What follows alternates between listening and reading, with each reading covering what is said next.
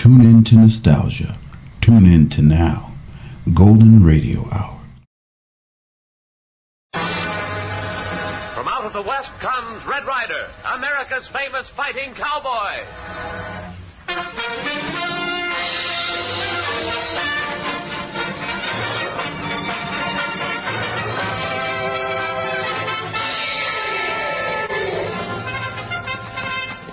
Rod that pony, little beaver. There's trouble tonight on the Shokano Trail. You betcha, Red Ryder. Get along. Get him up.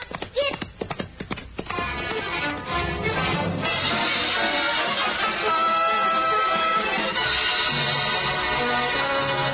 Come on, Thunder.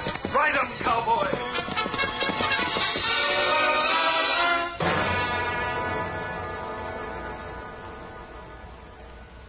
Whoa, partner. Don't touch that dial. Hang on to your chair and join Red Ryder, the West's foremost fighting man, in another thrilling adventure of the range. Red Ryder and Little Beaver bring you this grand entertainment for the whole family 3 times weekly. So tune in this same station every Tuesday, Thursday, and Saturday for the adventures of Red Ryder.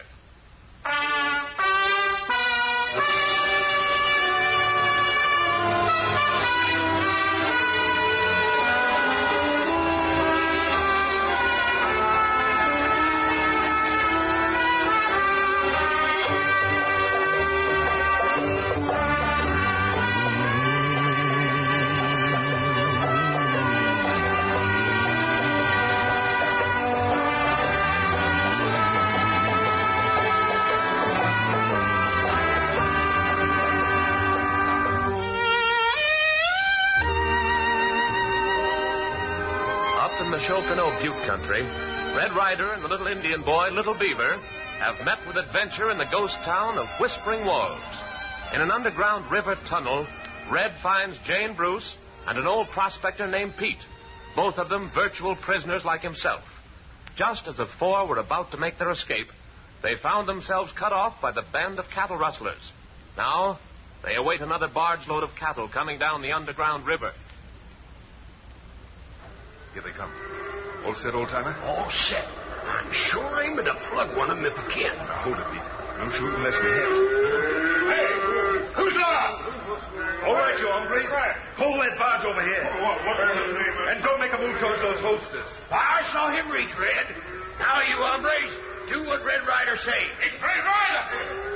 Yeah, that's better. Now, pull it near the shore.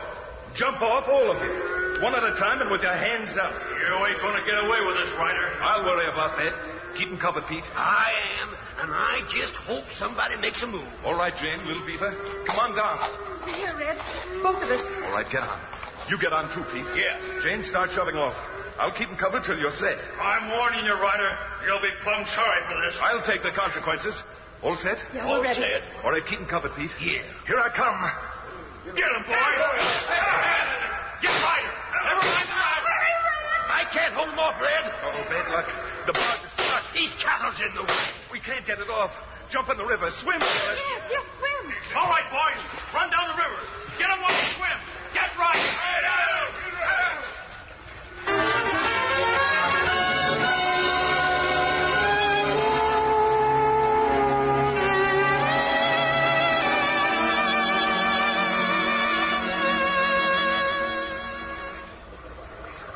Sure glad you rode down to have a look this morning, Mr. Hanlon. Understand you've had some visitors around the vicinity, Beef. Yeah, we did. Took care of them all. Where'd you hear it? I've just come from the Painted Valley Ranch. Heard that red-headed nephew of the Duchess's was one of them. Yeah, he was. Dusty's got him tied up inside, upriver. Keep him there, understand? How many barge loads of cattle did you get through tonight? 11. Better than 200 head. Only 1 barge load left to come through. Reckon the boys must have hung it on a rock or something, or to been through long ago. You reckon? I want to know, Beef. Yes, sir. I'll find out why the barge didn't come through. That's better. And speed up those men on the branding operations. Yes, sir. We got to clean up today and get these animals out of here fast. We're quitting this. Quitting? You heard me. Well, gosh, Mr. Hanlon, this is a surefire way of snaking cattle off the range the other side of the Shokano Buttes. There's still 10,000 head. I'll give the orders, Beef. Something else the Duchess told me. A girl was lost during the night on the Shokano Trail. Jane Bruce, the school teacher. Did you run into her? Yeah, she got in our way all right. She's inside with the rest. Go in and fetch her. Huh? Act rough when you bring her down. I want her scared plenty. I'll come along and take her from you. Get it? And while you're in there, find out what happened to that last barge load. What's wrong with your men over there? What the... Looks like a body they're fishing out of the water. Yeah. Holy catfish. Why, it's that girl. I thought you said Dusty had them tied up inside. She's alive. Look at her fight. Well, the same thing goes. Take her by yourself up the hillside a piece. Get tough and lay it on thick. Scare her plenty. I'll be along, and don't be surprised in anything I do. Well, I don't get it, boss. It'd be the best thing just to let her drown or Will you do what I tell you? Rescuing this girl will give me the alibi I might need if something slips in this business. I'll get going.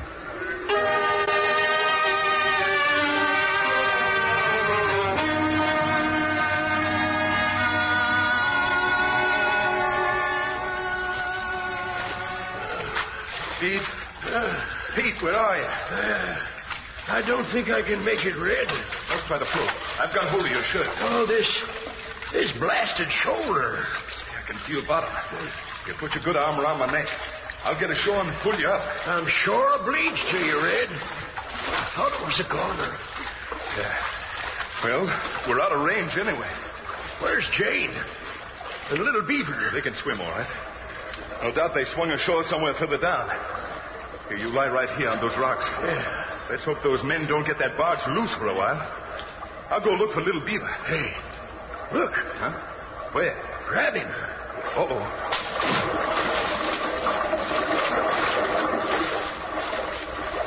Face down in the water, I see him. What's the matter with him? I don't know. Little Beaver. Little Beaver, answer me. Out colder than taters in a root cellar. Must have hit his head on a rock. The air got winged when he died. Never heard of an Injun drowning. His heart beating? Yes, fitfully. What about that gal? I saw Jane break away all right downstream. She can swim. Little Beaver's our worry now. I'm going to try artificial respiration. Just hope them devils don't get that barge unstuck and come by in the middle of it. Then stand guard. You couldn't help me anyway with that shoulder. Come on, Little Beaver. 1, 2, 3, 4.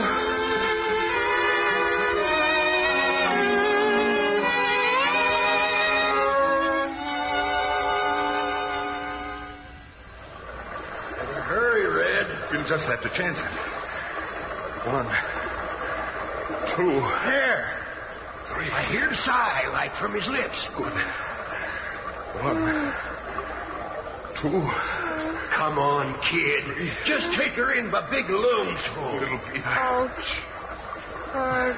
That's pushing your ribs that hurts, kid. Little Beaver. Feel 'em dum-dum in head. Hey, you can thank your lucky stars and Red Ryder you feel anything in the head, kid. What happened, Red Ryder? Not much. Except you did a pretty good job of trying to get drowned. Drown? Swimming like fishy. Maybe you hit your head when you jumped on the barge and knocked yourself out a minute, and then swallowed some water. Little Beaver, he always in heap trouble. Yeah, now you're all right now. But we've got to find Jane. Where, Jane? I don't know, but I wish I did. And what about that barge upstream, Red? That's something else we've got to take care of. We can't have them on our necks while we're looking for Jane. Hey, we going back up there? No. Do you see that rock up above? Maybe we can roll it down and block part of the channel. Great jumping catfish. You got some. We'll shipwreck them.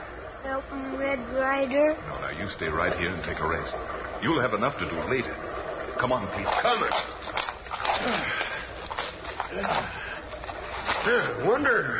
Wonder what we can pry it loose with. Well, there's an old prospector's trick of making a rock jump by firing under it. Well, I hung on to that 6-gun when I jumped into the drink. Here you are. Thanks. No wonder you couldn't swim, and one arm hurt. Well, let's see. Wonder if it'll work since it got wet. Dunno. It was that guard's gun and looked pretty well oiled. Can't never tell till you fire it. Then let's fire. Now stand back. If she rolls, she'll roll fast. You did it, Red. It'll take them a while longer to get off that rock, and they won't be expecting it either. Now what? Well, the same thing we tried before. We'll walk toward the tunnel's mouth. You still got the guard's clothes on. Yeah. And when we get there, we'll walk forward with our hands up, and you pointing that gun. Well, what about the kid? That's right. I'll have to carry him, I guess. Little Beaver walk 'em all right. Now, I told you to lie down and get some rest for a while. Little Beaver walk 'em. You best let Red carry you anyway, kid. All right. Okay. Put your arm right around my neck. Red Ryder make 'em Little Beaver feel like papoose. Yes, and Little Beaver make 'em Red Ryder feel like spanking Little Beaver right on the buckskins, too. Ready, Pete? All set, Red. All right, now keep in back of us. If you see anybody coming from behind, shoot. Don't worry, I will.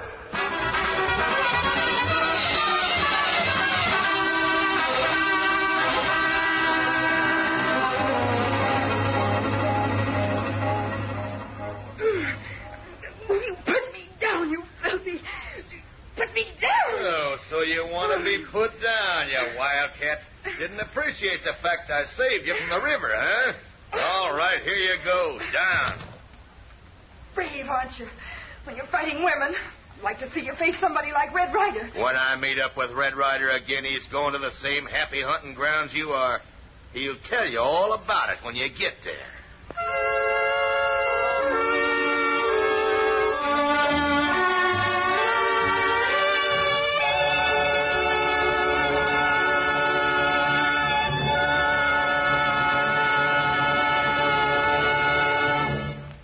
Well, how's that for a thrill?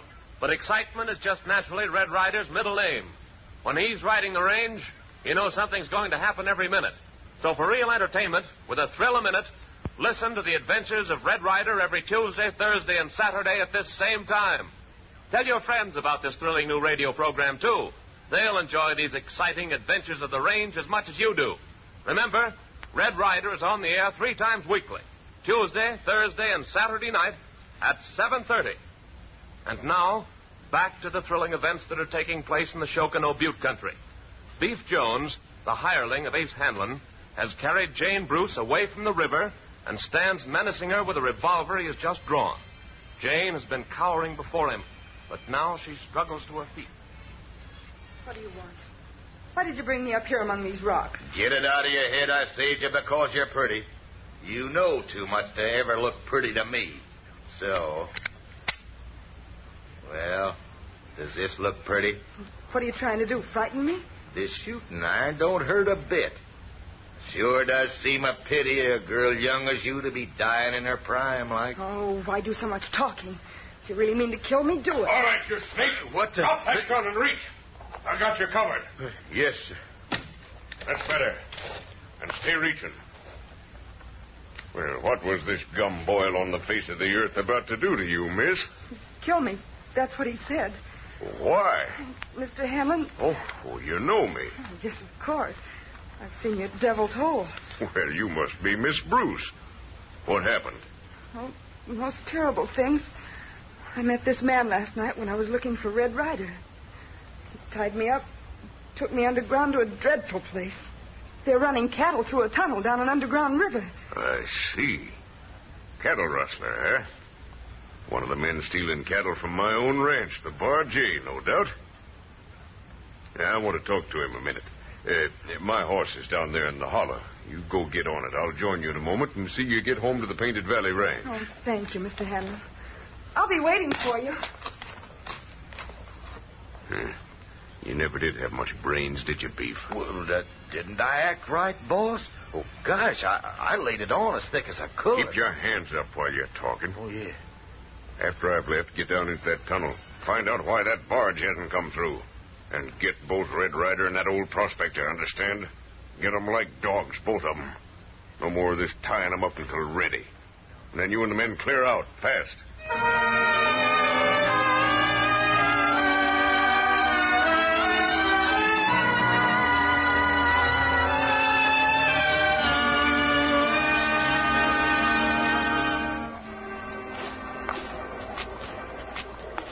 Jeepers. Seems like we've been walking about 1,000 miles. Ought to be getting somewhere soon. We are. Look up ahead. Well, bust my pick handle. I didn't see it. A glimmering of light. Must be dawn above ground, and that's the end of the tunnel. Yeah. Hope catch him outdoors soon. Plenty sleepy. Yes, it's been a big night. Think you can walk now? Me walk all right. All right, down you go, little beaver. Now, tell me more about what's waiting for us at the tunnel's mouth. Big valley, river flow out, corrals, one side of river. Corrals? For the stolen cattle? There men around, close? Lots of men. Some say men seeing tunnel. You say you did send the old prospector to the ranch after help. Send him, old-timer. Tell him get Annie Duchess come. Red Ryder in trouble. Well, I hope it's not too much to hope he'll understand, and that we won't march into a mess of our men, including that beef hombre. Well, all we can do now is keep on going.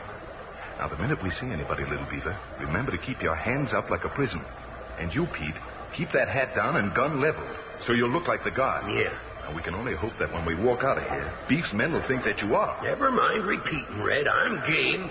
I don't want to die in no hole like a gopher. And if anything starts outside, Little Beaver, just fall flat. Don't try to help. Do 'em.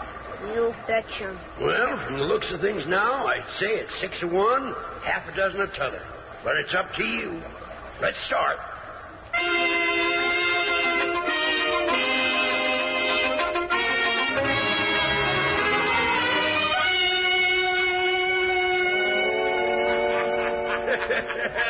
And then he says to me, "Why, you sneaking coyote, you ought to be ashamed, planning to shoot a pretty girl like this one."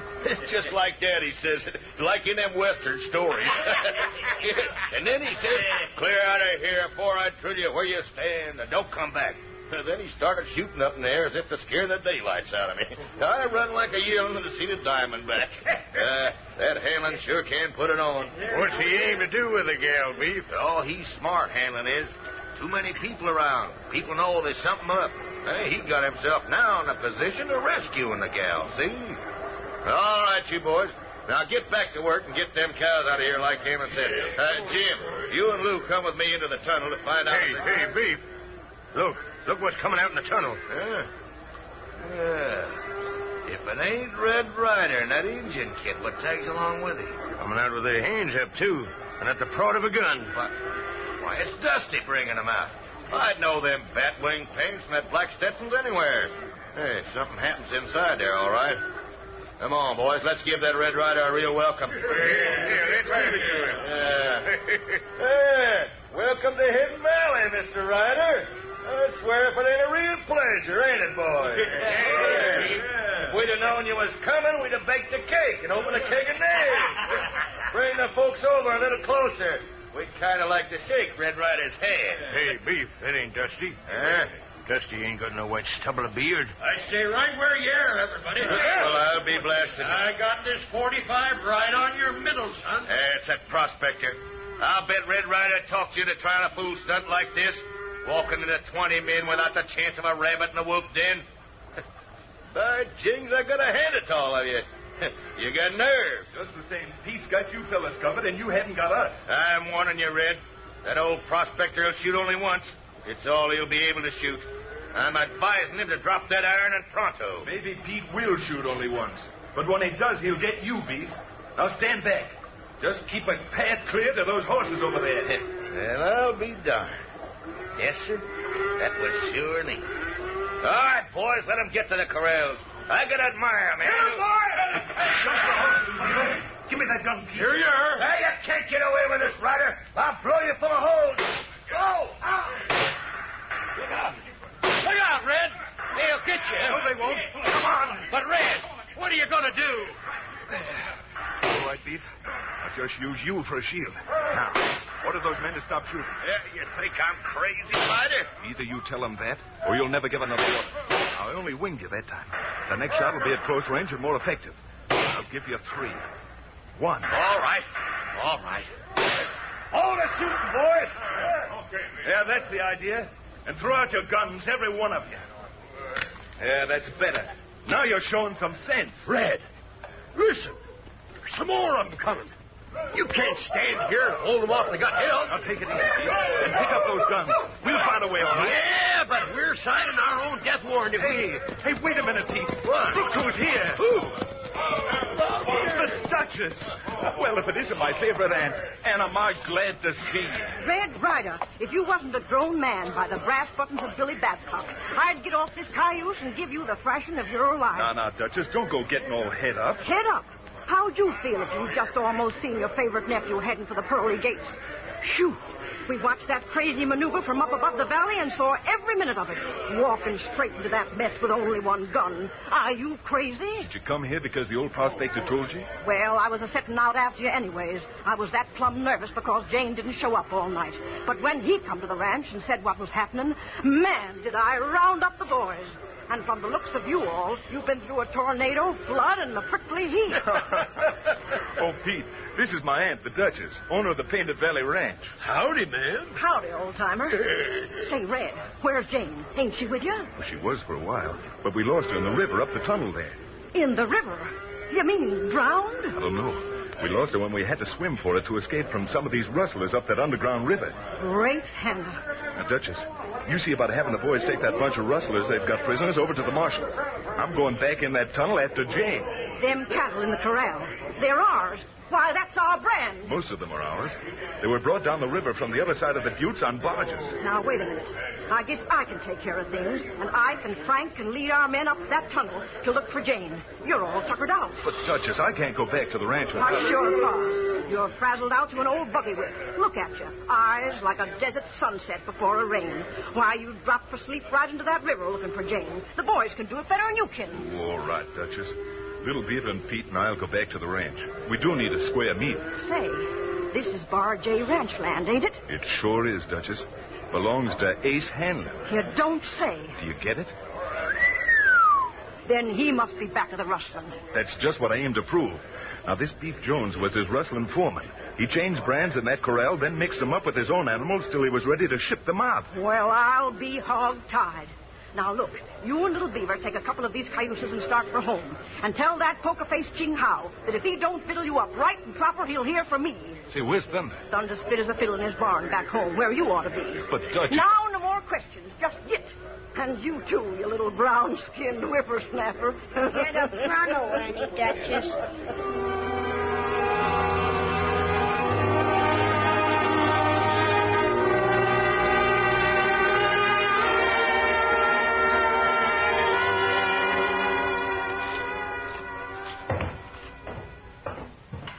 All right, come on in, Little Beaver. Me come. Oh, Ching Hao. Very good. Oh, Missy Ryder. He come home like a Chinese swallow. Say, Ching, we're stopped. What can you fix up fast? Oh, you starve, eh? Hungry. Oh, no good, he starve. Oh, Cheng Hao, he fix the #1 breakfast. Oh, can't tell by your hand. Powder mark. Your gun, he go off sometime, yeah? That's right, Ching. Oh. Lots of guns went off last night. Say, got any hot cakes left, Ching, and a couple of eggs and... What's the matter? What for? You know, go on. Give you order, all the same, less to law. See, I thought I heard... Oh. Who's in that front parlor, Ching? Who is it? Front parlor. Oh, yeah. Big supplies. Got it. Company. Company? Who? They make it come in. They say, how to walk a light in. Ching, he keep his mouth shut. Who is it, Ching? You lucky, huh? All right, I will. Please let me thank you, Mr. Hanlon. What? Jane. Oh, Red. Oh, I'm so glad to see you. You're safe. Yes. And the same to you. Good morning, Mr. Ryder. What are you doing here, Hanlon? I'm glad to see you're safe, Ryder. Miss Bruce was just telling me of the terrible thing that happened to you all last night. I ask you what you're doing here. Red, what are you saying to Mr. Hanlon? I don't think I'll ever be able to repay him for all he's done, and you stand there... Repay him? For what? For saving my life. That doesn't make sense, Jane. Yes, it does. Beef Jones was going to make certain I wouldn't tell what I'd seen. He took me up the hillside and claimed he was going to shoot me. And just then, I suppose, Mr. Ace Hanlon happened along and rescued you. Yes. You see, Ryder? Yes, I do. Clever of you, Hanlon. And pretty good timing. Red, will you explain why you're acting this way? Well, I'm afraid, Miss Bruce, that Ryder's upset because it wasn't he who rescued you. He thinks he's got the monopoly on being the fair-haired boy of these parts. You know that we cleaned up that rustling business on your ranch, don't you? I don't know what you mean. Well, the Duchess and 30 men are out there right now. Our cattle are being driven back. Your men are prisoners. You'll find I've just discovered myself what was happening on my property. You'll find I've informed the sheriff of Devil's Hole to arrest those men today. I was investigating when I happened to find Miss Bruce and was able to save her life. There's nothing stupid about you, is there, Ace? I consider stupidity a very real crime, thanks. There must be a way of pinning this on you. And I'm gonna do it.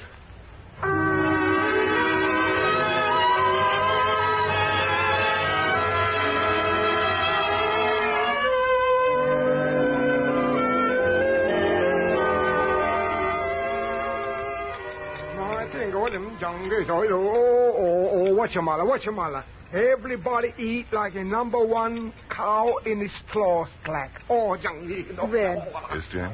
And all of you, I want to say something. I'm sorry for what happened just now. Oh, it's nothing. I think I'll have some more coffee. No, please, I've got to say it. I never dreamed Ace Hanlon was mixed up with that cattle stealing, and if you all think he is, I'm sure he must be. But you must admit I was startled to hear you talk as you did after he rescued me. Now, look, Jane, it's forgotten. We're all too tired now to think. Now, how about letting me go through with that promise I made before all this happened? Promise? Sure. To take you riding out in the range, remember? Oh, well, I'd like to very much. All right, then it's a deal. Score trouble. We'll get started the first thing in the morning after we've had some rest. That sorrel all right for you, Jane? Oh, yes, it's my favorite horse. What about Ace Hanlon, Red? Well, we'll just have to wait to get him, Duchess. He can't keep drawn to an inside straight forever.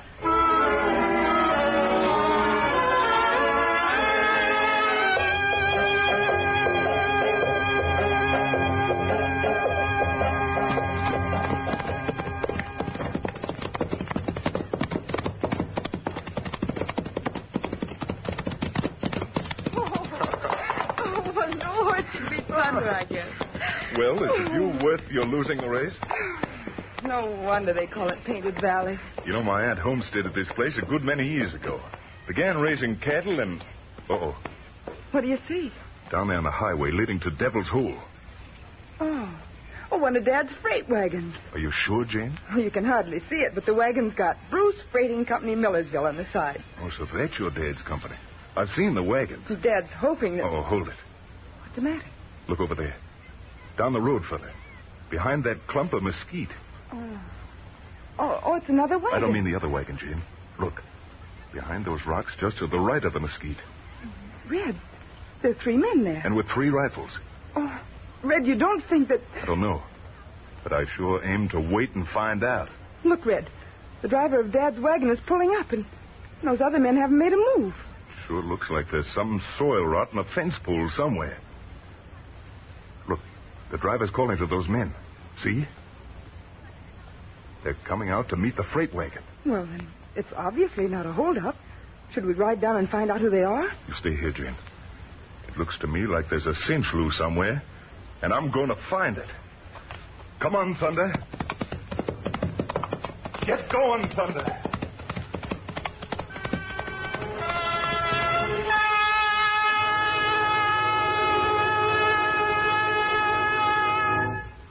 Don't forget, folks, another thrilling adventure of Red Ryder comes to you next Tuesday at the same time on this same station.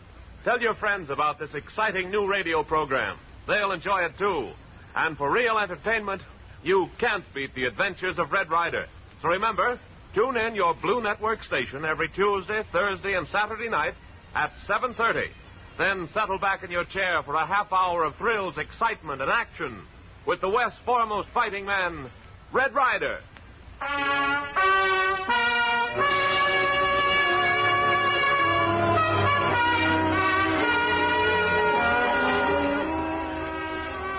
That mysterious stop of the freight wagon on the road to Devil's Hole, the wagon owned by Jane Bruce's father. What does it mean? And why was the load transferred to another wagon with armed men standing about? Red Ryder has made it his business to find out. And you'll find out, too, if you join him. Listen to the next exciting half hour with Red Ryder, America's famous fighting cowboy, on this station next Tuesday night at 7:30.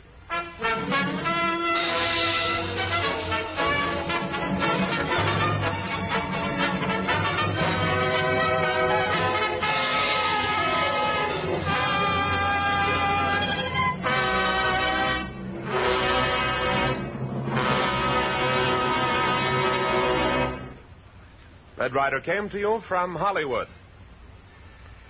This is the Blue Network. From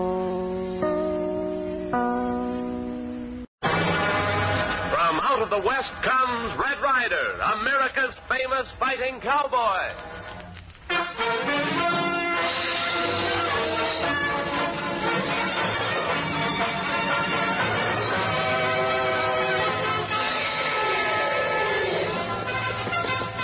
Hold me, Little Beaver. They've held up the Millersville freight, and we've got to get on their trail. You betcha, Red Ryder.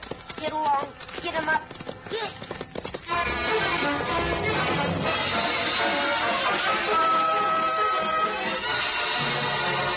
Come on, Thunder. Ride on, cowboy.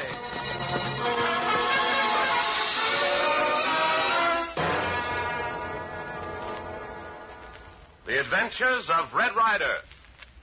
In just a moment, we'll join Red Ryder.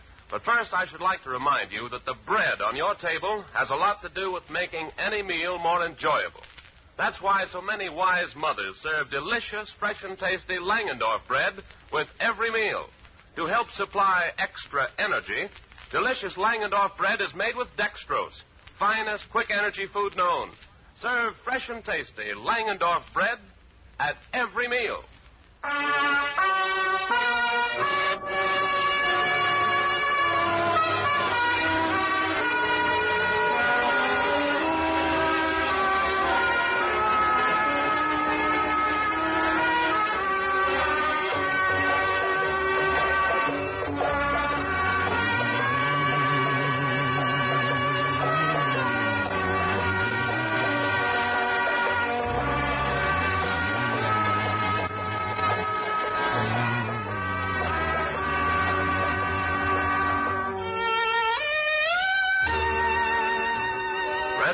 Has found that the problem of why someone is trying to put the Bruce Freighting Company out of business is a deep mystery.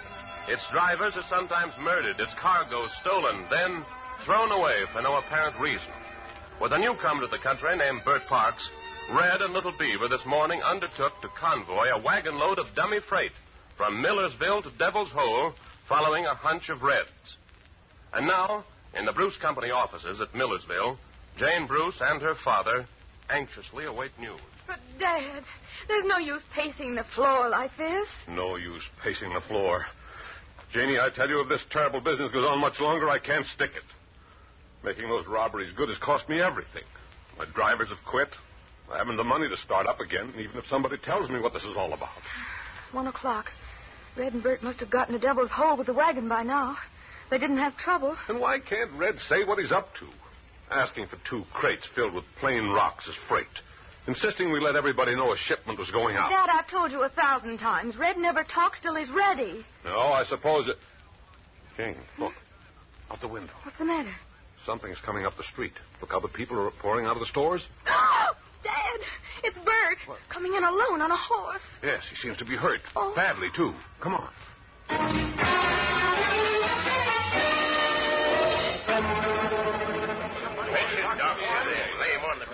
All right. Stand back there. All right. Stand back there. Bert, what happened? Jane, quick as you can. There are 2 messages on paper inside my shirt. Send them by telegraph. And don't say a word about it to anybody. What happened? Do as I say. I'll tell you the rest later. Yes. Got it. I'll go get the doctor. Let me out, please. Quiet, everybody. Quiet. All right, Bert, tell us what happened. Well, I was driving the wagon toward Devil's Hole and nearing that stretch of road down the face of Breakneck Canyon, and Red Ryder was cantering alongside when that Indian boy pal of Red's came to say he'd seen a couple of men with rifles on the mesa above. Yeah? Oh, Red went to look, and I kept on down Breakneck Canyon when it happened. What happened? A charge of dynamite went off, I guess. What? Blew me and the wagon clean off that road and killed the horses. Dynamite? But Red and Little Beaver, where are they? They're dead. Dead? I guess they got them both with their rifles. No. I found them falling down a landslide, and from the sound of the shooting, they must have been drilled clean full of holes. I crawled out of the canyon, I don't know how, and I found them. That's a story.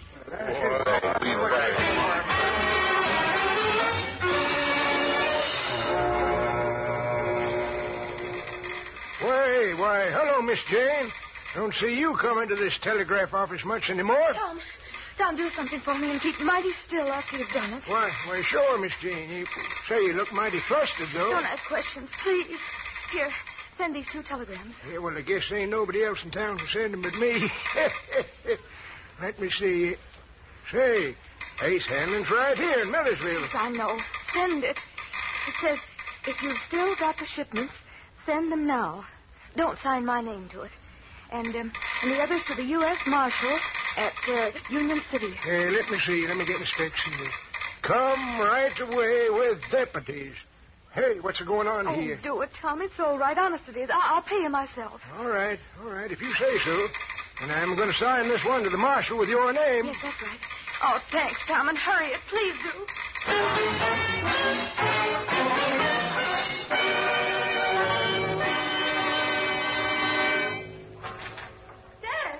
What are you doing in here? Yep, barrel's clean as a whistle. Dad, what are you doing with that rifle? Who's taking care of Bert? I stayed with Bert till the doctor came. Now I got work to do. With the killing of Red Ryder and Little Beaver, I've had my fill of killing my men and stealing my freight. I'm going to that hotel and get that Ace Hanlon. Dad, please don't. Please. He's gone too far. Gunfire's the only answer now. Oh, Dad, you don't know what you're doing. You'll ruin everything. I aim to ruin Ace Hanlon. That's what I... What's this? Well, I mean, you'll ruin us both. Now, wait a minute. What do you know? Oh, Dad, please don't ask me questions. Please. Something's afoot. I know it is. Well, Dad, you just can't keep a secret. Your face shows it. Oh, I can't keep a secret, huh? Well, they told me you'd be in here, John. Just Bruce. stay right where you are, Ace Hanlon. Well, I must say this is a nice reception for a businessman. What's that rifle for? I've had enough of your killings of my men, and you're robbing my stage line. Father, please. Oh, don't pay any attention to him, Mr. Hanlon. He's just brought up. Get out from in front, Janie. Now, look, Bruce, I know you're excited. You bet I'm excited. You killed the last of my men when Red Ryder died.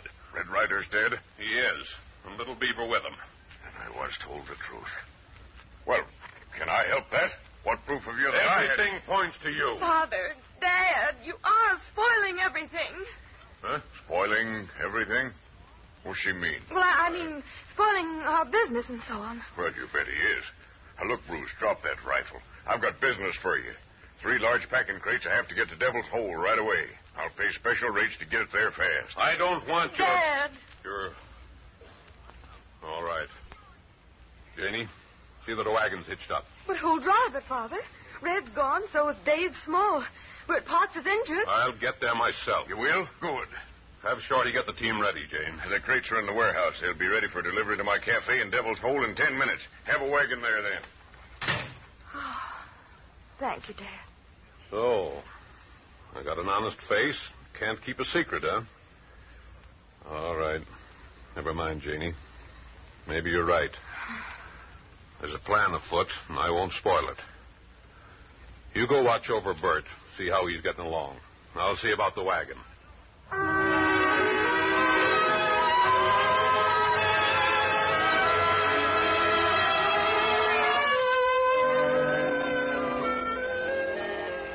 How you feeling, Little Beaver?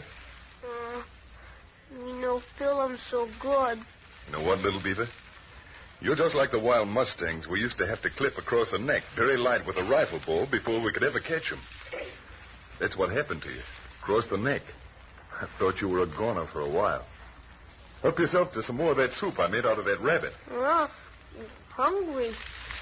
Yeah, it's kind of nice to be laying around a fire for a change instead of... Oh. Keep him still. No good moving busted leg. I told you 3 times the leg's not broken, just sprained. I can ride Thunder, all right. What we do now? Stay right up here on the mountainside where we can watch that thin rib and a highway down there. The highway to Devil's Hole. And hope and pray that that little scheme I hatched up won't prove so thin that it'll go wrong in the frying somewhere in Millersville. We catch a Mace Hanlon, maybe? I'm not sure yet who it'll catch. But it'll be the one causing all the trouble. Now finish up that soup, Little Beaver, because... Oh, that ankle. Because I need your sharp eyes to help me.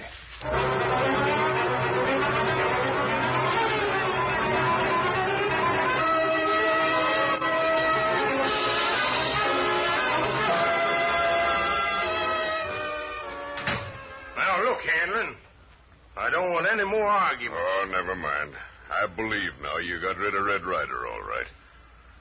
Here's your 500. Well, thank you, boss. I guess I talked too fast. I only want you to do one more thing. And right after that, you're starting for the border, and starting fast. Ready whenever you say, boss. There's one more job to be done on a Bruce Company freight wagon going to Devil's Hole. Huh? Another? That's right, the last one.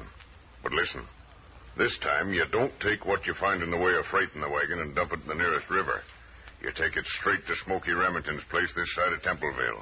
Smoky Remington's at Templeville? And after that, straight for the border, because this thing's going too far now. Oh, I get it, boss. Now, wait. Don't anybody ever say Ace Hanlon wasn't generous. For that neat job of setting off the powder charge that got Red Ryder, here's another 50. And for getting that Indian kid, another 10. Oh, thank you, Mr. Hanlon. I'm only sorry Curly's body was left there in Breakneck Canyon. Get now and do as you're told. Sure. Send Easy to tell me how things went. This one ought to be simple. Old man Bruce will be driving the wagon himself, and everybody will believe his story.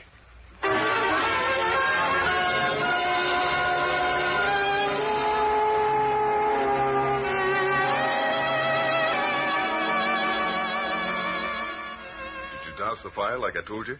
Red Ryder jumpy. Me douse him long time. Hang it, I hope my scheme pans out. So many things could go wrong. You sit him still. No good walk him. You're right. I keep forgetting about that roughing up I had back there in Breakneck Canyon. That landslide almost finished us, Little Beaver. Me think of Red Ryder gone happy hunting ground. Darn it. Why didn't I think of having Bert tell me whether he got Jane to do as I told him or not? Now, if anything goes wrong, I could sit here for days and wonder about it. Red Ryder not sit him here that long. No good. Me make him go home, taking care of broken leg. I told you 4 times now that the leg's not broken. Look him. Where? Yes, you're right. It's a Bruce Company wagon and coming fast, too. Mr. Bruce, he drive him. Oh, I believe you're right. Dad Bruce is driving. Me go fetch him thunder. Red Ryder no walk. This perhaps won't be so easy. I didn't count on Dad Bruce driving that wagon personally.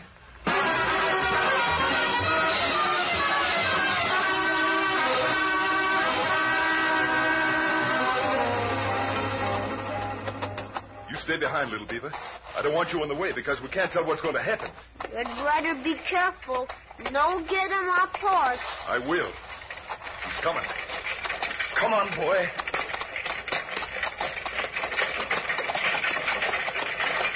Hey, Bruce! What the... Get away from me! You're dead! Bruce, stop that team!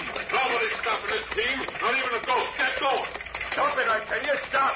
Whoa! Whoa there, you four-legged demon! Whoa! Oh! You ain't dead, you red-headed devil. Dead, Bruce, What kind of thing's going on around here? What is this? You let everybody think you're dead, and you're really doing the holding up of these wagons. But, Dad, Bruce... Oh, it's clear to me now. You are a robbing highway thief. But you're not getting this load of freight, because I got a rifle here, and I intend to use it. Dad, Bruce... Get away from here. Get.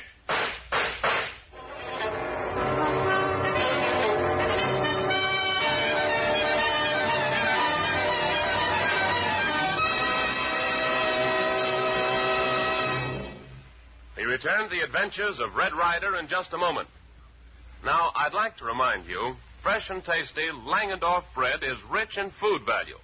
That's important to all of you, especially these days when we're working harder and longer, playing harder. Each tempting golden brown loaf of fresh and tasty Langendorf bread is a wonderful source of important food values used by the body for energy to help build muscle and tissue. In addition, delicious Langendorf bread is made with dextrose, the world's quickest energy food, to give you extra energy in each fresh, delicious slice. And this wonderful energy source is yours in a bread so creamy rich in color, so smooth in texture, so delicious to the taste, so lasting in freshness, that baking experts judged it America's finest. Plain with butter or jelly, toasted or in sandwiches, it's delicious. For goodness sake and for energy's sake, ask your grocer for fresh and tasty Langendorf bread, white or wheat, tomorrow.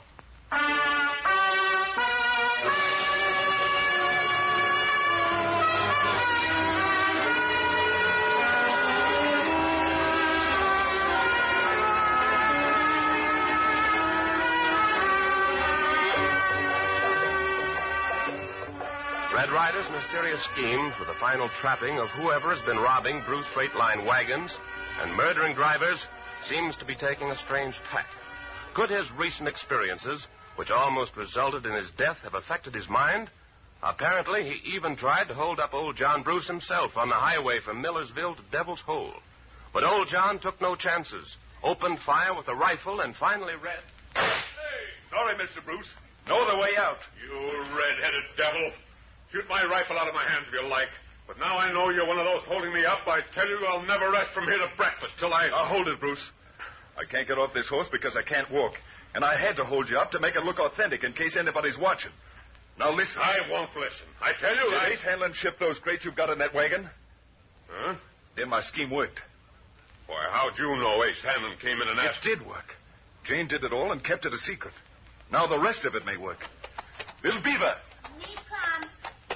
Now get those crates out of that wagon, quick. Hey, what is this? No, wait. Pull ahead to those willows yonder, where we can't be seen. Red Ryder, have you gone plumb crazy? No, now do as you say. Oh, I don't get it. But, all right, get up there. Get up. Come on, get along. Hey, hey. Ho, hop. Do you have a hammer or a chisel in the wagon, something to open the crates with? I ain't opening no crates for you or anybody else. Little Beaver, help them get them open. Me get 'em. Now, we haven't got a minute to lose. No telling just where they're planning to hold you up again. Hold me up again? What in... Now, listen here, Red. If you don't tell me what this is all about... Wait a minute. How's it happen you're dead and yet you ain't? It's a long story in itself. We almost did die. I can't get off this horse and walk, so open up one of those crates and you'll see what I mean. Hanged if I ain't getting curious to see what you're so all-fired head up about. All right. I got a crowbar here. We use it to get loose boulders off the road with sometimes. Now, hurry. Pry the tops off that nearest crate. Yes, keep your shirt on, son. Yeah, this board is really nailed on. Yeah, there it gives. Now, let's see.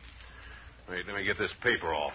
If I could only walk well enough. Holy jumping catfish and little green spring apples. What's in the crate? Hooey. Red. I don't know how you figured out this thing, but you sure stumbled on something. Take a look at this. Great Scott. A great big silver teapot weighing close to 5 pounds, I'd say. What is all this, Red? The whole crate full of silver, just like this. Haven't got time to explain now. Little Beaver, you help Dad Bruce. Now pry the tops off all those crates. Hide the silver you find in these willows. Then fill them up again with rocks and put the tops back on. Take the silver out. Put rocks... What's the idea, Red? Now do as I tell you. Then keep on going. A little ways beyond here, I can't say just where, you'll be held up again. What? And I'd advise you to just throw up your hands and leave that rifle be, because that bunch will be playing for keeps. I'll be held up again. Well, all right, Red. You've been right so far. But when do I hear what it's all about? This afternoon, back in Millersville, where Little Beaver and I are going as soon as we get this chore done. All right. Come on, Little Beaver. Let's do as the boss says. Get up!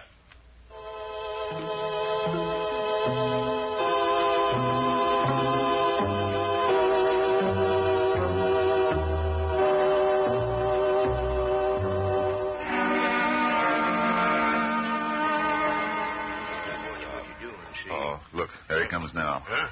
Get the cover. On your toes, boy. All right, you. Just put up your hands. Whoa! Hold it, Hold it. Whoa! Hey, what is this? The hold-up?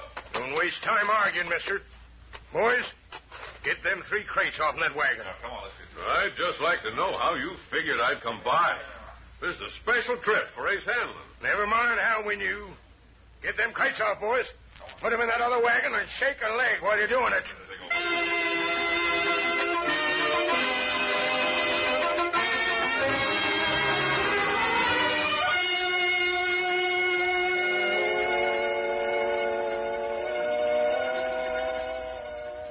Gosh, Miss Jane, that's sure too bad.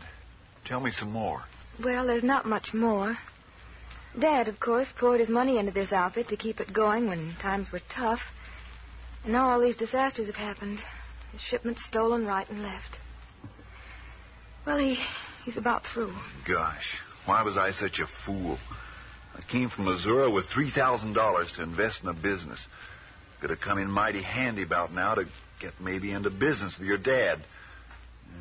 But like a fool, I lost it at Ace Hanlon's Silver Dollar Cafe in Devil's Hole. Wait, there's a stranger coming into the office. Huh? Well, maybe it's... No, it's not Red. Wait a moment. Oh, you're... U.S. Marshal Wiggins, ma'am. You're Jane Bruce? Oh, I'm so glad you came. You got your telegram, and we rode as fast as a buckboard and horse flush could carry us, ma'am. Me and 2 deputies from Union City. What's the trouble? Well, that is... I don't know. You don't know? No. That is... Well, Red Ryder knows. Red Ryder? And I don't rightly know why Red wanted me to send for you, but I know Red. And if he wanted me to send for the U.S. Marshal and deputies, why, he knew what he was doing. Say, what is this, ma'am? Blind man's buff? Oh, please, I don't know what it's all about. Really, I don't, but terrible things are happening. Robberies and murders and... Robberies? Murder? Well, maybe we had better stay. Jane, here he comes, up the street. Red Ryder. He's safe.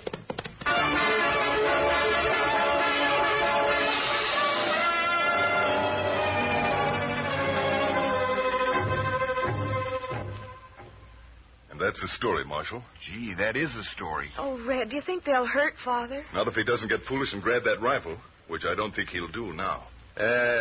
One question, Mr. Ryder. None of this leaked out to this Ace Hanlon yet, did it? I don't think so.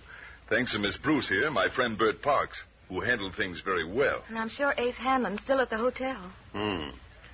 Well, as soon as your dad comes back in town, Miss Jane, and can be the witness, we'll mosey on over to the hotel and arrest Mr. Ace Hanlon. If he's there now, I don't reckon he suspects much, and is probably setting on pins and needles right this minute, awaiting word as to how his scheme turned out. Oh, Red. We thought for a while you were dead. Thought so myself for a while, but Little Beaver pulled me out of it. Me bring him help. So I guess now there's nothing to be done but just make ourselves comfortable until Mr. Bruce gets back. Then we'll call on Mr. Hanlon at the hotel.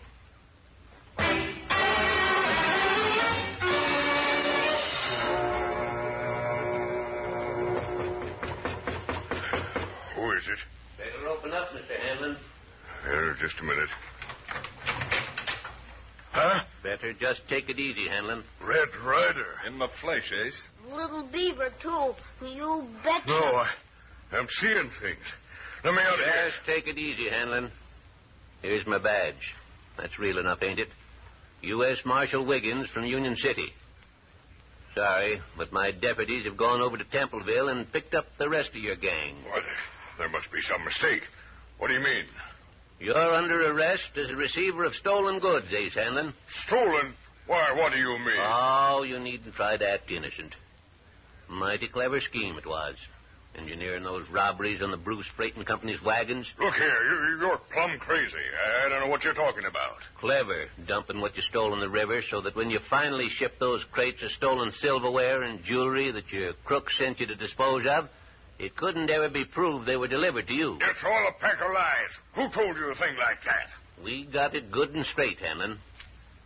You coming peaceable? Now, listen, you... Just take it easy. Argue and you'll get these on your wrist. Hey, I'll come peaceable. I don't need these on my wrist. Really, I don't.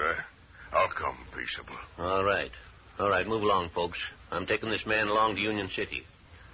Thanks to you, Mr. Ryder, you uncovered a pretty far-reaching burglary plot.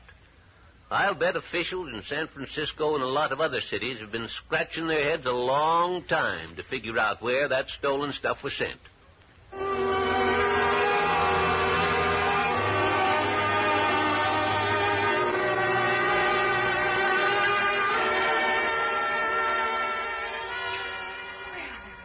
Have some more coffee, Red. Now, Little Beaver, you drink the rest of that milk. Doggone, Miss Jane, this coffee sure rings that bell. Jane always was a right smart cook. More food, please. Now, just hold everything, everybody, you hungry mob. I can only serve so many at a time. Red, I don't see how you figured out Ace Hanlon wasn't just trying to put Dad out of business. Well, Jane, that was my first idea, of course. Like it was everybody's, I guess. I figured Ace Hanlon was pulling these robberies and making things tough generally for the Bruce Company so as he could ruin your business, and that he'd try setting up one of his own later on. But Little Beaver and I saw something that changed our minds about that angle. And anyway, it didn't make sense. We see him throw stuff in river. That's right. A lot of the stuff they hijack from your wagons, Dad Bruce, you'll find at various parts of the Devil's Hole River. Why, the low-down... And me being responsible for some of this stuff they stole, too. So when I saw that, I knew the motive wasn't just robbery. Ace Hanlon sure didn't like having you around either, Red. More coffee, please? Oh, that's right. He even tried to have us blown up to get us out of the way. So you can see he had something pretty serious to hide. Yeah. It occurred to me that all this was a blind of some kind, to cover something a lot more important than it looked on the surface. Yeah. Then it hit me that maybe he wanted shipments of his own to seem to have been stolen. Well, I acted on that hunch, laid a trap, and by jings, the trap caught him. That's as fine a piece of reasoning as I've heard of in a long time, Red. And man, is that redhead handy with a gun, too. Should have seen the way he got me out of Hanlon's Cafe in Devil's Hole when they was coming for me. Where I lost that $3,000 that came west to start a business with. Well, boys, I'm sure glad you cleaned things up. I just hope now I can raise some cash someplace to begin where I left off. Oh, say, Bert, I almost forgot. Here, wait a second. Huh? Red Ryder hide him in belt. As if I can just get at my belt. There you are. All safe and sound. Holy jumping. Where'd you get this? Your money, Bert. In that fracas at the Silver Dollar Cafe, I scooped it off the table. $3,000. Didn't you let me think it was lost? Well, Bert, you talk so free in front of Hanlon, and from the way you let them get you at that stud table, I figured maybe the stuff was safer with me for a spell. I'll be... But don't know as you're right, Red. Dad Bruce, you say you want some capital? Well... I came out west to start a business. How's to buy a half interest in yours? I drove a stage back in Missouri. Well, Bert, if this had dropped from heaven, it couldn't have been more welcome. Don't show me the way. I've been here before. They told me that no confidential of mine maneuvering around here, and I want him. Howdy, folks. Annie Duchess. Duchess? What are you doing in Millersville? Hello, Duchess. Keep your seats, everybody. Howdy, Bruce. Hello, Jane. No, now, don't bother. I can sit without help. Red Ryder, you're heading over toward Paradise Plateau, and you're heading fast. Why? What's wrong over on Paradise Plateau, Duchess? Something's mighty unfunny over there, Red. A corporation what built a dam for an irrigation project went and got a lot of settlers to come in. And now I believe the whole thing's turned out to be a swindle. Sure is. Folks was encouraged to come into the valley and build houses and settle. And now they're being put off by mounted gunmen. There's something down around Paradise Plateau that just don't create a sweet smell around this here part of the world. And I suggest you hightail over there, Red Ryder, and see what it is. Well, Little Beaver? Me ready. Do what Annie Duchess say. I figured you'd be. All right, come on. There's doings at Paradise Plateau.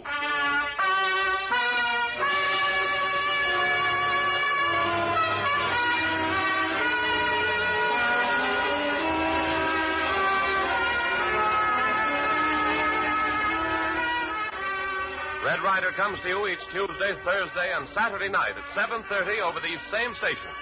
Tune in Tuesday and hear the next exciting adventures of Red Ryder and Little Beaver, with Ace Hanlon's strange and lawless doings against the settlers at Paradise Plateau. What does he find when he gets there? Adventure and thrills.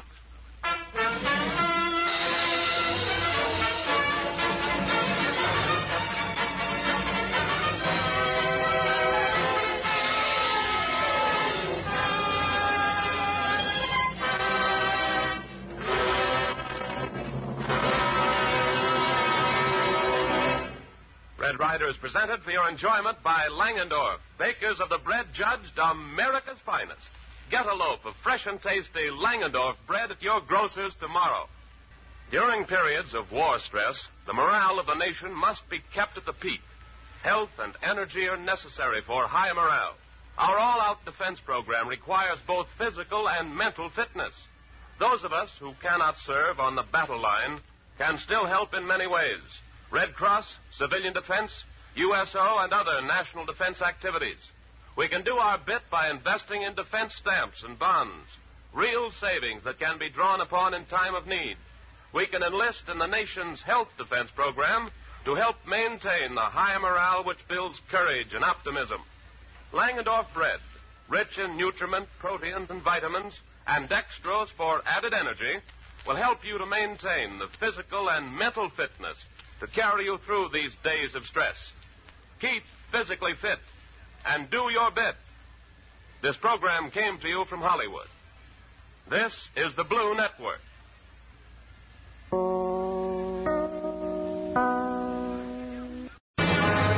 From out of the West comes Red Ryder, America's famous fighting cowboy.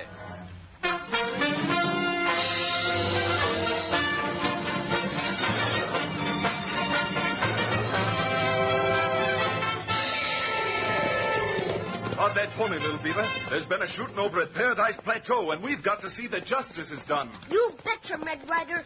Get along. Get him up. Get!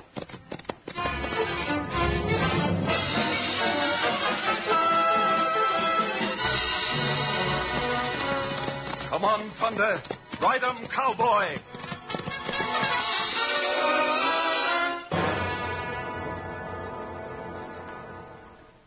The Adventures of Red Ryder. In just a moment, we'll join Red Ryder. Red Ryder and Little Beaver would be the first to tell you that there's nothing more enjoyable than a good sandwich. And if you like sandwiches that are so fresh and flavorful, so tender and rich that each bite is a taste delight, make them with fresh and tasty Langendorf bread. The bread baking experts judged America's finest. Sandwiches made with Langendorf bread help give you strength and energy, too. In addition to other healthful benefits, each smooth and flavorful slice contains dextrose, the world's greatest quick-energy food, to help pep you up. Yes, you youngsters who take your lunches to school, and you men and women who take sandwiches to work, will find that Langendorf bread sandwiches taste better and are better. So for goodness sake and for energy's sake, always make sandwiches with Langendorf, the bread judged America's finest. Get fresh and tasty Langendorf bread at your grocer's tomorrow.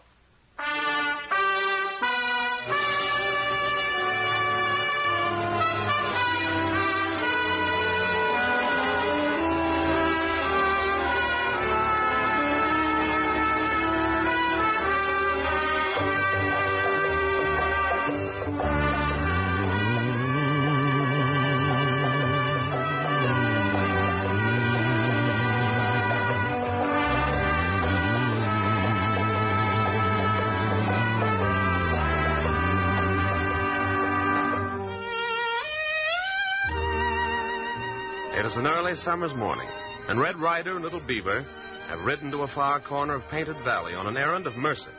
The plaintive bawling of an injured cow has been reported by one of the ranch hands, and Red and his constant companion have gone to seek it out. We find them as they are ministering to the crippled animal. There now, you poor critter. I know just how this pulled us smarts on that festered shank of yours. But it'll be all over in a few minutes. Cow, him crybaby. And a fine one you are to go talking that way, Little Beaver. Well, remember the time you had the mumps Want and him bandaged now? Not half as much as you want them change 'em subject. Finest medicine on the sun. Laughter. Just look at that critter perk up. All right, now. Give me the bandage to wrap around the poultice. Say, you suddenly been struck deaf and dumb, Little Beaver? I said, give me the... You see him what I see? Huh? You mean that cloud of dust way down there on the highway? Say, but it must be in an awful hurry. But so am I to get back to the ranch house, so how about that bandage? Thanks. Wrapping it a bit too tight, am I?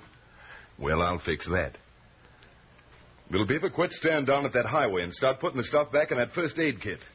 Now, if we don't get a move on, the Duchess will give us... more than horses on highway. Huh?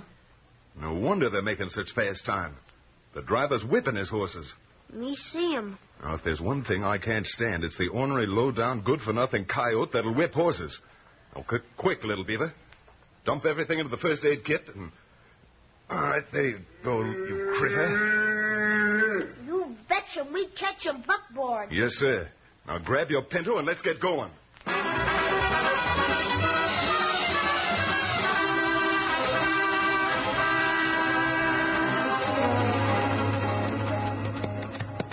Get alongside the left horse and grab the reins, little beaver. I'll do the same with the right one. Careful you don't get unseated. Steady. Now, hold there. Steady. Leave my horses alone, do you hear?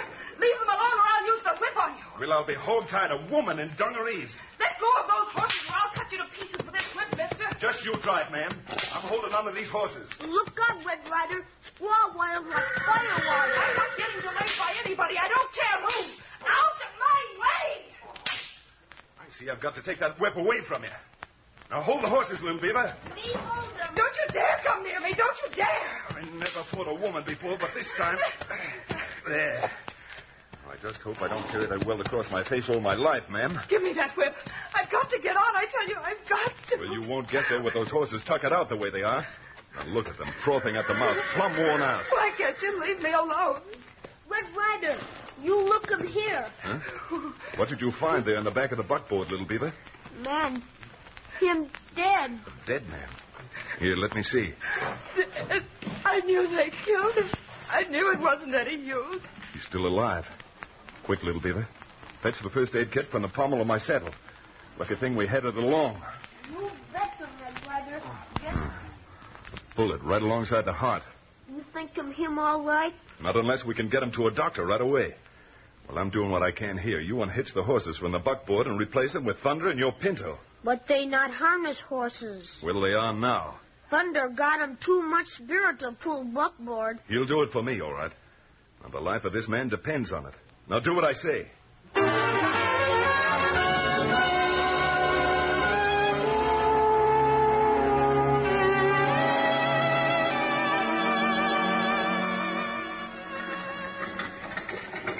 Now that you've calmed down, ma'am, it'll help a powerful lot if you'll explain a few things. You'll have to forgive me for what I said and did. I lost my head. I was trying to get my husband to Devil's Hole. I knew the nearest doctor was there, and I thought you were trying to stop me. Why should I? Why should anyone? Unless it was the varmint that shot your husband. That's it.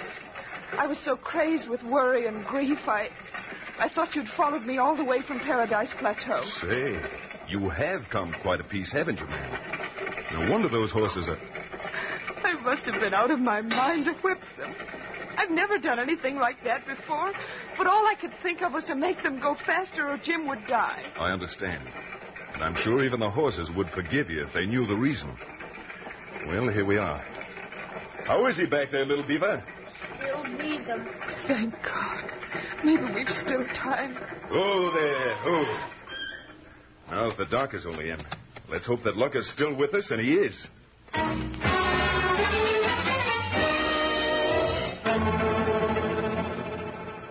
You'll have to deliver the anesthetic, Red. My wife usually does it, but she's over at a neighbor's. You think you can handle it? Well, I've never done anything like that before, but sure. Sure, I can manage it.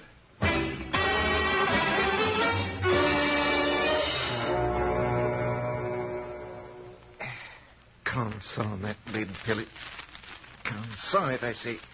Lodged in there like it... bedded in deeper than any I ever saw.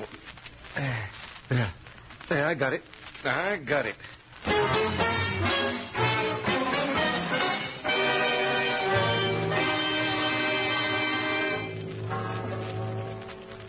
Tell me the truth, Mr. Ryder.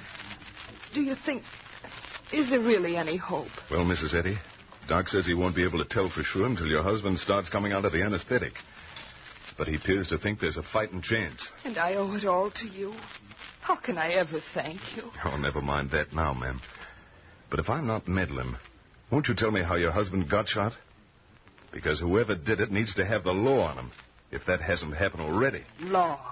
What can the law do? Ma'am, what's that you're saying? You'd say it, too, if... If what, ma'am? Mind telling me how this started?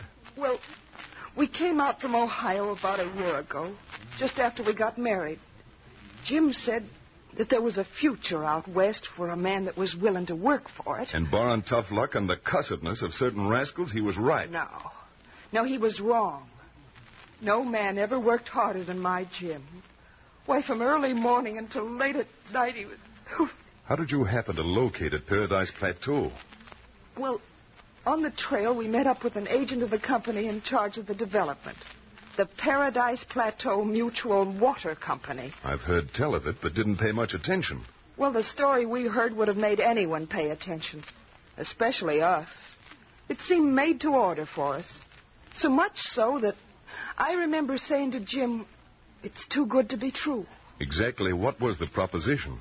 In order to encourage settlers, the water company was offering to sell each one a parcel of 60 acres at $5 an acre. No wonder you said it was too good to be true. That was cheap. Oh, there were certain qualifications. Each settler had to sort of prove up on his land. Build on it, I suppose. Yes, a house and a barn by the end of the first year. If not, everything was to be forfeited. I guess we should have known from that, should have been forewarned. But you see, Mr. Ryder, they all talk so smoothly, and they even let you divide the acreage price into 3 payments of $100 each. Uh-huh. I think I'm beginning to catch on. Wait. It's almost unbelievable how crooked some men can be. For 1 year, we worked our fingers to the bone. We cultivated the land, bought a herd of cattle, built our barn, and then... Oh, it seems ages ago, but it was only yesterday. Jim and I were... Hiya, mister. Your name Jim Eddy? Why, yes, mister. What can I do for you? Jim? Oh, visitors? I guess so. Them horsemen there, friends of yours? You might call them that. Thought they'd come along just in case we had trouble. I'm from the Paradise Plateau Mutual Water Company. Got a little bill for you. Small matter of $1,350. $1,300? How much? Here, assessments is what it says here. $22.50 an acre. Assessments? Why, I paid $300 on this land like the contract says. I never understood we had more money to pay. I didn't come to take no excuses, mister. It's pay or get off on the land, and right now. So that's it. Ruth, get me my rifle. No, you don't, mister. Hold it. Stand right where you are. Nobody's coming into my house. Oh, Jim. Nobody pulling guns on us while we're just riding around doing our duty. Now get off this land unless you got $1,300, and fast. Because if you don't, by nightfall, And then, Mr. Ryder, they took everything we had, except this team and buckboard. Uh-huh. Now, just one more question, ma'am. This man who put you off the land, had you ever seen him before? Never. I see. Well, I reckon you must be mighty hungry and just about all in. Now, there's a nice old lady in this flea-bitten town of Devil's Hole, Granny Smith. She'll fix you up the best meal you've ever tasted. There you can rest and clean up. Thank you, Mr. Ryder. But I couldn't step out of this door. I couldn't eat a morsel until I found out about Jim. Well, Doctor... Doctor, is he... You're all green now, Miss Eddie. He's asking for you. Oh, thank you, Doctor. Jim, darling. Well, is that a load off my buckskins, knowing that he'll pull through? Who told you he would, Red? But I thought... What's the lowdown, Doc? That operation is one of the slickest ever done in these parts, if I do say so myself. And like I told you before, he had a fighting chance. Then what? He won't fight. Huh? What do you mean by that? Exactly what I said. The fella won't fight. For some reason or other, he doesn't seem to want to live. Doesn't seem to want to live. Maybe you know why. Yes, I sure reckon I do. Think I'll have a talk with him.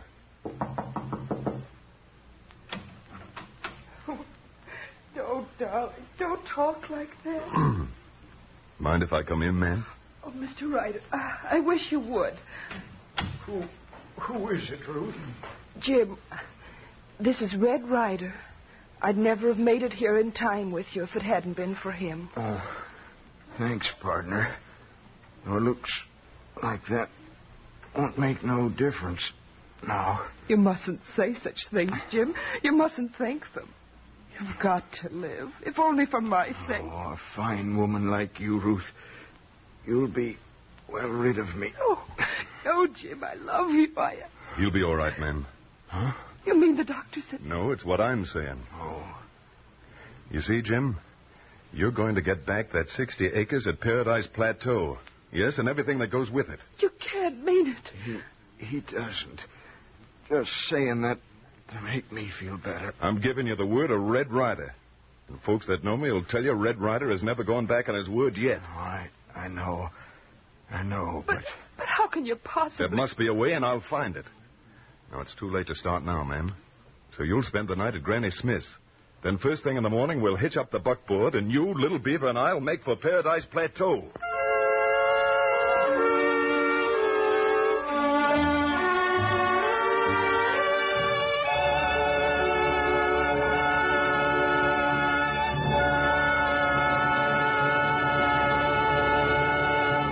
We return to the adventures of Red Ryder in just a moment. Strength and energy are two things that make Red Ryder a real fighting man. And to have strength and energy, you must eat foods that are high in nutrition.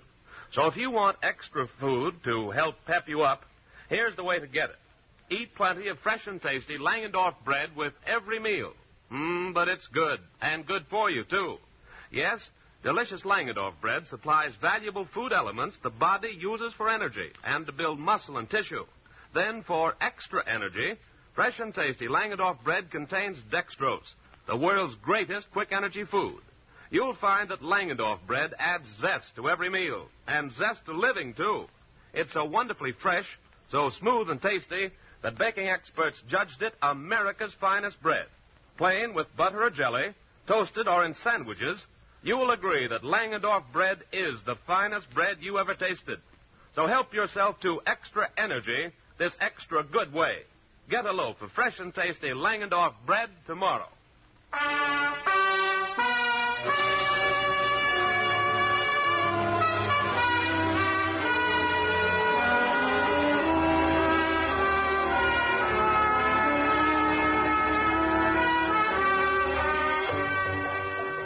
Toward dusk of the following afternoon, we find Red Ryder driving the buckboard toward what was formerly the Eddy Ranch at Paradise Plateau. Seated next to him, and trying hard to conceal her anxiety over the approaching showdown, is Mrs. Eddy. Some distance behind the wagon is Little Beaver, mounted on his pinto and firmly clutching Thunder's halter. Now, the Indian boy gallops forward to plead with Red once more. Well, Little Beaver, what is it this time? Me still want him turned back. I've told you a dozen times you could.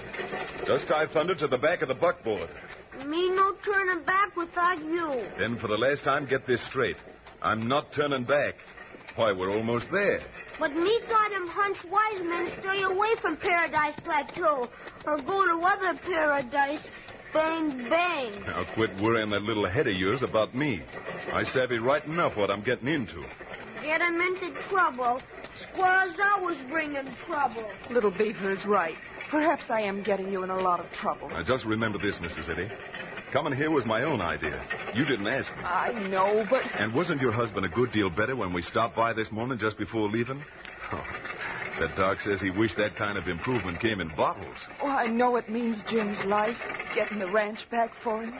But it may also mean your life, and I could never forgive myself. Oh, ma'am, if I got shot every time I've taken a chance, well, I'd be as full of holes as Ching Hao's kitchen sieve back at Painted Valley. But here's the turn. Good. Get up. It's getting plenty dark, but I can still make out the buildings. Looks right handsome, too. Everyone said ours was the finest place of all. Maybe that's why we lost it. Maybe. Mr. Ryder. Ma'am? Wouldn't it be safer not to drive up openly like this? Sneaking around is all right for coyotes and rustlers, but it kind of goes against my grain. Oh, there. All right, open up the gate, Little Beaver. Hey, where's Little Beaver gone? Mr. Ryder. Yes? When we turned off the main road back there, I was sure I saw it. A lamp shining from the window of my kitchen. Are you positive? No, I'm not positive, but what do you think it might mean? Well, it could be anything, Mrs. Eddy. There's somebody living in your house already. That's about the only thing I can figure. Now, where did Little Beaver go to? Where are you going? There. Is that the glimmer of light you saw? Yes, and it is in my kitchen window. You better stay here. No, I'm going with you. Now, Mrs. Eddy, ma'am, I got a feeling that... All right, hombre. Stay where you are. And who are you, mister? That's the voice of the man who put us off our land. By jing, so you're back. Can't a man even walk around this country? This is my land. Just bought this place. There's a sign back there. No trespassing. Didn't you see it? How could we see any signs when it's as dark as this? And what if we just aimed to pay a social call? Yeah? Just let me catch you around here. You're the man who shot my husband. This isn't your land. You couldn't have bought it. It's ours. That's what you think. Now, take it easy, man. That sort of talk doesn't affect hombres like him. I can see that. You bet it don't. All right, mister. If it's just our trespassing on your land that you object to, we can... You have got a fast draw there, mister. You've had practice. By jings, mister. Someday I'll get you for this if my arm ain't ruined. Lucky all I shot at was your gun. Now stand over there and answer questions. What do you mean by saying you bought this place? None of your business. You want some more of the same medicine, or... No, wait, listen. I did buy it. Who from? The Paradise Plateau Mutual Water Company, with assessment values. Where do you come from? All right, come on. Where do you come from? From down across the border. I used to work for Phil Wainwright. And who's Wainwright? Mr. Ryder, that's the president of the water company. Mm-hmm. I think I get it. And I'll bet I know the kind of work you used to do for this Wainwright hombre, too. Yeah? Somewhere else there's been a water company come into a valley where they invited settlers, and like this one, pretty soon they told the settlers there was more money to pay than they figured on. And in this case, you had the job of driving them out. Come on, is that the story? Well, yeah. A fellow named Ace Hanlon got anything to do with this Wainwright? Well, maybe he has. Now we're really getting somewhere. What's your name? Jack Miley. Well, let me go to the house and bandage up this arm where the gun splinters got it, can't you? Go on back and count yourself lucky you didn't get worse. I'm going to have a little talk with that Wainwright hombre. Mr. Ryder, somebody's coming. Yes? What's Little Beaver? Oh, other part of valley, people leave them homes, too. I figured that you were seen about something.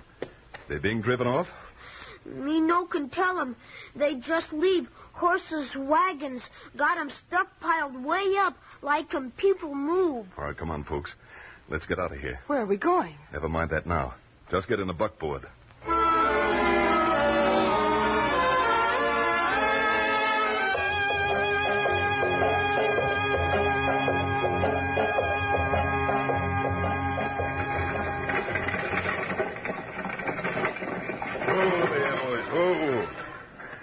Mrs. Eddie, ma'am, I sure wish I didn't have you along. What's the trouble? Well, I've been thinking this over. I figure on calling on this Wainwright hombre. Now, it's plain things aren't what they should be in this man's country. But in the meantime, what can I do with you? Oh, don't worry about me. Please don't. Put me anywhere. I'm used to camping. I'm not afraid. I don't know about that, ma'am. It's getting right dark. Ryder, me watch 'em. You'll take care of Mrs. Eddie? Me guard 'em. Good, that's all I want to know.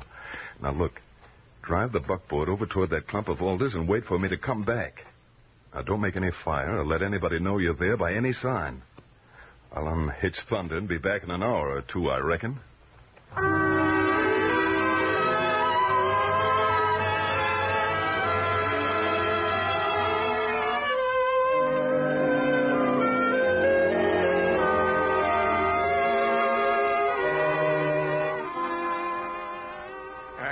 Just come over to report, Mr. Wainwright. Well, come in, Baldy. Come in. Shut the door. Sure, boss. Yeah. Have a cigar. Yeah. It's a nice piece of work the boy's been doing the past 24 hours. And now, look, Wainwright. I told you I didn't want that Miley among my men. He's too handy with a trigger. Now, listen, Miley's all right. Yeah? Well, he evidently didn't tell you that he plugged that guy Eddie and putting him off his ranch. Plugged him? Yeah. Now, look, Wainwright. I'm not again making a few dollars the easy way. This idea of Ace Hanlon's of juggling the books of the water company so's assessments can be raised again the settlers and then getting in the new crop to milk, I thought that's a slick deal. But I don't want no part in shooting any of them, see? And if there's anything come of the Eddie shooting, I throw you to the dogs and fast. Yeah? Well, you get this on your own part, Baldy. You can't make an omelet without breaking a few eggs. We're secure in our legal rights. And if Eddie or anybody else resists, can I help Shut you? up. Huh? What's the trouble? I thought I heard something outside. I didn't hear nothing. Well, maybe I was hearing things. Go on. Hang it. You did hear somebody. Come in. Evening, gentlemen. Just thought I'd pay a little social call. Yes, sir. Come in. Kind of late at night. Your call business or social? Which one of you is Wainwright? I am. This is Mr. Julius Baldy, my chief engineer. You interested in acquiring land in the district? We've still got a few choice acres left for enterprising young men. Well, I don't know as I'd be interested in the land so much as the method of buying it. Meaning what? I got some friends that did some business with you, and I don't like the way it was done. People named James Eddy. Eddy? Why? Something wrong with him? Concern it, Wainwright. Easy, Baldy. Now, look, Wainwright. You're not fooling anybody but yourself. I've come here to ask you to give back to the Eddies what's theirs. What's theirs? Why should I? I don't owe them anything. They owe me. I'm just curious to know how. Now, listen, mister. I don't see why I should tell you my business. Show him a contract, Wainwright. It's legal. All right. Here's a standard contract. Mm-hmm.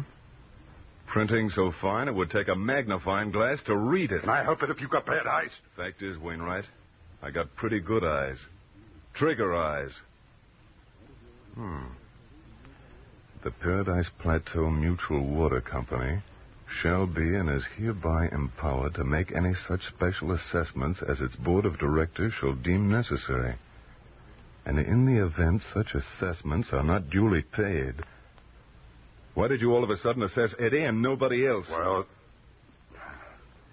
had to improve the ditches down in his section. Kind of expensive ditch digging, wasn't it? At $22.50 an acre? Well, I didn't do it. Our board of directors did, made up of the ranchers themselves. But handpicked by you. Look here. I stood about all the curiosity I can from you. Who are you, anyway? Red Ryder's the name. Red Ryder. Good grief. That mean anything to you, gentlemen? No. Now, listen, Ryder. You get out of here. I never did anything to you. Just stay right where you are. Don't go near that door. Look out, boy. Blasted. Too bad that gun of yours stuck there, Mr. Baldy. I must admit I didn't see your hand as fast as I should have. I figured that Wainwright here would do the fast acting. Apparently, he lets others do his shooting for him. I'll have the law on you, Ryder. You can't come into the office of a corporation like Where that. do you keep the contract that Eddy signed? In that safe? Open it. I tell you, I'll have the law on you. Open that safe. Yeah, it is. Stop shaking like that. I only want you to take one thing out of there. Eddy's contract. And I want you to spread it on that table, pick up a pen, dip it in the ink, and mark it. All assessments, present and future, paid in full.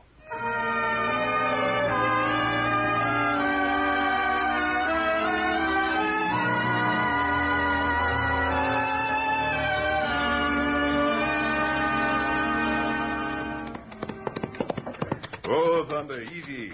Well, folks? Red Ryder come back. Howdy, Mrs. Eddy, ma'am. Oh, I'm so glad, Mr. Ryder. I've been terribly worried. No need to, ma'am. And you can also quit worrying about your husband, because no sick bed will ever be able to hold him after he hears the news. News? What news? Well, you see, ma'am, Mr. and Mrs. James Eddy have just got back one grade A improved ranch, complete with paid-up contract.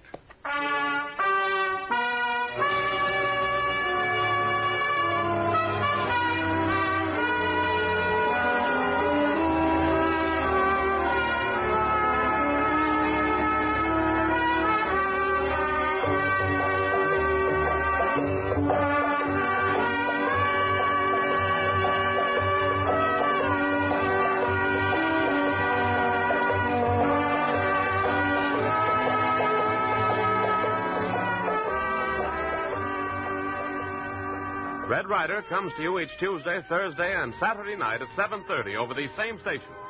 Tune in Thursday and find out about the other dispossessed settlers of Paradise Plateau. Will Red Ryder also come to their rescue? And what of the sinister, scheming Wainwright? How will he seek to avenge himself on the fearless cowboy? Listen again for the next exciting episode of Red Ryder.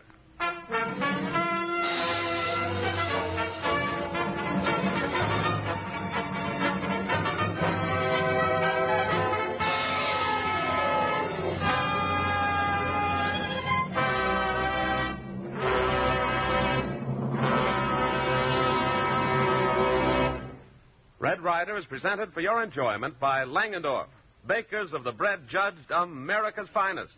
get a loaf of fresh and tasty Langendorf bread at your grocer's tomorrow. How can I help during these critical times? That is a question that many of us are asking ourselves today. There are ways all of us can aid our fighting forces.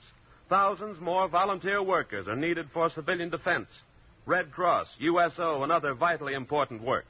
By buying defense stamps and bonds, we help our government and save for the future.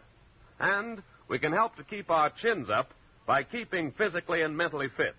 For the extra energy that many of us need these days, Langendorf bread is rich in essential vitamins, proteins, and dextrose, the world's greatest quick energy food. Remember, keep physically fit and do your bit. This program came to you from Hollywood. This is the Blue Network.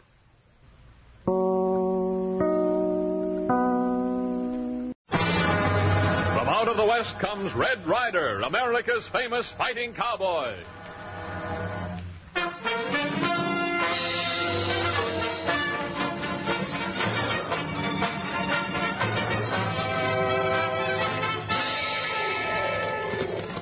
Off that pony, little beaver. There's been a shooting over at Paradise Plateau, and we've got to see that justice is done. You betcha, Red Ryder.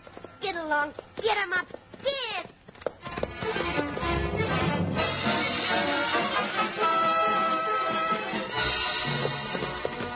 Come on, Thunder.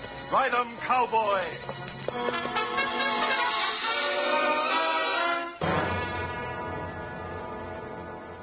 The Adventures of Red Ryder.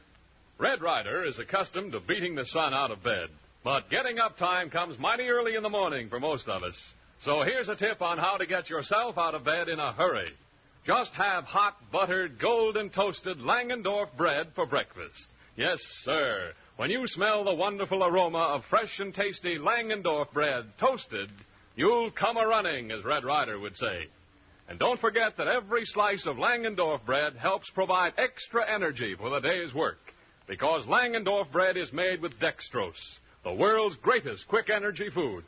In addition, Langendorf bread contains vitamins, carbohydrates, proteins, and minerals to help supply essential food energy, so helpful in maintaining health and vigor.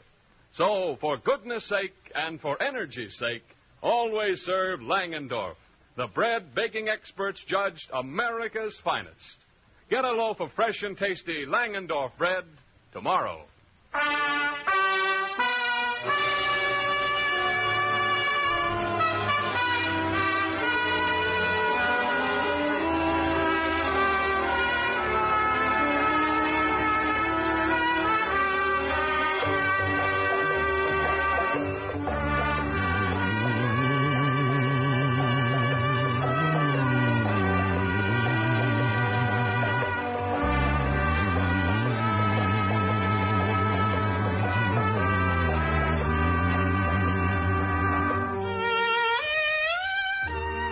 On Paradise Plateau, a fight looms between the settlers who came to build their homes and the water company that now seeks to force them off their land.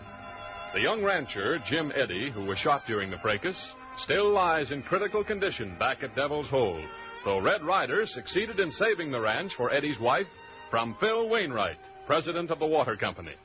Now, though late at night, the news of Red's exploit on behalf of the Eddys spreads like wildfire through the countryside.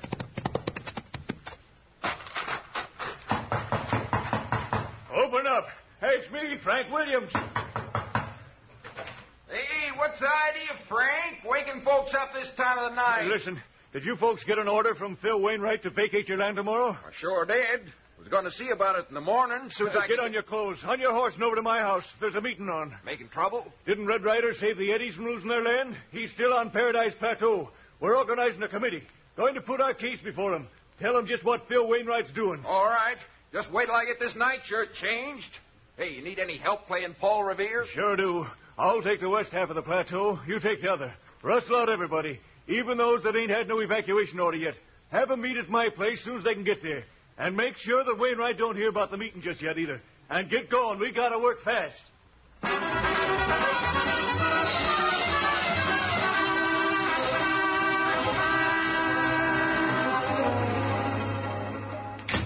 Wainwright, hey! Well, Baldy, people people usually knock at my Am office. I glad you ain't in bed? Now, listen. Look, I told you to go to bed early. We got to start seeing every settler on the books of this water company early tomorrow morning. I don't care what you told me. I'll tell you something for a change. Now, you laughed at me when I said we headed for trouble to let that Jim Eddy get shot. Well, we are. Miley just brought me word the settlers is holding a meeting over to Frank Williams's. Huh? I thought Red Ryder left the plateau. Well, maybe he has and maybe he ain't. There's still a meeting. Good. Just what I've been hoping for. What you been hoping for? You bet. We're legally in the clear. The water company has every right to lay down assessments on this land. And if the people can't pay, it's their fault. Just let them start trouble. And we got 2 aces.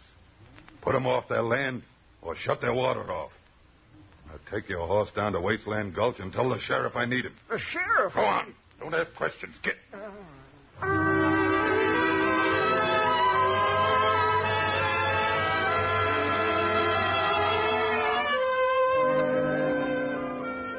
Well, Mrs. Eddy, ma'am, guess you're all properly settled back on your own place by now. Oh, Mr. Ryder, I honestly don't know how I'll ever thank you for all you did. I just know that when Jim gets on his feet again, he'll... I know how your husband will feel, Mrs. Eddy, ma'am. I was going to say, now that you're settled, Little Beaver and I'd better get started. Started at this hour of the night? Yes? You ready, Little Beaver? Where we going, Red Ryder? Well, for one thing, we might have a few errands to do at Painted Valley Ranch. You betcha. But can't you start in the morning? You must be just about all tuckered out with what happened today. Red Ryder, him always fresh, like wind. And you, Little Beaver, you're not tired? Why, you're just a child. Me not child. Fact is, Mrs. Eddy, ma'am, he's got more lasting power than a lot of grown men. They named him about right when they called him Little Beaver. Of course, it might be better if he stayed behind and caught up on his sleep. No. Me go, me already gone. You might get the horses ready. Now, just one thing bothers me, ma'am. You're being here alone while your husband's laid up. I have Jim's guns. If anybody looks for trouble, he'll find it. Well, just the same, I'd feel better if you'd stay with friends tonight. Anybody around you know well enough? Well, there's the Williams family 3-4 miles over on the other side of the plateau. Then just pack what you need. We'll take you on over there and then be on our way. I wish you'd tell me what's on your mind, Red Ryder. You decided to ride tonight awful sudden.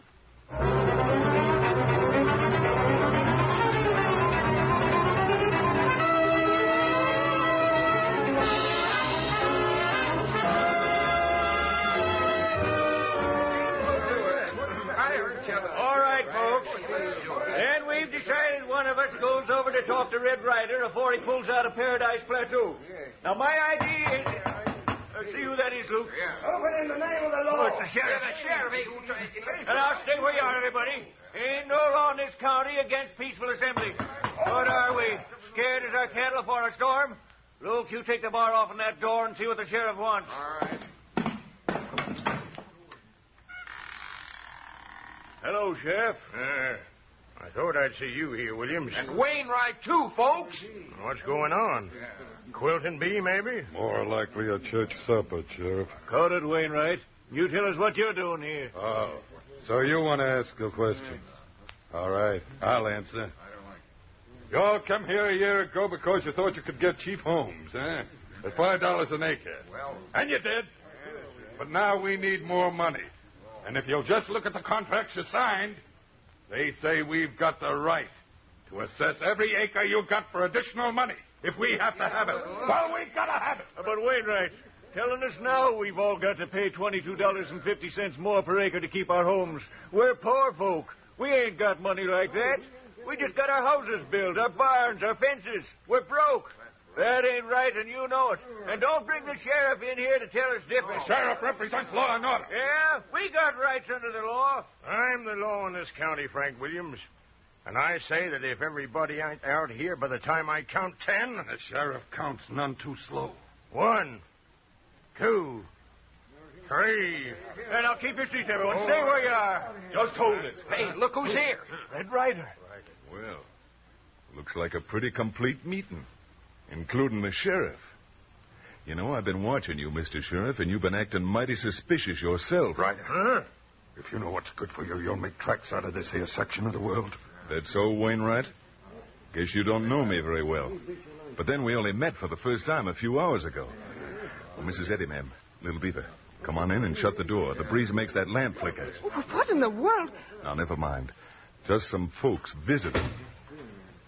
Now, what's going on? Red, we're in the same fix the Eddies were. We're all asked to pay assessments we can't pay. So we got to get off by morning. By morning? That's right. They don't give us no time at all. We're just going to draw up a resolution asking for your help when them 2 polecats busted in. Who calls me a polecat? All right then, Sheriff. Skunk, if that fits better. Now, listen, folks. Let's not call names. Get him, Sheriff.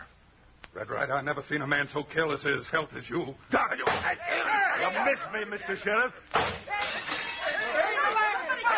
All right, hold it, everybody. I wouldn't make another move with that gun, Sheriff. I can see in that moonlight from the window. Williams, get another lamp. Red Ryder. Red Ryder. Why, you Little Beaver, where are you? What's the matter? All right, Ryder. I got your little engine pal with a gun at his head. And I'll blow him to kingdom come if every man in here don't freeze in his tracks. You win, Wainwright. What do I do now? Walk over towards that window, towards the beam of moonlight. No. All right, let him alone. I'll walk to the window. And no tricks. Well, now what? Drop your gun. Take over, Sheriff. All right, Red Ryder. You're my prisoner. One move and I drill you. And as for the rest of you, go on home where you belong. You see how far you got with your idea of asking Red Ryder to help you in this? Take your prisoner away, Sheriff.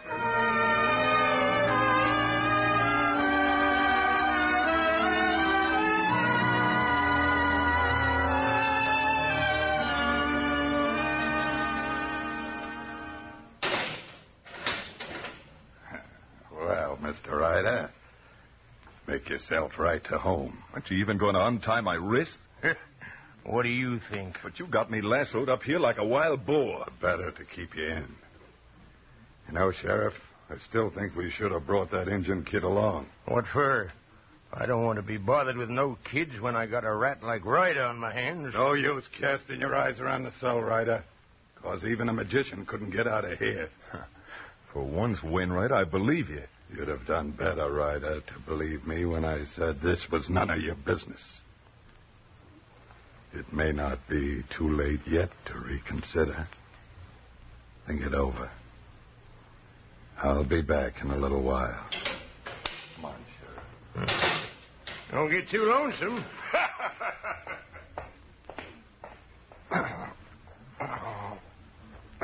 Blast these confounded ropes if I could only... Now, it's no use. Huh? Now I'm beginning to imagine things. Red Ryder. Well, I'll be doggone. Little Beaver, how did you get yourself perched way up there on the other side of those window bars? You got a knife to cut ropes. Well, bless you, Little Beaver. Now, let's see now. How'll we manage it? I've got it. Toss the knife through the bars, but be sure it lands on this cot over here so there won't be any noise. We got him good aim. Perfect. But you all tied up. How you cut him ropes? Got an educated set of molars, I have. Once I get that knife handle clenched in my teeth, like this. Oh, he'd catch him. There. Now to get out of these ropes. There. Now how you get him out of cell? You got me there, Little Beaver. Of course, if I had my gun now, I might have some chance of shooting my way out the next time Wainwright or the sheriff opens the cell door. Me go get him gun. Yes, Red Ryder? Fast as you can, Little Beaver. Meantime, I'd better wrap these ropes around me again so I'll look like I'm still tied, in case those hombres come back before you do.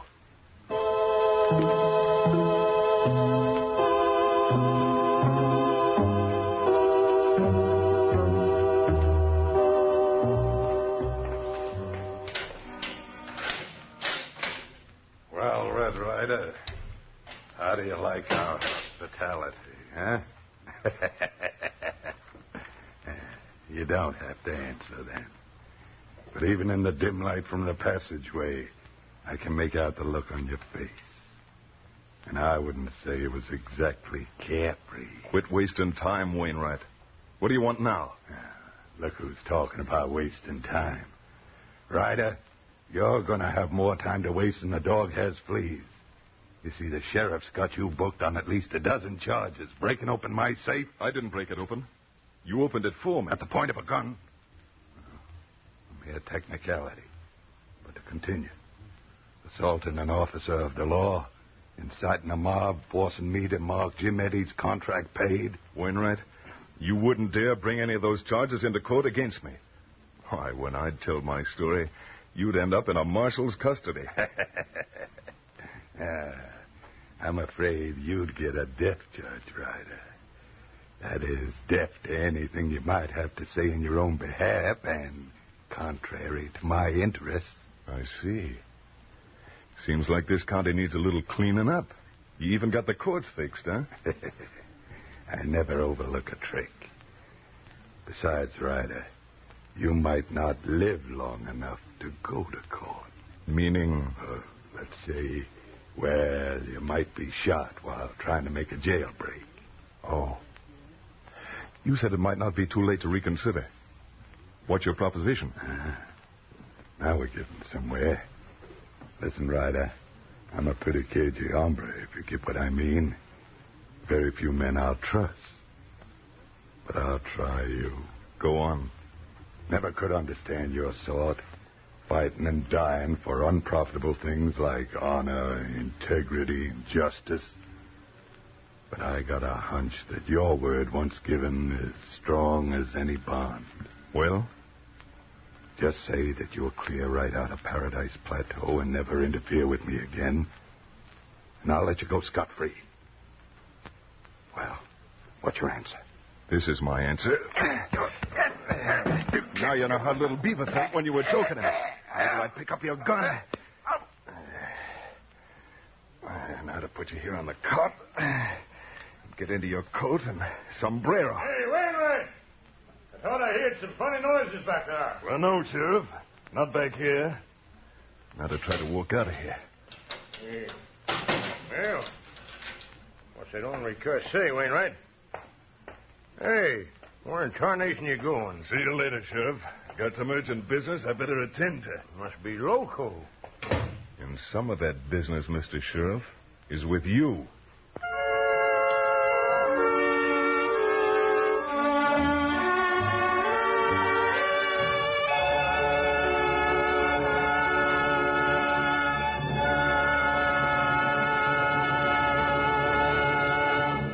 Return to the adventures of Red Ryder in just a moment. Red Ryder has one thing that we all want, and that's energy. Yes, youngsters and grown-ups alike must have energy to really enjoy life. So remember this. One of the finest, as well as one of the most economical sources of energy, is fresh and tasty Langendorf bread. Yes, every delicious slice of this finer bread may be used by the body for energy, to help build muscle and tissue. But that's not all. For extra energy, fresh and tasty Langendorf bread is made with dextrose, the world's greatest quick energy food. Now, isn't it great that anything so downright good as energizing, flavorful Langendorf bread is so good for you, too? Just wait until you enjoy its wonderful freshness and fine, smooth texture. Your first taste will tell you why baking experts judged Langendorf bread America's finest. So help yourself and your family to needed energy with plenty of fresh and tasty Langendorf bread, white or wheat, at every meal. Get a loaf of America's finest bread, fresh and tasty Langendorf bread, at your grocer's tomorrow.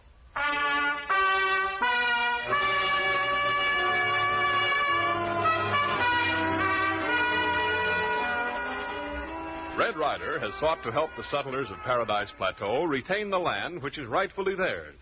Jailed for his efforts, he practiced a clever ruse which won him his freedom again. He's only gone a short distance from the jail when... Little Beaver, that you with Thunder and the Pinto? Red Ryder, how you get him out? And where you get him coat and sombrero? Never mind that now. They're Wainwrights. But I guess I had better tuck them away or I'm liable to be mistaken for that skunk. Well, even you recognized me in this getup, didn't you, Thunder? You know, as soon as I heard you, I knew I was among friends. Because I could tell that whinny in a herd of 100 horses. And does it feel good to be on your back again? Me got him gun for you, Red Ryder. Thanks, little beaver. Though I already have Wainwright's gun. We leave him Paradise Plateau now. Yes, Red Ryder? Nope. Maybe they arrest you again. Let them try. But look, it'll be dawn soon. We've got to work fast.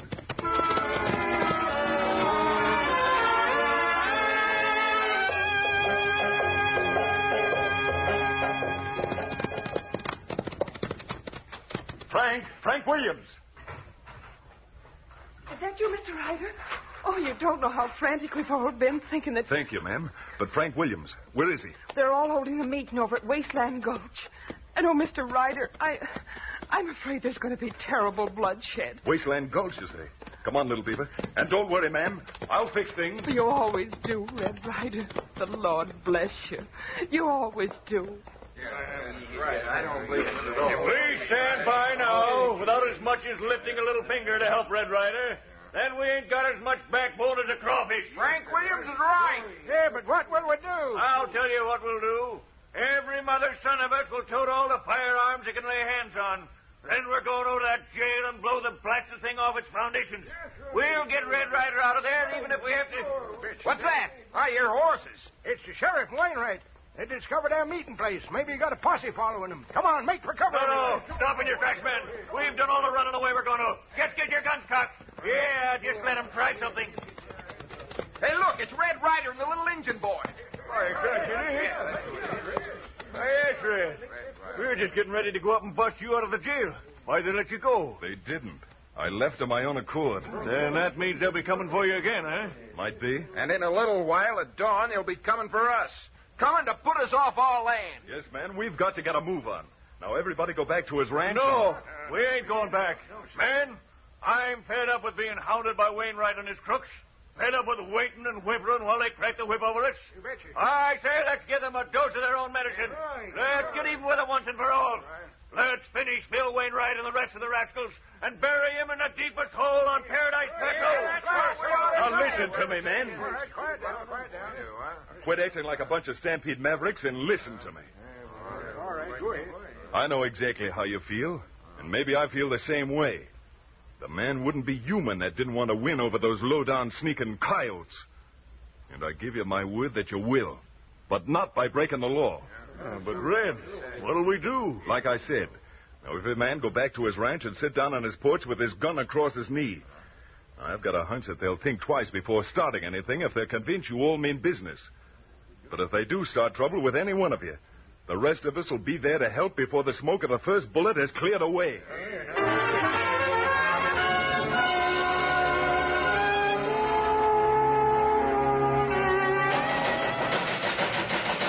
Let me out of here. Is everybody gone deaf? I'm Bill Wainwright. Let me out of here. Now, listen here, Red Ryder. Let me out of here, Sheriff. What do you know? It is you, Wainwright. Now, get me out of here. Don't just stand there. But how'd you get in then? And what happened to Red Ryder? I flown the cope, you brainless boob, hit me over the head and walked out, and you left. Now, see here, Wainwright. If you let Red Ryder hit you over the head, I guess I ain't to be blamed for letting him in. Stop yapping and let me out of here. Oh, sure. Give me the key. What do you mean, give you the key? Well, you got it. Remember? I gave it to you when you went to talk to Ryder. Well, Ryder's got it now. Get another key. My deputy's the only one that's got another key, and I have to send for him. All right, but hurry, and while you're sending, call together a posse. I'm going to get Red Ryder if it's the last thing I do. Probably will be the last thing you do. He's a tough one. Are you going to stand there, or are you going to do something?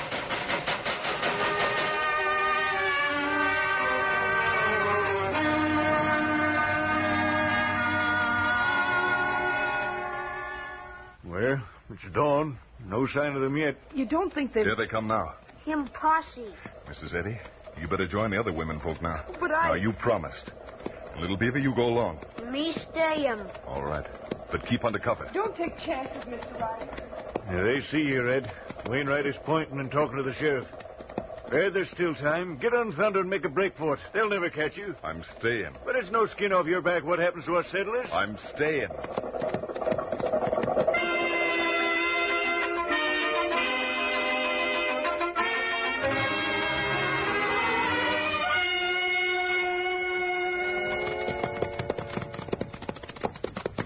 What'd I tell you, Wainwright?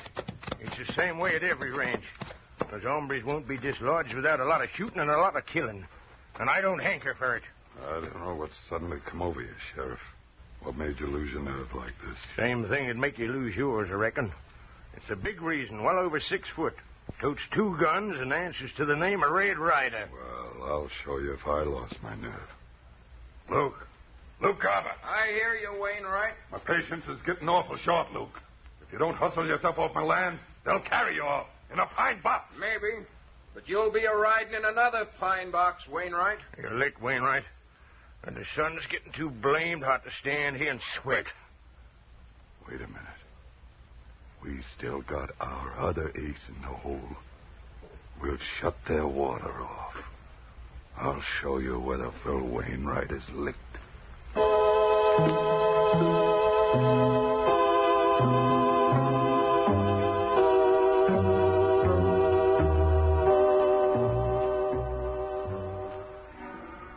Him hot afternoon, me betch'm. You're right there, little beaver. I don't mind it, though, Red. I feel so good the way everything's turned out. Guess to take a heck of a lot to spoil my happy disposition right now. We sure enough stopped Wainwright. Wouldn't bet on that yet, Frank. But we ain't seen hide and hair of him since this morning. He was going to do something. Say, those cattle can't be acting that way just on account of the heat. Huh? Oh, yeah, come to think of it. They are making quite a racket. And then it's pretty hot. Let's go and see anyway. Red Ryder, look him. Cow fallen down. Little beaver's right. Something's wrong. Come on. Here's the answer. The water ditches are dry. Wainwright has shut off the water.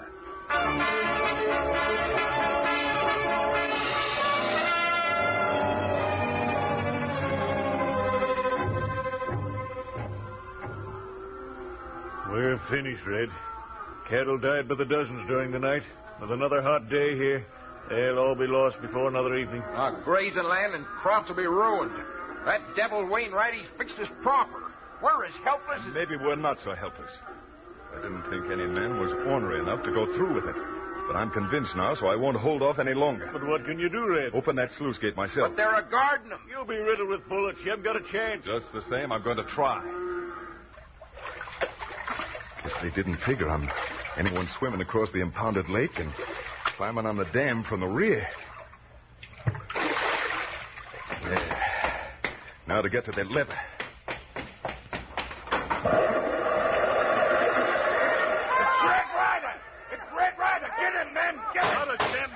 So it can't be fixed right away. We got you, Red Ryder! You're trapped like a rat! Shoot him down, man! You'll have to jump in after me, Wainwright, if you want to get me. He dived into the torrent! Well, let him die that way if he wants to. He'll never live through it. We've seen the last of Red Ryder alive!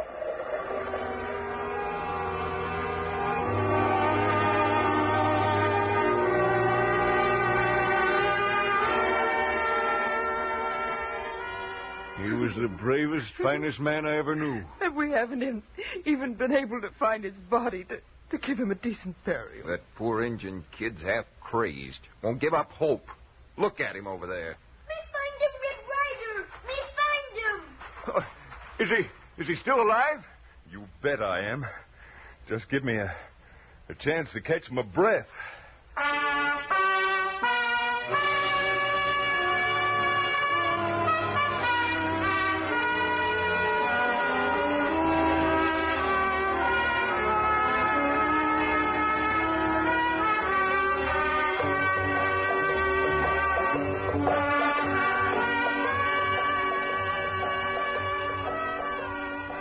Red Ryder comes to you each Tuesday, Thursday, and Saturday night at 7:30 over these same stations.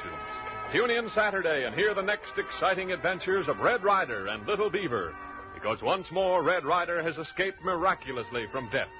But his mission at Paradise Plateau is by no means ended yet.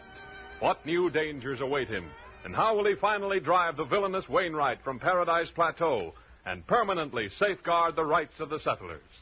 Listen for the next exciting episode of Red Ryder.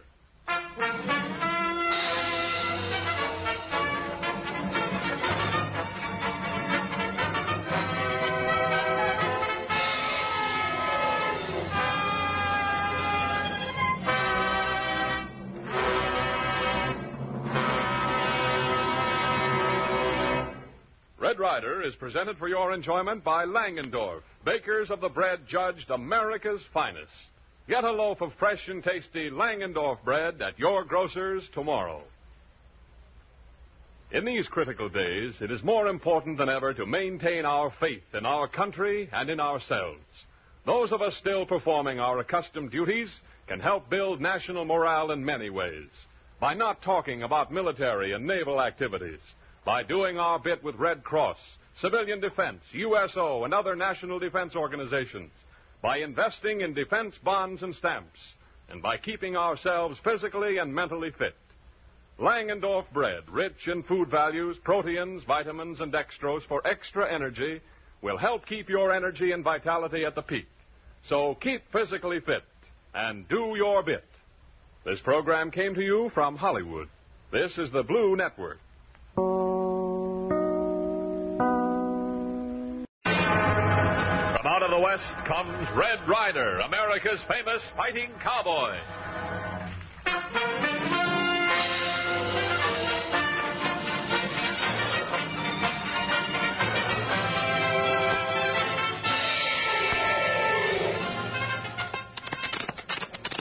What if that pony, little beaver? The sheriff's in trouble and needs our help, so let's hit the trail for the Cherokee's strength. You betcha, Red Ryder. Get along. Get him up.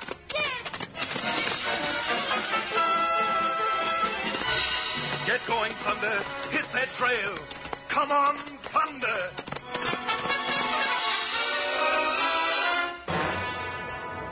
The Adventures of Red Ryder. Today, our country has a big job of work to do, and Uncle Sam is counting on the Golden West. So, naturally, it's up to us to keep in the best physical condition possible. We must eat healthful foods.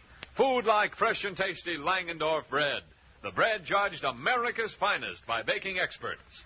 Yes, Langendorf bread does taste swell, tender, smooth, and fresh right down to the last slice. More important still, Langendorf bread is a fine source of energy. It contains essential proteins and carbohydrates. It is enriched with nerve and energy vitamin B1 and important minerals. And you get an energy bonus because delicious Langendorf bread is made with dextrose, the world's greatest quick energy food. So help yourself to extra energy with fresh and tasty Langendorf bread. Enjoy it plain, toasted, or in nutritious sandwiches that stay fresh. Yes, for goodness sake and for energy's sake. Get fresh and tasty Langendorf bread at your grocer's tomorrow.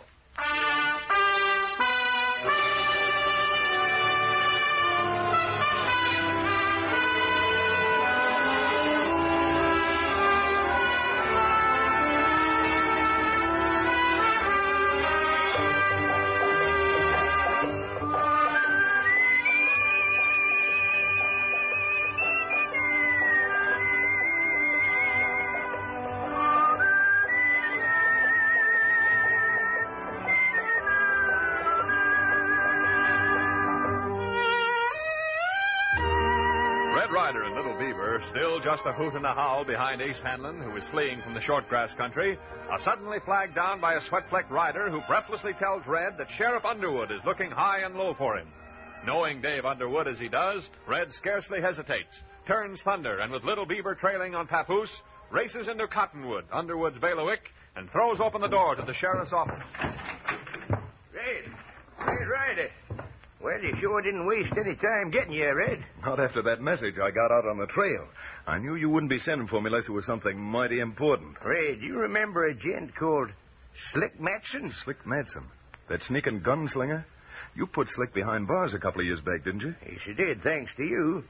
But the bars didn't hold so good, Red. Slick broke jail this morning. And the last seen of him, he was hightailing it for the Cherokee country. Broke jail, did he? Well, saddle up, Sheriff, and let's be riding. I guess maybe you didn't hear me, Red. I said Slick headed for Cherokee. Crossed the border. Oh, so that's his game.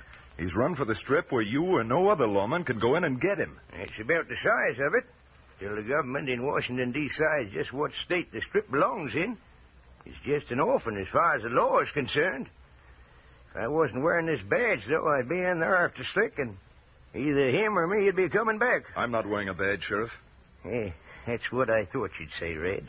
But I warn you, if you go up into Cherokee, not only is it plenty lawless, But you can't depend on any help from no one. You're interested in seeing that Slick Matson goes back to jail, aren't you, Sheriff? I'd be plumb pleased if it had happened, Red. All right, then.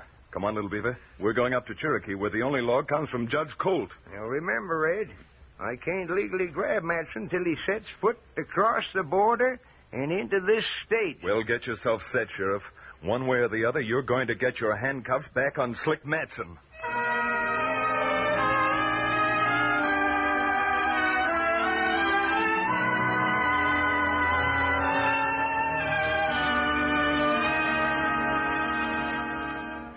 You're crazy. You shouldn't have come up here. You're the one who's crazy if you think so, O'Fallon. When I heard of all the dinero you was cleaning up here in Cherokee, I just couldn't wait to get out of that hoosgow and join my old friend. Well, what are you driving at, Slick? Oh, don't put on that Sunday face. I know all about the little game you're running up here.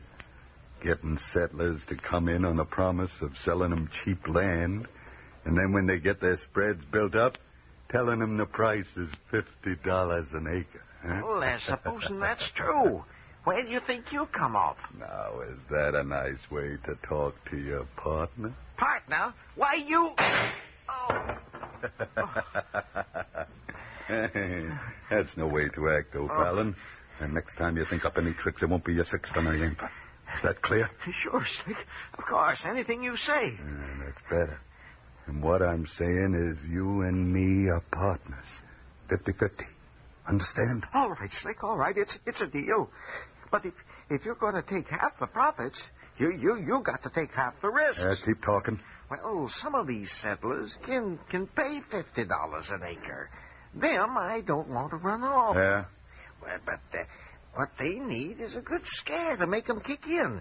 And I've been thinking if we can drive the settler out who they all look up to, maybe it'll put the rest of them into a paying-up frame of mind. Who's the gent you're figuring on turning out? Name's Tyler, Sam Tyler. Lives on the spread with his daughter. Trouble is, I want it all to look legal, and there ain't no sheriff or marshal up here. Well, then it's time there was a sheriff. And nothing would make me happier under the circumstances than to consider myself elected by the grateful voters. Let's get started, O'Fallon. I'm itching to get out to the Tyler Ranch on official business.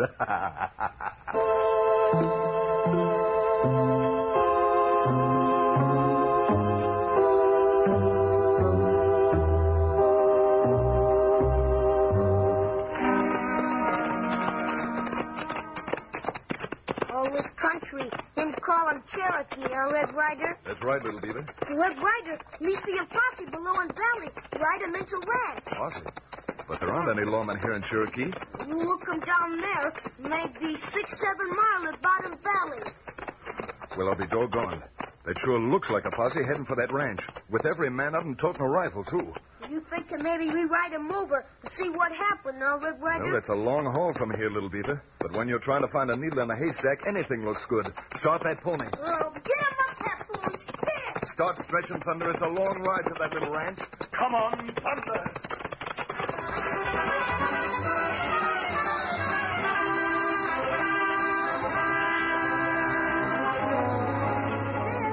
Dad, look over there. 6 men heading right for this ranch. Looks like more of O'Fallon's dirty work to scare us out of here. Molly, go round up the boys, quick. All right, Ted.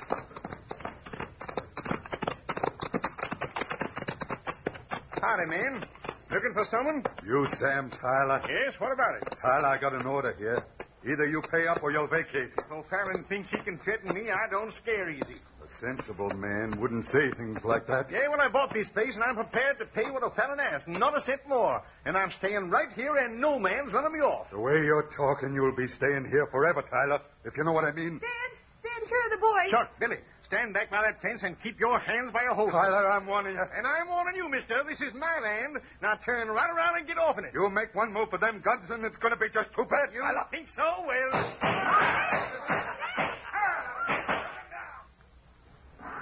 Little beaver, you hear what I hear? We hear 'em gunfight, Red Ryder. You sure do, coming from that ranch. Remember what I told you about Gunsmoke and Slick Madsen? Well, shake up that pony. We may be too late. Get 'em up, that pony. Stand. Ride 'em, partner. Come on, Thunder.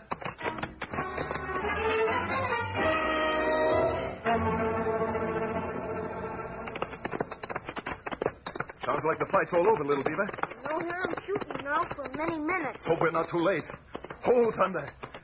Say, what's this wagon coming toward us lickety-split? Easy, Thunder boy. Look 'em. Girl and man driving wagon, Red Ryder. And they're coming from the direction of that ranch, Little Beaver. We better flag them down and investigate. Oh, there. Hold it. No, don't stop us, please. Can't you see I've got a wounded man here? Yes, miss. But did you come from that ranch where all the shooting was? Yes, my father's been badly injured. Please let us by. I've got to get him to a doctor. Not bad hurt, Molly. Our name's Tyler, mister. Who are you? Red Ryder, Mr. Tyler. Red Ryder, what are you doing in Cherokee? We come find them gunmen. Call him Slick Matson. Slick? But that's the name I heard one of those men call the leader of that gang. Well, now, maybe I'm getting close. What was the trouble? Well, a man named O'Fallon sold us our ranch, and now after we've got it filled up, he's demanding more money. And when we refused, these gunmen came out and drove us right off the place. I see, and where are they now? Still there, I guess. They acted like they were going to move in. Good. Now, supposing I sashay back there while you get into the doctor's. Maybe by the time you're patched up, Mr. Tyler, I may have some news for you. Thank you. All right, start that pony, Little Beaver. Get moving, Thunder. We've picked up the trail of Slick Matson. Come on, Thunder.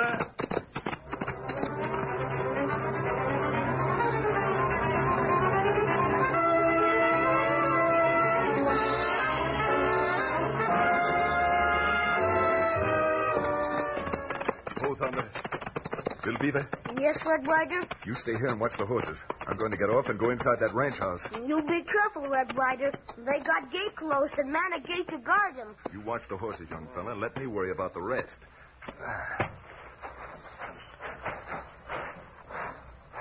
Hold it there, mister. I'm holding it. What's on your mind? Where do you think you're going? I was aiming on going inside. Here? Well, supposing you turn around again and start making tracks out of here. I said I was going inside. And I said I got a finger that's pretty itchy. Now walk. The only place I'm walking to is right up to this gate and... Twisting my arm, or not till you drop that gun. Let go of it. Back over here and... I dropped the gun. Now let me go. Not until I'm sure you won't make any noise for a while. This ought to keep you quiet. Yeah, that's better. Now to get through this gate and inside that house.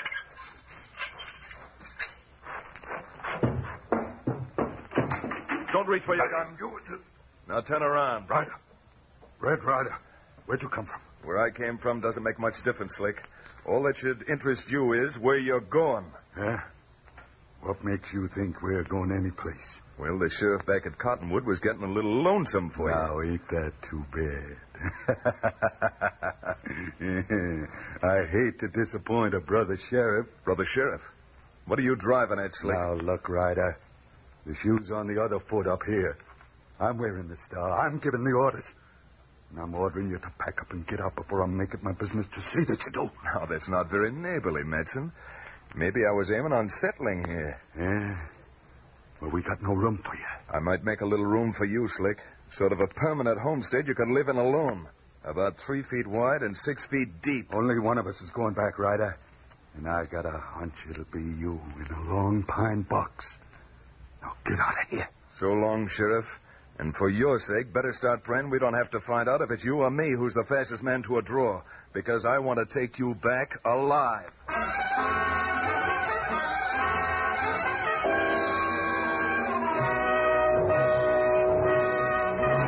We return to the adventures of Red Ryder in just a moment. Speaking of adventures, how would you like an adventure in good eating? Then just make those sandwiches with Langendorf bread, and lunchtime sure will be banquet time for you. Yes, you ladies who make the lunches your men take to work at the defense plants and the youngsters take to school want to remember this. Sandwiches made with fresh and tasty Langendorf bread are extra special. And right here and now, I'd like to tell you why. It's the perfect combination of flavor and freshness. Yes, sir, rich and creamy, so good that baking experts judge Langendorf bread America's finest. And fresh? Say, Langendorf bread is famous for the way it stays fresh longer. And in addition, Langendorf bread helps give you the energy so needed in these strenuous days. It provides energy and bodybuilding vitamin B1, proteins, carbohydrates, plus a big energy bonus in dextrose, the world's greatest quick energy food. So, ladies, make those lunchbox sandwiches more nourishing and delicious. Add zest to every meal by using fresh and tasty Langendorf bread. Yes, for goodness sake and for energy's sake, get fresh and tasty Langendorf bread at your grocer's tomorrow, sure.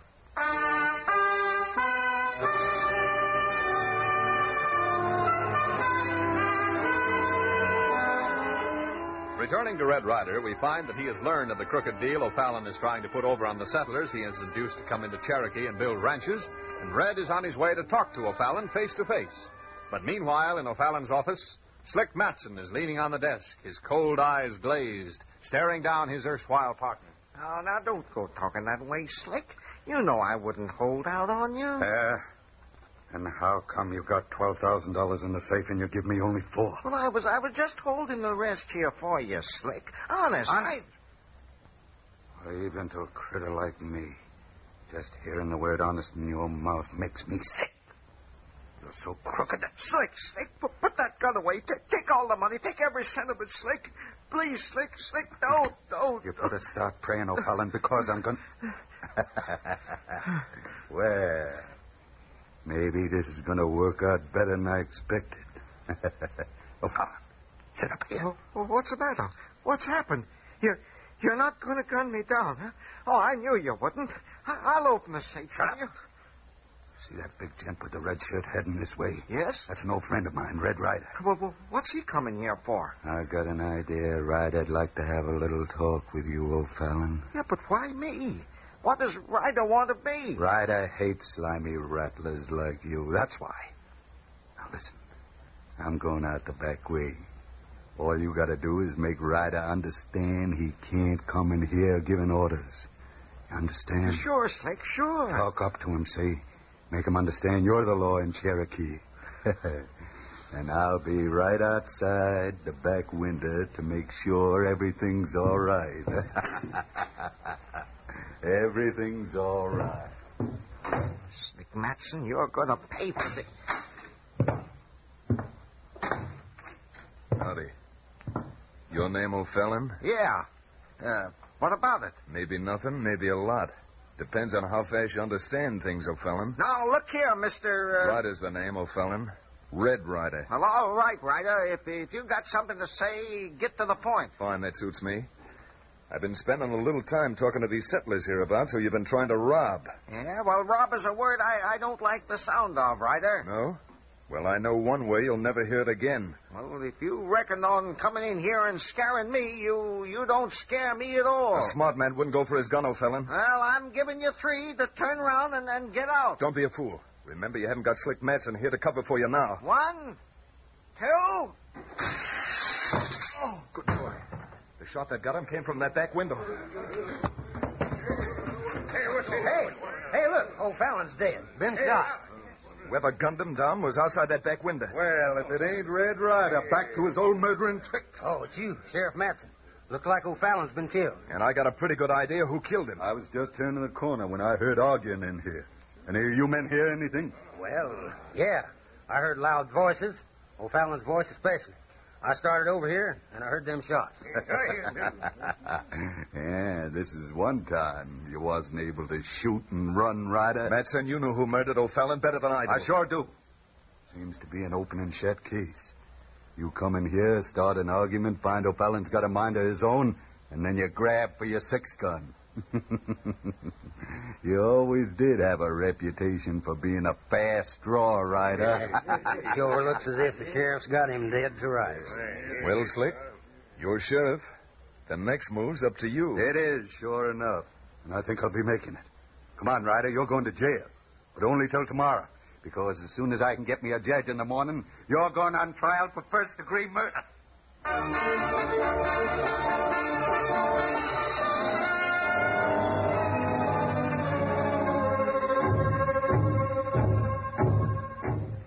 You know, Ryder, it's a shame for a jasper like you to have such an itching conscience. fella as smart as you could really make himself a pile if he stayed on the right side of the law. You mean the law in Cherokee? That's the only law I'll be interested in from now on. In that case, you've got quite a few surprises in store for you, Slick. You seem to be forgetting why I came to Cherokee. Yeah. Only difference now is your plans have been changed. All right. You had your chance to talk, Turkey. You're going in that lockup. And you better take my gun first? That's just what I'm aiming to do. Let's have it. But first. If you want it, Slick, come and get it. Oh, you think you're so smart, do you? Well... I'll get you for this, Ryder. Maybe, Slick, maybe. Now, if I could get you back around this desk. I'll be watching for you, Sheriff. Why, that's Wanda. Hey, what happened? Get your horses, man. Red Ryder's escaped.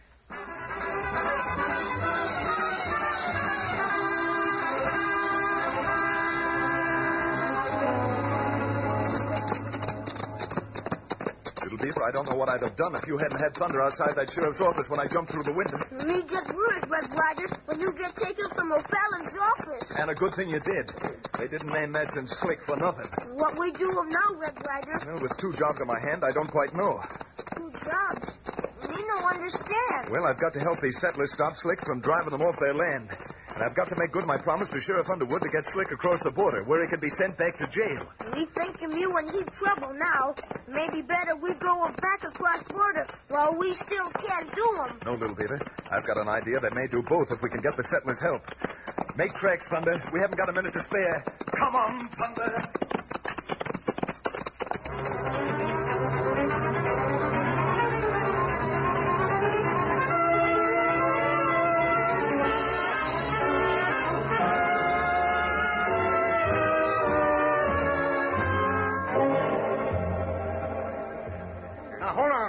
You say you're trying to help us keep our ranches, and yet you come out here asking us to get our cattle together and start driving them south. Now, that don't make much sense. Yes, Father's right. If the others move off, they'll take all our ranches. Now, friends, don't you see if you stay here, Madsen can still drive you off one by one just the way he did Mr. Tyler? But if you take the most valuable things you've got, your herds of cattle, and start driving them out of here, you're going to force Slick Madsen's hand. I don't see any sense in that, H.R. Probably mean we'll end up by losing our cattle to boot. Now, I can't make you do anything you don't want to do. All I can do is promise if you'll do what I ask, I'll see that Slick Madsen never comes back to Cherokee to bother you. And I'm willing to risk my life making that stick. Now, how about you folks? I don't see how you can do it. Listen, folks, listen. Maybe he's right. What we settlers have needed has been a leader, someone to band us together and see that we fight back. Not as individuals, but for the good of all of us. Yes, by golly, that's the American way of doing things. Ryder, I'll stick along with you. Are you with me? Yeah. All right, then. While Madsen is out scouting for me, you've got to get your stock together and start south. Now, let's all meet at Pinion Valley, ready to go at 5 o'clock. And remember, every man, Jack, have you come healed. If it's trouble they want, we'll give more than Madsen ever heard of. All right, let's ride, Little Beaver. You've got to get to town and send a message for me. Get him up that boots. Get! Stretch our mouth, Thunder. We've got a lot of hard riding to do before this day's over. Come on, Thunder!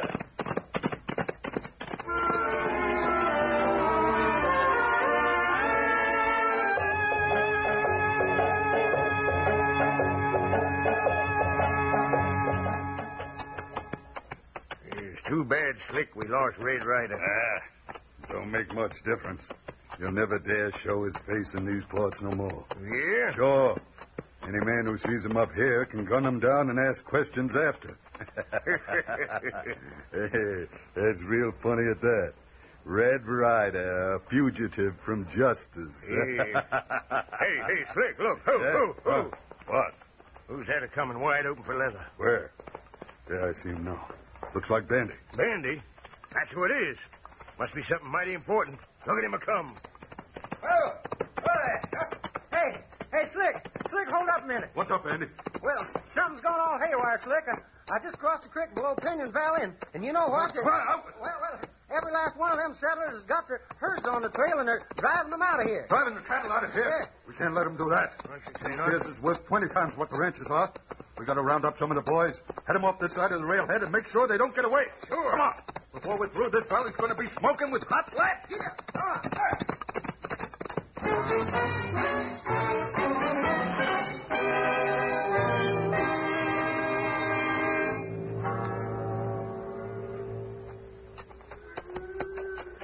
there, Thunder. Save all that pepper, son. We'll be needing it soon. Mr. Ryder, I still wish you'd tell me just what you have in mind by all this. I'd sure enough like to, Miss Molly, but I usually do most of my talking after. Red Ryder, him don't say much even when he talk, Miss Tyler. Him thinkin' plenty, him fightin' plenty, but he no talkin' much. I'm starting to find that out for myself, Little Beaver. Well, I don't mean to be disrespectful, Miss Molly, only... Little Beaver, up there, running through those rocks ahead of us. Aren't those men? You betcha. 10, maybe 12 men, Red Ryder. And leader is man you looking for, Slick Maxim. He didn't get here any too soon. Any too soon? What kind of talk is that, Mr. Ryder? You'll find out pretty quick. What I've got to do now is ride out in front of the herd so he'll see me. Why, he'll kill you if you get out there. He'll sure enough try to. But if he doesn't see me and light out after me, this whole plan will fall through.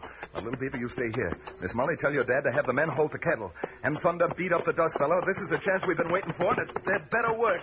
Come on, Thunder.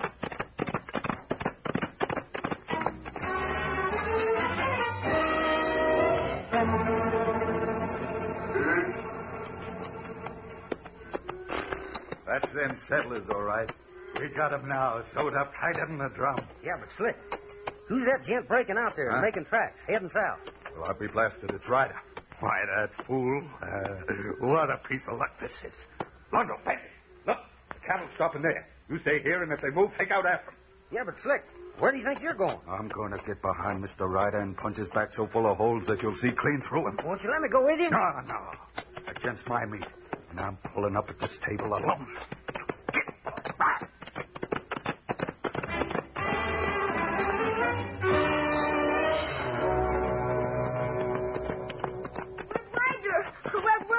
Confound you, Little Beaver. I told you to stay back there. Yes, but I see him Slick Maxim start chasing after you. You did. Great. Now cut over there and get behind those rocks. When he starts shooting, I don't want anybody hurt, and this time I'm including myself. All right, out in the open, Thunder. Come on, Thunder.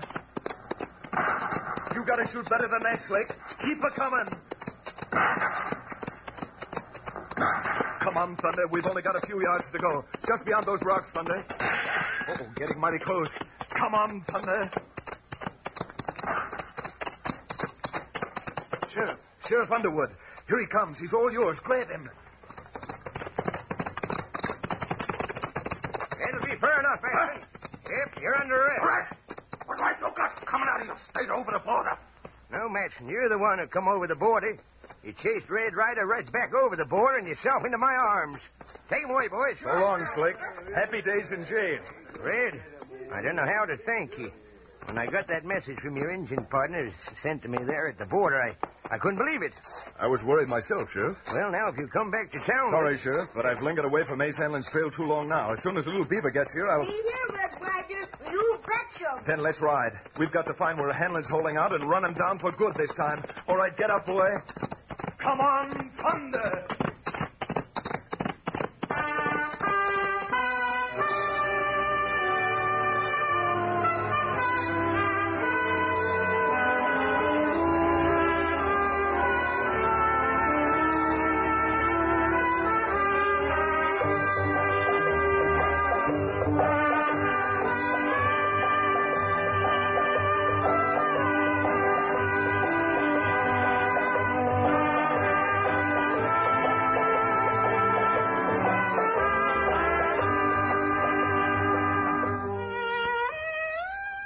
Red Ryder took Slick Matson over the border in a hurry, right into the arms of the law.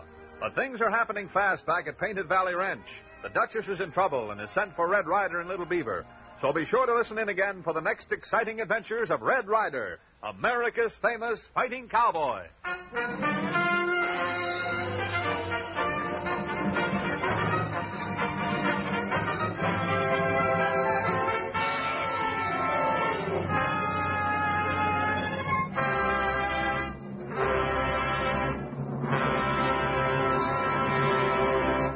Red Ryder comes to you each Tuesday, Thursday, and Saturday over these same stations. Tune in again Thursday evening at 7:30. Red Ryder is presented for your enjoyment by Langendorf, bakers of the bread judged America's finest. For goodness sake and for energy's sake, get a loaf of fresh and tasty Langendorf bread at your grocer's tomorrow. These are days when the morale of the nation is all important.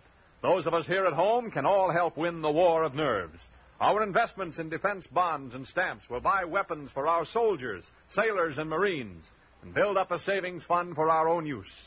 We can help national morale by helping the Red Cross, USO, Civilian Defense, and other vital defense organizations. We can keep physically fit, able to do our bit by maintaining good health. Langendorf bread, containing vitamin B1, proteins, carbohydrates, minerals, and dextrose for extra energy, will help keep your energy up. Yes, keep physically fit and do your bit. Red Ryder comes to you from Hollywood. This is the Blue Network. From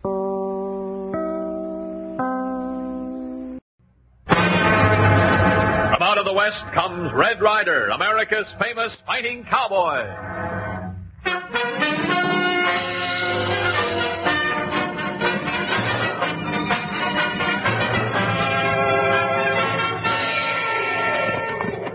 Call up that pony, little beaver. My friend Stony Barton's about to stop hot lead. So let's hit that trail. You betcha, Red Ryder. Get along. Set him up. Get!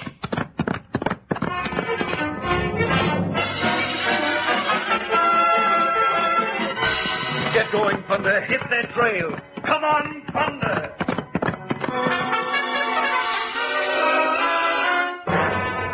The Adventures of Red Ryder. Again, the 48 states rise united to protect and preserve democracy. And again, the Golden West adds its every effort to the cause of freedom. What is expected of us? First, we must guard our health, protect it with healthful foods. For example, there's delicious, fresh, and tasty Langendorf bread. Good? Oh, but you'll say you never tasted such lip-smacking good flavor. And remember, Langendorf bread is so tender, so smooth-textured, stays deliciously fresh so long, baking experts judged it America's finest. Even more important, Langendorf bread is a great energy food. Right you are. It contains high nutriment values, including nerve and energy vitamin B1 and important minerals. In addition, you get an energy bonus, because fresh and tasty Langendorf bread is made with dextrose, the world's greatest quick energy food. So for goodness sake, and for energy's sake, get a loaf of fresh and tasty Langendorf bread at your grocer's tomorrow. You'll like it.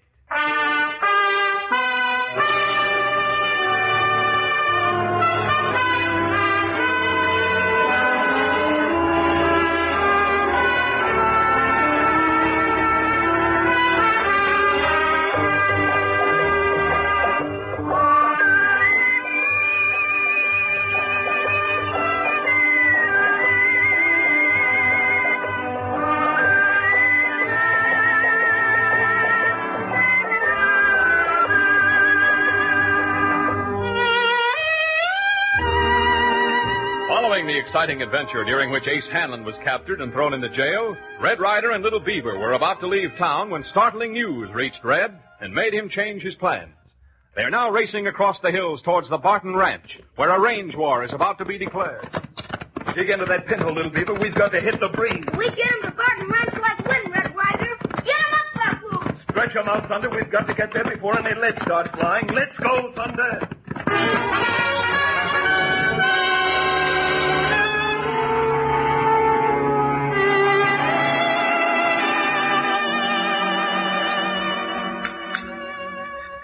Look out the window, Jenny.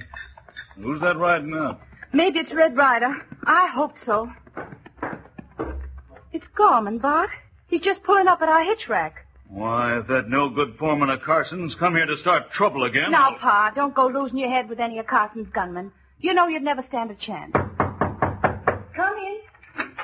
Howdy, Mrs. Barton. Howdy. Hello, Barton. What do you want here, Gorman? The boss sent me over for the last time, Barton. Are you ready to sell your spread? Carson knows my answer. I ain't selling to his kind, and he knows it. Now get out, Gorman. Barton, I ain't exactly used to folks ordering me around like that. I said get going. Bart, please. You leave me be, Jenny. Gorman, if you're not off my property in 5 seconds, I'll be reaching for my shooting knife. I wouldn't try that if I were you, Barton. Why, you... Bart, take your hand off that gun. Get away, Jenny. Don't stand in front of me. Why don't you stop hiding behind your wife's skirts, Barton? Why, you blasted coyote, I'll show you who's hiding behind... Bart, I won't let you... Oh. Jenny, you shot her. You'll have to blame yourself for that, Barton. If you hadn't gone for your 44, you wouldn't have stepped in front to try to protect me. I'll kill you for this, you... You raise that gun of yours, Barton, and I'll... Stand right where you are, Gorman. Red Ryder. So you're the Jasper that shot the gun out of my hand. Too bad he didn't plug you instead, Gorman. Cut out the talk. Here, Bart. Give us a hand with the missus. Yeah. Now, let's lift her onto this cot. Little Beaver, get one of those pillows. Easy. Yeah. She's still breathing, but her pulse is weak. Little Beaver, fetch the doctor. Hurry. Me get a medicine man. You think she'll be all right, Ryder? I don't know. But if she doesn't pull through, I'll see that this hombre's made to answer for it. It was an accident. She stepped... I saw it all through the open doors. I was riding up. And you ought to know he'd draw it on me first. That's right, Gorman. According to law, you can call it self-defense and get away with it. But if Mrs. Barton dies, I'll make you answer to me for this.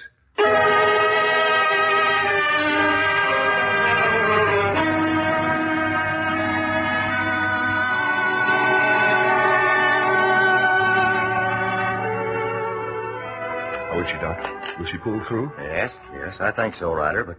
What's the matter, Doc? Well, Mr. Barton, the bullet went right through the lung and lodged between two vertebrae, which means an operation, or your wife will remain a cripple as long as she lives. How soon can you operate? Well, I couldn't, Ryder. This is an extremely delicate operation. A slip would mean death. Only a highly skilled specialist can handle this. You know any you could send for? Yes, but, well, the fee runs pretty high, Mr. Barton. Not saying anything about traveling expenses and so on. How much? I'd say it'd run you around $1,000 or $2,000 cash in advance. That's a heap of money, Doc.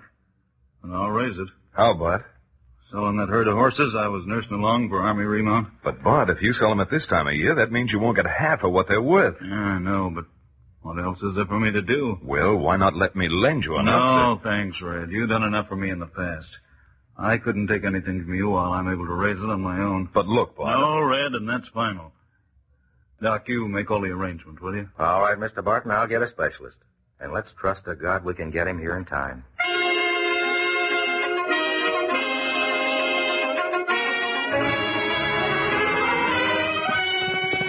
Hey, boss. Here. Hello, Blackie. What is it, Gorman? Me and Blackie just heard that Barton is driving his herd of horses to Willow Springs. Yeah.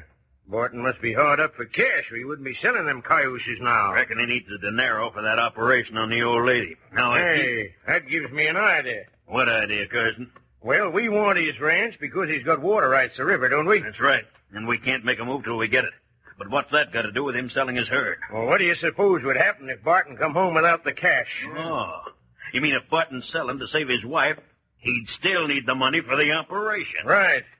And he'd be right ready to sell out at any price. Now, you and Blackie ride over to Willow Springs. Sure, boss. We wait till Barton gets paid off, and then we take the money from him. Yeah. Then I buy his ranch with his own money. Not bad, eh? Come on, Blackie, let's go. Yeah, sure.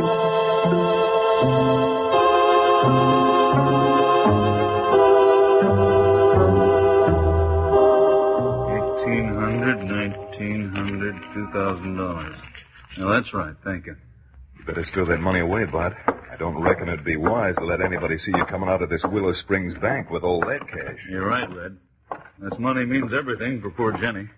I can't afford to take any chances now. Still think you want to go back on the stagecoach? I hate to admit it, Red, but I'm plumb tuckered out. I reckon this old carcass of mine ain't what it used to be. Well, driving that herd up here the way we did would take the starch out of anybody. All right, come on, I'll have Little Beaver get the horses ready while we go and buy your ticket. What'd you find out, Blackie? Barton's carrying the cash, and he's going back on a stagecoach. What about Red Ryder and that Injun kid? Yeah, from what they said, they're hitting the trail on their cayuses and leading back the old man's horse. Well, that's a break for us. Yeah, now we'll only have to take care of the old man. When does the stage leave? In about 2 minutes. Where do you figure we'll stick it up? We're not going to hold it up. I got a better idea. Come on. That stagecoach is ready to roll. Let's hit the saddle and ride.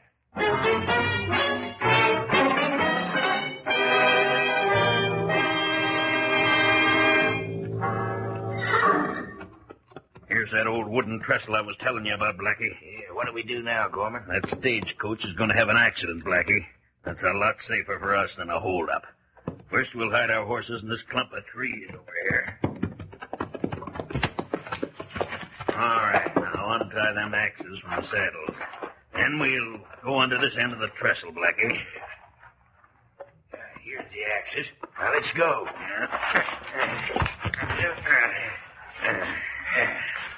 Here we are, under the end of that trestle. And we'll just chop a few of them bridges pilings, and when that coach comes rolling down over this trestle, you know what'll happen. I know what'll happen, but old man Barton and that driver will never know how the stage landed in this gully. Let's get started. We ain't got much time to lose.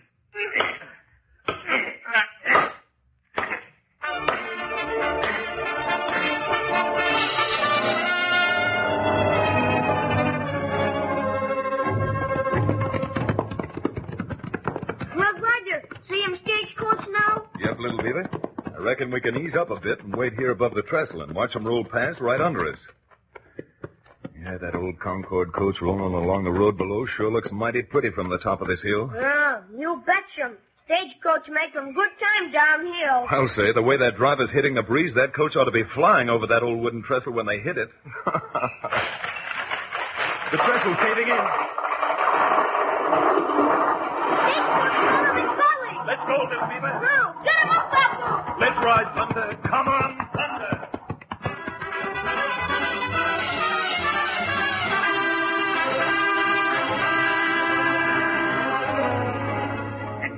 Well, this stagecoach is sure smashed up. Hey, here comes Red Ryder and that Indian kid riding down the hill now. That's all right. They can't see us in the bottom of this gully. Come on, let's get that money before Barton and the driver come to. I got it. Come on, let's go. Hey, Ryder will see us if we try to get to our horses. We'll hide under the end of the trestle, then slip back to our horses when he and the kid get down the gully. Hurry up. Oh, Thunder. Come on, little beaver. He come 'em. Oh, look 'em. Driver, him move 'em. Him not dead. Go and help him while I get Bart out of this busted stagecoach. It sure is a mess. Driver, him not hurt him too bad, Red Ryder. Only one arm broke him. How's your friend inside, mister? I don't know yet. Here, little beaver, give us a hand. Now, you hold these boards while I get Bart out. You catch him. There, that does it. Oh, Red Ryder, you hear him? Yes, must be some of the team running off. Go round them up, little beaver. Me go catch him. What? Where am I? You all right, Bart? Yeah, I reckon I am. Just the wind knocked out of me. What happened? Red Ryder, they're not team horses. 2 men ride them away like wind. Bart, have you still got your money belt? Ought to have. No, it's gone. Then those two Jaspers must have taken it off you while Little Beaver and I were riding down the hill. Red, it's going to be mighty hard telling Jenny about losing this money. I don't know how I can get any more. Now, take it easy, old-timer. We'll find a way. Little Beaver, you stay with Bart and make yourself useful. Where you go, Red Ryder? You catch a man? I'll try my best. All right, stretch them out, Thunder. Let's ride.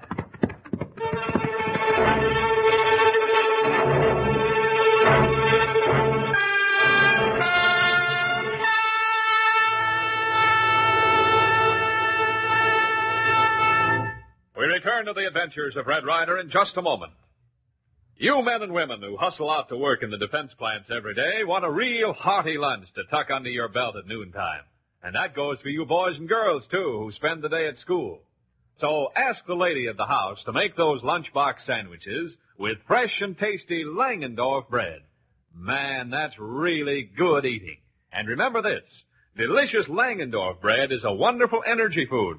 Yes, sirree, it gives you the important benefits of dextrose, the world's greatest quick energy food. In addition, you get essential body and energy-building proteins, vitamins, and minerals to help you keep up the old zip and zingo all day long. And on top of that, mouth-watering Langendorf bread stays deliciously fresh so long, is so rich and smooth and creamy textured, it's been judged America's finest by baking experts. So what's the answer? You bet. Tell Mother you want sandwiches made with delicious, fresh, and tasty Langendorf bread. Yes, for goodness sake, and for energy's sake, get a loaf of fresh and tasty Langendorf bread at your grocer's tomorrow, sure.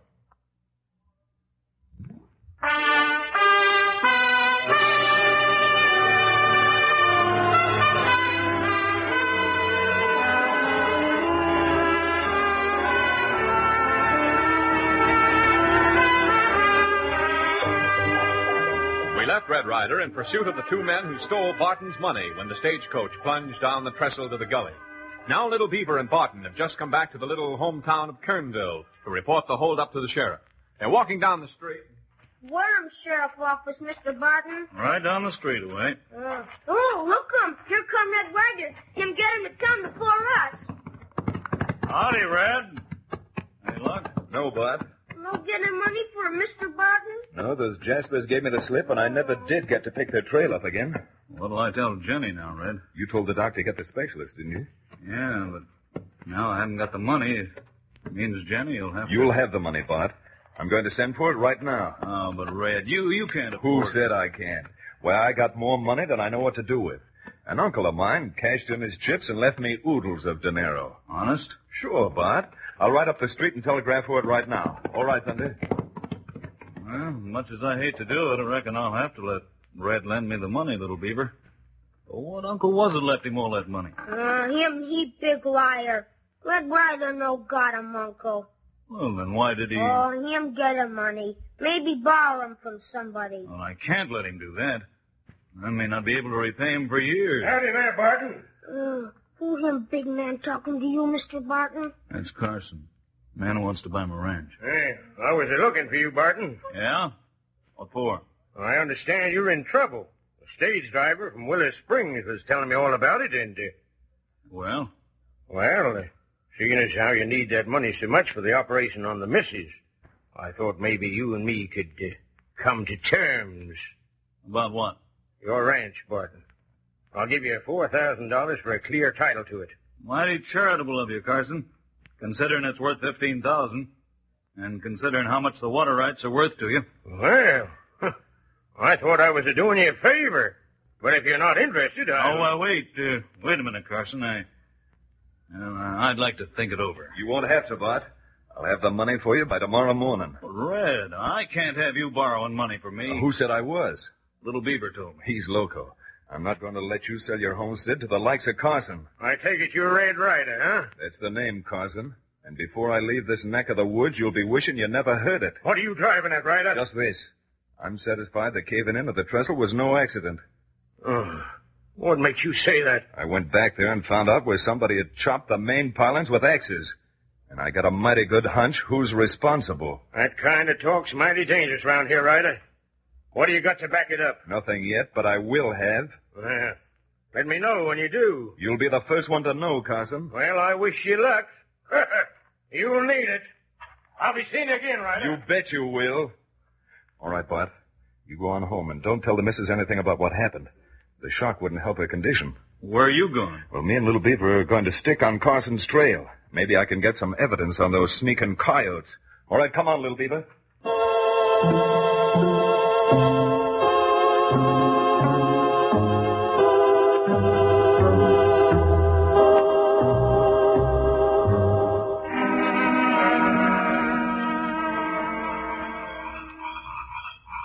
How long we stay him here, Red Ryder? Till the moon gets behind those clouds, Little Beaver. Can't take a chance of Carson or any of his men spotting us on his range. Oh, moon almost behind him. Cloud now. Yep. As soon as it's pitch dark, I'll sneak up to the lean-to, and from there I'll be able to reach that second-story window where Carson and Gorman are talking. Oh, maybe you'll hear them big powwows and get him close enough, huh? That's what I hope to do. Oh, pitch it dark now, Red Ryder. Yep. All right, stay here with the horses. Here I go.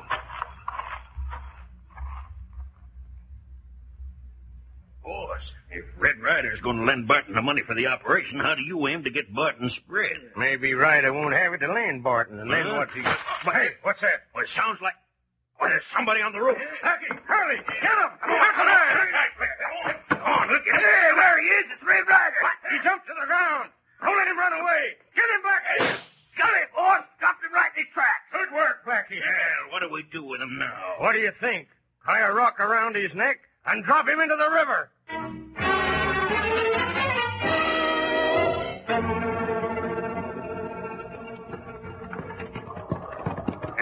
Here we are, Blackie. Let's get him off the horse and toss him into the river. Hey, Gorman, huh? He's still breathing. He won't be breathing much longer now. Let's heave him in. Here. Huh? Look, he's floating downstream. What? Why, that rock must have slipped off when it hit the water.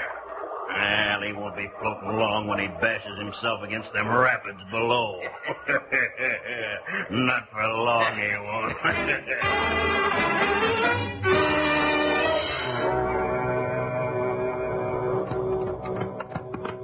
Get him up, Papoose! We got him! Save Red Ryder! Get him close to fast water now! Jump up, Papoose! Swim him, Papoose! More fast him! Maybe catch him, Red Ryder, before too late! More fast, Papoose! Him boom in rapids! Get him closer now, Papoose! Now maybe tie a rope on Red Ryder! We got a rope tie on him. Now we swim him back. Pull him, Papoose.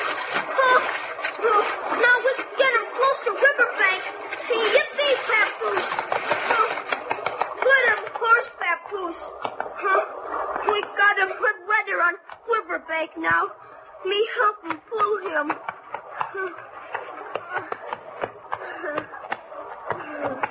Me got him out of river now. Oh, I'm not dead yet, Papoose.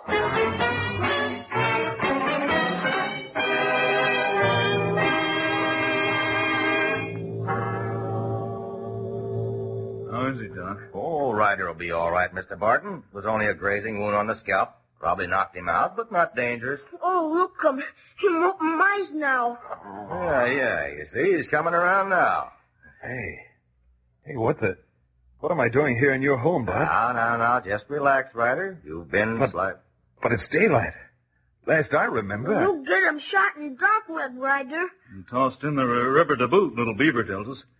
He fetched you back to the bank just as you were about to be finished off in the rapids. Well, seems like I missed a lot of fun. I sure thank you, little Beaver. No thank me. You thank him, Papoose. All right, I'll thank your Pinto, too. Say, what time is it? It's just about 9. Then I've got to get into town and fetch that money. Ought to be here by now. Now, wait a minute, Red. When Carson gunmen see you ain't dead like you're supposed to be, they'll make darn sure you will be this time. Maybe I'll have something to say about that. Yeah, but, Red, they'll be gunning for you. That's what I'm hoping for. Why not get the sheriff to arrest them before you go? Now, how are you going to prove anything against them? Well, little Beaver saw him toss you in the river. Yes, but that's not enough. Testimony of any child doesn't ever get very far in any court. Any half-smart lawyer can make it sound like just a dream. But I can't let you expose yourself like this. Now, don't you worry, Bart. Just hand me your spare gun, and I'll be back with that money by dinner time.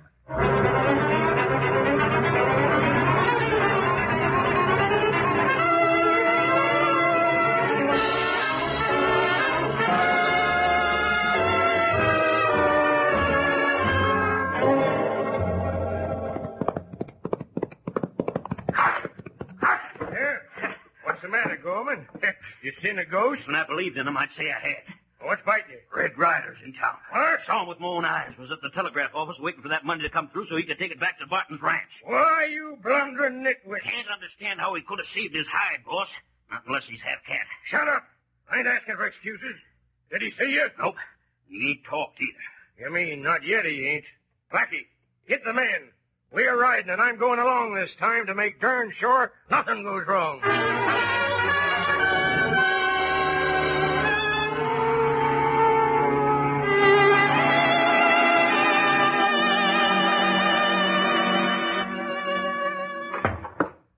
Howdy, Red Ryder. Howdy, Sheriff. What brings you here? Well, Sheriff, I've got $2,000 in this saddlebag, which I aim to take over to the Barton Ranch. Well, what's the matter? You feared that you're going to be held up? Oh, not afraid, Sheriff. I'm hoping I will be. Oh, what's the matter? Is the money Confederate bills? No, good $100 bills. Except I took the trouble to earmark every one of them so they could be identified. And I want you to see them. Here. Hey, what are you aiming to do, Ryder? Well, I'm expecting Carson or some of his gunslingers to stick me up between here and the Barton Ranch. What do you want me to do? Keep most of this money with you and follow me far enough back to keep out of sight. Oh, well, I get what you mean. Yeah, I'll ride up and catch him red-handed. That's it, Sheriff. Then why do you want to carry any of that money at all? Well, that's just extra precaution. If Carson should slip away, you could always tab him through this earmarked money. When you want to start? Now. Me going too? No, little beaver. I'm expecting plenty of fireworks. So you'd better stay here till it's all over. All right, let's go, Sheriff.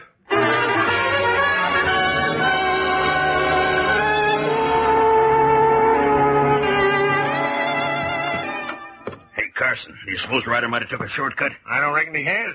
Curly would have spotted him from the top of the hill and give us a signal. Hey, maybe Ryder spotted us and going back to town. He couldn't spot us hiding here in these trees. Maybe we didn't get here in time. He must have already gone by. Hey, there he is now, rounding the bend of the trail below. Here, get set, man. I don't make a move till I give you the nod. Why can't we pick him off his horse from here with our rifles? Oh, he was a dang cocksure of what he was going to do to me yesterday. Now I want to see his face when I tell him what I'm going to do to him. All right, men, let's go. Here, come on, here we go. Reach higher, Ryder.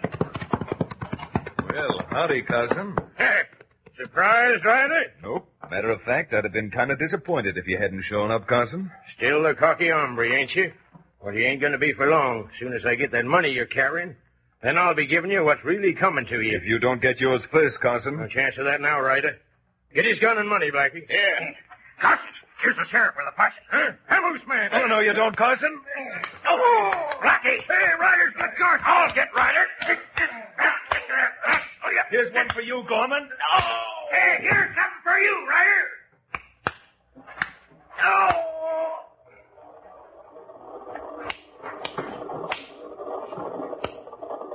Well? Nice shooting, Ryder. You knocked back his gun right out his hand. Yes, here they are, Sheriff. And now you know where they belong. Yeah, you better do. Behind bars.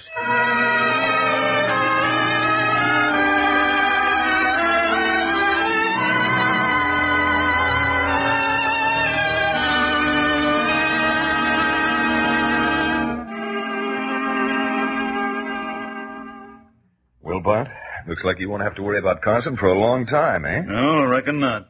Heard the judge sent the whole pack of gunslingers where they belong. Thanks to you, Mr. Ryder. And how does it feel to be back home, Mrs. Borden? Feels mighty good to be out of that hospital, Red. You feeling all right? Just fine. I'm already walking again, see? Oh, that's fine. And we're mighty grateful to you, Red. Especially for getting my herd money back from that low-down Carson. Shucks, that was a pleasure, Bart. Well, I reckon, Little Beaver, and I'd better hit the breeze. Why? Ain't you staying with us for a while? Well, I'd like to, Bart, but we only dropped by just to see how you folks were, and... And Red Ryder, him not happy if him no look him up trouble other place. Well, so long, folks. We've got to hit the trail. Let's go, Little Beaver. Come on, thunder!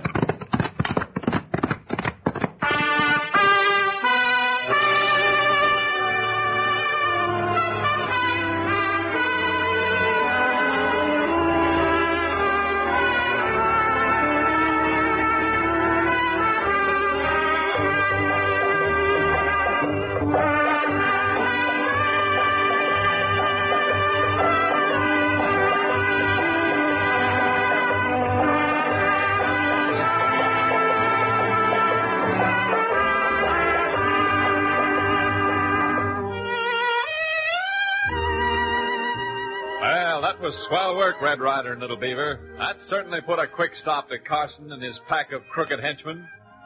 And now, with that gang of tough hombres in the hands of the law and the Barton's ranch saved, we next find Red Ryder and Little Beaver riding into trouble with the homeless settlers in Tumbleweed Canyon when the Bucktooth Canyon Dam explodes.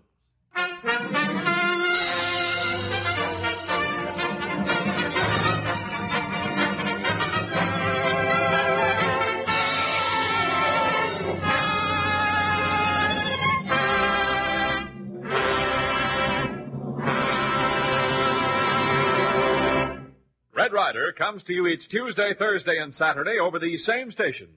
Tune in again Thursday at 7:30. Red Ryder is presented for your enjoyment by Langendorf, bakers of the bread that stays deliciously fresh longer. And now, here's Red Ryder himself with a special message. There's one mighty good reason why Western men and women are hard to whip. When there's a job to be done, Westerners just naturally pitch in and do it. Well, there's a big job to be done today. A job that calls for the best efforts of every man and woman. And, folks, there are literally dozens of ways you can aid national defense. Such organizations as Civilian Defense, Red Cross, USO, And American Women's Volunteer Services need ambulance drivers, canteen and hospital workers, typists, entertainers, machinists, and many other volunteer workers. So do your bit and keep physically fit. Langendorf bread, containing essential vitamins, minerals, and dextrose, will help give you extra energy for these action-filled days. Always serve Langendorf bread. Red Ryder comes to you from Hollywood. This is the Blue Network.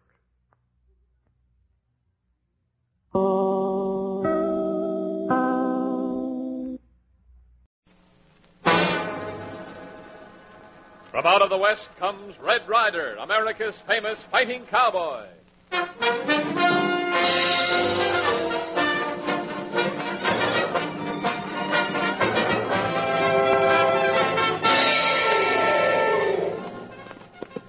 There's trouble brewing in Painted Valley, so ride, little beaver. Prod that pony. You betcha 'em. Get him up, Papoose. Get him up.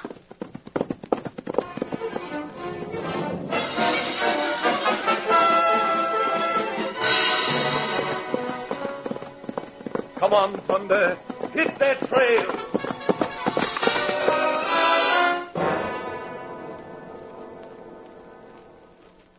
The Adventures of Red Ryder. Today we must fight for the right, and again the Old West adds its great strength to the nation's determined war efforts. What can we as individuals do? We must guard our health with energy-giving foods, and thousands know that fresh and tasty Langendorf bread is just such a food. First off, Langendorf bread tastes so fine you'll want to enjoy it with every meal. It's so rich and creamy and smooth textured, stays so deliciously fresh, baking experts have judged Langendorf bread America's finest. What can Langendorf bread do for me, you ask? Well, this fine bread contains essential proteins and high nutriment values, is enriched with a nerve and energy, vitamin B1, and important minerals. In addition, Langendorf bread gives you an energy bonus because it's made with dextrose, the world's greatest quick energy food. So for goodness sake and for energy's sake, get a generous loaf of fresh and tasty Langendorf bread tomorrow.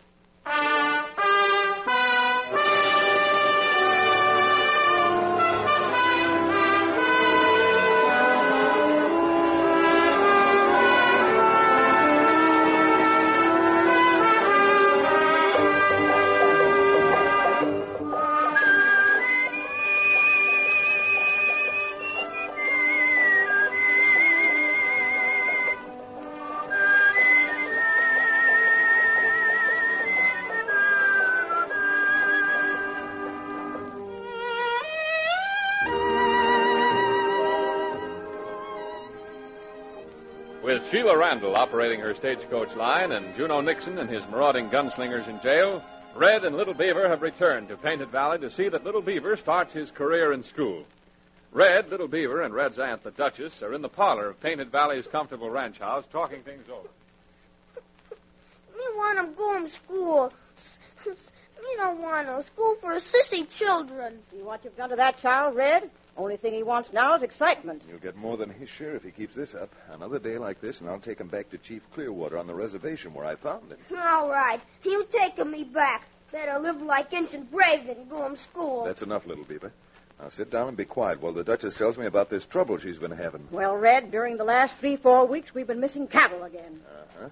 Any idea who's taken them? No, not exactly, but each time a bunch of them are missing, the fence between Painted Valley and Burnett's Horseshoe Ranch is down. Elisha Burnett never rustled a head of cattle in his life. Man can always begin. What's more, he's been over here twice hinting that I'm rustling his stock. Oh, he's been missing beef too, huh? That I can't say. I'm missing beef, but he comes over and claims that his is run off too. Well, what does that new foreman you hired have to say? Mace? Oh, we don't say much, but he kind of thinks as I do. You know, Red, Elisha Burnett's had a tough time lately, and he owes the bank up at Devil's Hole a wad of dinero. Well, why doesn't Mace catch him red-handed? Duchess, shooting. And it's coming from our West 40. By blazes if you're not right, Red. We'd better ride. Come on, Little Beaver. This is your last chance to tangle with trouble before you go to school.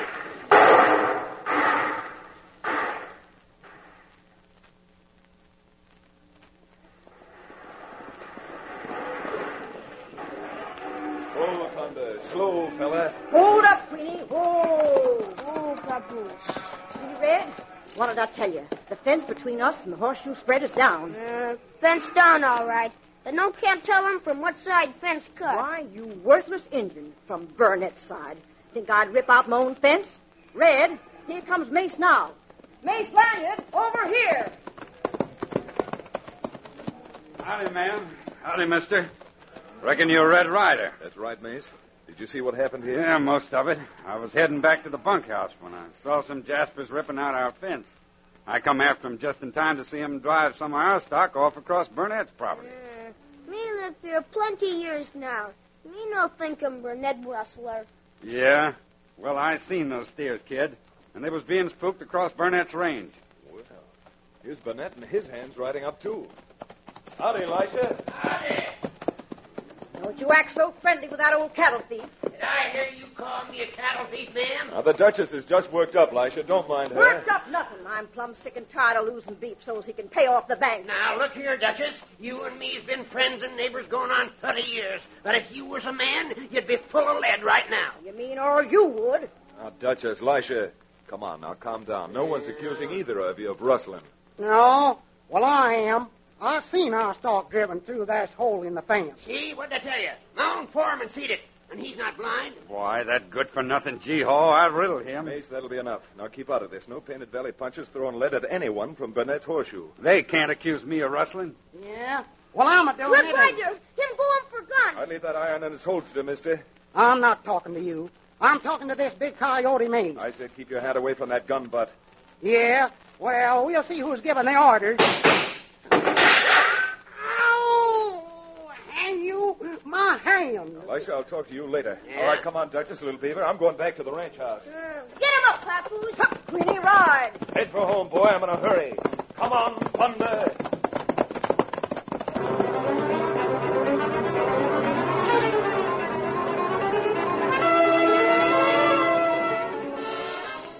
Say what you will, Duchess. There's something crooked going on here, and you and Elisha Burnett are in the middle of it. Burnett'll be 10 foot underground before I get through with him. Nothing of the sort.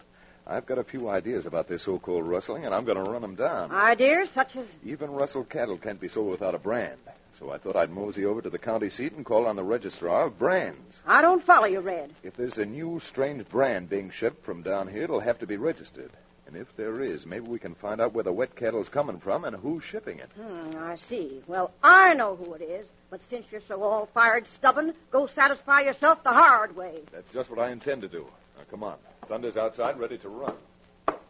Me going too, Red Ryder? No, you're not going, little beaver. We've gone over that before. You're staying here and going to school. No, me don't want him going to school. Me want him Want going... him or not, that's where you're going. And, Duchess, I'm trusting you to keep a weather eye on that papoose. It's high time he started to learn something more than how to spell trouble. Ryder, go.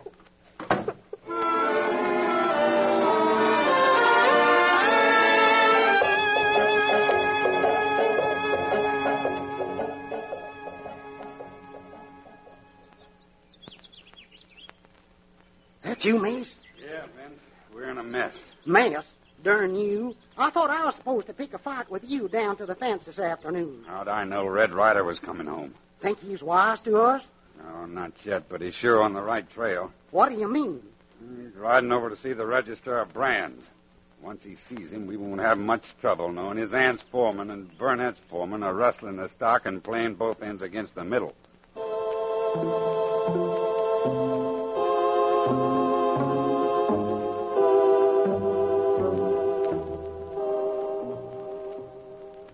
Yeah, that's the only new brand from your county, Mr. Ryder. Circle BN. Circle BN. Eh? That could start as a horseshoe with the letters put inside after. Or even a PV changed to a BN and then circled. Yes, I think that's possible. Who's the brand registered to? Let me see. John Patterson. Patterson? Mm-hmm. There's no John Patterson down our neck of the woods. Well, you might wait till Patterson ships again and then... come in. You know a man named Ryder, sir? I'm Ryder. What is it? A telegram just came for you, Mr. Ryder. Here. Thanks. Telegram. I wonder. Bad news, Mr. Ryder? Yeah, bad enough at a time like this. Little Beaver, an Indian lad I adopted, has run away because I insisted that he start going to school. Yeah, now, that is bad news. Any idea where he might have gone? Only place he could go is back to the reservation. Well, sir, many thanks. And now, if you'll excuse me, I'll see if I can round up that rebellious redskin of mine.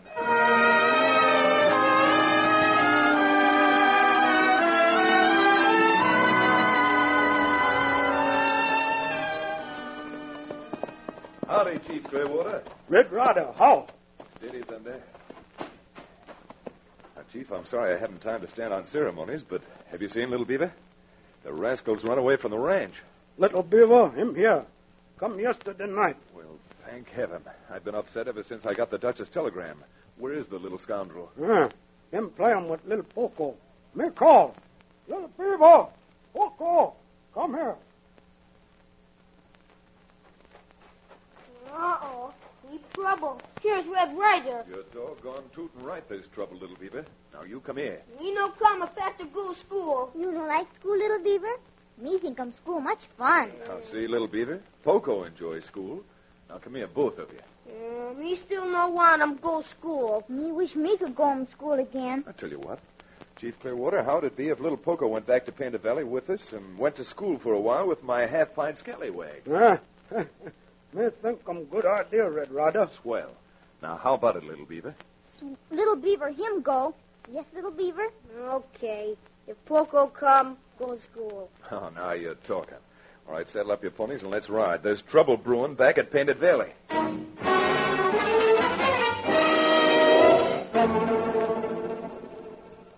What's taken me so long to get Lisha Burnett here? Red, I wish you'd stop being so mysterious. What happened at the county seat? I'll tell you when Lisha arrives. Sounds like someone on the porch now. I'll see.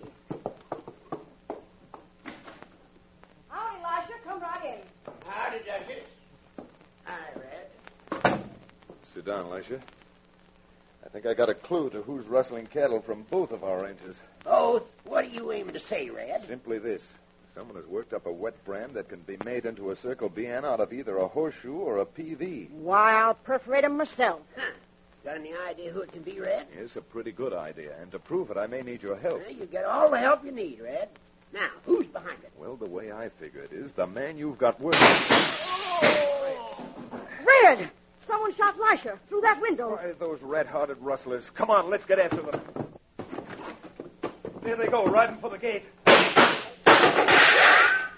Red, they get you? No, just nick my elbow. Thunderation, if my horse wasn't bedded down for the night, I'd...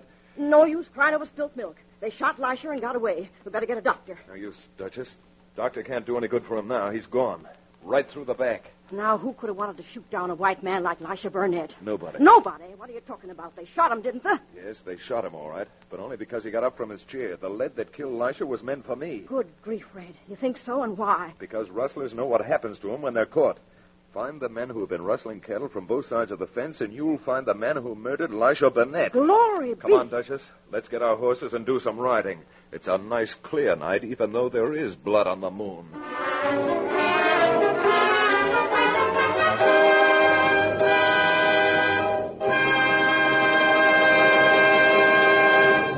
We return to the adventures of Red Ryder in just a moment.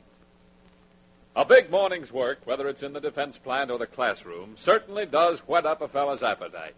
Yes, Mother, Dad, and you young buckaroos, you'll put your hearty okay on that statement.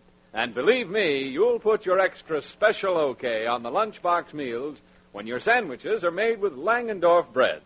Delicious? Oh, boy, more than that. And don't forget, fresh and tasty Langendorf bread is an absolutely swell energy food.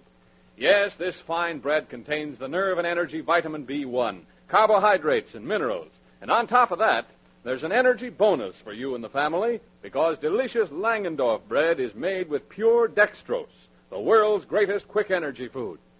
Langendorf bread has such a grand, smooth texture, stays deliciously fresh so mighty long, it's been judged America's finest by baking experts.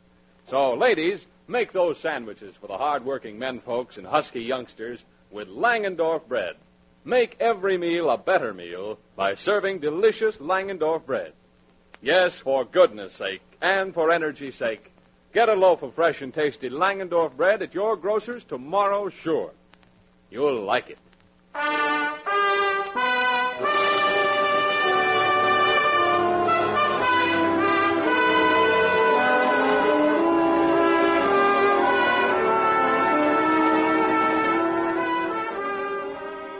With the rustler's bullets meant for Red Ryder killing Lisha Burnett, we rejoin Red and his aunt, the Duchess, as they're on the trail of the cattle thieves and murderers.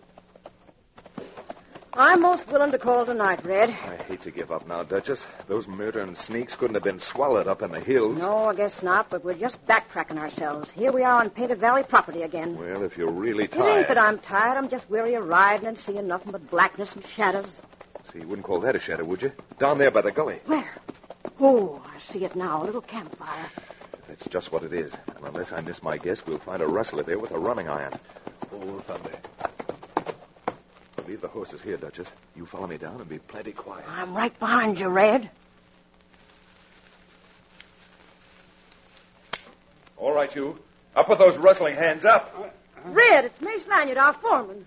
Duchess. Now, just what are you doing here at a rustler's fire with a running iron in your hand, Mace? Why, I seen the fire, walked down. The rustler must have heard me and run off. I just inspecting the iron he's been using when you come up. Yeah? What are you up to, Ryder? What are you accusing me of? I'm not accusing you of anything yet. Only some cucaracha who was gunning for me shot Lisha Burnett in the back. You wouldn't be meaning that I killed Burnett, would you? No, but I wouldn't put it past you. Red? All right, Duchess, I can handle this. Yeah? Well, maybe you can handle this, too. Red, get up. He's going for his gun. That isn't the only place he's going. Mighty quick on the draw, ain't you? Well, I'm not waiting for my gun. Sneaking coyote, you put down that hot branding iron. Leave it to me. Now, drop it. Drop that running iron, Mace. That arm's going to snap if I push it any further. Oh. I'll get you, Ryder. Come on. There. Now that the iron's gone, let's see if you've got any iron in your jaw. Do it again, Red. Smack him all over. Good boy. You better get your poncho, Mace, because you're going to be curled up for the night. Here comes the Sandman. Why, that ring-tailed bobcat. I'd like to take this iron and put a brand on him. No, Duchess, he's had enough. You have had enough, haven't you, Mace? Maybe now, but... I'll wait for the butts till they happen. And by the way, there's no but about this. You're cashiered, fired. Oh, you can't fire me. Well, I can, and what's more, my nephew can make it stick. There's a few more things I'm going to make stick, too, Mace. And when I get the proof, it'd be better for you if you're 10 counties away.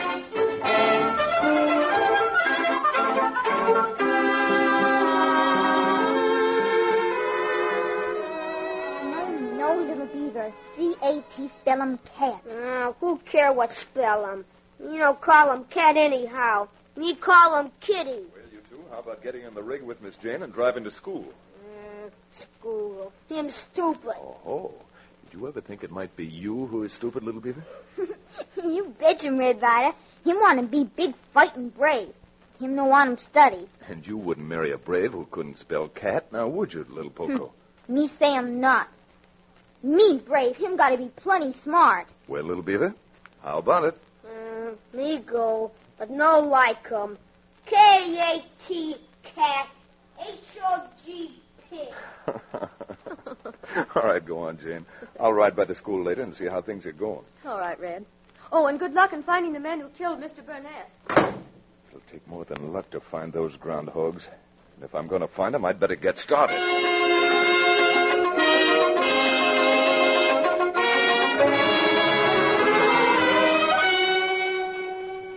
Look, Mace, I'm for calling this whole thing off, see? Well, I'm not, and if I'm not, you're not. Just because Red Ryder slapped you around. Shut up.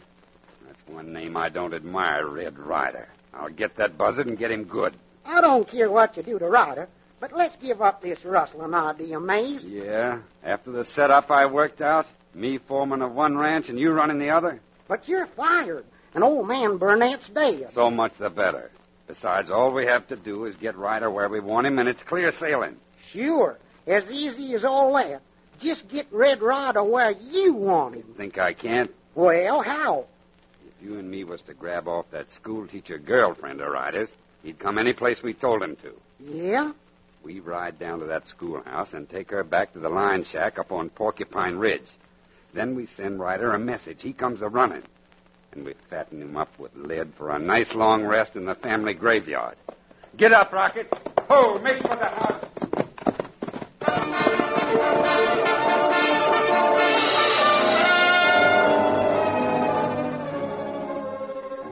All right, little beaver. Spell it once more. C-A-T, cat. Perfect. Just for that, you may have a recess.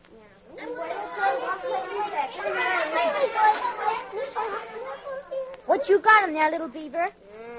We got him thing you can't learn in school.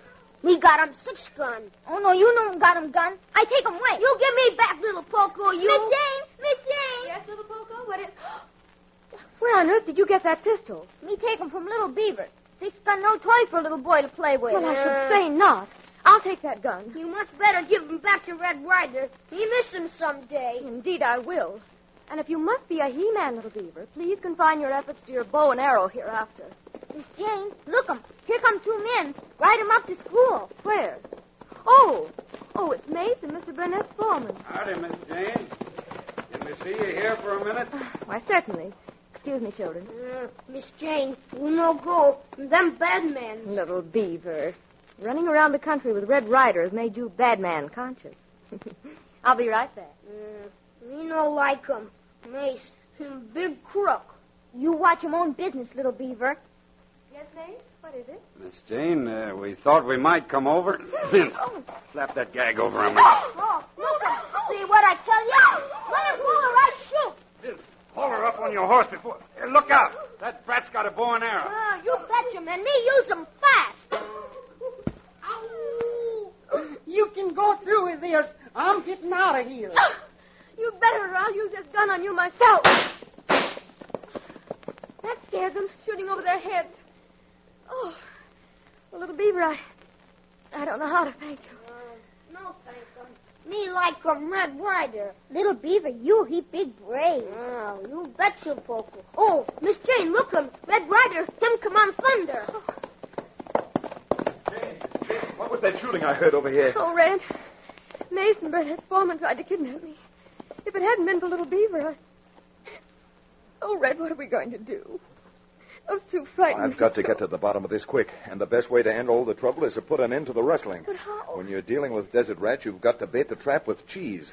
All right, come on, little beaver. Since you're bound to get into trouble, come along with me and lend a hand.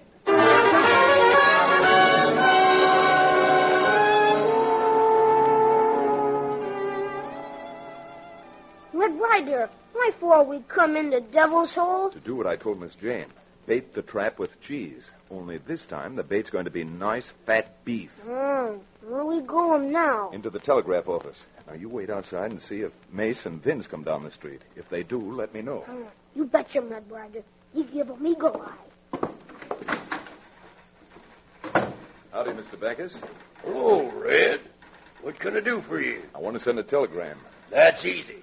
Who's it going to and what's it say? Well, it's addressed to the Texas and Rio Grande Railway at Butte. Texas and Rio Grande Railway. It says 1-6 cattle cars for herd shipment tomorrow morning. Tomorrow morning. Sign my name. The Duchess ain't shipping this time of year, Red. Well, sort of. She's going to use beef instead of cheese. Beef instead of cheese.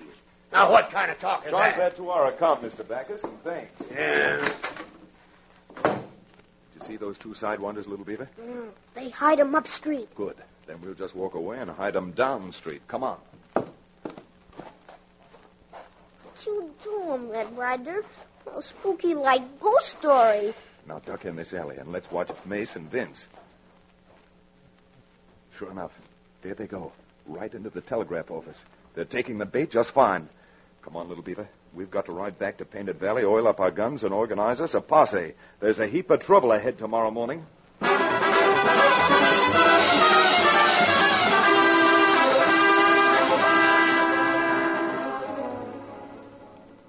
It don't make sense to me, Mace. Why should they want to ship cattle this time of the year? How do I know? But that telegram Ryder sent the railroad was clear enough, wasn't it? And it's our chance to grab them steers, make a clean-up, and get out of here for good. Okay, Mace. Only I hope it turns out all right.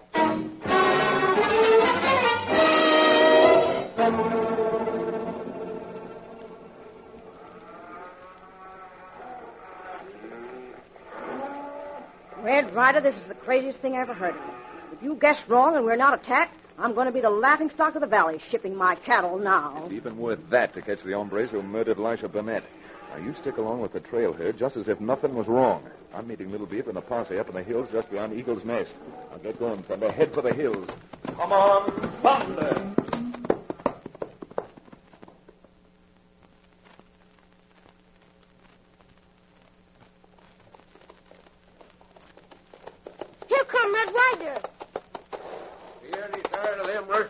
down there, Red? No, Dan, not yet. But if I'm right, they'll strike just below us. This sure sounds loco to me, Ryder. Longest way around, I called it. Maybe. But the longest way around is the shortest way home. Oh, Red Ryder, look 'em. They're busting.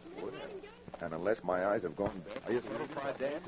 Sure am. Do we ride? We ride, and we ride blasting. Now get those horses started. This is the roundup. Get 'em up, Papoose. Get 'em, Cleo. Get! Head for those rustlers, Thunder. Run 'em down. Come on, Thunder.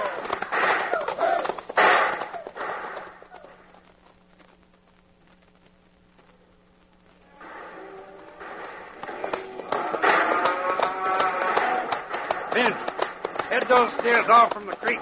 Pete, look, here comes a posse headed by Red Ryder. Yeah?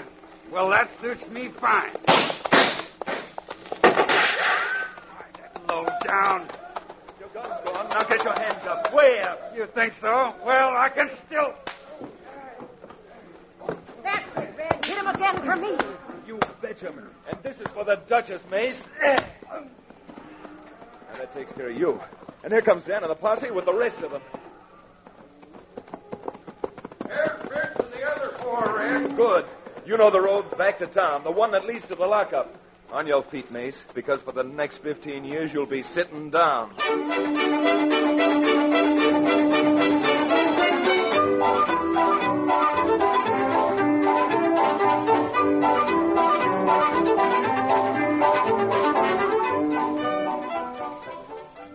C-A-T, cat. D-O-G, dog. P-I-G, pig. Me got him, little Poco? You got him perfect. You can get him kissed now for spelling good. Got him kissed, Squaw, after spell him good. Me stopped going to school. Well, never mind that, little beaver. You've learned your lesson all right. I want to grab that pony and ride to town with me. I've got to get the payroll at the bank. You betcha. Well, then, prod that pinto, little beaver. Me prod him. Get him going, Papoose. Get him up. Get! Take after him, Thunder. Eat up little beaver's dust.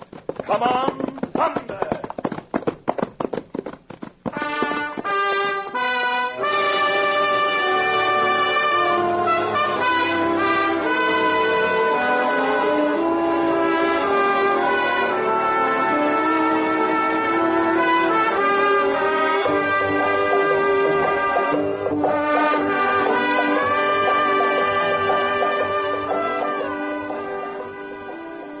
Red Ryder certainly needed Little Beaver to rid Painted Valley of Mace and Vince. And now that he's got them where they belong and the Duchess cattle are safe from rustling, Red's got to take Little Poco back to Chief Clearwater on the Indian Reservation. Sounds pleasant, but what really happens in Cherokee Buttes with Monk Murdoch and the wild horses makes a thrilling action story filled with gunfire and danger next time you meet America's fighting cowboy, Red Ryder.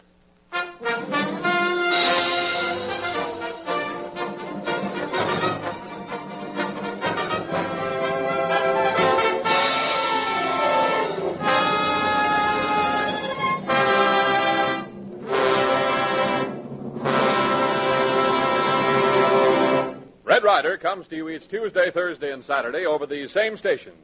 Tune in again next Tuesday at 7:30 p.m. Red Ryder is presented for your enjoyment by Langendorf, bakers of the bread judged America's finest. Come on, little beaver. Hurry it up. We haven't got much time.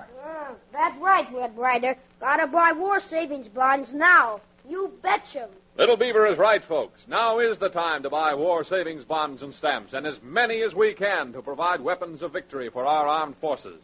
And now's the time for all of us to do our bit in other ways, too. Thousands of folks are needed for hospital workers, mechanics, ambulance drivers, clerical positions, and many other important national defense jobs. Contact your civilian defense office for full details. And keep physically fit, too. For the extra energy so important today, Langendorf bread contains dextrose and high nutriment values. For goodness sake, always serve fresh and tasty Langendorf bread. Red Ryder comes to you from Hollywood. This is the Blue Network.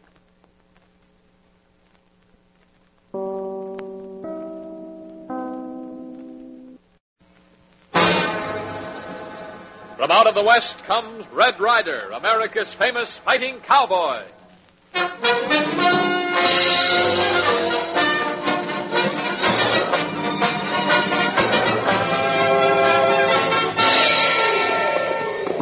Prod up that pony, Little Beaver. Chief Clearwater's having trouble. Let's hit the trail and find out what's up now. You betcha, Red Ryder. Get along. Get him up.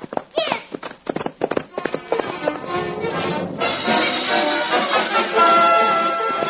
Get going, Thunder. Hit that trail. Come on, Thunder.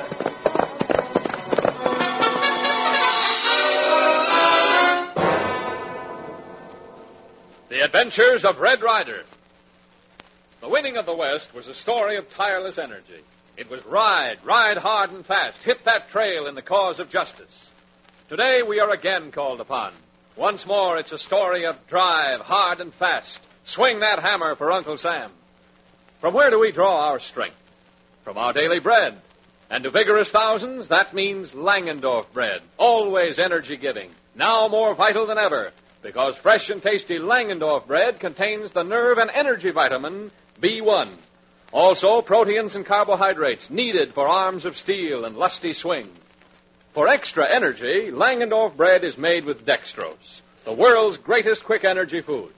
And Langendorf bread is a pleasure to eat, judged America's finest for its smooth, creamy texture, delicious flavor, and because it stays deliciously fresh so long.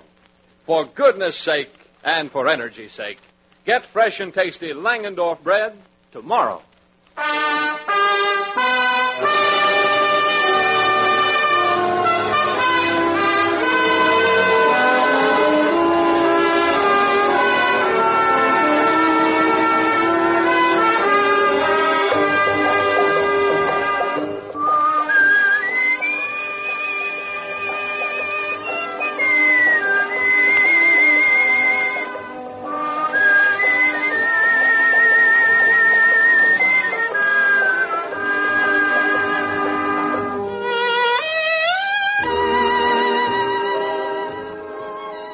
With the Dutch's renegade foreman and his crooked pal Vince in the state's charge, Red Ryder is seeing that Little Beaver's Indian girlfriend Poco is returned to Chief Clearwater and the Indian reservation. As we join Red Ryder, he is on Thunder, Poco and Little Beaver on either side of him, dusting along the trail not far from the reservation. Well, Little Beaver, will you be sorry to say goodbye to your playmate? Yeah, you betcha. Poco almost good enough little girl to be boy, not squaw. Well, what do you think about that, Poco? Do you feel complimented? Little Beaver and him change. Wait till he get him older. Want him squaw, darn him socks, fix him supper. You can say that again. He's got a lot to learn, eh, Poco? Yeah. Who cares spell him? Red Ryder, look him, down bottom of draw. See him? Kick him up much dust. Doggone it, Little Beaver. A whole herd of wild horses. And they're sure beauties. You see what make him run? Maybe 5, 6 men chase him from behind. Yeah. It looks as if those mavericks are trying to round up that whole herd. Those horses are free, and no man's going to force them into captivity. All right, come on, you two. Make those pintos travel. You betcha, Red Ryder. Hi, pony. Hop. Get him up, Papoose. Get him going. Get. Start making tracks, old boy. Head for that arroyo. Come on, Thunder!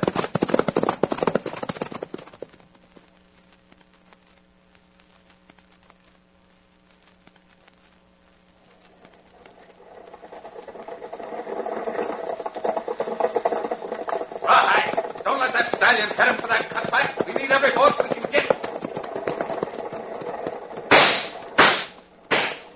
That's it, Monk. That's it. Shoot at that stallion, make him turn the herd. Once we get him, we'll... Right. Who's that following us? It looks like a puncher in a red shirt and a couple of Injun kids. What in tarnation are they? Oh, boy. Stay. Oh, Hyde, if this Jasper's come looking for trouble, he's sure gonna find it. You weren't reckoning on rounding up those wild horses, were you? Maybe yes, maybe no. Why? Oh, fella, who? Why? Because I don't hanker after any man who tried to put his brand on wild horses.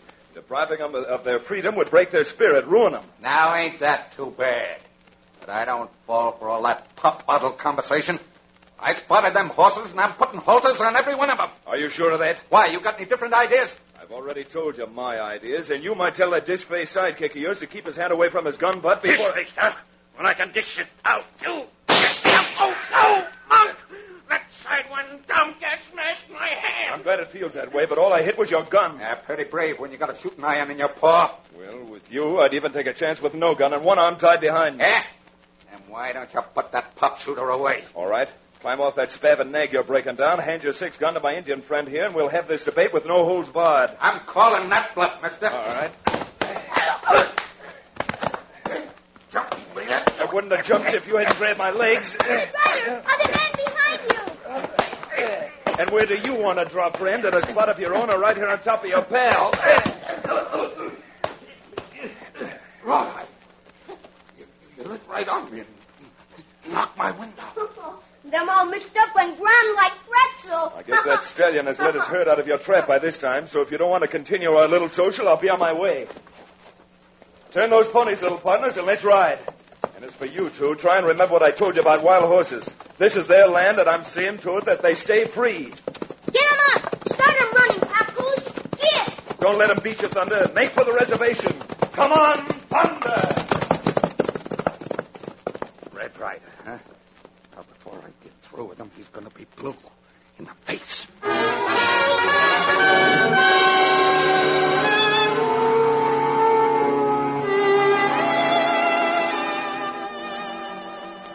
Glad to have little Polka back on the reservation, Chief Clearwater? We miss him, little squaw. She pick good call, Red Ryder. Good. That's little Beaver. Poco. She plenty good girl. She okay. Well, Chief, this being late Saturday and school starting for little Beaver again Monday, I guess we'd better be heading for home. Hold it, little Beaver. Chief, that man talking to the braves over by that big wigwam. Who is he? Red Ryder, that same man you give him licking a little while ago. Him call him Monk Murdoch. Him say him new Indian agent. He doesn't act like anyone Washington would send down here. We just caught him trying to trap a herd of wild horses. Too bad. Wild horses him like Indian. First, Indian own land. Then, Indian have big white father in east. Maybe bad. But Indian all time not happy. You're dead right, Chief. And it's not only wild horses and Indians. All over the world, there are selfish little men who want to force others into slavery. Men who will be taken care of just the way Murdoch will be. Red Ryder, see him? Murdoch make big speech to braves. Maybe so. He get braves to help him round up horses. Yeah, it sure looks that way. If you don't mind, let's walk over and listen. I'll pay every one of you 25 good American dollars in gold. The horses are all there. All you gotta do is butts them up, and I'll do the rest. Murdoch, I thought you and I had ended our little discussion about wild horses. Yeah?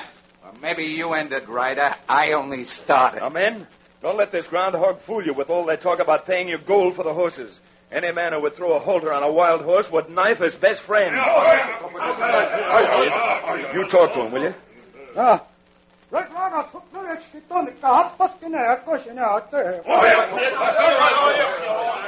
Red Ryder, not do 'em much good. Braves say want money Murdoch offer for wild horses. They angry. You try boss them not to do, huh? Great daylights, don't they understand what you just said a moment ago? Those horses are just like you. They think 'em best. You get off reservation. Braves make angry war talk, and me no want 'em have fight. Well, all right, Chief, but it sure makes me feel bad. So long, Poco. We'll be back to see you again. And, Chief, do what you can with those men. All right, come on, little Beaver, let's ride.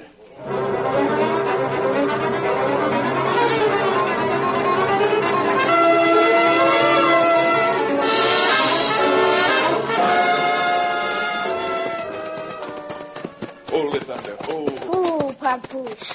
Red Ryder, watch him thunder. Whole nose make like war dance. Him smell wild horse plenty good now. Yeah, no wonder. Look, in there through those trees. See, down drinking at that little brook? Boss Stallion sure find them good hiding place. Well, let's get off here, little Beaver, and start collecting ourselves. Maybe we can figure some way to protect these critters so Murdoch will never get them. Red Ryder, look 'em like Thunder got him send a friend. Yeah, there sure are some pretty mares in that herd. Hear 'em? Many horses come this way. You're dead right, little Beaver. Only this time the horses aren't wild. There are men riding them. Look, it's Murdoch and some of the braves from the reservation. Well, Ryder, so that was your little game. Run me off so you could have all the horses to yourself. You hit the nail right on the head, Monk. The only hitting on the head you'll do is a light on yours, Murdoch, unless you pull up stakes and get out of here. Yeah? Well, you're not going to grab them horses out from under my nose. Not while I got these engines here to make it stick. Now, take that papoose of yours and clear out of here before I really make some trouble for you. Monk, move 1 foot further down this glen and I'll... You what? I've warned you, Murdoch. Come on, boys. Let's show him who's really running this show. Come on, you foot. Now hold it, Monk, because next time I won't shoot over your head. You don't scare me none. Not while you've got 10 men backing you up. Come on, Redskins. Let's get this over with. Murdoch, this time I'm shooting for keeps. Now stay back or... Red Ryder, watch him. Really get behind him, Indian. Use for shield. Now you did it, Ryder. You shot a defenseless Injun. Sneaking coyote. If you hadn't hid behind that buck, I wouldn't have winged it. Rawhide. Grab that Injun, kid. We'll take him along with us. And if Ryder thinks he wants to start anything more, he'll... Then grab him. Little Beaver, I don't dare shoot for fear of hitting you. Come on, men. We know where the horses are now. And I think when we come back to get them, a certain red-haired troublemaker will be hightailing it for home and mother. Don't worry about the kid too much, Ryder. After we get the horses sold, maybe we'll send him back to you. Turn them cayuses, boys, and let's ride! Murdoch, if you so much as lay a finger on Little Beaver, you'll never know what hit you. Right here, Thunder. Here, boy, we've got to ride. That a big fella. Now, rear around and head for the cut in the hills. All right, get going, boy. Come on, Thunder!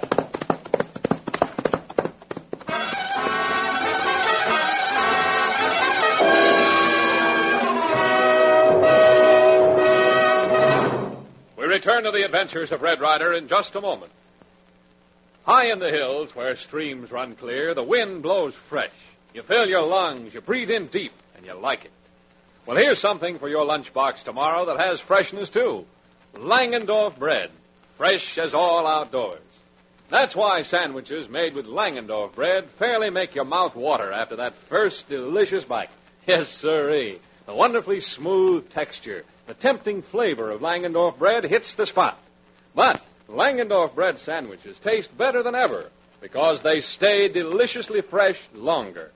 In fact, smooth-textured Langendorf bread stays deliciously fresh so long, it's been judged America's finest. And with a busy afternoon ahead of you, it's good to know Langendorf bread is made with pure dextrose, the world's greatest quick energy food, the kind of energy food that helps a person tackle a job in a hurry. And it's an all-round healthful loaf. Contains proteins, carbohydrates, nerve and energy vitamin B1. For goodness sake, and for energy's sake, get fresh and tasty Langendorf bread at your grocer's tomorrow. You'll like it.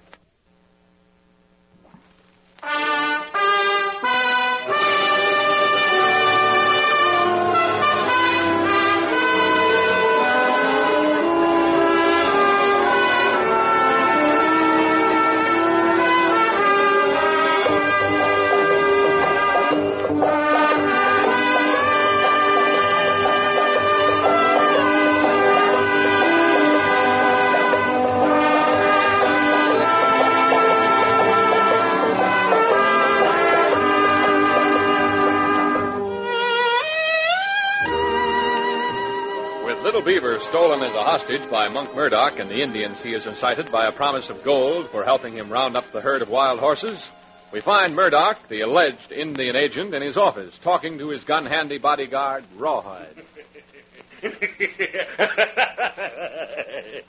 You know, I can't help laughing. You sure got this deal figured out, Monk. There's not an angle you haven't got sewed up. That was a good idea I had, getting rid of the new Indian agent Washington sent down and stealing his identification papers. Yeah. Yeah. Now them engines will do anything I want them to, even to getting rid of Red Ryder. Yeah. Hey, what about them wild horses, Monk? You know, if we wait much longer, they'll be plumb out of this neighborhood. This is working out even better than I reckoned. Better?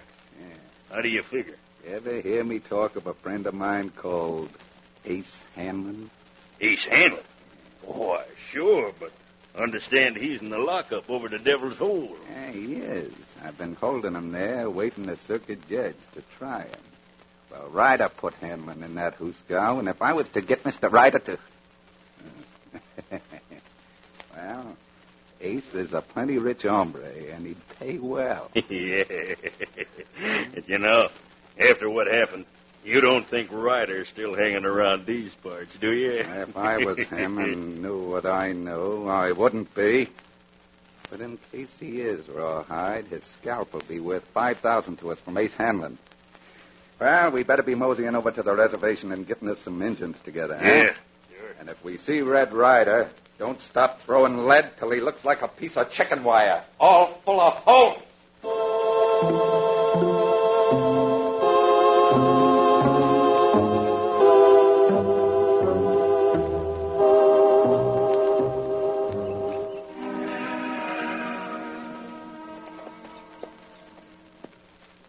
Thunder, you're a pretty smart horse, aren't you?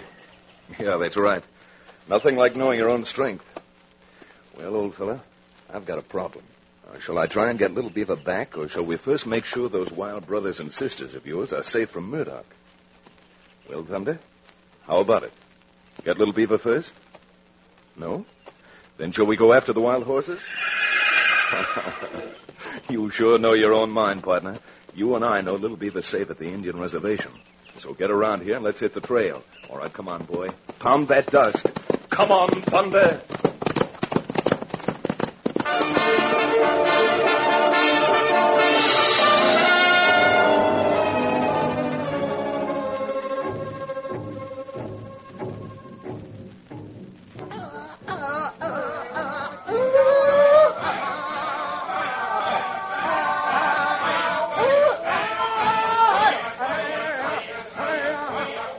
Running out. Me want to talk to you.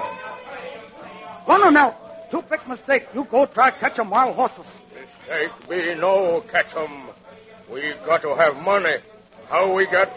Nobody care. Long time Red Ryder friend us Indians. He say 'em. Red Ryder, he no friend now. Yeah. He say us no make 'em money. Him shoot that little panther today. We catch Red Ryder. We fix 'em good. You all be sorry you no listen. Take 'em away, Little Beaver. You not just hurt Red Ryder, you hurt the Moon Tribe. Little Beaver, him no Indian now. Him we treat 'em like white man. No stop us Clearwater. No can!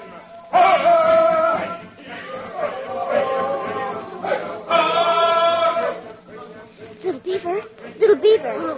Poco, isn't that you? Little Beaver, braves make 'em war dance. Me afraid for you. Me come with knife, set you loose. Good squaw girl. Here, cut 'em loose. Good girl, Poco. We got 'em hands free. Me bring 'em up Papoose, him other side reservation. You catch 'em up your pinto and ride like wind. Yeah. Me ride 'em okay.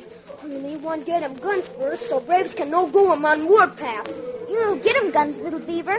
Braves take 'em all guns. All that's left in Big Wigwam now is powder and fuses. Dynamite, him better than nothing. We better go 'em now. Catch 'em powder and me get 'em Papoose and ride out of here. You follow me, Little Beaver. Me taking you to Big Wigwam, then to Papoose.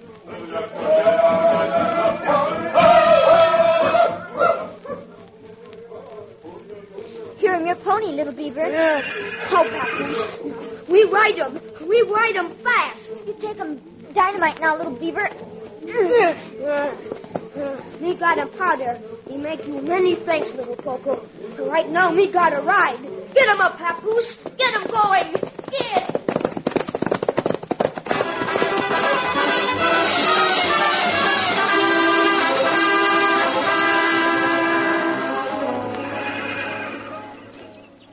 Well, Thunder, think if I let you go in there, you could convince that stallion to have the herd follow you out? All right, old fella. I'll turn you loose. And, well, looks like the stallion is going to save you the trouble. He's coming out here to visit you. Oh, there, Thunder.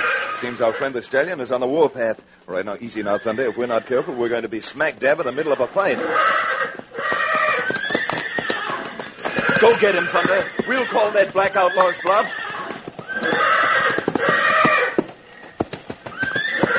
Now you're going, Thunder. Show that black who is boss around here. That's it. I guess that herd will follow you now, any place we want to take him.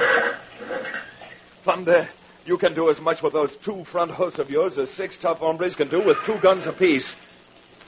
Well, what's this, Thunder? Someone riding up on us.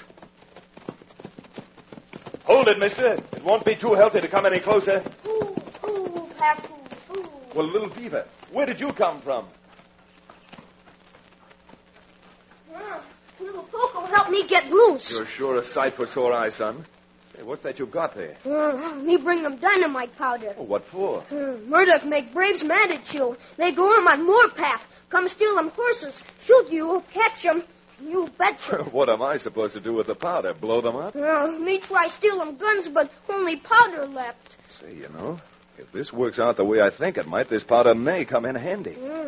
Red Ryder, what for Indian agent get him Indians into trouble?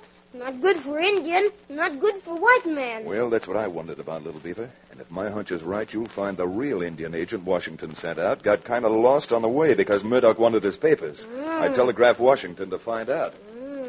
Now you say him, me think him so, too. Indians no get money from Washington like supposed to, and Murdoch blame him on Great White Father. Me think of Murdoch keeping money. Well, doggone it, Little Beaver. I think those few days you spent in school really made you smart. You think me smarter now than before I go to school? You're doggone right, I do. If go to school make him smarter to deal with bad mans. And me think him you no have trouble making me go to school anymore. Now you're talking, Little Beaver. A few hours a day in school and the rest of the time living right will make a fine fighting American out of any boy. Me good fighting American now. So what we do about saving wild horses? Well, the first thing we're going to do, now that Thunder has showed that stallion who's head man around here, is have him lead the herd over to Totem Pole Canyon. Well, we do him in Totem Pole Canyon, Red Ryder. Well, you get on that pinto of yours and help me round up these wild horses, and you'll soon find out. We get 'em on papoose. All right, now steady, Thunder. We've got a keg of powder to carry. There. All right, boy. Let's ride. Get 'em up, papoose. Get along. Get. Head for that herd, Thunder. Show them the way. Come on, Thunder.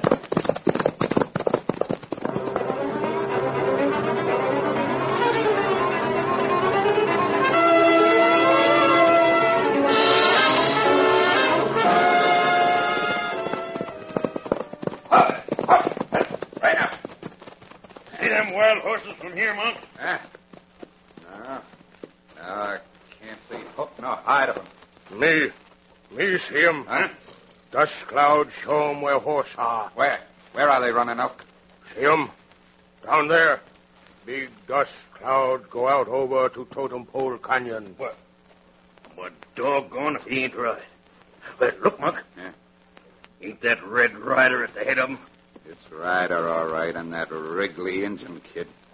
And this time, neither one of them is going to get away. And no, I guess Ace Hanlon won't be too put out when he hears we got 'em both buried over here in Boot Hill. Yeah. Now, let's not waste any more time. Start them horses. Let's ride here.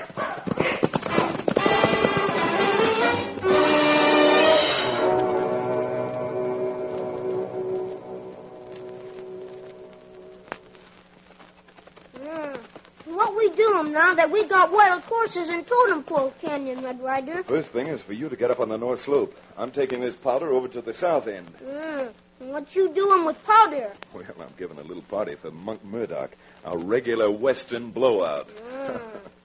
Now, when you see them start through the bottleneck at this end of the canyon, you let out that coyote yell. I'll do the rest. Me do 'em okay, Red Ryder. Me let out coyote yell as soon as see 'em. All right, Little Beaver. I'll be listening. All right, now steady, Thunder. Watch your footing. Come on, Thunder.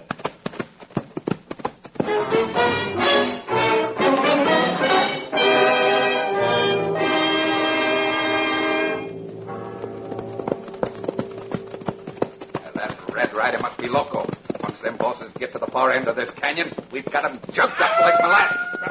Hey, what's that? Why, it sounds like a coyote. I never seen any in the rocks around here. Raina! There's something funny going on. Monk, we're trapped. Someone blew up that rock, and now we're the ones who are bottled up. Murdoch, can you hear me? Ryder, you fool! You can't get away with this. Maybe not, Monk, but I've done it anyhow. Now, all of you, drop your gun belts and your rifles to the ground, because if you don't, I've got just enough powder left to blow you clean out of this canyon. Well, what about it, Monk? Oh, what about it? We walked into a trap and he's got us. Drop the artillery. Okay. That's better, Monk. Ryder, how'd you get here? You was just up at the top of the canyon. That's another mistake you made, or maybe you didn't know this canyon had an echo. I wasn't 10 yards behind you all the while. I had a time fuse on the powder, and I was starting to be afraid it would go off too soon. Yeah. Well, this is going off soon, I knew it. I've been itching for another crack at you, Murdoch. Thanks. And I think this is the last wallop I'm going to get at you for a long time. Now, don't go for that gun, Rawhide. Red Ryder, you all right? Fit as a fiddle, little beaver. Yeah, and I think I'll play a little tune on it so our friends here can sing us a nice confession. What are you talking about? Confession? If you'd rather, Murdoch, I'll beat it out of you. But I want you to admit in front of these Indians that you waylaid the new agent Washington sent out and took his credentials. Why, you... Well, Murdoch, you're a glutton for punishment. Little beaver, watch the others. Well, Murdoch, let's have the truth. Okay, Ryder. I did it. I killed the Indian agent. Stole his pay. Now, do you hear that, Running Elk? Now grab those men and bundle them into town. The United States Marshal will do the rest.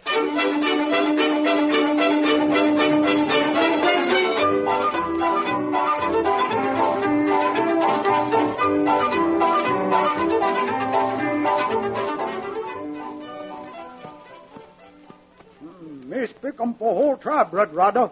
We owe you much thanks for getting rid of Murdoch. Well, Chief, we'll be back. As long as Poco is here, you can count on Little Beaver and me dropping in for an occasional visit. Me not yet know how you get proof Murdoch got papers, huh? Well, at first I only had a hunch, Chief. Then I decided to run a bluff on Murdoch, and he fell for it and admitted the whole thing. Goodbye, little beaver. You coming back soon? No, he coming back after me know him how to spell cow. Get him up, Papoose. Get along. Get! Pound that dirt, Thunder. Hit that trail. Come on, Thunder!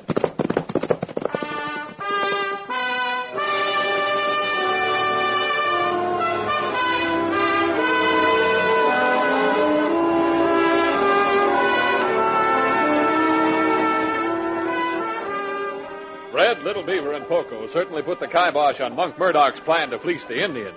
Not only that, but with Thunder's help, Red saved the gallant herd of wild horses. And although Red Ryder, America's fighting cowboy, doesn't know it yet, we'll share the secret with you, that he's about to find himself staring over gun sights at the Pancho Kid, the Mexican Robin Hood outlaw, when Red Ryder comes to you next time.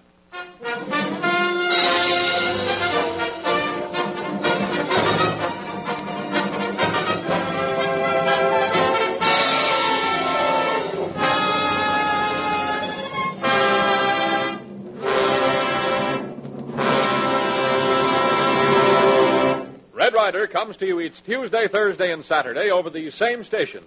Tune in again Thursday at 7:30 p.m. Red Ryder is presented for your enjoyment by Langendorf, bakers of the bread judged America's finest. From the earliest days of American history, Americans have been famous for their ability to shoot fast and straight. But even the best marksmen can't shoot without plenty of ammunition. So remember that our soldiers, sailors, and Marines are depending on us to keep them supplied with the guns, tanks, planes, ships, and bullets they must have to win this war. Keep them shooting, and at the same time build a savings fund for your own future use by investing in war savings bonds and stamps. Yes, do your bit and keep physically fit. Safeguard your health by eating nourishing foods like Langendorf bread, made with dextrose for extra energy, plus essential vitamins and proteins to help maintain the physical and mental fitness so needed today. Get fresh and tasty Langendorf bread tomorrow. Red Ryder comes to you from Hollywood. This is the Blue Network.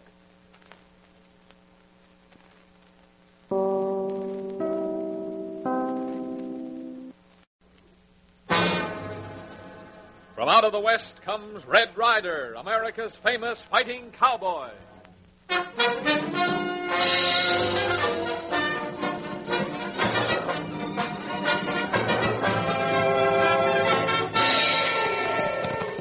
Trouble brewing along Devil's Hole Way, so ride, Little Beaver. Prod that pony. You betcha him. Get him up, Papoose. Get him up. Get!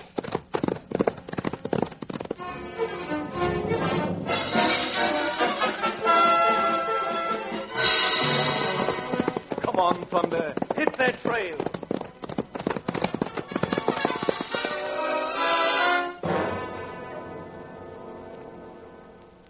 The Adventures of Red Ryder. Before Red Ryder hits the trail with his great horse Thunder, here's a word about another champion. Fresh and tasty Langendorf bread, judged America's finest by baking experts. Here's a loaf of bread that's doing its part these days, when every ounce of energy counts.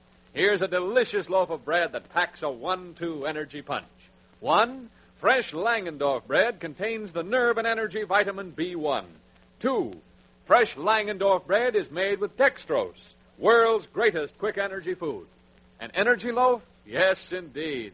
Jam-packed with energy-building food values so needed in these action-filled days. And you'll like it.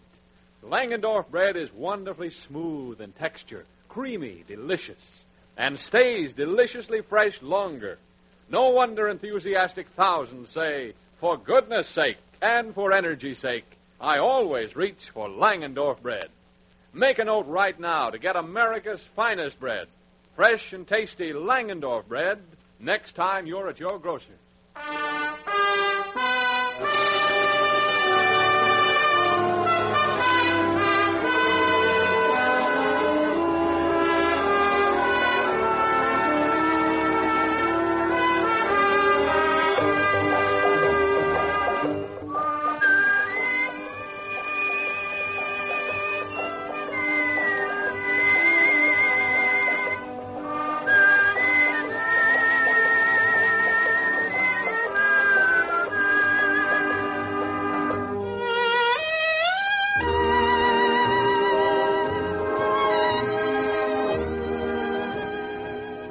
With Fresno Aurelius and his vicious crew turned over to the United States Marshal, and with the Pancho Kid's reputation redeemed, Red Ryder and Little Beaver have returned to Painted Valley. As we join them, they're on their way into the Devil's Hole Bank to draw the payroll for the current month. But already pulling into Devil's Hole are Mary Ann Rutledge and her younger brother Jeff, in town to tend their chores and do their monthly banking. Here, Jeff. There's room at the hitch rack in front of the bank. Whoa, Starlight. Whoa. Here, sis. I'll help you down. There we are. Thanks, Jeff. Now, let me see. Flour, sugar, gingham. Oh, you better cash the payroll check, Jeff, while I go to Bender's and start the shopping. Okay, I'll meet you over there in a few minutes.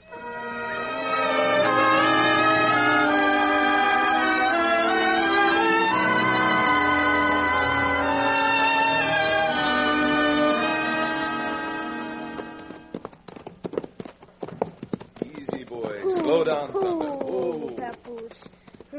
We sure ride him in the Devil's Hole plenty fast, Red Ryder. Thunder must be feeling his oats today. Think it might be spring in the air, Little Beaver? Maybe. Run him in Miss Jane's school. In spring, all man's fancy turned to think him of squaw. Well, I knew school would do something for you, but I never guessed it would make you poetic. You know, Little Beaver? Red Ryder, down my street. Hey. Hey. Look at them galoots running and throwing lead. Little Beaver, someone must have hit up the bank. Come on. Shake him up, Papoose. Get. Start running, fella. Get me near him. Come on, Thunder.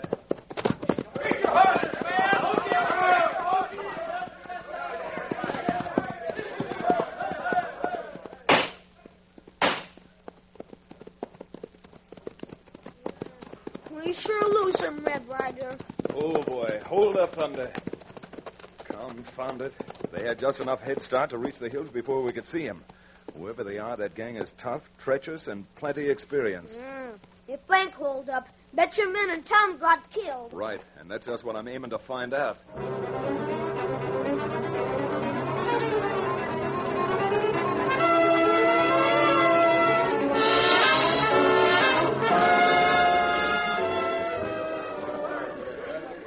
Folks, won't you be quiet a minute and give Jeff a chance to finish telling us what he saw? All right, Jeff. What then? Well, Red, it's like I said. I was starting into the bank when they come backing out. Just as the doors opened, I saw that big fella cut down on Mr. Davenport, the president of the bank. And then, quick as a flash, he'd plugged Ed Mack and old Dennis. This big one. Did he see you? Well, likely he did when he ran for his horse. I jumped behind the door. And that's when I started shooting and brought down the gunman the sheriff just took to the lockup. Oh, Jeff, I wish you'd go to the doctor's with me and have that wound looked at. Oh, gosh, sis, it's only a scratch. It isn't bad, Mary Ann. I looked at it. Nothing's bad, according to you, Red. The bank's been held up and 2 men murdered, so everyone else has got to go soak while you try to catch the crooks who did it. Sis, you treat me as if I was a kid. Go on, Red. Anything else I can tell you? No, nothing, Jeff. Unless you could describe the man who did the killing. Well, he was tall, lanky, sandy hair, had a scar about 2 inches right down here under his cheek. Well, so that's who it was. Who is it, Red? You know him? Not personally, but I've heard all about him for months now. Scarbone Clawson, about the worst outlaw since Billy the Kid. Well, golly. Red Ryder, Scarbone, him man you telling me about. Him never leaving witnesses alive to identify him. Well, that's his reputation, little beaver. So far, the law's never found a man to identify him in court. Red, is that true? He kills everyone who ever sees him? I can't say, miss. All I know is what I've heard. Well, doggone it, this is one time he slipped up. By golly, I saw him. And I can identify him anywhere. Jeff, are you crazy? Don't you realize what it means if you get up in court and Look say... here, Marianne. No Rud did you ever back down for any sidewinding crook. And besides, I don't scare Look at all. at Red Ryder. Here comes the sheriff. Well, I got that murdering coyote where he'll not get out till he stands trial. Who is he, Sheriff? What name did he give you? Name? He won't even open his mouth. Not one word out of him. Had to book him as John Doe. Well, at least we know who he was working with. Jeff identified the leader of the gang as Scarbone Clawson. Scarbone Clawson, huh? Well, in that case, I'm going to wire the capital and have a circuit judge sent here tomorrow morning. When you've got one of Scarbone's men in jail, better have the trial and have it quick. Sheriff, if you're counting on my brother identifying that criminal in court, you can forget it. You think I'm going to have Jeff walking around a target for an outlaw's bullets? Well, I should say not. Now, hold on, Miss Marianne, what do you think can happen to Jeff? We'll all be in court to protect him in case Scarbone tries to break up the trial and get his man loose. Well, it's fine for you to talk. It's not you they'll be gunning for. You might as well stop that, Marianne. I don't care what you say. When the court opens tomorrow, I'll be in that witness chair.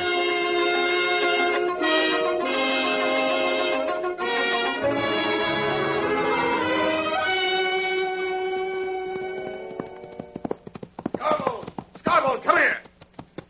What'd you find out in Devil's Hole? Well, they winged Drago all right. They got him in jail. Oh, they don't think they can keep him there, do they? No, I guess not. That's why they sent for a special judge, and they're putting him on trial tomorrow. Yeah? Well, I'll walk right down that courthouse aisle and back again with Drago with me. Courts. I wouldn't show my face in town if I was you. No? Why not? That young puncher who was outside the door, he's seen you. He's going to identify you as the leader of the band. What? Well, I shot him. I saw him crumple up myself. No, your slug just scratched him, that's all. Just knocked him down. Well, he'd been better off if he'd have stayed shot. What do you mean? Well, if he thinks he's going into court and identify me, he's done his last thinking.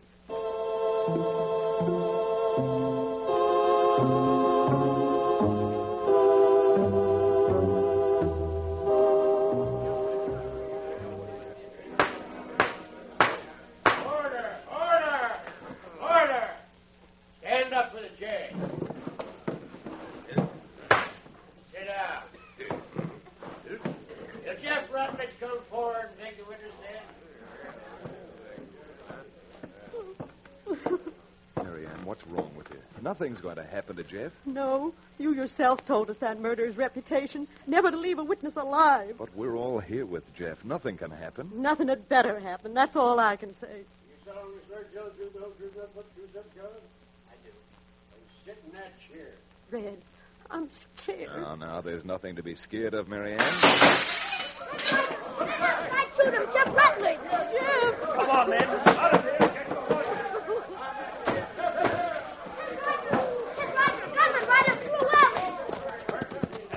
Circle the other way. All right, get going, boy. Get after those killers.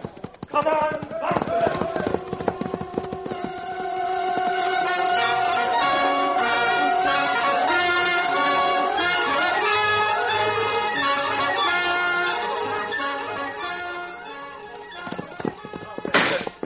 Stretch those legs.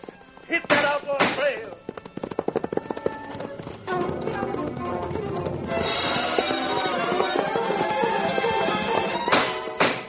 Cut down that Arroyo and hide in that cave. Come on.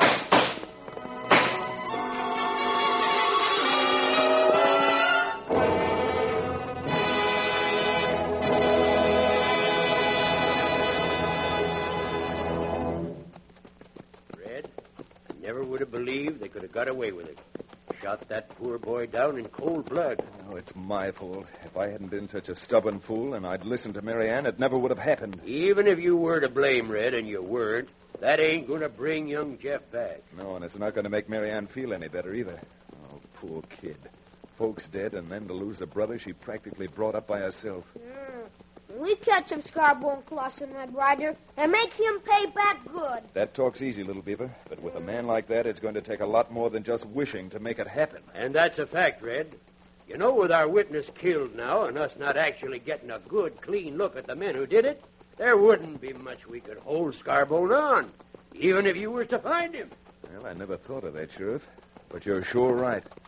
Jeff was the only man who could swear he had something to do with the bank holdup and killed him. That's it. And we didn't see the man who murdered Jeff.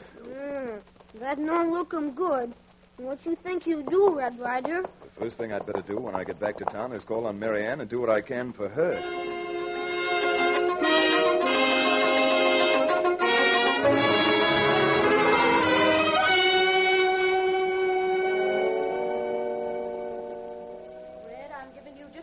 Out of my house. But, Mary Ann. What sort of a man are you, Ryder, that after all you've done to me, you dare set foot in my house?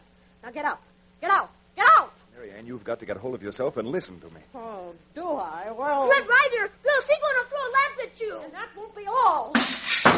Look out, little beaver. I've got to grab her. Now, Mary Ann, don't let yourself go like that. Red, let me go. Oh, Red, how could you let Jeff get killed like that? He was only a boy. He wasn't 18 yet. Now, please. Oh, I'd give my right arm, both my arms, if it would do any good. But one thing I promise you. I'm going to get Scarborough and Clausen if it takes every last day of my life. You're going to get Clausen. Well, listen to me, Red Ryder. This never would have happened if you hadn't interfered, and I certainly don't need you or any of your so-called help now when it's too late. But, Mary Ann, someone's got to help you square accounts with Scarborough. Don't you ever believe it. It wasn't your brother that gunned down in cold blood. It was mine. And I'm going to get Mr. Clausen over myself. All right, Mary Ann. Try it. But when it comes to having a showdown with that gun-crazy Jasper, you're going to have to beat me to it.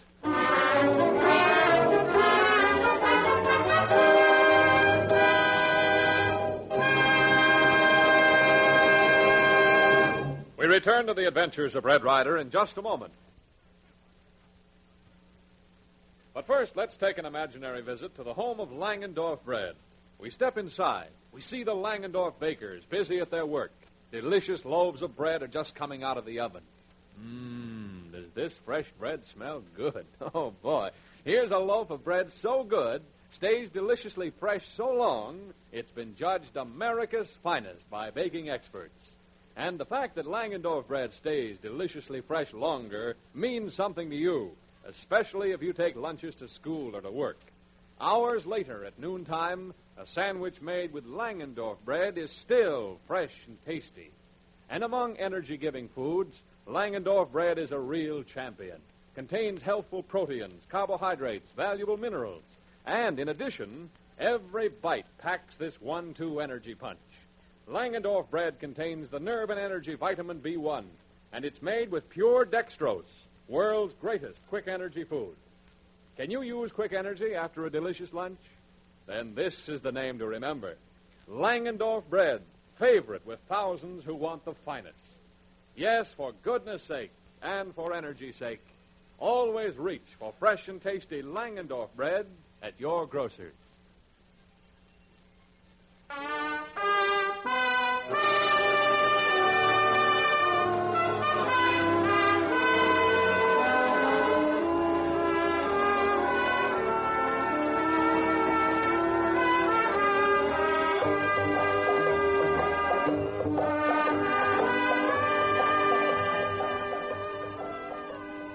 Rejoining Red Ryder, we find him in the corral at the Painted Valley Ranch, packing a saddle roll onto Thunder, while little Beaver stands watching, helping.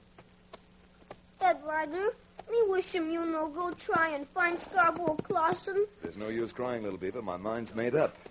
Steady, Thunder. Easy, boy. But why you no let him, Sheriff, or Miss Mary Ann find him? Because Mary Ann's right. Now, here's the way it looks to me. Now, I've got a hunch with Robber's Roost only 40 miles from here. That's perhaps where Scarbone's going to hide. You got him good hunch, me thinkum. Since we can't hang any of the killings on Scarbone without witnesses, the way I see it is, For me to go up there, act like a crook, get in with Clausen, then bait him into pulling some crime and catch him in the act. Yeah.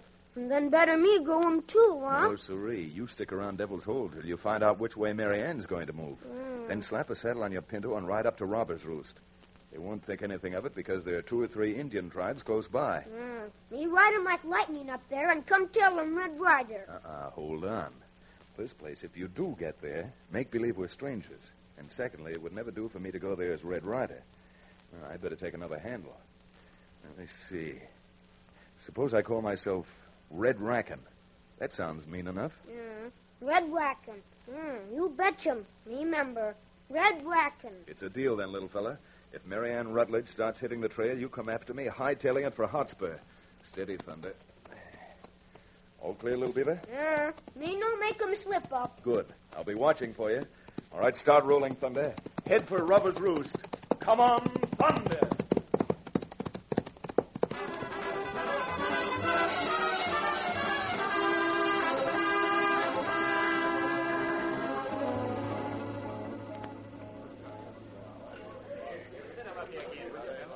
Just give me a glass of water. I'm plumb thirsty. Water will taste good right now. Well, why don't you give the dude a quart of milk and a nipple to drink it through? Give me a glass of water. I take it you don't approve of water, mister? I don't know why. Because after looking at you, I'd say you hadn't used any water for 10 years, inside or out. Yeah? You're pretty handy with them words, ain't you? Not exactly. I'm handy with a few other things, too. Maybe you'd like to find out. I sure would. Then go on. Go for your gun and better make sure you fill your hand. Are you smart talking? Now, what is that, stranger? Cut my hand, did you? Well, I can still use it and tear you apart. Come on. Never learned to duck, did you? Look, it's easy. Like this. Then like that. All right. Now I'll take that glass of water. Hey, just a minute, friend. A mixer like you doesn't have to have water. You can have anything in the house, all me. Thanks. Water's all I want just now. Scarbone. Who? Who'd you call me? Why, Scarbone. Scarbone Clausen. You didn't think that with a reputation like yours I wouldn't know you, did you? Why, I've heard about you from every sheriff and warden from Kansas west. What were you doing with sheriffs? Oh, well, till I was 18, I spent more time in jail than out. Yeah? I never seen or heard of you, mister. Well, gosh, I didn't think you had. Takes time for a man to get a rep like you have, Scarbone. Yeah, I guess it does at that.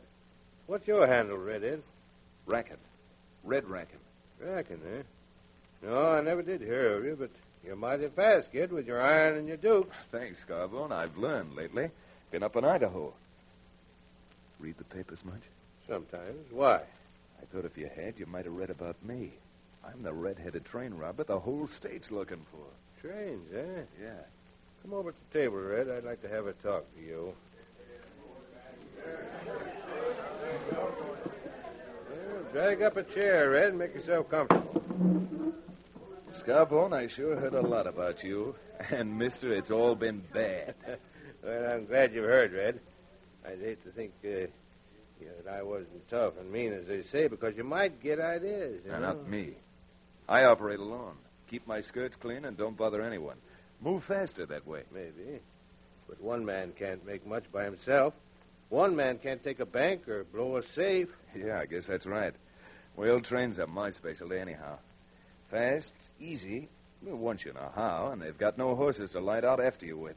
Well, I never thought of that, Red. May make sense. But couldn't, say, 5 men take a train easier than one? 5 men could overtake the Overland Flyer. There's big money on that train. Well, I'm one, and I've got 3 others. That alley cat I mix it with, one of your men, Scarbone? Bat? Oh, he's all right. Just getting old. But give him a gun and a nice ambush, and you'll be satisfied. You know, Scarbone, you started me thinking. Yeah, maybe you and me could tie up. That Overland Flyer carries enough mail and express to put us on Easy Street for the rest of our lives. That's what I was thinking. Is the deal? Red Rackin going partners with Scarbone Clausen? Oh, I'd be loco to refuse. Put her there. Howdy, partner. Oh, well, Scarbone, I rode 70 miles to get here, and I'd like a little shut-eye now. But what about the flyer, Red? Oh, that. I got time for a few hours' sleep. The flyer's due through Granite Falls Pass around sundown. You get your boys organized and be ready to ride at 4.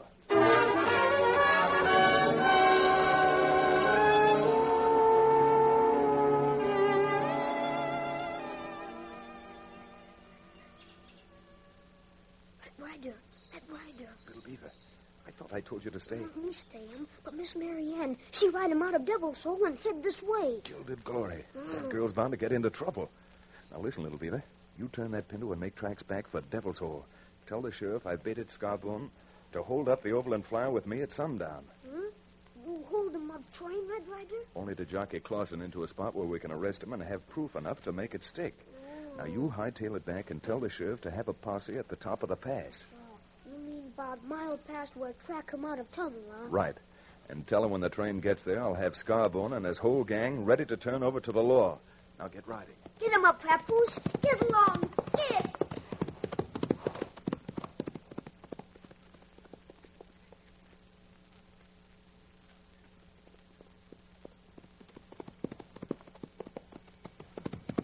Shake him up, Papoose. Run him like thunder. Come on, Papoose. Oh, Papoose, look him. Someone come toward us. Who, Papoose? Uh-oh. Miss Mary Ann. Get him up, Papoose. Little Beaver, hold it. Oh, me no can wait, Miss Mary Ann. Me got him ride. Let's go bridle, please. None till you tell me where you're going, away up here alone. Little Beaver, I want the truth. Me no can tell him. Me gotta tell him, Sheriff. Red Ryder, him gonna have Scarbone gang an Overland Flyer at Granite Falls Pass tonight at sundown. Oh, Red Ryder's in with Scarbone's gang. Yeah. Well, I'll fix him. Meddle again in my business, will he? You let me go now. Oh, no, you're going right with me. No, me got him go, Sheriff. You let me go. There. Now, Papoose, get up. Run, Papoose. Little Beaver, come back here. Get him up, Papoose. Hit that trail. Get. Well, there's only one way to beat you to it, Red Ryder, and that's just what I'm going to do. Get up. Stretch. Hide.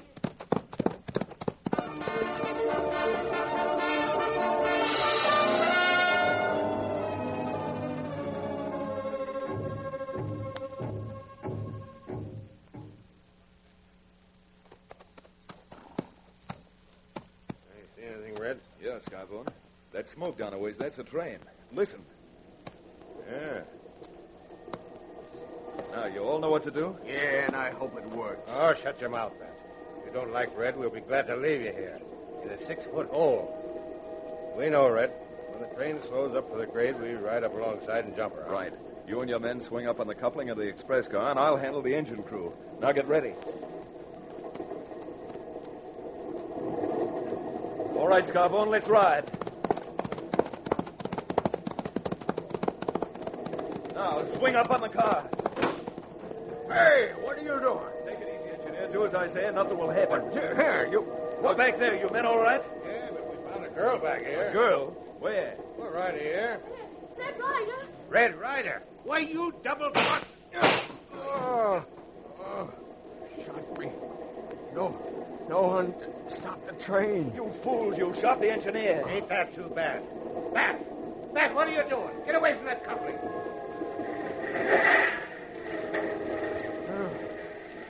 Broke the coupling. Cars will roll back down the hill. Passengers all be killed. Red Ryder, help! Engineer, can you hear me? Yeah. That bar. Stop the engine. Hurry.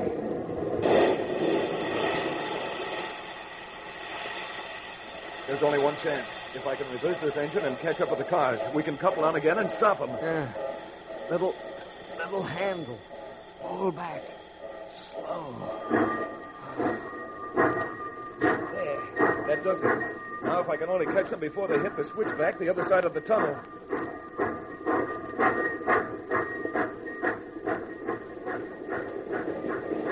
Come on, you old iron horse. Run!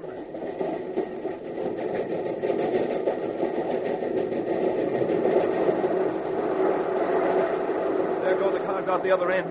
I'm gaining on them. Roll, you engine, roll.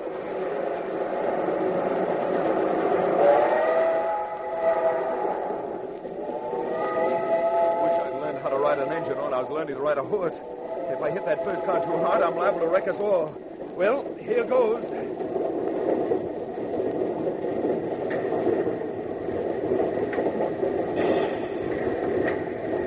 Thank the Lord.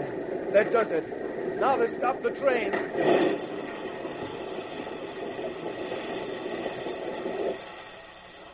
Thanks for saving us, Ryder. But it's not going to do you much good. We'll see about that.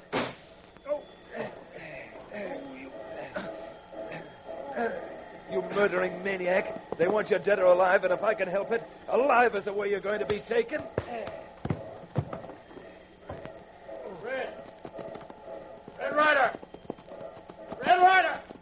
You all right? You bet, Sheriff. Come on up and get your men. All right, Scarbone. Get up and start walking, because the place you're heading for, they're going to carry you out feet first.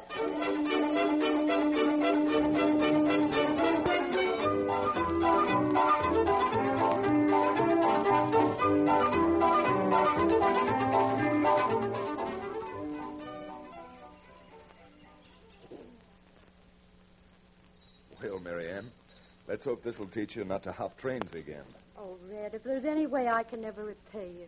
You repay him by not throwing him limp anymore. I'll agree with that, little beaver. Well, head that pony of yours towards home. I'd like one of Ching Hao's meals and a good night's sleep before coming back to town to Scarbone's murder trial. Bye, Red. Get him up, Papoose. Get him going. Get! Head for home, boy. Pound that dirt. Come on, thunder.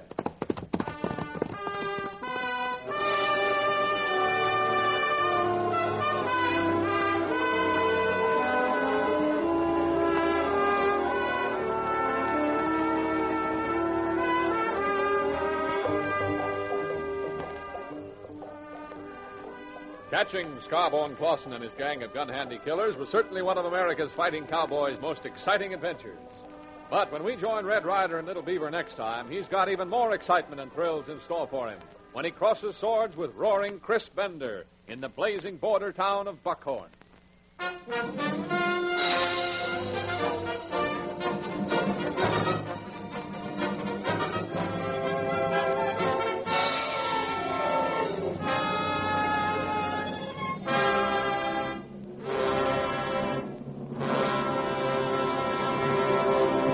Red Ryder comes to you each Tuesday, Thursday, and Saturday over these same stations.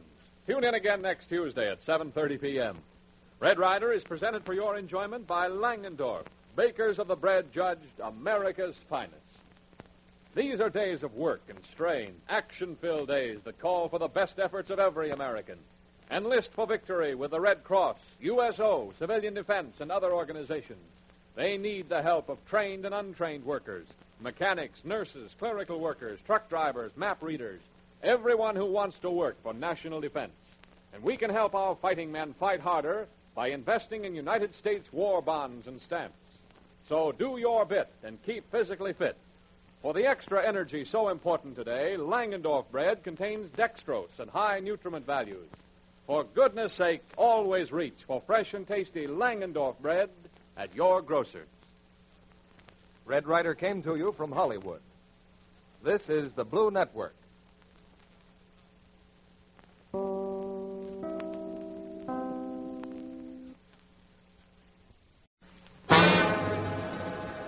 From out of the West comes Red Ryder, America's famous fighting cowboy.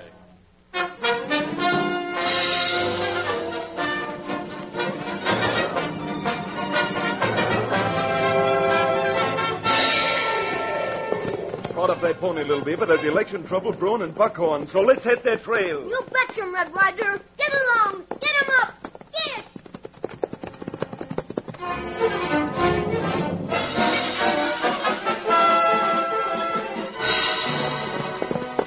Get going, Thunder. Hit that trail. Come on, Thunder.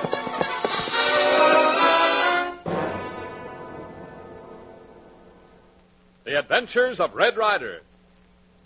Folks, what's the freshest thing you can think of? A rose out of the garden covered with dew? No? Well, then how about a loaf of bread right out of the oven? so tender and moist, so flavorful and appetizing that, well, you just can't wait to eat it. Man, that's real freshness. And that's the kind of freshness you get when you reach for Langendorf bread at your grocery store. Yes, sirree, Langendorf bread stays deliciously fresh so long, has such a smooth, tender texture, and tastes so wonderfully good that baking experts judged it America's finest bread. And when you enjoy fresh and tasty Langendorf bread with meals, toasted, and in tender, tempting sandwiches, you're helping yourself to extra energy, because Langendorf bread gives you those 1-2 energy values. It contains nerve and energy vitamin B1, plus dextrose, the world's greatest quick energy food. So at your grocer's tomorrow, get the bread that stays deliciously fresh longer. Fresh and tasty Langendorf bread.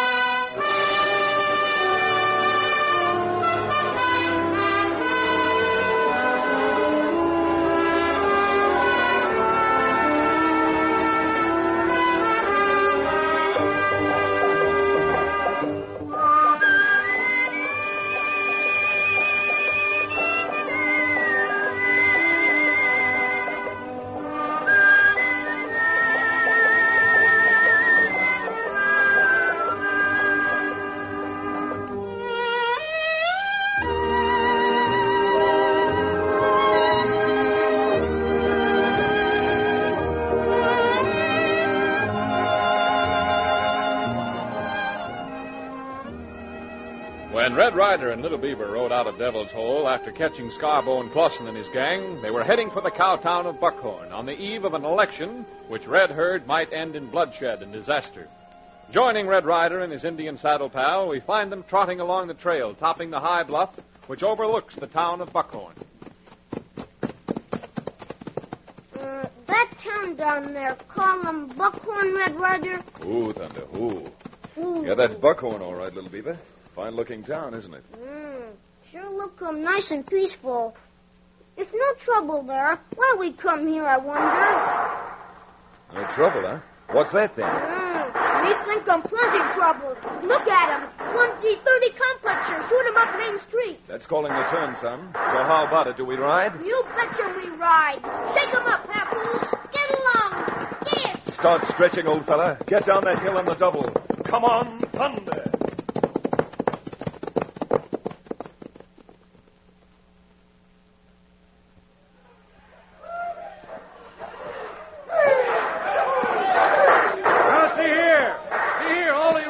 This kind of thing has got to stop. Yeah? Who's saying it got to, mister? I am. I'm the mayor of this town, and by glory, this kind of rowdyism has got to end. If you're mayor, this fly-bitten saddle stop, then I know what's wrong with this place without going any further. Let her rip, boy! I'm through telling you, if the only kind of talk you understand is gun chatter, well, my 6 guns ready to talk for me. Dad, please be careful. These men would as soon shoot you down. I'll thank you to keep out of this, Molly. I'm running this town until this election's over. Oh. All right, you men. Quiet down now and act like decent citizens, or what? If there's one thing I dislike, it's gunplay. But by Daniel, you'll get it if that's what you're looking for. You've been talking a lot about that hog leg of yourn. Now let's see you use it. Dad, please. All right, you ruffians. If that's the only thing that'll convince you. Dad, look out. He's drawing his gun. Oh, who done that? Who shot that gun out of my hand? I did, mister. Any other questions you want answered? What right you got butting in like that? That old buzzard went for his gun first. If I hadn't come along, that's just what you would have said in court. Shot in self-defense. But I know different. I saw it all, and I say you cut down on him before he even moved his hand. Are you calling me a liar? No, not just a plain liar. I'm calling you a flop-eared, mule-hide, dyed-in-the-wool liar. Why, you owl-faced dog. You're worse than a liar, you... I'll show you. There. Oh, so that's your game. We're in tin-plated knuckles, huh? Well, how do you like this? Oh! Now, any more customers? Young man, look out. He's drawing on you. Oh, he is he? You better drop that. Better let it go. Now let go of that 6-gun. Stop it. Arms make a mighty funny noise if they snap. Oh, come on. There. That's better. I bet you're a wonderful shot, friend, when a man's back is towards you. Oh, Red Ryder, see? Here come town sheriff. High time you got here, Will Hoyt. What are we a sheriff for in this town? Now, take it easy, Mayor. I'll come as soon as I hear the rumpus. I suppose you didn't hear the rumpus when these men rode into town shooting up the street. Well, never mind. Arrest this man. Now, see here, Mayor. I can't arrest nobody for something I didn't see. Well, I saw it, Sheriff, and I'll swear out a warrant. This man drew his gun and tried to shoot me when my back was turned. You're a liar. You want another lesson, mister, or will you take that back right now? I've got witnesses. These men saw it. They can vouch I'm for it. swearing out a warrant, Sheriff, and I'll take him away. Well, all right. Come along, Nipper. I got to take you in. Now, there's no fooling about it. Young man, I don't know what would have happened if you hadn't come along. But if you have a little time, I'd like you to come over to my office. I'd like to talk to you. Sure thing. Well, Little Beaver, you stay here and watch the horses. All right, sir, lead the way. I'm anxious to hear who's behind the trouble that's wrecking this town.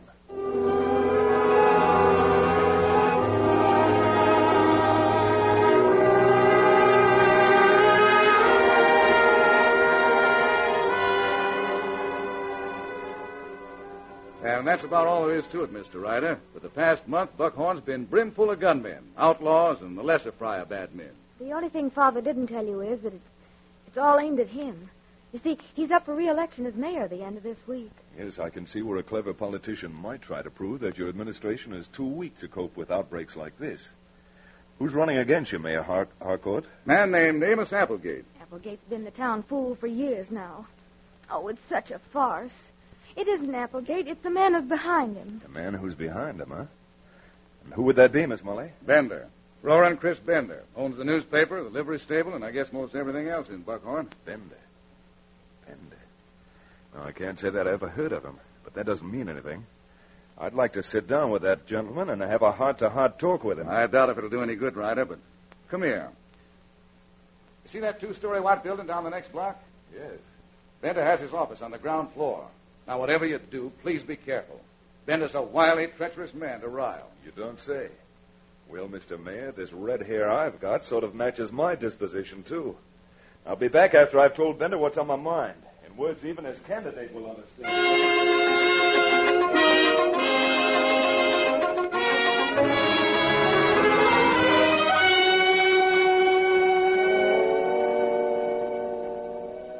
But, Chris, I can't let him be out now. That red-headed fella's coming here to sign a complaint.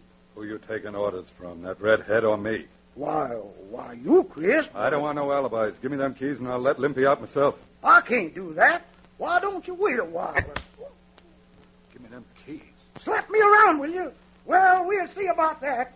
I'm still wearing the Try badge. that and you'll be dead before your finger ever reaches the trigger. Bender, I've taken a lot from you. You cheap foreigner. You simple-minded old... Get up off there and open that cell. Yes, Chris. Sure, Chris. Chris. Huh? Chris, look out this window. What? That red-headed Jasper we were telling you about. Looks like he's heading straight for your office. Well, he's making it right handy. I'm going out the back door and be there when he comes in. You keep your mouth shut and mind your own business. I'll be back soon.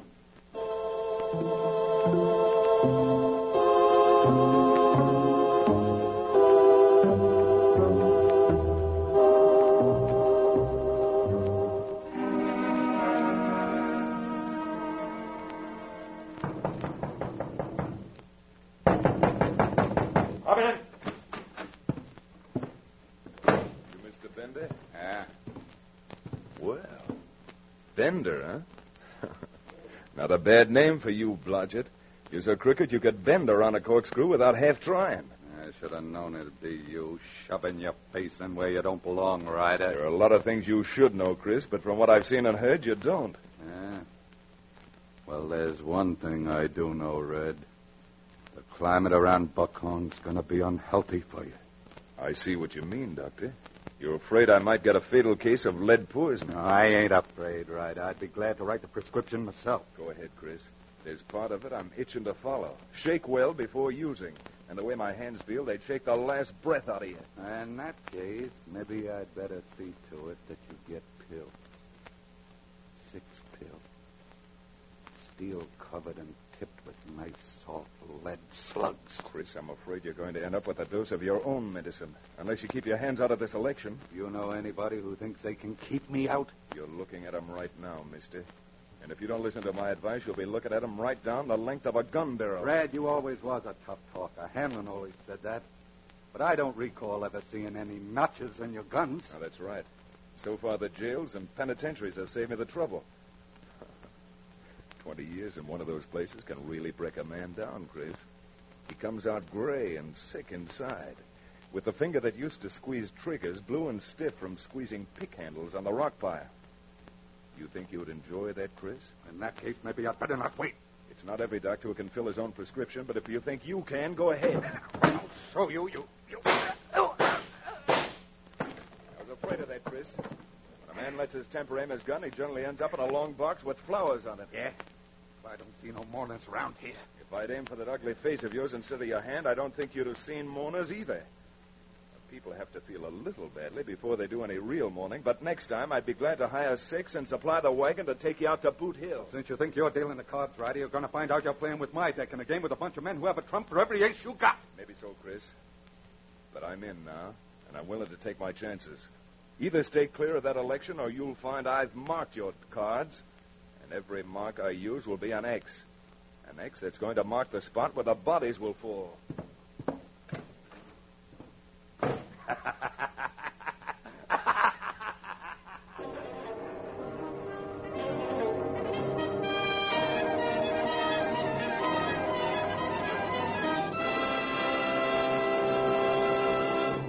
We return to the adventures of Red Ryder in just a moment. But first, how many of you youngsters and grown-ups have heard the old saying that the proof of the pudding is in the eating? Well, the best way to test anything is to try it, and that's why I'd like for you to get a loaf of fresh and tasty Langendorf bread at your grocer's tomorrow. The minute you touch it, you'll know it's wonderfully tender, delightfully fresh.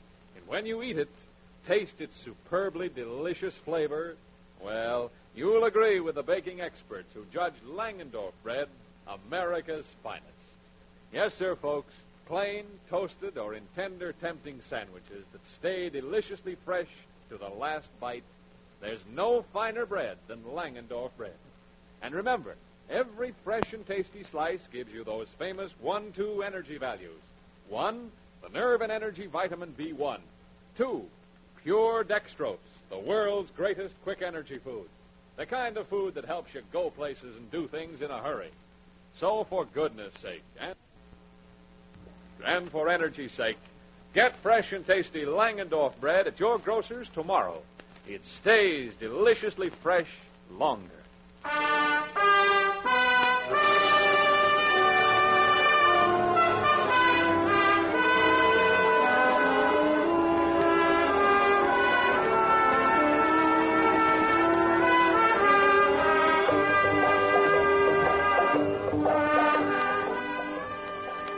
Rejoining Red Ryder, we find him in the mayor's office the day before the election in Buckhorn, talking over the situation, which is growing more tense every moment. I hate to say so, Ryder, but I still think you're going over and challenging Bender was a grave mistake. Now there's no telling what he'll do. It's not very hard to tell what a man like Chris will do. There's only one kind of argument that they know anything about. And those arguments are filled with powder and are size 44. But don't you see what this may mean? Before, the only question was defeating Dad in the election. But now that you've made it a personal issue, why, Bender won't stop at anything. Bender wouldn't stop at anything anyhow. Now, if you two will concentrate on getting in the votes, I'll take care of Bender and his gunslinger. Right, I'll tell you I'm worried. I'm not too sure with the situation as it is if there are enough decent citizens left in Buckhorn to muster up the votes I'll need. Since these hoodlums have shot up the town, some of the people have moved away. And the worst thing is that the new homesteaders who are supposed to be moving in they're waiting to see how the election comes out. Yes, I've been counting on the homesteaders' votes to cinch the election. Now, I found the best thing to do in a case like this is to let your opponent play his hand all alone.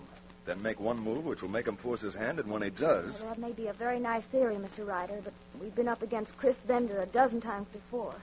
We've come out second best. It isn't so much that I want to be elected. It's the whole town I'm thinking of. Let an idiot like that Amos Applegate win, and he'll just be a dummy for Bender and all his outlaws. Well, Applegate hasn't won yet. Now, what do you say we walk down and hear his speech?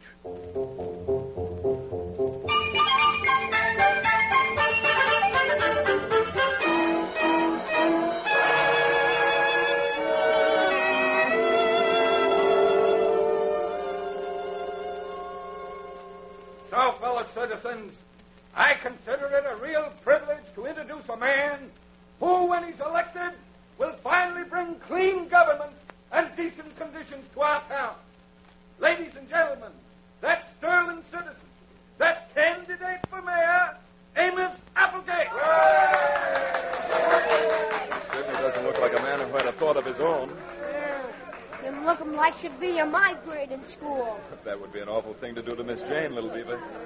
I bet you him can no even spell baby words. Ladies and gentlemen, as I look into your happy faces, I wish to say that at a time like this, what we've got to do is to think of the city and the very fact that taxes and incomes have to be arranged and raised. Well, you take men like the present mayor. How does he, or who is, what has he done? What this town needs is a better understanding of all those things. But if I'm elected, I promise you that all this take our jails. What sort of a place is this when all you have to do is look, and you can see for yourselves how bad conditions are all around here. All right, Limpy. You and the boys get started. Right, boss. Move away from where I am. I want this to look as if you're all working for Mayor Harcourt. I'll take care of it. Proposed to eradicate. Now, take such a thing as like our local school system, for instance. I ask you, how can we expect and the conditions up in town, around the town, are all the same way? Why don't you go soak your head, you big moose? Who said that? Why don't you go to... Wait a minute. Now, hey, nobody can talk to me like that. This is... Quiet! See what they're up to, Mr. Mayor? Why, no, Ryder. What? Chris is using his men to heckle this meeting and seem to be on your side. Make people think you won't give your opposition a fair chance. Why, that blackguard. Why don't you get off that soapbox, Amos, and let a real man make a speech? Hey, if the sidewinder who said that'll go for his gun, I'll be happy to accommodate him. Why, you... I'll take that gun, mister. Let go on it. Cut that out. I said I'll take care of that gun. Who is that man? All right, Mr. Candidate. Go ahead with your speech. I'll see that you get a fair chance. Thank you, sister, mister. My speech. Taxes. I was talking about taxes. What about taxes, Amos? They're lower now than they were 5 years ago. That's what I said. Lord, we've got wonderful tax. No, well, you see, friends, I think I've covered everything. Thank you all and one for everything. Well, Mayor Harcourt, it looks as if we took the wind out of your opponent's sails. I still don't understand what happened, Red. When our friend Amos blew up, that wasn't really Amos you heard. That was just the sound of Chris Bender's scheme exploding. I'd hate to be in Chris's office when he tells off his men.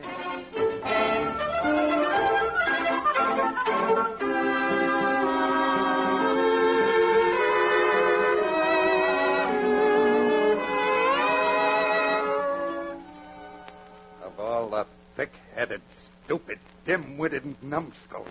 And that goes for the whole lot of you, too. Yeah, but what could how could I go on with a speech? Oh. You told me that Limpy would start the argument where I'd say the conditions up and down the town were the same. Well, you could at least have made a stab at finishing the speech, couldn't you, to make it look believable?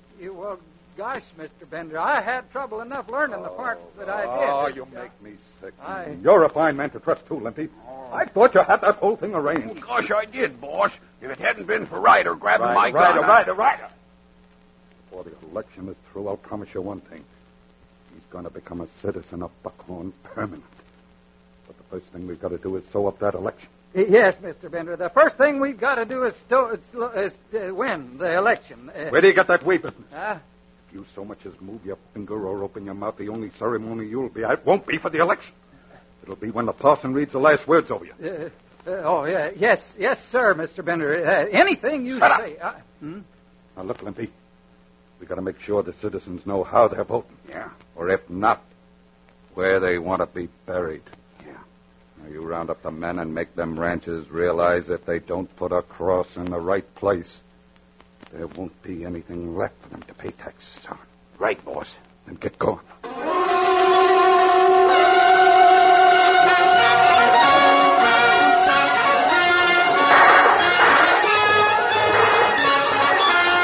That won't be all you'll get if Harcourt's elected mayor.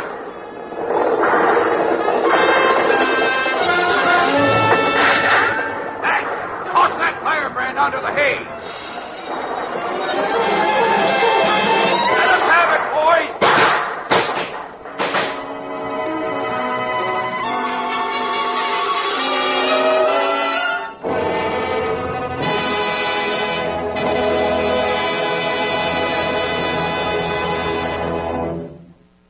Well, Mayor, I know you've been sitting there not saying anything. Now, what do you think? Red, it's got me. I hate to go back out and leave my friends here to fight a battle that I should fight for them. Still, as Molly says... I said once before, with a man like Bender, maybe the thing to do is to put him in a spot where he'll have to force his hand. I don't see what you mean. Red Ryder mean, give Jasper like Bender enough rope. He sure to hang himself and all his gang. Exactly. Now, you told me a lot of people who had homesteaded here had moved in and aren't going to until they find out who's elected. Yes, that's true, but... Now, if these people own land, they're entitled to vote, isn't that right? Yes, of course, but thunderation, Red. There's no way of getting them here in time to vote. Well, if this works out the way I think it will, they won't have to get here. It'll be enough if Bender and his crowd think that they're on their way. You mean that if Bender thought they were coming, he'd try to stop them? Now you're talking. That's just what I do mean. Are there enough ranchers we can depend on, Mayor, who'll fix up a wagon train that'll look as if they were homesteaders trailing in? Yes, I guess so, Red. Then what are we waiting for? Let's ride.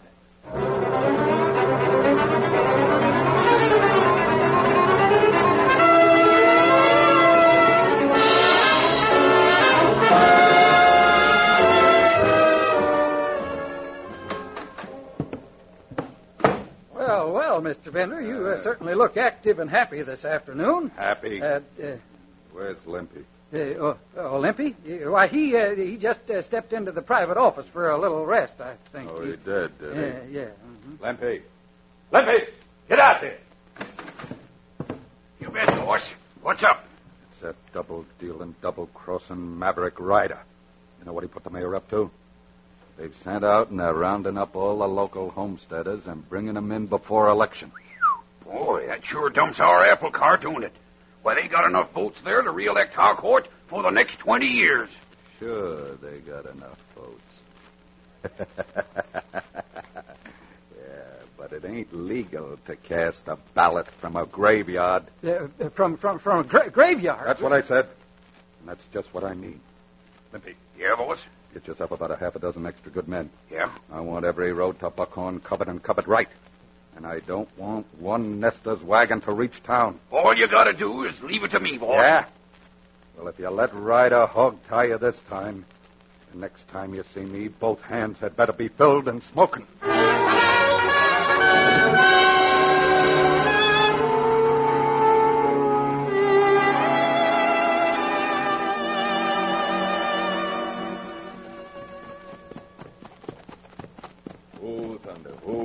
Ryder, I'm a-warning you. If this here's a trick... I think you'll find, Sheriff, that the only people around here who try to trick you are Bender and his gang. That man would kill me if he knew I was throwing in with you. Well, next time, don't be fool enough to gamble with a man like that and get in a spot where he can give you orders. Oh, Red Ryder, see him down there? There come Homesteader's wagon. I see them, Little Beaver, and I must say they sure look realistic. Now, you know what to do, Sheriff? Nah, doggone if I don't. If they do like you say they will. Now, don't worry. Chris worked for Ace Hanlon too long not to play the game his way. Red, there they come. Bender and his gang. Here they come, and here we go. Get him up, Papoose. Get along. Kick up that dust, Thunder. Head for that road. Come on, Thunder.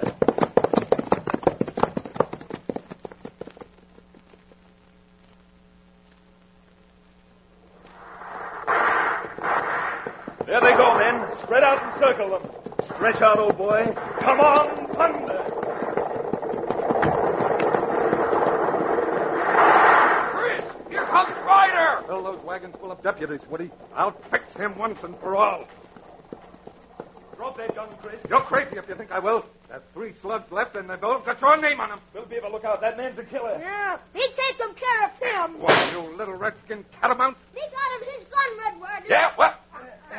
That's one notch you're not going to put on your gun, but here's a nice big notch for your jaw. All right, Sheriff.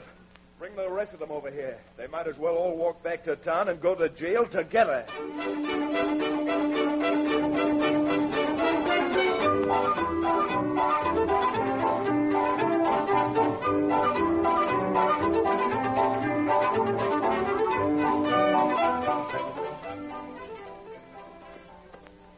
Steady, Thunder. Ooh.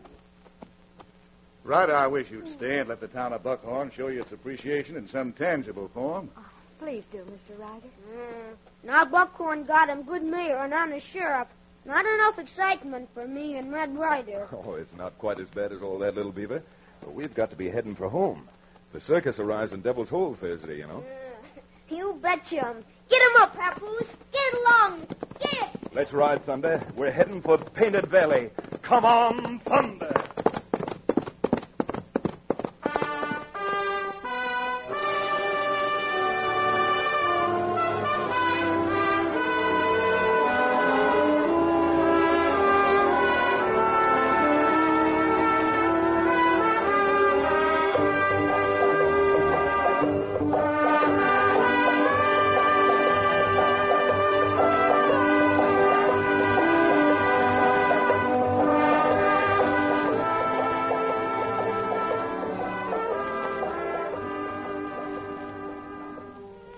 Cleaning up the town of Buckhorn and ridding it of roaring Chris Bender almost had America's fighting cowboy stopped for a moment. But with Mayor Harcourt back in office again, Red is pushing on for the circus at home. A circus replete with clowns, tumblers, wild animals, daredevil trapeze artists, and, well, be sure to be with us next time when Red Ryder and Little Beaver come face to face with a certain death Glade Slavens warns them will be their fate if they interfere.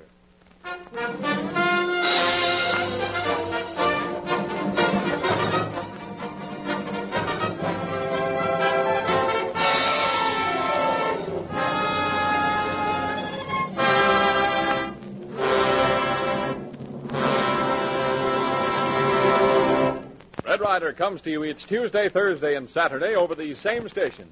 Tune in again Thursday at 7:30 p.m. Red Ryder is presented for your enjoyment by Langendorf, bakers of the bread that stays deliciously fresh longer.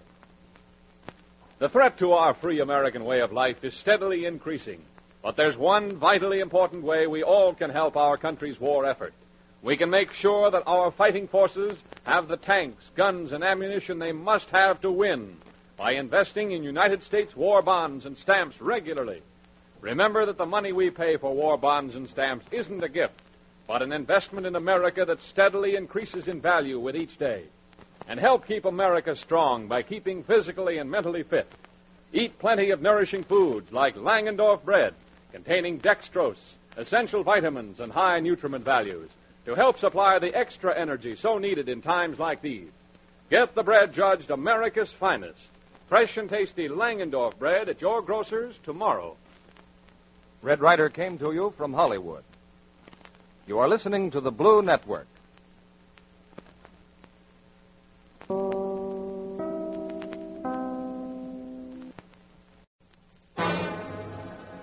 out of the West comes Red Ryder, America's famous fighting cowboy.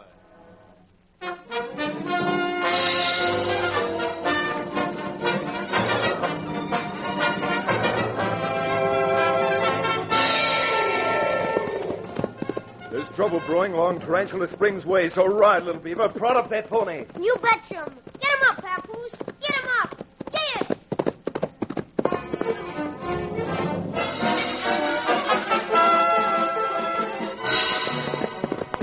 Come on, Thunder. Hit that trail.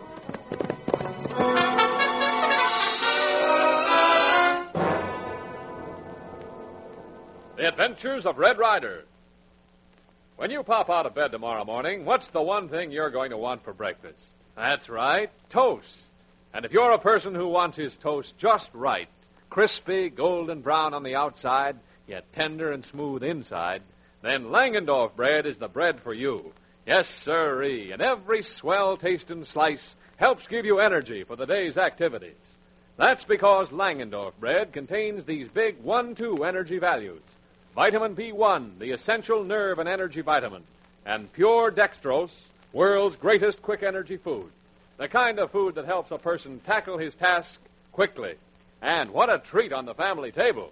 Remember, baking experts judged Langendorf bread America's finest for taste-tempting flavor, smooth, creamy texture, and wonderful lasting freshness. So, for goodness sake and for energy's sake, always reach for fresh and tasty Langendorf bread at your grocer's. It stays deliciously fresh longer.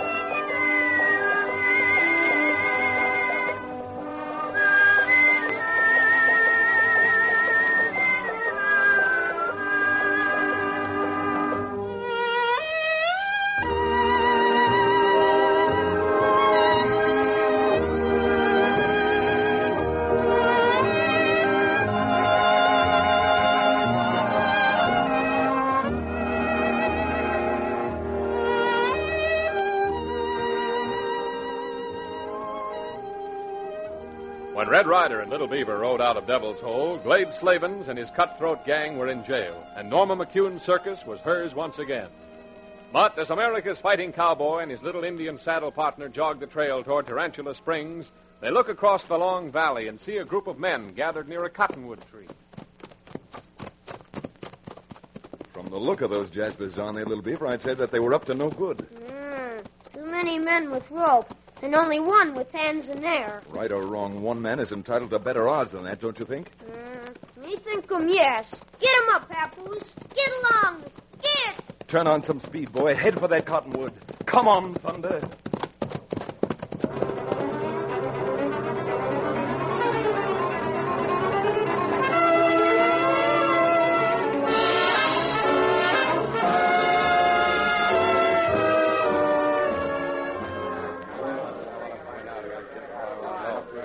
Just a second, Mitch. Let's see if he's got any last words. What's the good of saying what I said before all over again? Just because somebody's running off your cattle doesn't mean it's me who's been doing it. It sure doesn't. But you still ain't explained why I was missing cattle only the night you were supposed to be night hawking the herd.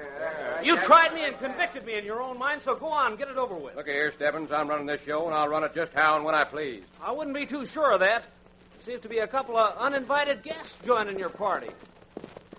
Yeah, it's a puncher in a red shirt and an Indian kid. What are they poking in here for? Howdy, Vince. Oh, Thunder. You looking for something, mister? I wasn't when I started, but I think I found something. Red Ryder. Oh, look, that man, your old friend, Cliff Stebbins. Well, I'll be doggone. Someone initiating you into a new lodge, Cliff, or is this just a surprise party? Stay right on that horse, Redhead. Turn him around. Get out of here quick. I'll be mighty glad to oblige, but my friend is leaving with me. You think so? Unless you start pounding leather, none of you is going to be leaving, and that is under your own power. Never did hanker after cattle thieves, and I'm not making any exceptions now. Did you steal any beef from this man, Cliff? I told him 100 times I didn't. They got any proof against you? Now, see here. I haven't much use for a rattler who'd take the law into his own hands, so you might as well save your breath. Now, Little Beaver, untie Cliff's hands. You betcha, Red Ryder. You take one step toward him, there'll be a dead Injun here. You heard what I said, Little Beaver. You betcha. Why, you... I've got 5 more slugs left in here, and you've only got 1 more hand. Yeah, well, I know what to do with it. Now, next time you choose a man, make sure you don't lead with your right. All right. Now, the rest of you unbuckle your belts and drop them. Come on, quick. We got him cliff loose, Red Ryder. Good. Now, both of you hit leather. And if I were you, gents, I'd stand frozen like that until we're out of sight. Now, front up those ponies. Start making tracks, boy. Get him up. Get it. Pound that dirt, fella. Come on, Thunder.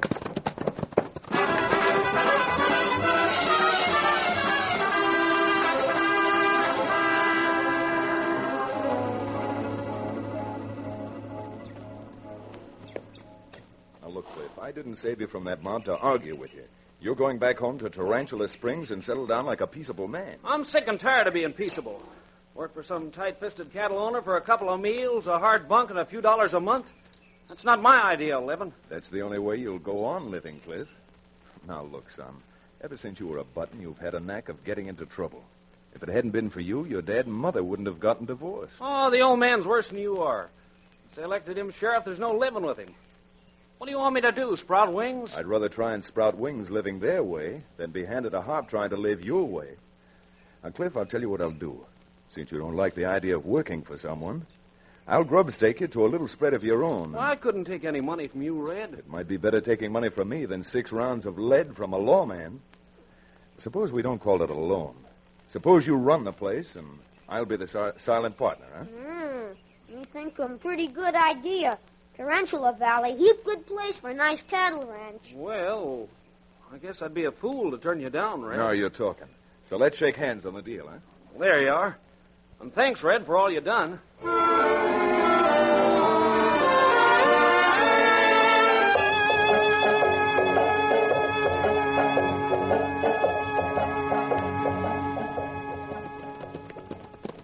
Oh, boy. Hold it, Thunder. Well, here we are, Cliff. I can see your dad through the window in the sheriff's office. I don't think Pop's going to be any too glad to see me.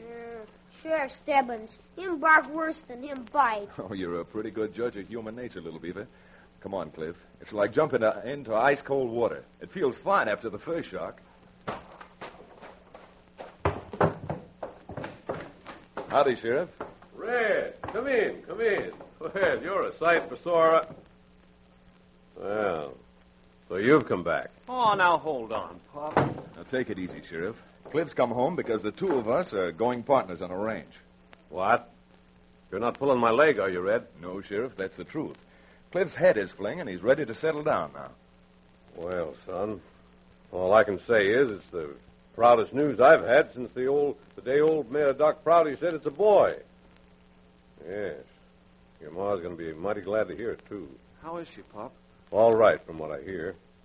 Seen her only once since the day we had that argument over you, and she left me. Well, Cliff, why don't you leave your blanket roll here and ride over and see your mother? I'll get a couple of rooms for us at the hotel across the street and meet you there later. Well, fine, Red. I hate to keep saying this over and over, but you're one great guy. Why are you staring at me like that, Red? Because you don't look like a man whose son had just come home. You're trying to hide something, Sheriff. Now, what is it? Mrs. Stebbins sick? No, it ain't that, Red. The boy's mother's fine. Well, here. Read this letter I got just this morning from the warden of the state penitentiary. Why, they must be crazy pardoning an outlaw like Laredo Jim Flagger. Crazy or not, they've done it. It's cartwheels to Cruller. He'll be back in Tarantula Springs and on the prod for trouble before he can bat an eye. And I thought when I testified against him 4 years ago that I'd never see him out alive. Red Ryder, why are you so worried about this man? You're not afraid of him, are you? No, little beaver, I'm not afraid of Jim. That is, not afraid for myself. You see, it was Laredo Jim who got Cliff into trouble when he was just a boy. Yeah? Now you know why I had that funny look on my face, Red. You walking in here with a boy like you did, just on top of that letter. Do you realize what it means if he gets mixed up with this Laredo Jim again, and me, his father, sheriff? Let's not cross that bridge until we get to it. Meantime, it seems to me, with Cliff back home, maybe you and Mrs. Stebbins can straighten out your personal affairs. Yeah, I'd sure like to, but you know how mothers are. She's never been able to see anything but good in that boy. Sometimes, well, maybe we both learned our lesson. Come on, little beaver. We've got to go to the hotel and clean up. After that, there's a gent I've got to see, if he dares to come back to town.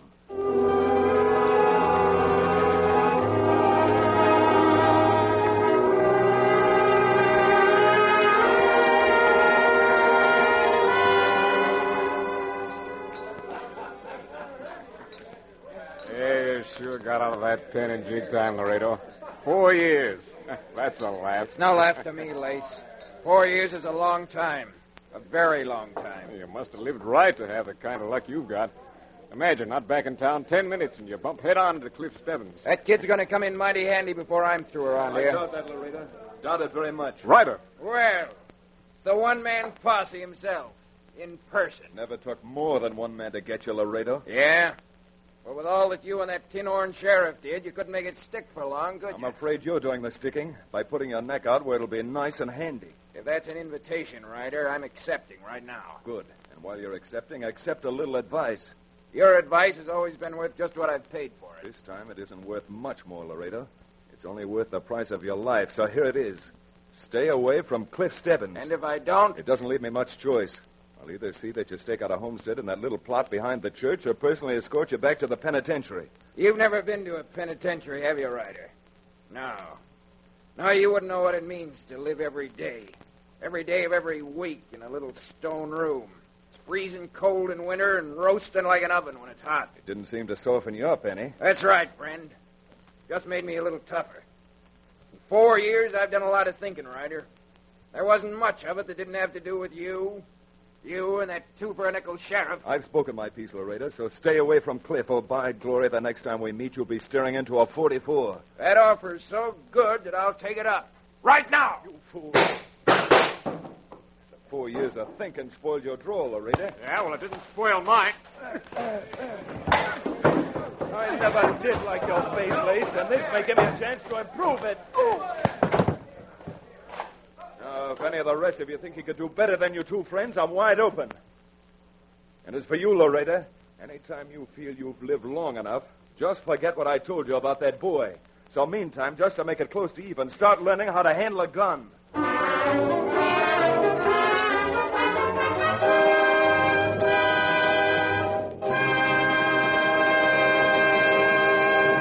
We return to the adventures of Red Ryder in just a moment. But first, answer this question quickly. What's the sixth letter in the alphabet? It's F, as in fresh. And that word fresh has a world of meaning to the thousands who pack their lunchboxes with delicious Langendorf bread. The bread that stays deliciously fresh longer. Hours after packing, tasty sandwiches made with Langendorf bread are still fresh, tempting, delicious. But it's a treat. Langendorf bread with delicious slices of meat or spread with orange marmalade or your favorite jelly. Fresh and tasty Langendorf bread has an energy claim to fame, too, with its 1-2 energy values. 1, Langendorf bread contains nerve and energy vitamin B1. You can't feel your zestful best without it. And 2, it is made with pure dextrose, world's greatest quick energy food. Of course, this tremendously popular bread contains those healthful nutriments, carbohydrates for body fuel, proteins for building muscle, and necessary minerals. So, Dad, and you youngsters, too, ask Mother to pack your lunchbox with sandwiches made of Langendorf bread, judged America's finest by baking experts. Always reach for fresh and tasty Langendorf bread at your grocer's. You'll like it.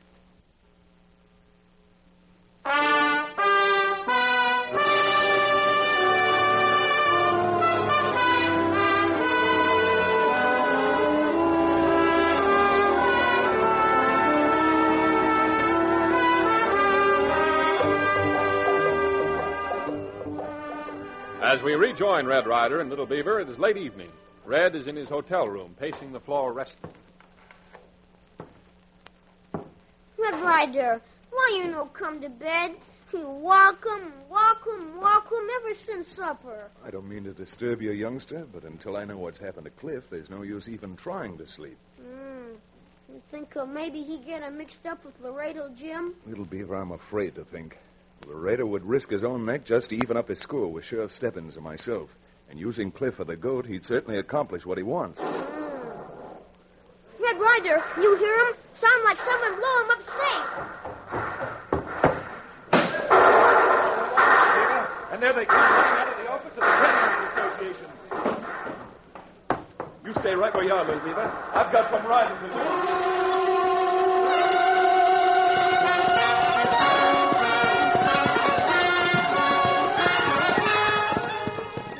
Head for them hills, boys. Then scatter.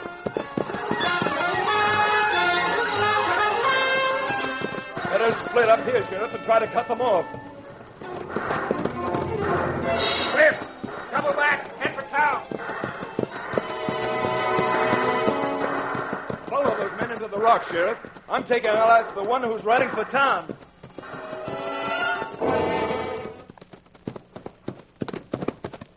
Come on, Thunder, get after him. Burn up that dirt, fella. Better hold it, mister. Your back makes an awfully good target.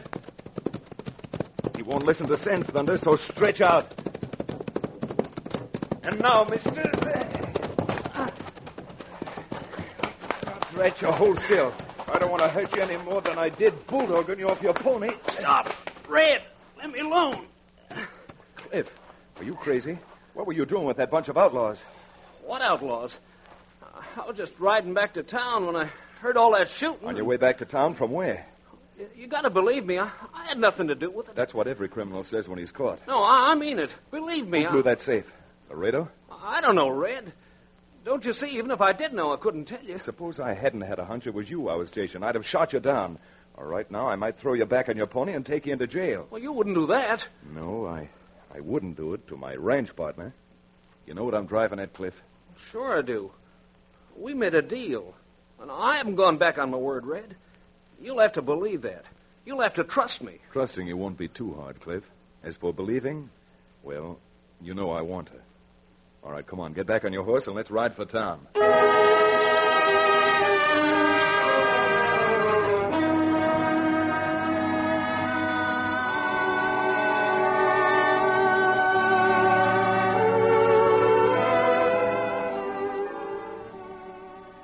Come on, little beaver. Wake up. Wake up, son. What's the matter, Red Ryder? You find the men who robbed Cattlemen's Association? No, son, not yet. But it's time to get up and have breakfast. Whoopee, you saying breakfast? Whoopee, I say I'm breakfast. Now, come on, get up. I've got a little job for you to do. What do I have to do? Well, you and I are going to try to fix it up so Cliff's mother and father forget their difficulties and get back together again. Sheriff and his lady, they both pretty stubborn. That stubbornness is only on the surface. They have just as much affection for each other today as they had when they were first married. So haul yourself out of that eiderdown and let's get this job done before I light out after Laredo Jim Flagger for the last time.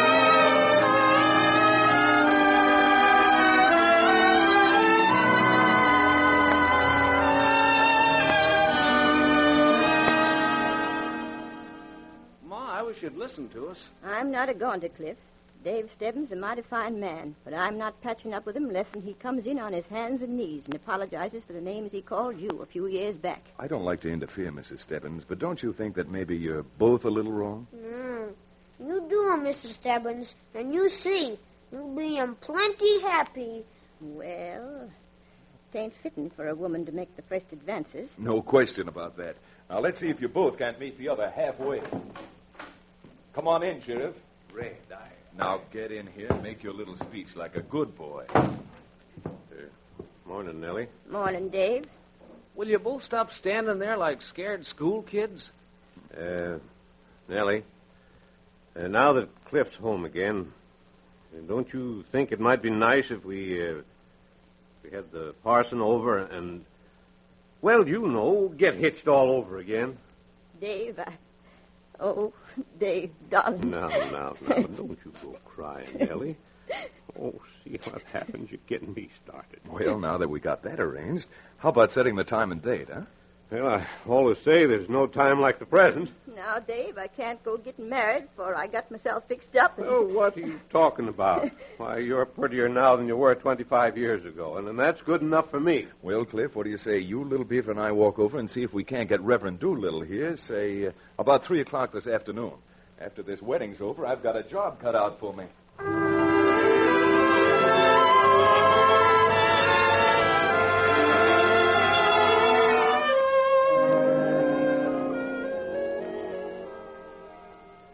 Look here, Laredo. I told you it's not safe for us to hide too close to town. Will you shut up? No, I won't.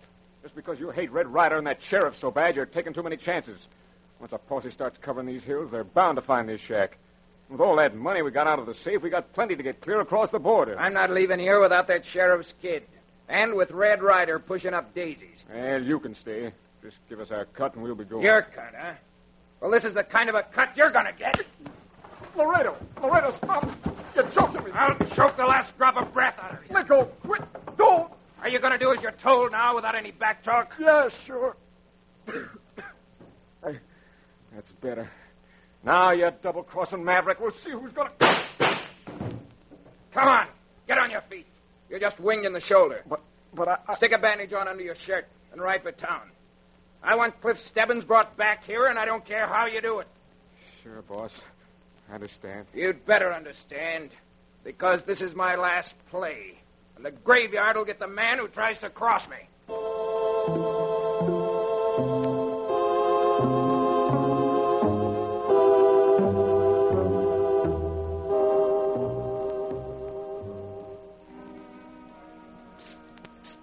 Cliff. Hey, Cliff. Lace. What do you want? Look, Laredo wants to see you. Well, I don't want to see him. Oh, yes, you do.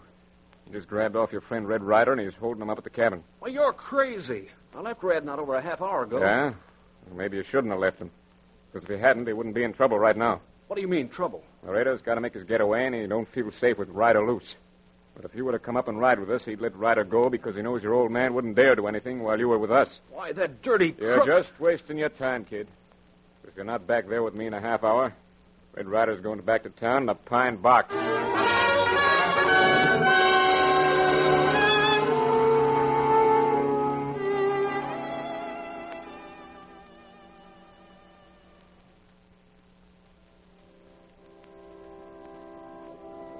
Now, Nellie, you'll have to calm down. Dave, I tell you, something must have gone wrong, or Cliff would have been here long before this. I'm sure he's all right. He probably doesn't realize what time it is. Now, why don't you go ahead and have the ceremony and get it over with? I'm sure Cliff will be here before it's ended. Sheriff. Yes, Reverend? I can't wait much longer to officiate. I'm a little late now for another appointment. Someone's very sick and needs me.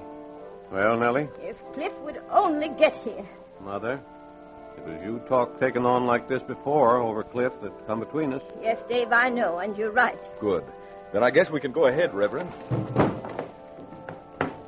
Red Ryder! Red Ryder! Whatever it is, little beaver, it'll have to keep until the ceremony's over. Oh, no can keep him. Just seen him Cliff. Cliff, where is he? What happened to my boy? Little beaver, I told you would have Something's happened to him. I know it. Now, where is he? Well... All right, son. You spilled the beans now, so you might as well go ahead and make a clean breast of it. Well, me see him Cliff and that ugly friend of Laredo ride him out of town up to Cabin in Hills. Blast that boy. Just come back to town to use his ma and me as a front. Dave, you say a thing like that again and... Now, hold on. You keep out of this, Ryder. Son of mine or not. If he's mixed up with the men who robbed the Cattlemen's Association, I'm going out and get them. All of them. Put them where they belong. If you do, Dave, we're through. Absolutely through. Luke, you might as well stop playing that organ. Looks like the ceremony is being postponed for some time to come. I'm sorry, folks. When you elected me sheriff, you expected me to do my job, and that's just what I'm aiming to do. I'll see you all later. Just a minute, Sheriff. I don't know where you're going, but I'm riding with you.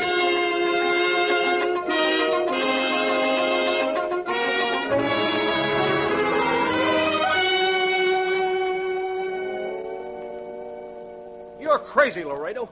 Ryder and my dad will never let you get away with this. Oh, no. I've gotten away with it so far.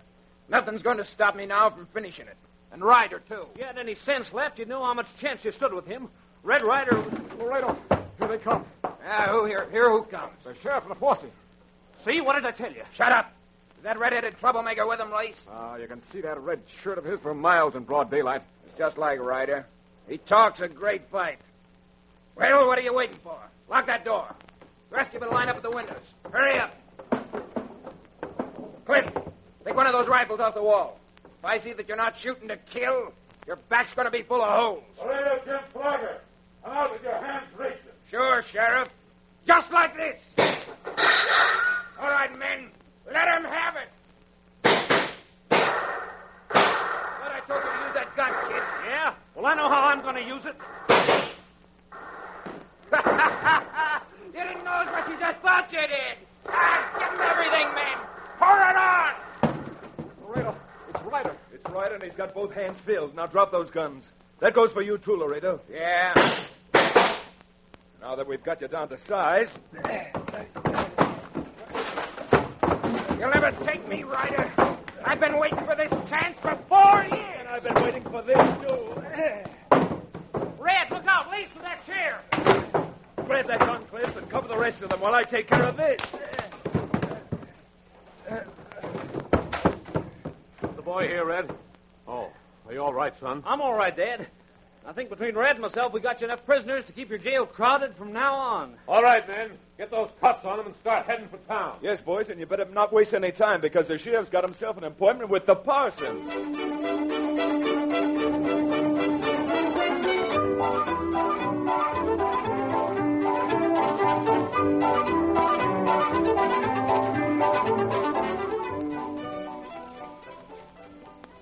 Well, Red, this is the finest spread in the whole county you've bought for Cliff and yourself. I'll let you in on a little secret, Sheriff. I just signed my half over to you and Mrs. Stebbins. What? You see, I'm a little too young to settle down yet. Gosh, Red, you've been a real pal. What do you think you are? Going up to that hideout and risking your life because you thought you were saving me. Mr. Ryder, no matter where you go, I know you'll be all right because a mother's prayers and blessing will be following you on every trail. Now, bless you both. Get him up, Papoose. Get along. Get it. Start running, boy. Make for home.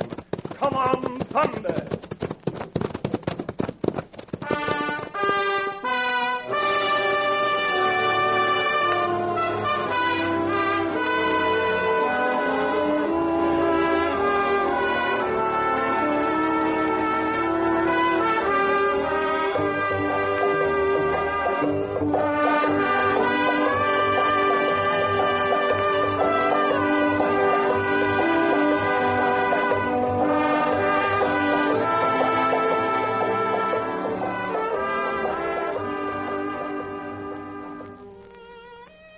Tarantula Springs is a different town now, with the sheriff, his wife, and young Cliff all living on the Open Door Ranch, America's fighting cowboy bought for them. And with Laredo Jim Flagger and his gunmen ready to stand trial, Red and Little Beaver feel as they ride away that they're turning their backs on trouble. But trouble just seems to gravitate toward Ryder wherever he goes. So be sure to be with us when Red Ryder and Little Beaver ride into Elkhorn next time we meet, to settle the score with blazing guns and pounding fists with one of the most vicious criminals in all the West.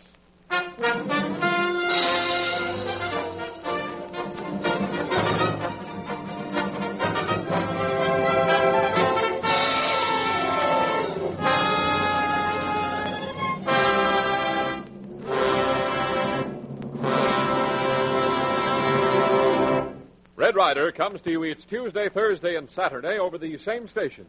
Tune in again next Tuesday at 7:30 p.m. Red Ryder is presented for your enjoyment by Langendorf, bakers of the bread that stays deliciously fresh longer. Today, all of us want to lend a hand to Uncle Sam, and we all can do our bit, whether or not we have any special training. The Red Cross, USO, American Women's Volunteer Services, and other organizations can use the services of all able-bodied men and women from 18 to 50. And we can lend a real helping hand to the men in our armed forces by buying United States war bonds and stamps.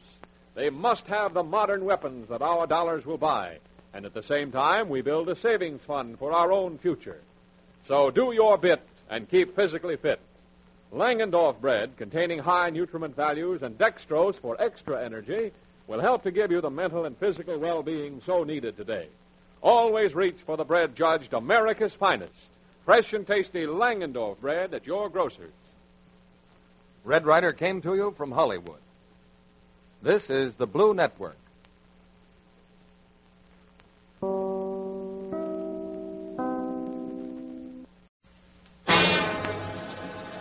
From out of the West comes Red Ryder, America's famous fighting cowboy.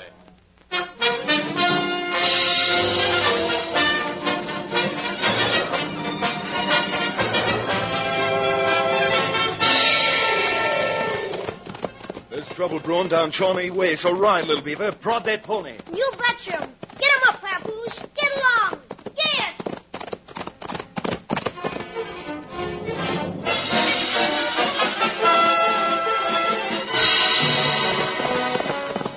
Come on, Thunder. Hit that trail.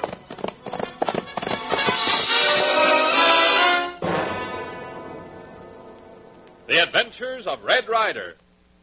Before Red Ryder gallops into action, here's a way to get the whole family moving fast in the morning. Just make that breakfast toast with fresh and tasty Langendorf bread.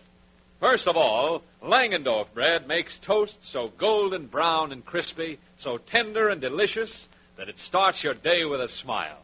And while you're saying, but it's good, you're helping yourself to extra energy for the long day's work. Yes, sir, because Langendorf bread gives you those big 1-2 energy values. Vitamin B1, without which you cannot feel your energetic best, and dextrose, world's greatest quick energy food. Yes, folks, you can't beat fresh and tasty Langendorf bread for tasty toast, delicious, tempting sandwiches, and downright good eating. It tastes so good, stays deliciously fresh so long, that baking experts judged it America's finest. So for goodness sake, and for energy's sake, make America's finest bread your daily bread. Get fresh and tasty Langendorf bread at your grocer's tomorrow.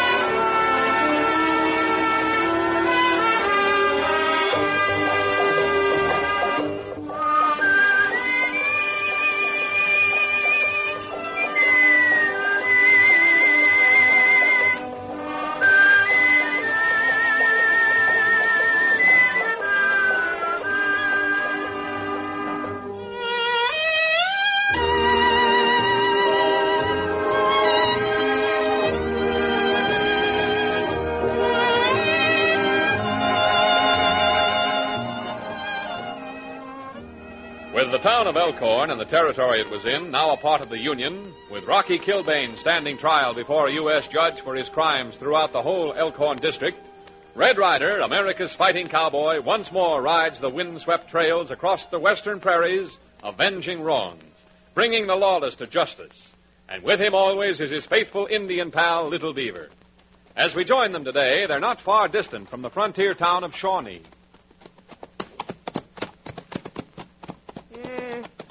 Me think maybe we ride a wild goose chase, Red Ryder. Now, that's something, Little Beaver, which remains to be proved. Ching Hao certainly seemed upset after receiving that letter from his cousin in Shawnee. Ching Hao, him always upset. Him always thinking someone get him in trouble. Well, Little Beaver, if those shots are coming from Lu Sin's restaurant down the street, then Ching Hao knew what he was talking about. Shake up that pinhole and we'll find out. Get him up, Papoose. Get along. Get! Start making tracks, boy. Head right for that trouble. Come on, Thunder.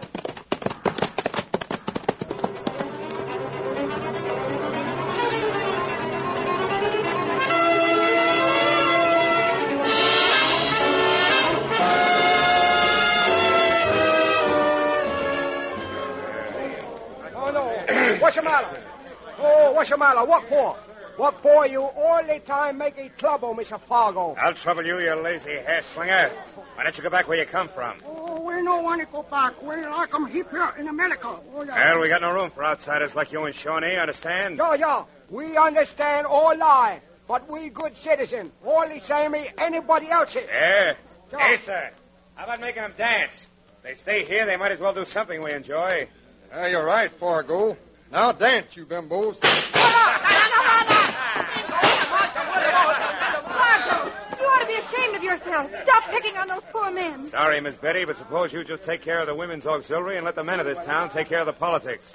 Come on, you two, start dancing. Hey, who done that? Who's the sidewinder that shot my gun out of my hand? I'll tear him apart. Well, start tearing, mister. If you'd rather try with your gun, I'd be glad to see that you get it back. Who are you? What right you got sticking your nose in where it ain't wanted? Who said it wasn't wanted? As long as you're butting in, mister, I got a couple of chips I'd like to throw into this game. Sorry, friend, but it looks like this will be a high-limit game, and I've got a hunch the only chips you've got are yellow ones. And that's your first mistake. This will be your second. Maybe this time 2 wrongs will make a right.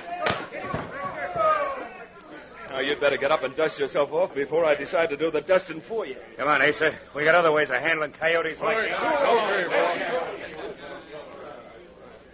You certainly taught those ruffians a lesson. Yeah, you betcha. I'm afraid it wasn't enough of a lesson, miss. That kind needs to learn the hard way. Oh, I beg your pardon. My name's Ryder, Red Ryder, and this is my partner, Little Beaver. I'm delighted, Mr. Ryder. I'm Betty Hopkins. My father operates the bank. Well, Miss Hopkins, when I get through with what brought me here, I may be calling on you. Right now, if you'll excuse me, I've got a lot of unfinished business. Come along, Little Beaver. Me coming. Which one of you men is Lu Sin? Oh, Lucien. Yeah, my name. I call it Lucien. Fine. I'm Red Ryder. Your cousin, Ching Hao, works at our spread as cook. Yeah. Ching Hao, Sam, you catch some plenty trouble. Yeah. All the time we catch him nothing but the trouble, see? You may be so lucky come inside. We maybe talk to you all about it. Oh, maybe so you hungry. We catch 'em heap chop. Plenty good chow for you while we make all the same talking. Yeah. Now, there's a man right after Little Beaver's heart. That's the best offer we've had since we've hit this saddle stop. So how about taking it up before they change their minds, huh?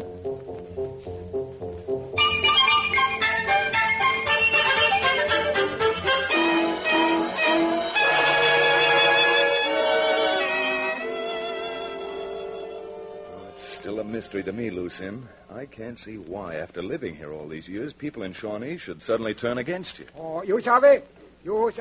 They say we're not a good American. Oh, we're very good American. Work hard, save money, put them in a bank. No, understand. Who was that maverick picking on you when I rode into town? Oh, him. His name, Fargo Vixen.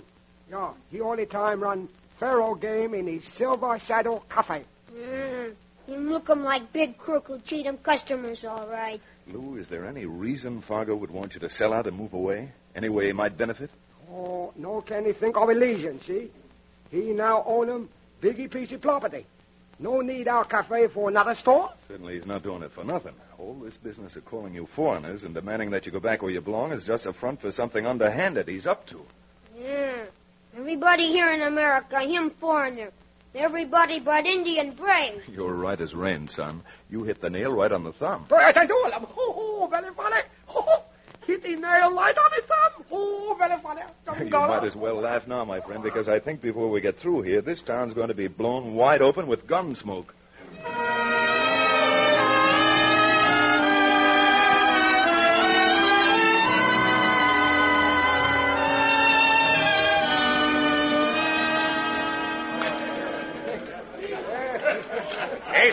Hey, sir, come here. I want to talk to you. Hey, sure, boss. You don't look like you'll enjoy talking much, though. That red-headed cowpoke split your lip wide open. Yeah? Before I get through, there's going to be a lot more than lips split open around here. Come on back in my office. You and I got a lot of talking to do. Come on, get that door open. Take it easy, Fargo. That red-headed troublemaker ain't going to be so easy to handle. Yeah, you can say that again. And if we let him hang around too long, we may miss the boat. Boat? You mean we may miss the train? Never mind what I mean. That railroad agent will be back in town Friday. And if we can't deliver the Chinaman's corner, you know what's going to happen. He'll go straight to them himself. Well, I don't know why they can't build that freight station someplace else. Go argue with the railroad. Once those big corporation guys make up their minds, they don't budge. Well, I don't see why Hopkins don't pay him something and buy the place from him. Hopkins shell out his own dough?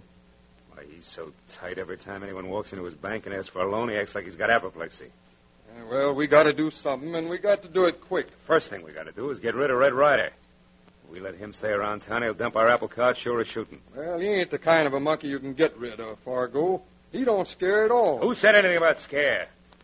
That kind's better off laying nice and comfortable under a headstone. Yeah, and if that's what you want, I'll do the job free for nothing. All right. I don't want any kickbacks on this. You get a couple of the boys and lay for him. I want it to look like he picked a fight. Yeah, by the time he gets through with this thing, it's going to look like he picked 10 fights, all rolled into one. You better make mighty sure he's not the one who walks away. Because with Hopkins ready to pay us $5,000 for getting that corner for him, you may want to live to collect your share.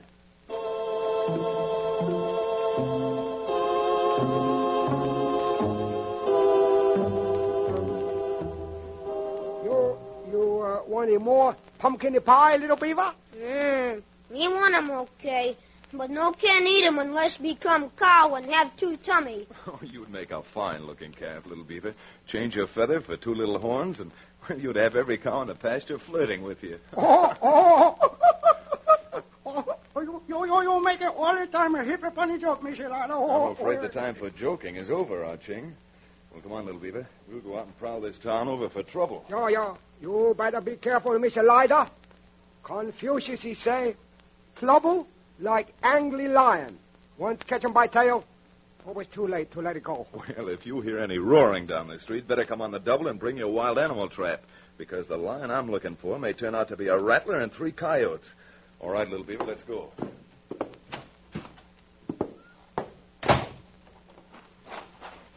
This isn't a bad little town, is it, Papoose? Yeah, maybe so. But town got 'em plenty bad, man.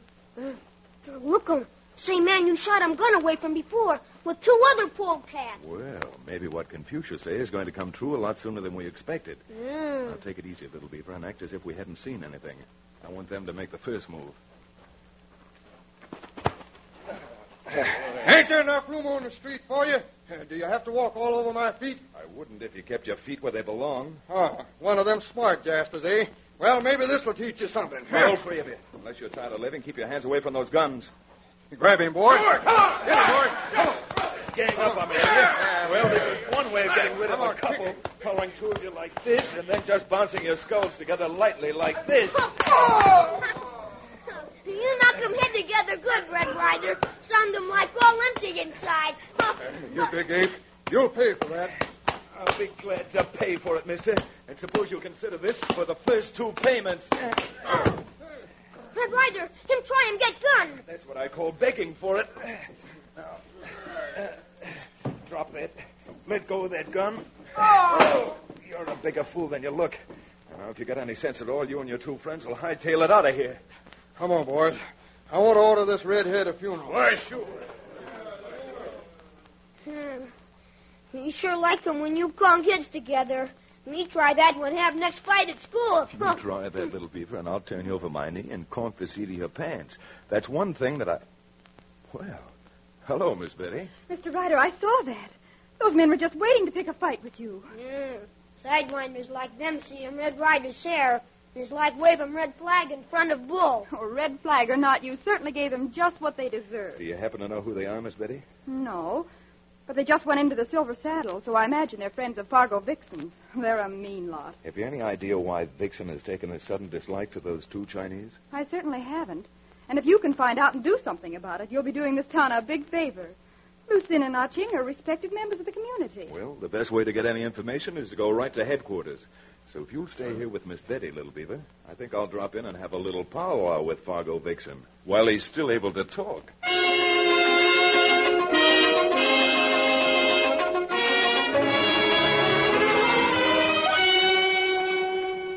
Let me tell you something, Ryder. You're barking up the wrong tree. I wonder. You know, there's some trees some folks might be tempted to use unless you behave yourself.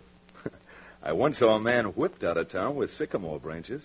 He made a pretty funny sight, Fargo. There are other uses for trees, Ryder. We got some nice pines in the hills around here. They cut down easy. Two men could build a 6-foot box so fast it'd make your head swim. As long as they're about it, you might have had them build 4 more. Because you and your boys will be needing them at the same time. All right, just shut your mouth off, Ryder, and you've had your say. Now, suppose you get up and ankle out of here before you give my place a bad name. Leaving a place like yours is one thing I always enjoy. And I've got an idea that before the week is over, any bad name it might have will be cleaned up along with the rest of the town.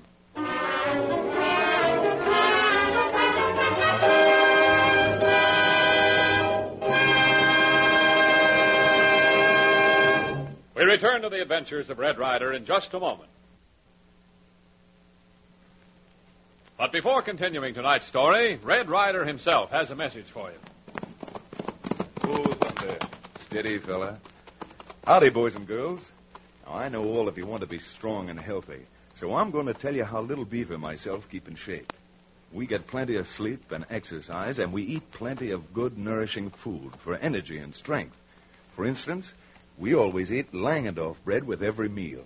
Oh, it tastes mighty good, and it contains the food values folks need for strength and energy. So when you or your mother go to the store, do like Little Beaver and I do and get Langendorf bread. The bread judged America's finest. Well, Red Ryder, when you tell them boys and girls about new Red Ryder Club? Well, that's a big surprise that isn't quite ready yet, Little Beaver. But it's going to be a club that every boy and girl can join without buying a thing. So don't miss a single program, boys and girls, because I'm going to tell you all about the new Red Ryder Club very soon now.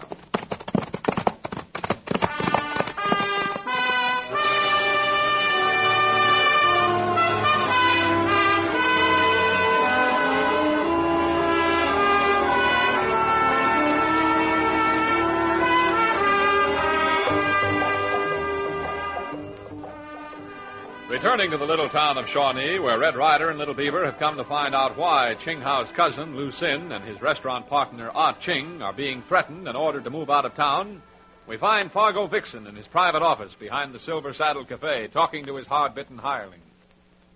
You don't blame it all on us, Fargo. Shut up. I'm doing the telling around here, and if you don't want to listen, we can make it permanent. Well, okay, Fargo, but this thing's got me on edge. You know what Hopkins said. Either we run them fellows out of town or we don't get a red cent. Yeah? Who is it? Me, Fargo. Hopkins. Oh. Now, all of you keep your trap shut. Come in, Hopkins. Well, I imagine you men know what I'm doing here. Sure, Mr. Hopkins. We were just talking about it. Talk. I'm sick and tired of your talking. I want action. By thunder, that's just what I'm going to have. And that's just what you're going to get.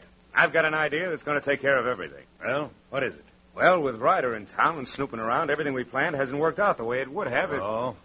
So I figure, why should we lead with our chins? Get blamed for everything. I don't see what you mean. I mean, there are other ways of running those two out of town and taking over their property without us lifting a finger. Just suppose all the people around here suddenly got the idea that this town was no place for a couple of Chinese. And where are they going to get such an idea? That won't be hard. All we got to do is call a meeting. You know how mobs are, like a bunch of sheep. Just let you get up on that platform and tell them it's un-American to have those fellows in the community. They'll do the rest. By Daniel, I think you're right. And the bigger and the bolder the lies you tell, the more apt they'll be to swallow them. Now we're getting places. Why should we risk our necks when gossip and rumor will do the job for us? As the banker of the town, I could probably get up and whip them into a state where they'll run loose in out of town on a rail. Of course you can. And by noontime tomorrow, you'll be back laying $5,000 right here on my desk.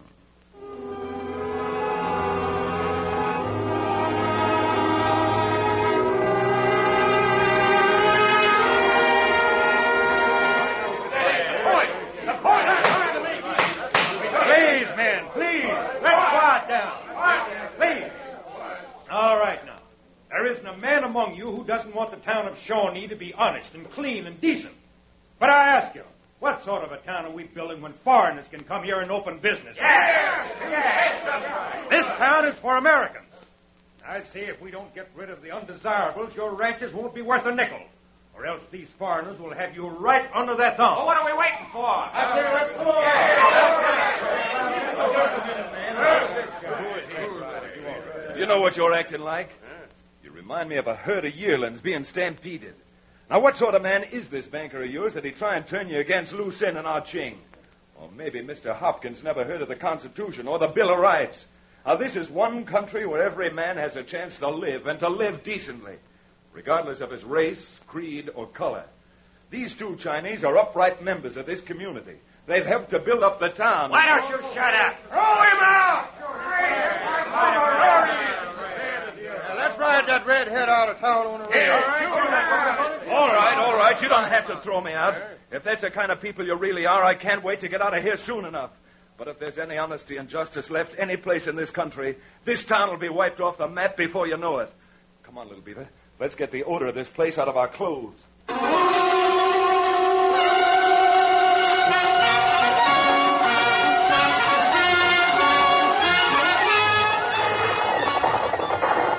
your horses. We're running those foreigners out of town.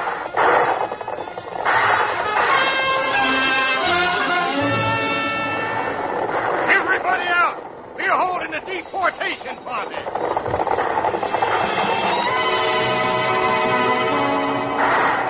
Everybody meet at Porcupine Grove and bring plenty of tar and feathers.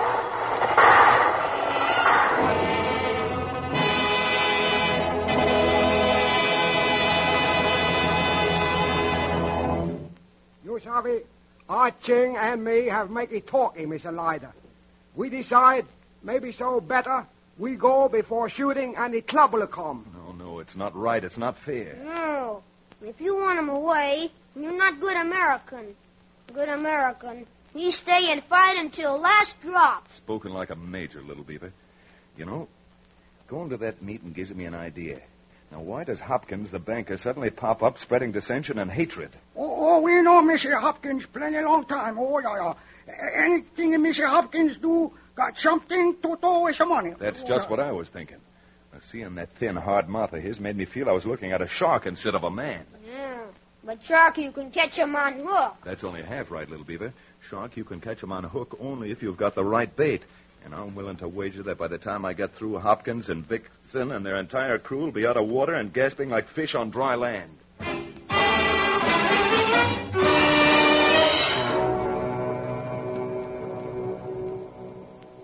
Mr. Ryder, I don't understand. I'd stop and explain the whole thing to you, Miss Betty, except that every second we waste may mean your father's in more danger. What kind of danger? Well, if you must know, I think he's locked in the vault of the bank.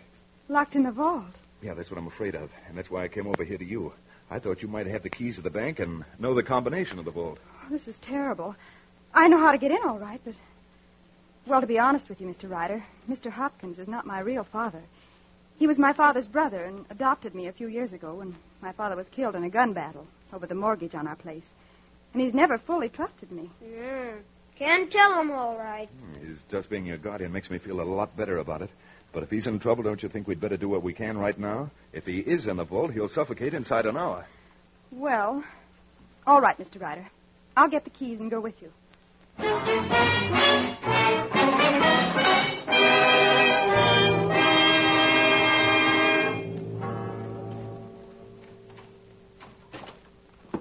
There.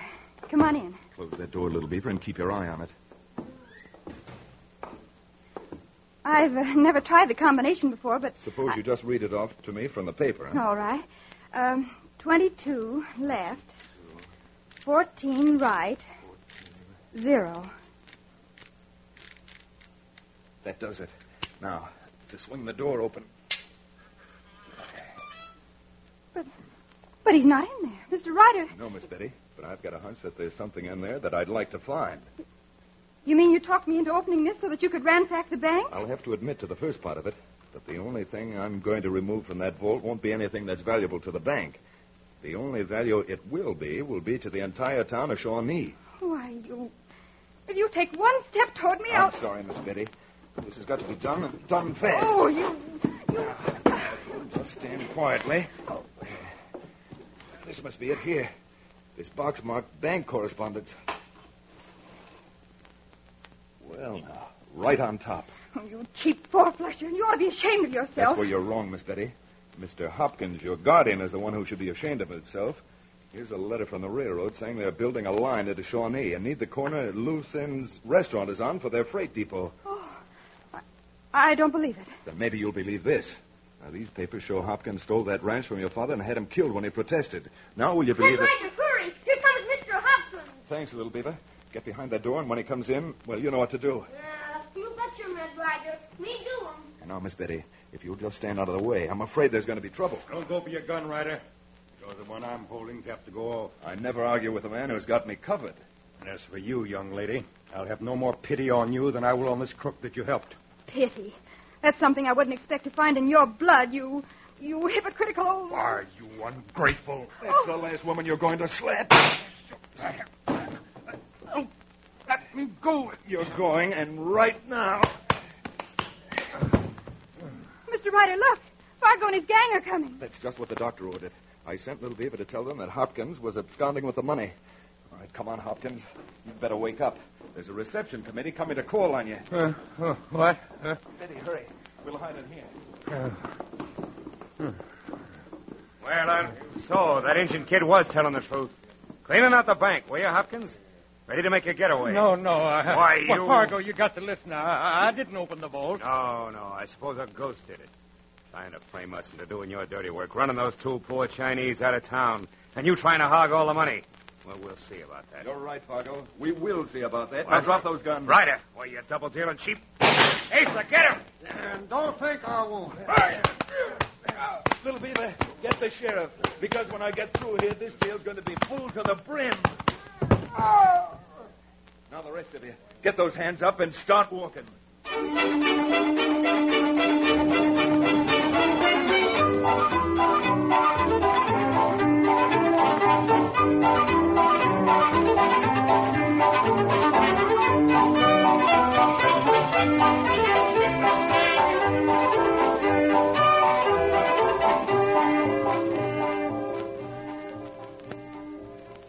You sorry, Mr. Ryder.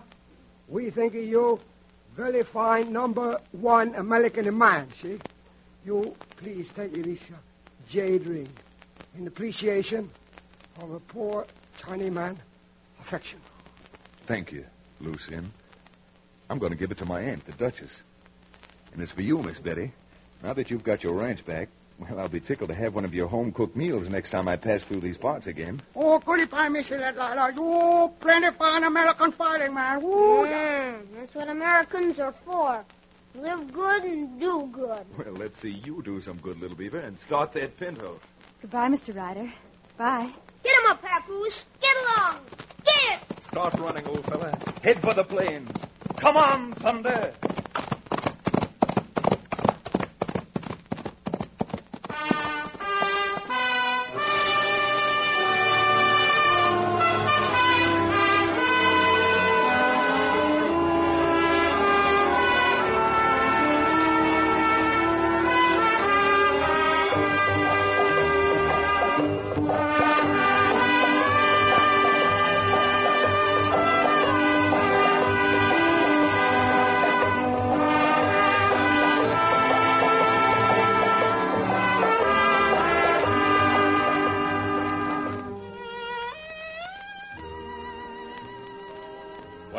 you can see why hatreds and distrust can't last long in this land we're all fighting for today.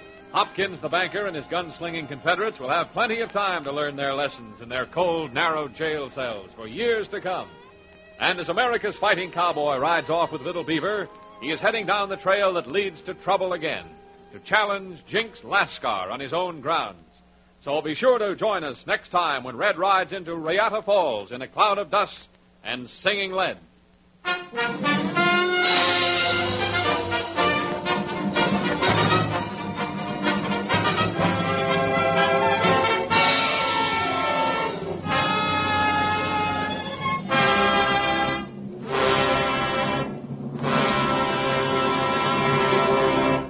Red Ryder comes to you each Tuesday, Thursday, and Saturday over these same stations. Tune in again next Saturday at 7:30 p.m.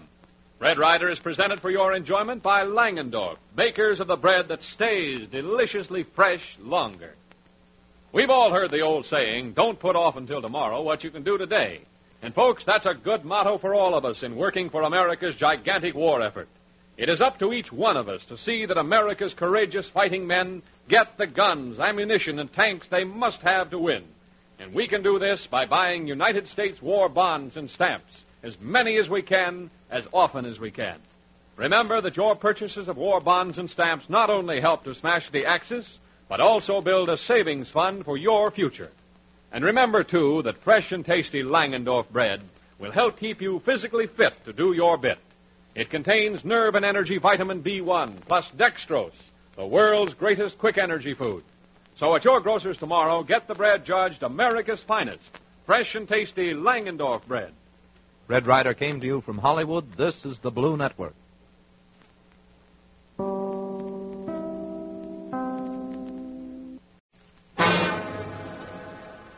From out of the West comes Red Ryder, America's famous fighting cowboy.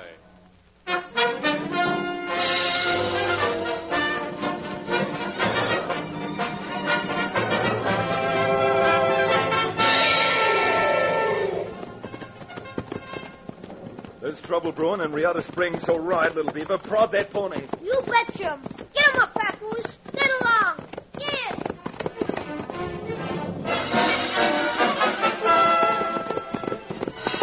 Come on, Thunder. Hit that trail.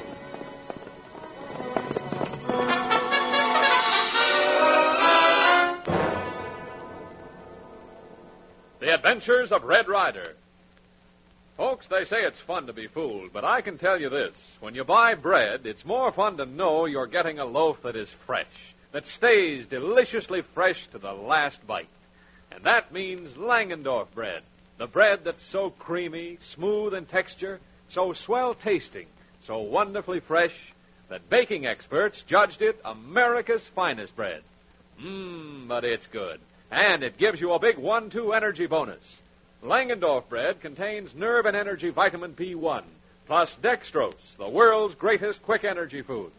So enjoy Langendorf bread at every meal, for crispy, good breakfast toast, and in sandwiches that stay deliciously fresh. For goodness sake and for energy's sake, make America's finest bread your daily bread. When you're at your grocer's, always reach for fresh and tasty Langendorf bread, the bread that does stay deliciously fresh longer.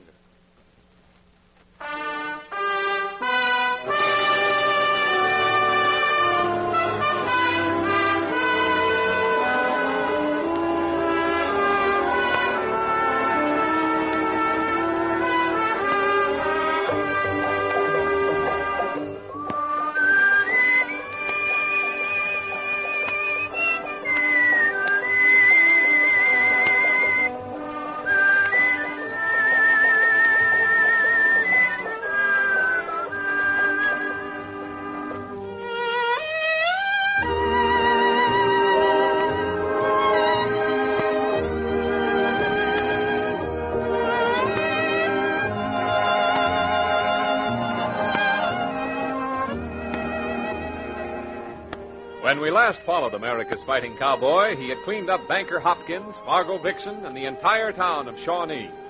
Then, as he and Little Beaver rode for home, they came across one of Red Ryder's oldest range friends, Matt Kennedy and his auburn-haired daughter, Beth, starting down the trail to bring their cattle to market.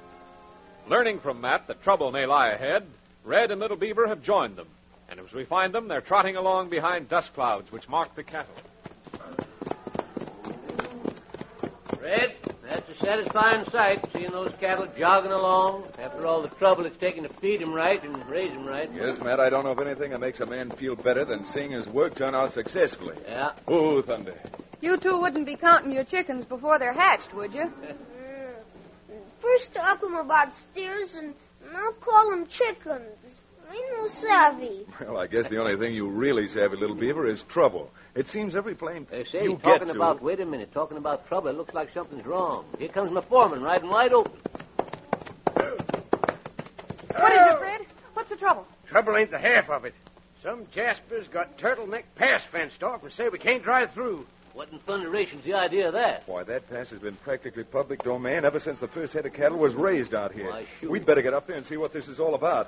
Pound that pinto, Little Beaver. Let's ride. You betcha. Pound 'em up, Papoose. Get along. Get! Let's make this fast, Thunder. Stretch out those legs. Come on, Thunder.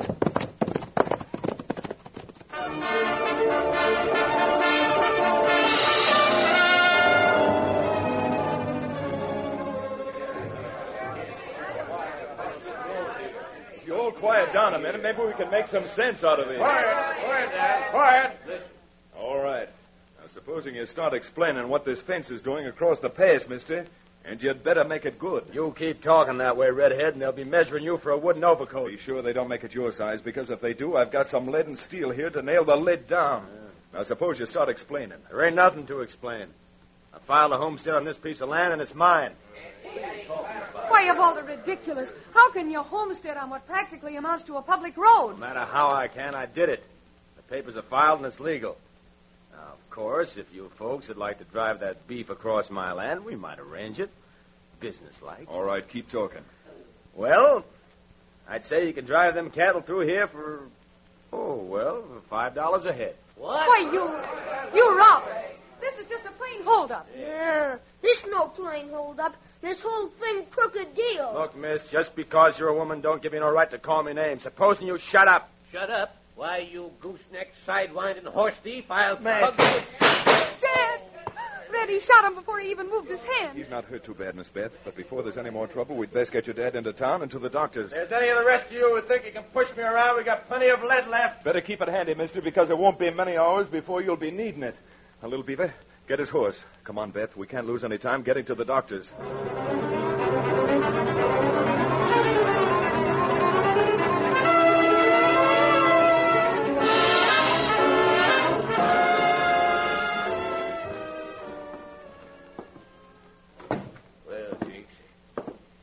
Just like you said it would. I figured it did, Moose, when I saw him carrying old man Kennedy into town. What happened?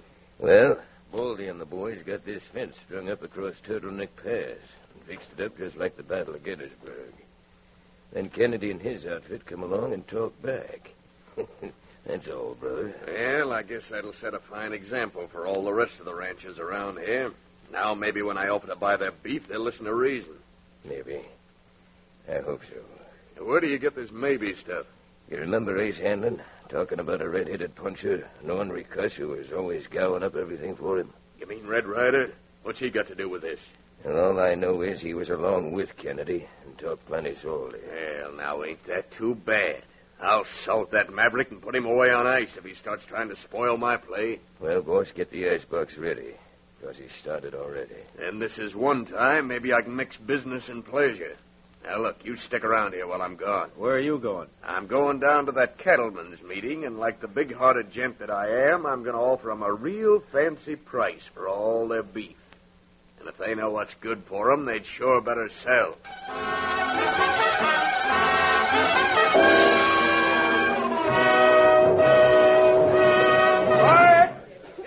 Quiet! Now, you'll have to all quiet down if you want to go on with this meeting. Now, you got anything more to tell us, Miss Beth? No, I guess not. Except that the doctor says, fortunately, Dad isn't badly hurt. But I'll tell you this much. If we take this laying down, we're no better than those gun-toting high-binders who are trying to prey on us. That's the way it is. Quiet down.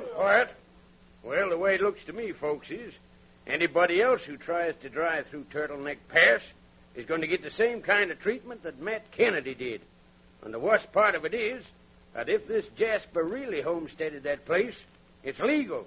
He can make it stick, and we can't do a thing about it. Mr. Grover, I know I'm not a stock man like the rest of you gents, but I do have a stake in the welfare of this community, and I may be able to help you out. Well, if you've got something to say, Jinx, speak your piece.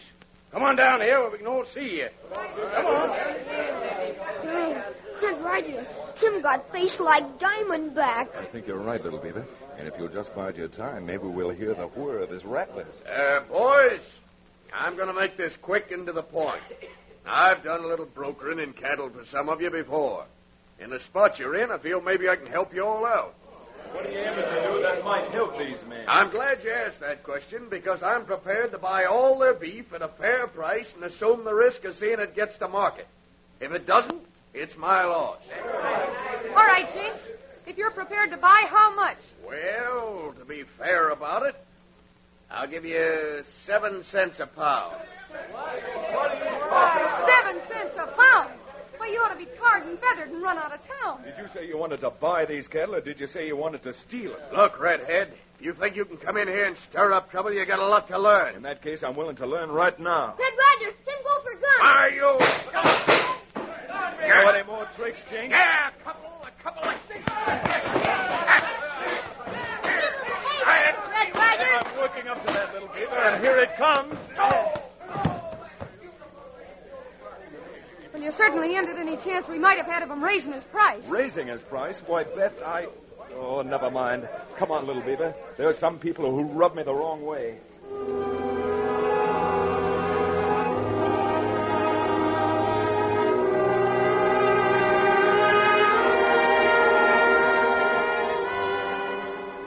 Take it easy, Matt. You're not supposed to get excited. Oh, tarnation. No mealy-mouthed doctor's going to give me orders. This trouble all started on account of me. I guess I'm the fittingest man around here to finish it. Him talking like his daughter. Huh? What's that? What's that you said about my daughter? Oh, he just means that Beth... Well, you know how Beth is. Your dad blamed right I know how Beth is. She got Kennedy blood in her veins, and that means fight. Why, what happened? You and Beth tangled? She called Red Ryder plenty hot name. You betcha. She did, eh? What is the rumpus all about, Red? Well, now that little Beaver's let the cat out of the bag, I took occasion to question Jink Lasker's charitableness in offering to buy all that beef here for chicken feed. Yeah? Well, then what happened? What you think happened? Red Ryder beat the tar out of Big Crook. Well, good for you, Red. You know, I've never liked that ornery, sneak-eyed, no-good, no-how. Oh, but, what does this have to do with Beth? Well, she decided that I spoiled any chances you ranchers might have had to get Jinx to make you a more liberal offer. Oh, she did, eh? Well, Mr. Ryder, all I can say is, may Providence have mercy on your soul. When that daughter of mine gets her Irish up, look out. Well, I promised to stay out of her way, but, well, the thing that worries me is, will she stay out of trouble? Well, I'll give her a good talking to, Red, although I don't think it'll do any good. Right. Now, there's one thing that I'd like you to do for me, Matt. Yes, Red? Well, I'd like your permission to do everything and anything I can to get to the bottom of this and see that your cattle get to market. Mister, you've got it. You've got what them Frenchmen call carte blanche. What do you mean, Red Ryder? Carte blanche. Well, that means Mr. Kennedy has given me a blank check. And I don't think I'm too far from being right when I say when I do fill in the check, it'll be payable to the order of Jinx Lasker and cashable at the Riata Springs City Jail.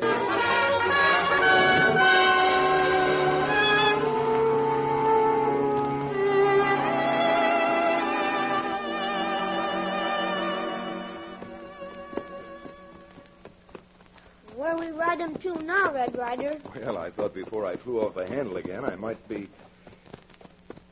doing a better thing if I mosey out and reconnoiter Turtleneck Pass. Yeah.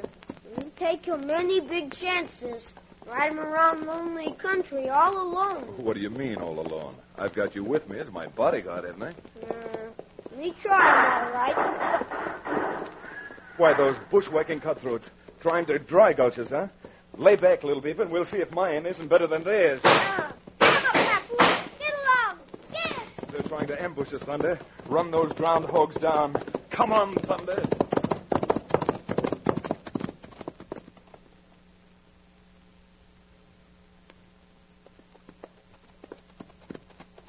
Rain off, little beaver. Ooh, Thunder. Ooh, Papoose. Ooh, those gunmen disappear in heels like magician at circus. I guess you'd call the turn to a T, little beaver.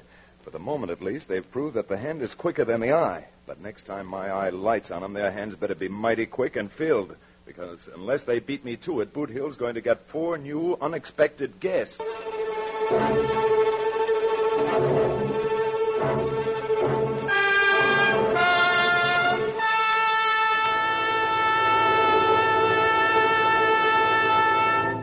We return to the adventures of Red Ryder in just a moment.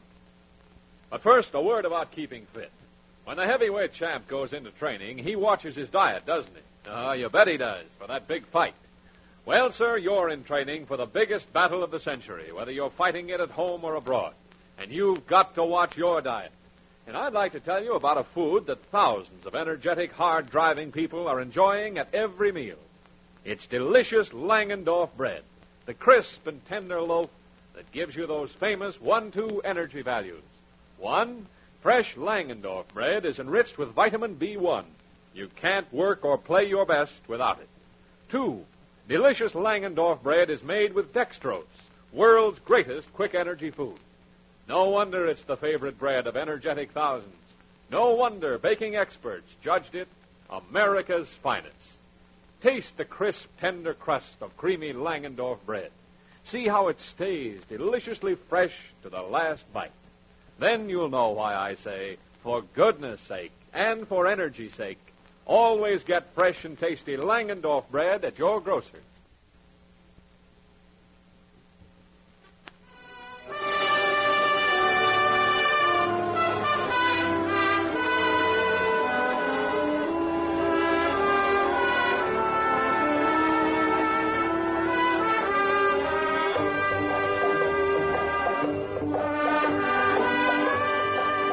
Coming back to the town of Riata Springs, we find Jinx Lasker in his cattle brokerage office outlining his plan of action to his hired gun hand. Come on, I haven't got all day. Pay attention.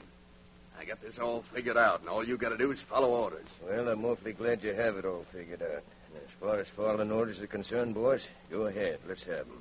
Well, I figured I'd be a fool now to buy their cattle, even at the price I named. I got a better way of owning their herds and not paying 1 red cent for them. Sounds like good business to me. Now, what we've got to do is start a wide-open range war. Then when all the lead's flying, if the cattle sort of wanders off, nobody's going to know who to blame. Yeah, cattle wandering off? Not a bad idea. You know, it sounds mighty easy. It is easy. Now, here's the way it's going to work, Moose. I had you appointed deputy tax collector.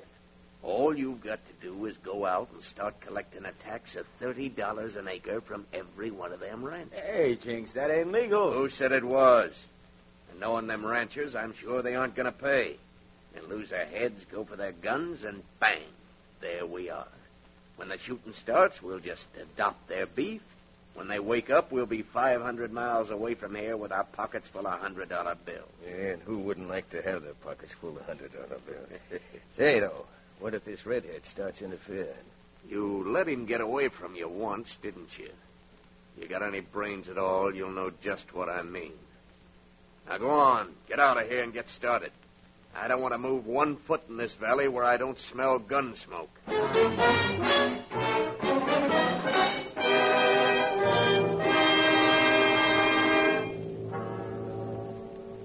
I don't care who you are. You turn your horses around and get off here, or I won't be responsible. Now, look here, miss. I'm just doing the legal job. Now, those taxes get paid or... The only way you'll get paid is with a blast from this shotgun. Now go on, get off my place before I blow you through the gate. Look, kid, if you're smart, you keep your trap shut.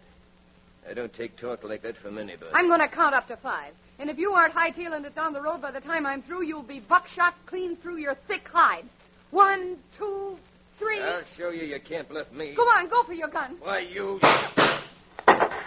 Oh, good. You came here looking for trouble, and mister, you found it. Red Ryder. Well, supposing you just turn right around and get off my place, too. Not yet, he won't. Not before I finish. Suck Red Ryder. Him need it. Him needs more than a sock, but this'll have to do for right now. And don't try to pick up your gun. That mistake would be fatal. You'll see this, and this will get you. I'm an officer of the law doing my job. You'll be sorry you ever heard of me. Get up, Ginger. Come on, get up. If you're waiting around for me to thank you, Mr. Ryder, Now, Beth, if you'd only listened a minute, why, I think we could save a lot of needless bloodshed. if there's anything needless around here, it's you and your so-called help. This town was doing all right before you came along, and it'll be here long after you're Oh, gone. never mind. I'm going right now. Come on, little beaver. We've still got this blank check to have certified.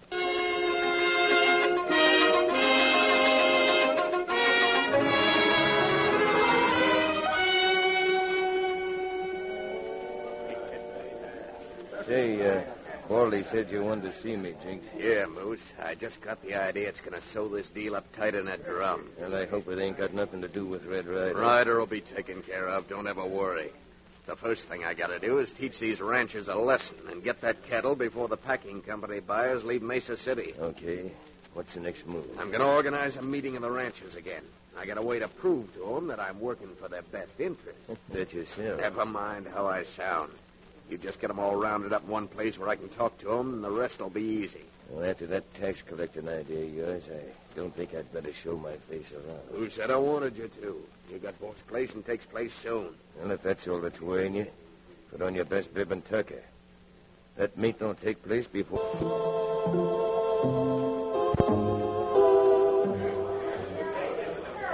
Quiet down, will you? Now, quiet, all of you. Will you men settle down and listen now? Well, wait a minute now. Jinx Lasker has a few words to say. Boys, I guess in trying to help you the other day, I just seemed to get myself in wrong. You bet you did. Fine lot of help you were. Well, so we all start out even. I'm reneging on the offer I made to buy your beef. I wouldn't buy it at any price. Well, then, what's the idea of calling this meeting? Men, I suppose you don't realize it, but if you let this Jasper out at Turtleneck Pass bottle you up, not only will you be ruined, but I'll be along with you. My business ain't worth a plug nickel unless your business is good. By golly, he's right. Now, buying your cattle and trying to drive it through myself wouldn't do any good. That claim jumper out at Turtleneck Pass, legal or not, is just trying to ruin this whole community. I say let's tear those fences down, drive the cattle through, and argue later. That's easy for you to say, Lasker. You wouldn't be taking any of the risk. That's where you're wrong, Miss Kennedy. I'll take as much risk as you do.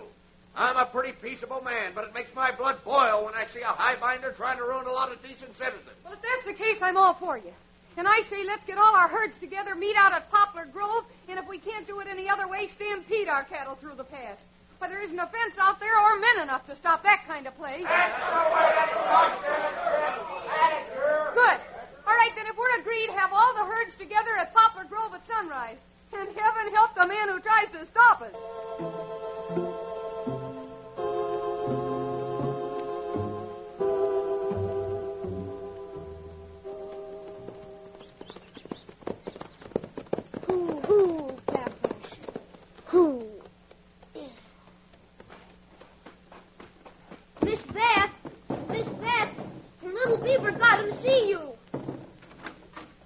What's the trouble? What brings you here at this hour of the night? Oh, we got him heap trouble. Red Ryder tried to cross through Turtleneck Pass and get him shot. You mean that Red was killed? Oh, not killed yet, but him pretty bad hurt. Best thing you do, grab horse and come with me. Oh, this is awful. Well, just a minute, little beaver. I'll get a jacket and we'll ride together. Better make him hurry, Miss Beth. Who knows? Maybe we got him there too late.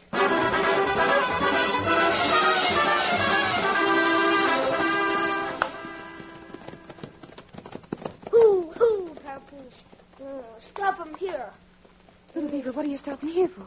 Certainly you wouldn't leave Red Ryder lying out here on the rocks. He left him here on the rocks, Miss Beth, but not lying down. Red, I thought you were... I know what you thought, but I had to get a hold of you somehow and talk to you. Well, of all the rotten, cheap, lying tricks... now, miss, this time you're not going to spook me off with another of your tongue lashings. I promised your dad I'd see this thing through, and by glory, I'm going to do it. Well, you better do it. After all, what's happened already is all your fault. Let's place the blame where it belongs after this thing is over. But if you and those ranchers try to stampede your cattle through that fence at sunup, some of the cattle may get through, but there won't be a rancher in this valley whose life I'd give 2 cents for. What good selling cattle if no live to spend money. I did something this afternoon I should have done 2 days ago. Oh, really? You mean that it's possible for the great Red Ryder to have made a mistake? If you could be as wrong as you are, is there any reason why I can't slip up now and then? Now, look, Beth. I telegraphed the capital to see if the property at Turtleneck Pass was ever homesteaded. I just got the reply. You did? What did it say? That property belongs to the county and nobody else. That man up there is just bottling you up so somebody else can pull a squeeze play. Well, why didn't you tell us? Well, I tried to get in touch with the sheriff at the county seat, but he's out of town. I knew the ranchers wouldn't listen to me, so I had Little Beaver trick you into coming up here in the hope that you would stop them before they started the stampede. Yeah. Oh, look, Red Ryder. Sun come up now. Starting over hills. Oh, this is awful. It's over 4 miles to Poplar Grove, and whether I'm there or not, those men won't wait. They certainly won't. From the sound of that, the stampede has started and heading for Doomsday. Oh, Red, we got to do something. Whatever we do, we can't do it sitting here. Here, Thunder. Steady, fella. Right, up we go. Now, turn those ponies and pound that dust. This is the toughest job a man ever had. Get up, lady. Start him going, Papoose. Pound him dust. Get! Don't let me down now, Thunder. Burn up that trail. Come on, Thunder.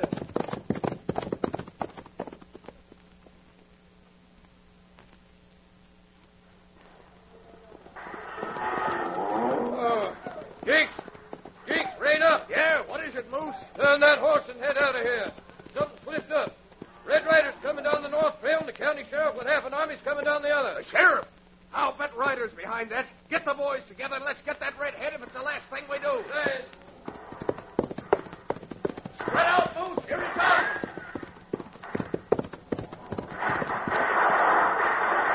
Ryder, I'm getting behind this rock and writing you a one-way ticket to Boot Hill. You'll never get me, Ryder. Why don't you come out in the open like a man?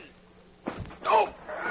You got behind me, huh? Is this out in the open enough for you? You'll never take me alive. You've got to stay alive to enjoy that homestead you staked out. But this one won't be in Turtleneck Pass. It'll be in the federal prison for the rest of your life. No!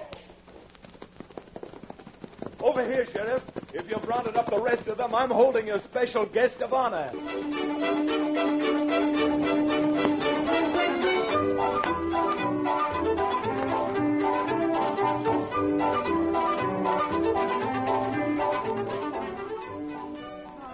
There's no use apologizing to you, Red. What for? We're in a place where everyone's entitled to his or her own opinion, and as far as I'm concerned, well, all the apology I need is to know that your dad will soon be back running the ranch again. The doctors say Mr. Kennedy needs special diet, so maybe you can ride over to Painted Valley, and we have Ching Ao fix some plenty good chow. Little Beaver, that's the best idea I've heard in... Well, at least since Red had the idea of wiring the sheriff. As long as we're talking about good ideas. How about heading for Painted Valley ourselves, Little Beaver? We've got to get that guest room in shape. Yeah, you betcha. Get him up, Papoose. Get along. Get! So long, Miss Beth. Head for home, Thunder. Let's ride. Come on, Thunder.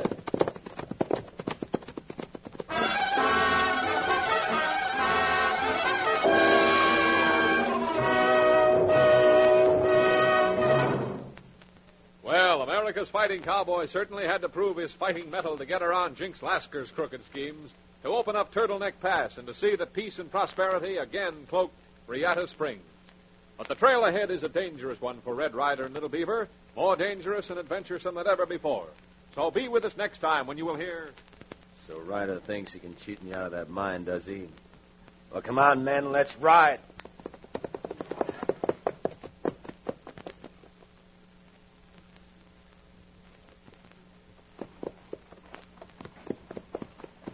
We get him Bulldor to town okay, Red Ryder. I wish I felt the way you do, Little Beaver, but I'm not going to feel safe. Back the wagons. They're going over the cliff.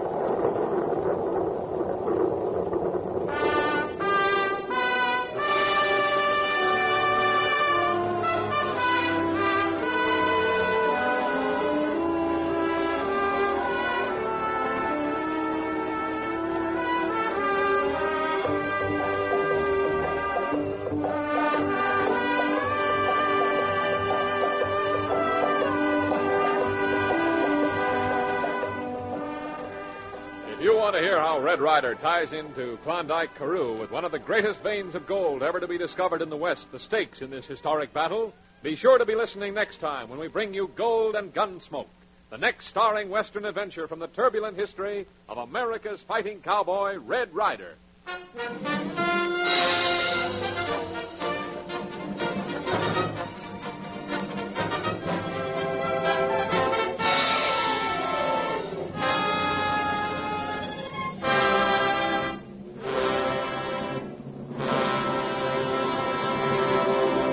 Red Ryder comes to you each Tuesday, Thursday, and Saturday over these same stations. Tune in again next Tuesday at 7:30 p.m. Red Ryder is presented for your enjoyment by Langendorf, bakers of the bread judged America's finest. These days, it's natural for every American to feel the urge to get a gun and start for the front. But you don't have to be on the firing line to help win the war. Our national defense organizations have literally dozens of jobs you can do. They need map readers, typists, clerks, telephone operators, entertainers, storytellers, and many others. So go to your local Red Cross, Civilian Defense, or USO headquarters and volunteer for victory. And be sure you're physically fit, able to do your bit. Langendorf bread, made with dextrose for extra energy, plus essential vitamins and proteins, will help safeguard your health and give you the mental and physical fitness so needed today. Always get the bread judged America's finest. Fresh and tasty Langendorf bread at your grocer. Red Ryder came to you from Hollywood. This is the Blue Network.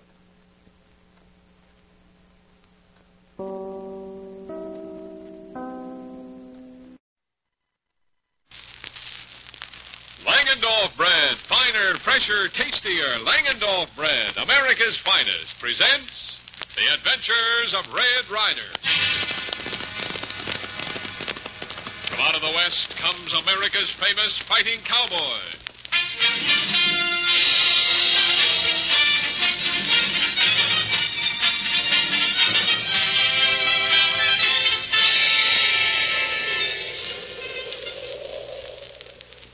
Rowdy, Dunham, this storm. I'm freezing. I can't go a step further. You can't, eh? Did you hear that? Them wolves. Stop here and they'll get you sure as you're still breathing. Come on, Dunham. Leave the fool alone. Maybe the wolves are going to get him, but that ain't no reason for us to freeze to death. There are thrills and chills galore in tonight's Red Ryder adventure, as you probably already guessed from our little preview. But before turning back the cover on Treacherous is the Wolf, tonight's Western classic adventure yarn, I'd like to mention another classic. A different kind of classic, boasting 52 years of popularity. And that's Langendorf bread. Fresh, flavorful Langendorf bread. Practically a tradition for thousands of people who enjoy it with every meal. Yes, for over 50 years, the bakers of Langendorf bread have been perfecting the loaf that's finer, fresher, and tastier from the first to the very last slice. They've discovered just which top-quality ingredients give Langendorf bread the most flavor, which baking method makes it lighter in texture and keeps it fresher longer. Above all, they've found out how to perfect Langendorf bread for not just one, but all bread-time uses. Plain, toasted, with any spread, and in sandwiches. So enjoy this fine tradition in fine eating.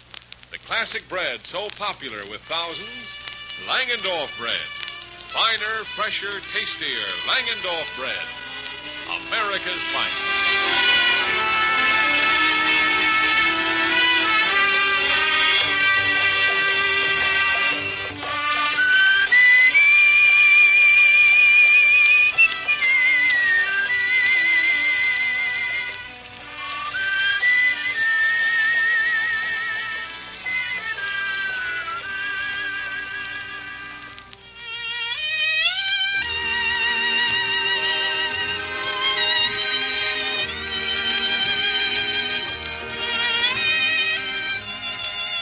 A young man and an ailing one, Theodore Roosevelt's physician sent him out west to regain his health, because with all of its history of trouble, death, and destruction, the West also enjoyed a reputation as nature's playground, the great outdoors.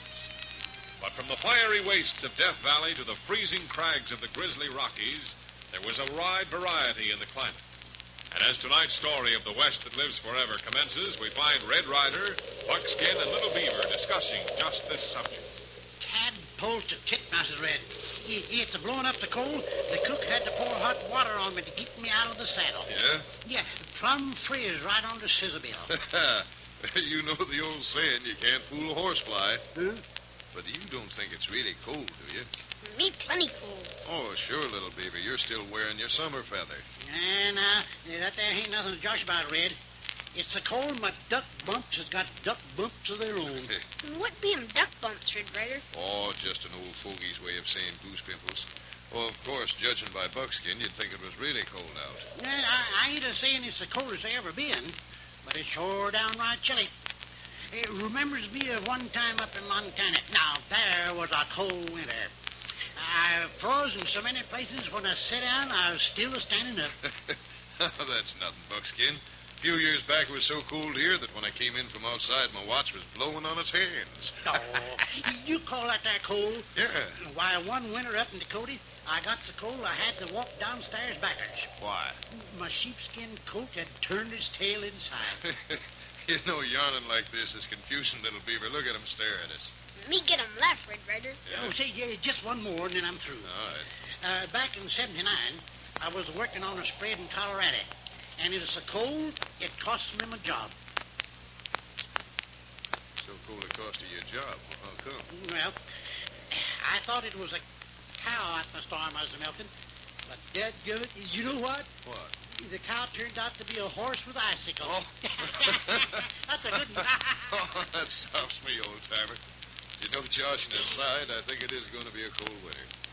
So just to make sure, how about riding into town getting some real warm clothes, huh? Me ready. Now you're making sense, Red. Little Beaver and me will go out and saddle up the horses.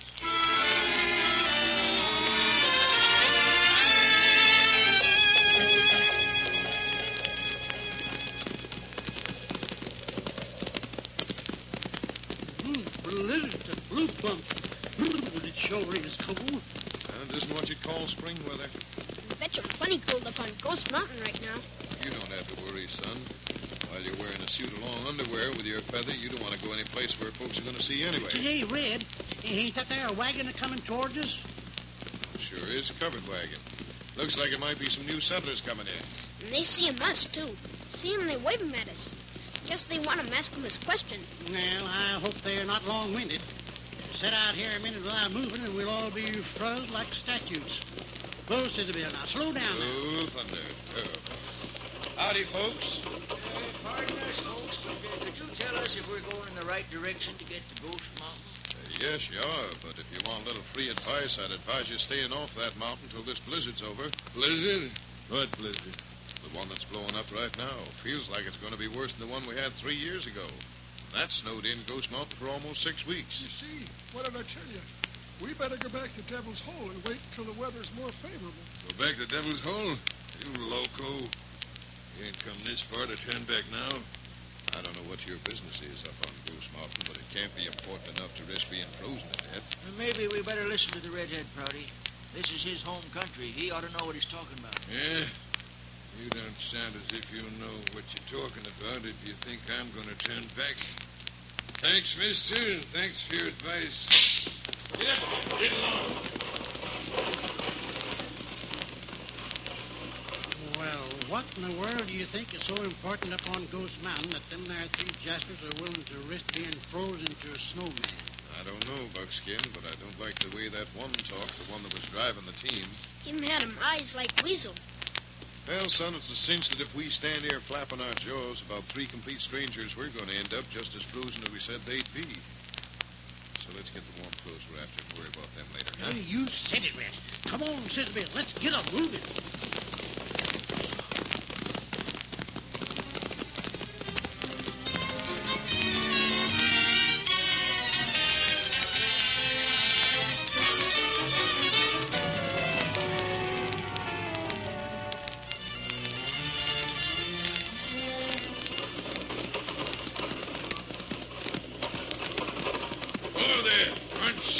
Whoa, stop!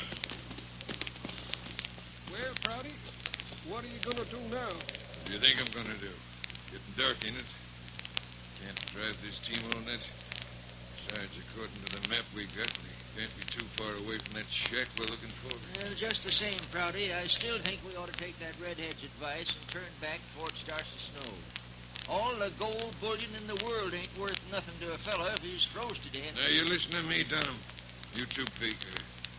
Ain't turning back, no matter how much you talk. Yeah, but like Dunham just said, what good will this gold do us if we don't live to spend it?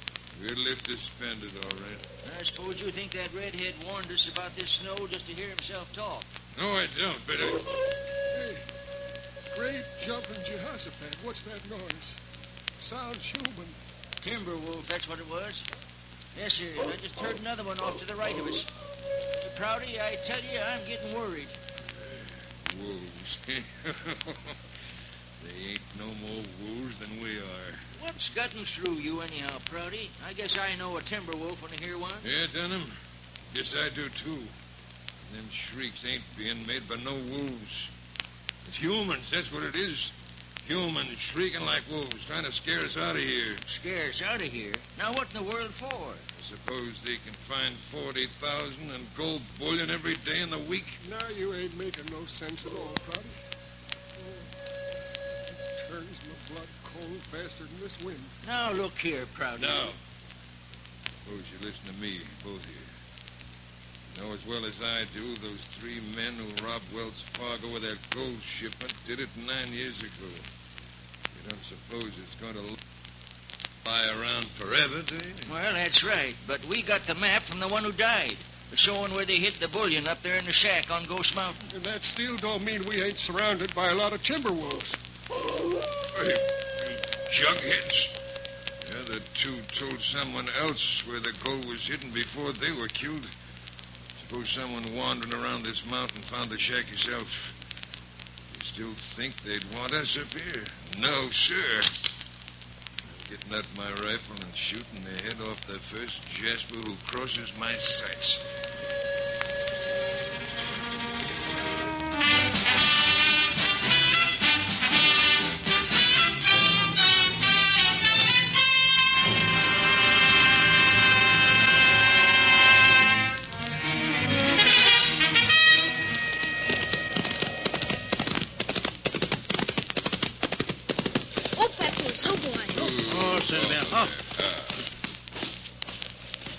Beaver, help Buckskin inside with the packages, will you? Hey, wait a minute. Where are you going, Red? While there's still some daylight, Buckskin, I'm going to turn around and go on back up on Ghost Mountain. Those three gents we let go up there earlier in the day have been giving my conscience an awful bad time. Ooh, they're down to earmuffs, Red. It'll be snow in a half hour. If you get caught up on Ghost Mountain alone, you'll be worse off than them. Oh, just the same, I haven't got the heart to let those three old duffers go wandering around the blizzard without at least trying to help. If you go in there, Red Ryder, me going with you. Oh, no, you won't, son. No matter how hard it snows, it isn't going to be enough to keep you from going to school, so you're going indoors right now and starting with your studies. Well, I don't have to go to no school. I'll ride up on Ghost Mountain with you, Red. Maybe it'd be a lot better for all of us if you did have to go to school, Buckskin. Why, arithmetic to reading and writing. Hey, that's how I lost most of my hair. Having so much education inside of my head, the hair roots couldn't grow none. All right, if you're coming, Buckskin, go on. Get back in that saddle and let's roll. All right. Jesus, Isabel. Now, if I freeze to death, Red Ryder, I'll come back and haunt you for the rest of my life. Now, you do just that, Buckskin. In this kind of weather, an extra sheet will be very welcome. All right, fella. Up that mountain. Come on, thunder.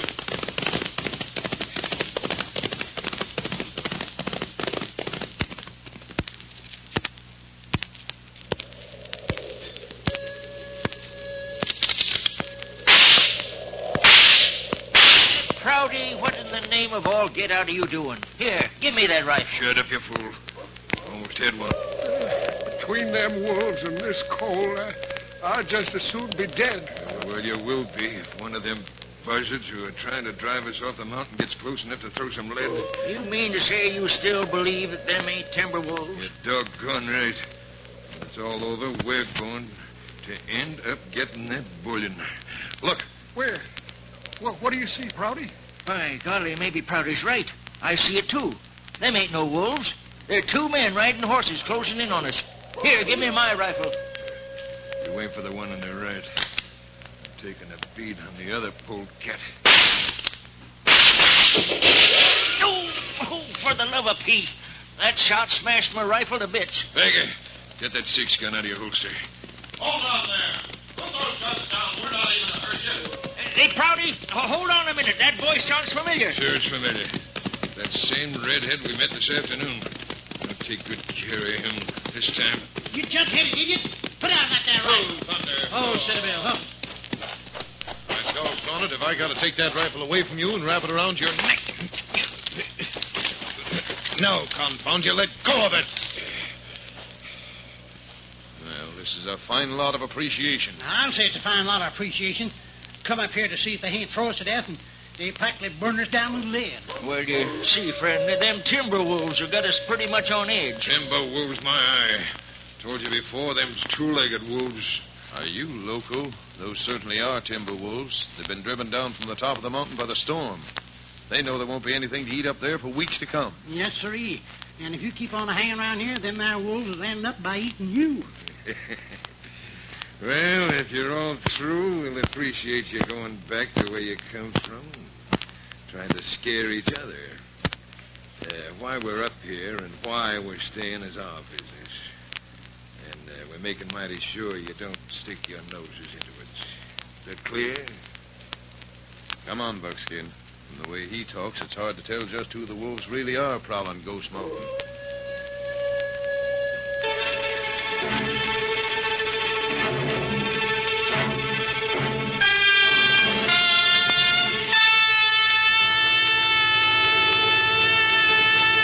Well, there's certainly plenty of trouble brewing on Ghost Mountain with the blizzard and the starving timber wolves.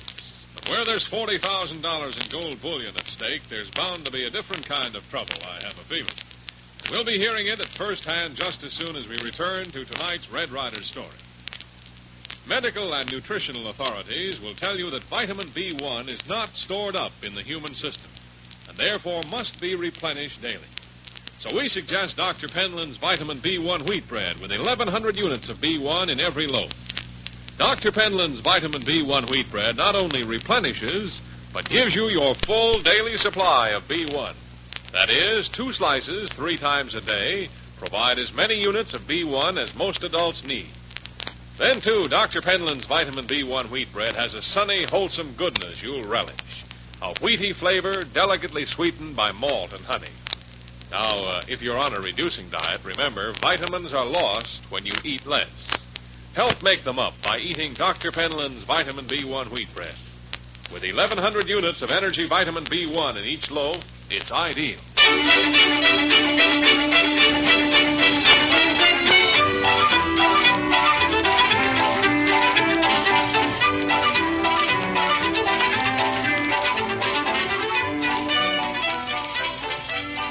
And now it's back to tonight's story and back to Ghost Mountain. It's late the following day, and Prouty, Dunham, and Baker have been wandering around through a blinding blizzard, desperately trying to find the shack where they believe the $40,000 in gold bullion is hidden. As we join them now, they are barely able to... Prouty, I don't believe I can go any further. Me too. Maybe I was wrong. We're trapped in this snow now, and... Wait a minute. Do I see something, or am I going snowblind? No, Prouty. I see it, too.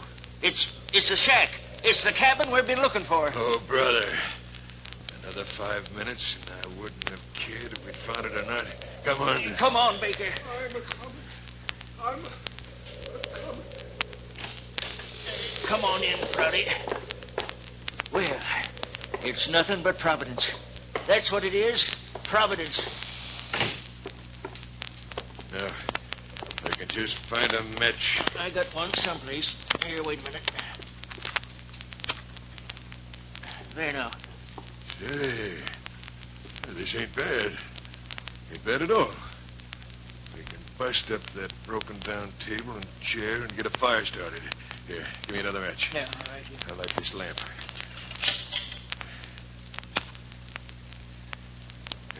There we are. Yeah, this is more like it.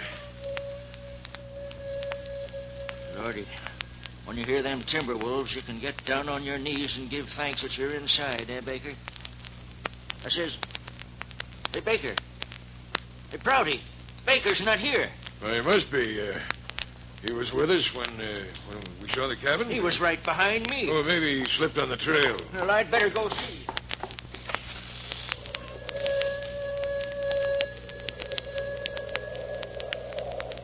Huh? Well, you see anything, Tom?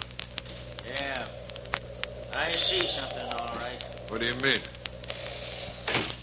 There's nothing out there now, Prouty.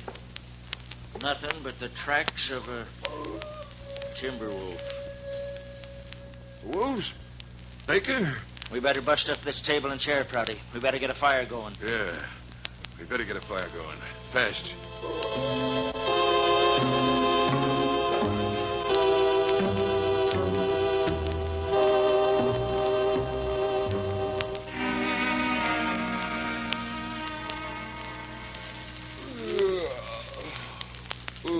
Well, it's nice around this fireplace, but we should turn in. Oh, shuckings, Red. Even with 4 blankets and 2 of them there Southern comforts on my bed, won't be half as warm as round by the fire here. We should complain. Think of those 3 men up on that mountain. Oh, goose pimples, the gorgeous growing watches, Red. You worry too much. Well, can't help it. I've got a little conscience left, and the first thing in the morning, I'm saddling up and riding back up there. But dagnab your ding-dong stubbornness, you pink-haired varmint, you already tried to help 'em. And like they got perforated for all your trouble. I may even get perforated proper this time, Buckskin. But when the sun comes up tomorrow morning, I'm going to be aboard Thunder and riding.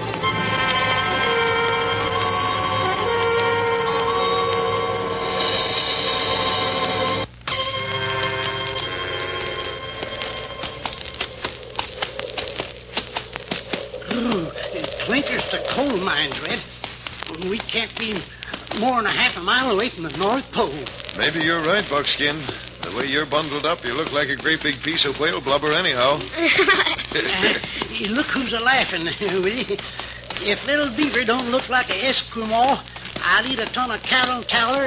Hold it. Whoa, Sister So, what's the matter, Red Ryder? Why you stop him? Well, can't you see? There's a wagon those 3 came up to Ghost Mountain in 2 days ago. Steady, Thunder. Steady, boy. Anybody in that there wagon, Red? Not a soul. And the worst thing is their supplies are in that wagon. If they've wandered off any place, and I'm afraid they have, they'll either freeze or starve to death. Yeah. If that there wolf critters don't get 'em first.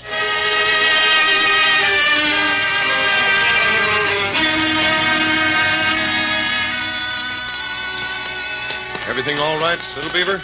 We still see him tracks, Red Ryder. All right, let's keep going. While we can still see their tracks, there's still hope. Wait, look out.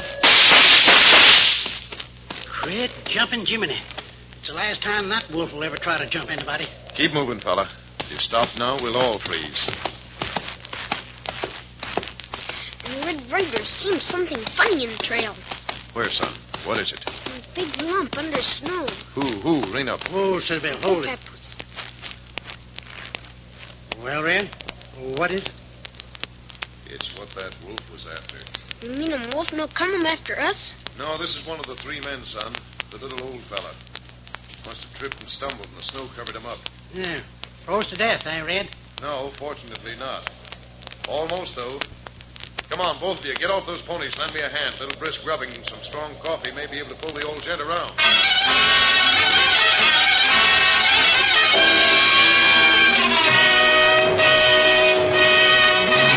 Gosh, it looks like Red got to poor old Baker with just seconds to spare.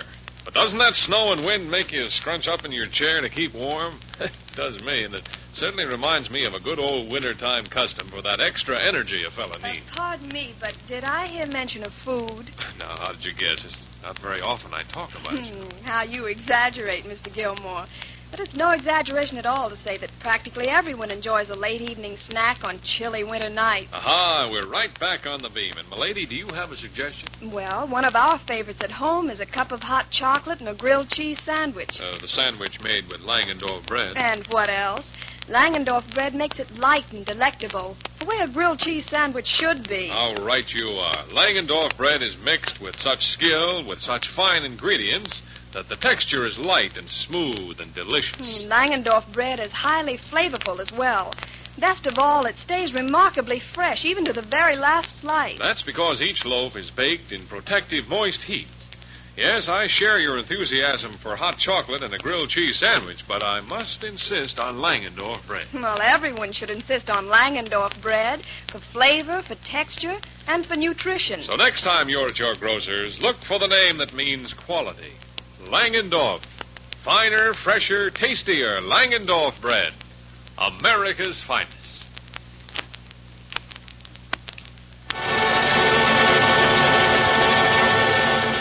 Now it's back to the tingling climax of tonight's Red Ryder adventure.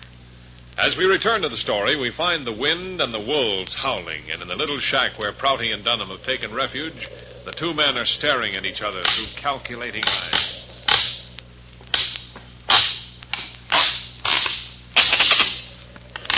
Well, Prouty, anything behind that wall? I think so. I think this is where that bullion's hid. Wait a minute.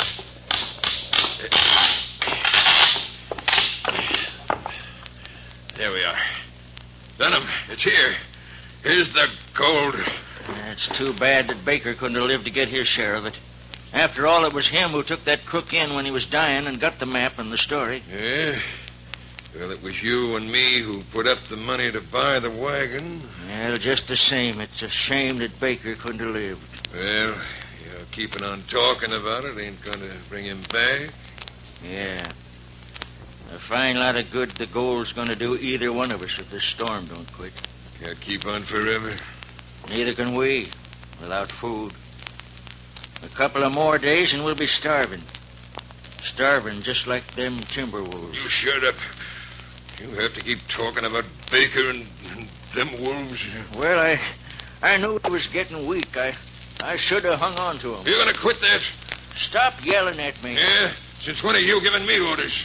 I told you to quit yelling at me. Hear that? Wolves are hungry. Maybe if they had something to eat, they'd go away and leave me alone. What do you mean? Leave you alone? You heard me. I mean, leave me alone. Me. Just me. Trouble with you is you're going loco up here.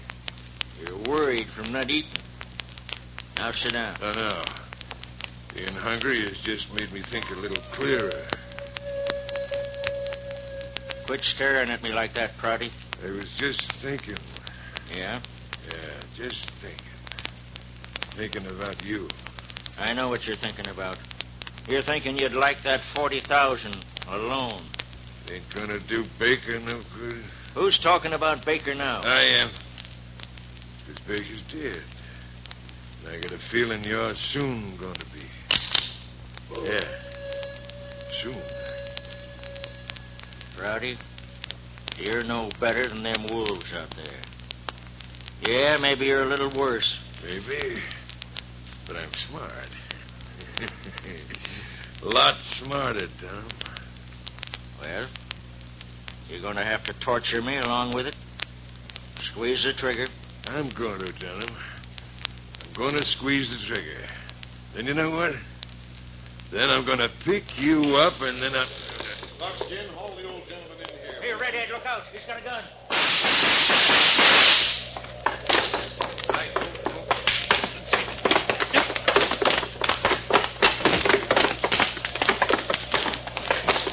Well, it's all about, but I'm going to find out. I don't know how you got here, fella, but you sure saved my life. And he saved mine, too, Dunham. Baker! Oh, we thought that you were... Well, that's something that happened to you. And something's going to happen to all of us if somebody don't shut that there door. We're all going to be found up here froze to death.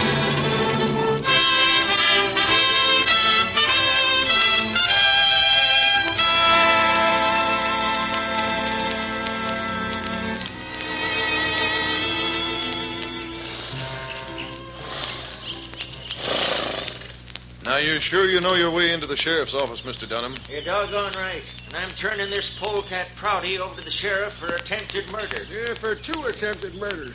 He hit me awful crack on the head and left me out there to die. He's just about the most sneakinest bushwhacker I ever met. Oh, don't forget to turn over that bullion to the sheriff. Don't worry, Red. There's too much blood on that gold for me to want it. Baker and me will just take the reward. You're blame right. That's all we're taking. Get up there. Get your move. Well, so long, fellas. Come on.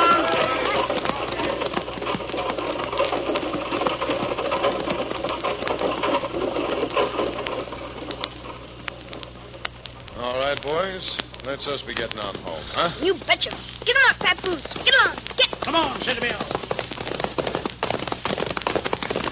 All right, get started, boy.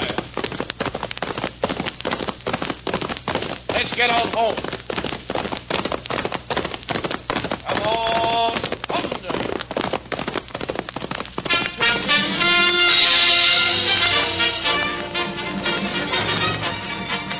Listen again next Tuesday and every Tuesday, Thursday, and Saturday night at 7:30 for The Adventures of Red Ryder.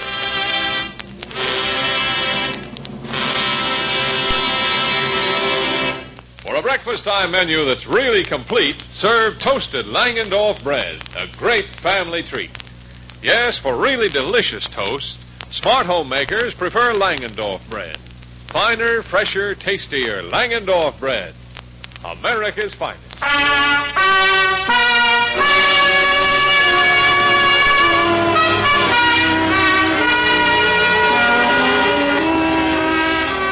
Now, till next Tuesday, this is Art Gilmore saying goodnight for the bakers of Langendorf bread.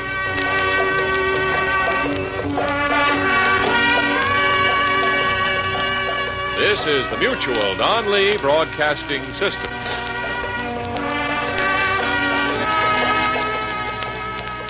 KHJ, Los Angeles.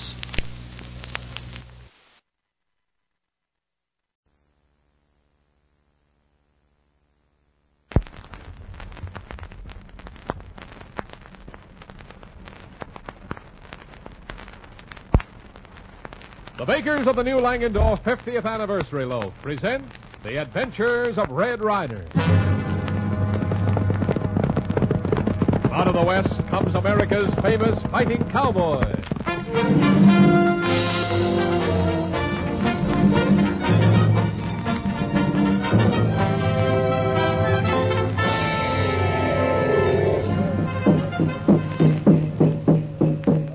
Red, I've been scared in my life, but never like this before. If that there ain't a war dance we're witnessing, all I can say is, thank goodness my hair come off already.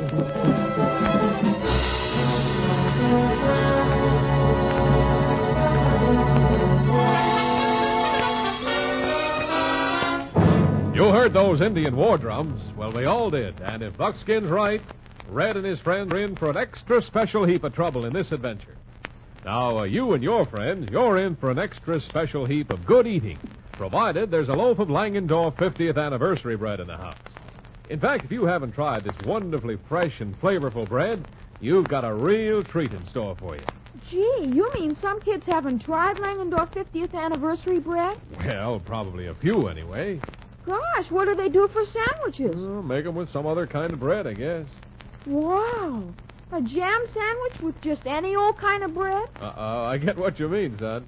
Yes, I guess a jam sandwich does deserve some keen-tasting Langendorf 50th Anniversary bread. That goes for peanut butter sandwiches, too. Why, sure. That swell Langendorf 50th Anniversary bread flavor goes for every kind of sandwich a fella can think of. And it goes for tender, delicious breakfast toast. And for dinner. And something else about that Langendorf 50th Anniversary bread flavor, it keeps so fresh you need not waste a single slice. No wonder Mom likes it, too. All you folks, if you want fresh-tasting bread that's really grand eating, just get a loaf of Langendorf 50th Anniversary bread at your regular food store tomorrow.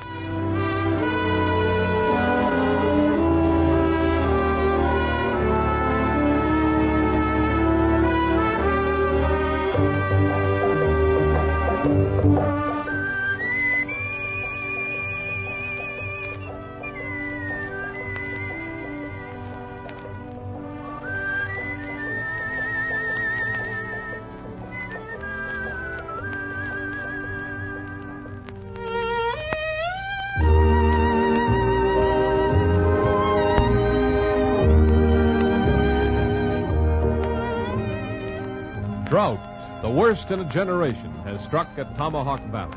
The springs are dried up, the grass burnt to a black stubble. The local bank has failed, and the stockmen of the area face utter ruin unless the skies suddenly give down their precious rain. Into this land of desolation and hopelessness ride Red Ryder in answer to an urgent plea from Caroline Heath, the daughter of an old friend. Looks pretty bad, Buckskin. I ain't never seen nothing like it, Red. This your whole country scorched to a crisp. Even Boulder Creek dry 'em up. You can just step 'em across it in plenty places. See, your chili beans are crawlers, Red. Look, there's some cowboys that are beating up a engine. Yeah, I see him down there on the bank of this creek. Rein up, compadre. Oh. Hey, you buzzards. Lay off that redskin. Hasn't much chance with the 6 of you. Oh, so that's the way you play around these parts. Well, I'll just take a hand in that myself. Come on, Thunder, into that brush, boy. Come on, get in there.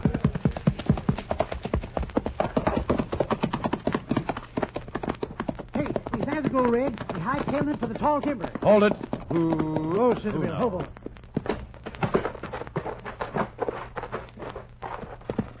You still all in one piece, Injun? You save Lone Bear. Lone Bear, much obliged. No, never mind all that. How come you got mixed up in that lopsided fracas? That is a pretty tough-looking bunch of armors you tangled with. Lone Bear, no understand white man's laws. Well, what's the law got to do with this? White brothers who beat Lone Bear work for Box Tumbling K Ranch. White brothers say Boulder Creek belong to Box Tumbling K Ranch. Well, I begin to savvy now. You brought your sheep down here for water, and the Box Tumbling K hands tried to run you off, huh? 8 sheep, all that left the flock. Oh, well, 8 sheep wouldn't hurt the old creek none. Lone Bear no understand ways of white brothers. They drive us from our homes in Tomahawk Valley and put us on reservation where nothing grows but sagebrush and cactus. When the dry winds come and bake the earth, they refuse us water. Uh-huh. Who owns this Box Tumbling K outfit? Man named Kennedy. Lobo Kennedy, he call himself. He is possessed of a split tongue. That mean he no tell him truth. Well, legally, he's probably within his rights. While that creek is the property of the people, and you've a perfect right to use it, if the land each side belongs to Kennedy, the law says he can keep you off it. Lone Bear no understand. I'll tell you, take my tip and water your sheep after dark hereafter. Nobody will be the wiser. That's a good idea, Red Ryder. And in the meantime, I think I'll look up this Lobo Kennedy and explain to that gent that there are moral rights as well as legal ones. I don't like to hurry you, Red, but... Yeah, I know, Buckskin. Well, right now I've got a date in Tomahawk City, and seeing I'm 2 days late already, I'd better be shoving off. I'll see you again, Lone Bear. You will see Lone Bear again, white brother. Meanwhile, may the Great Spirit ride with you wherever you go.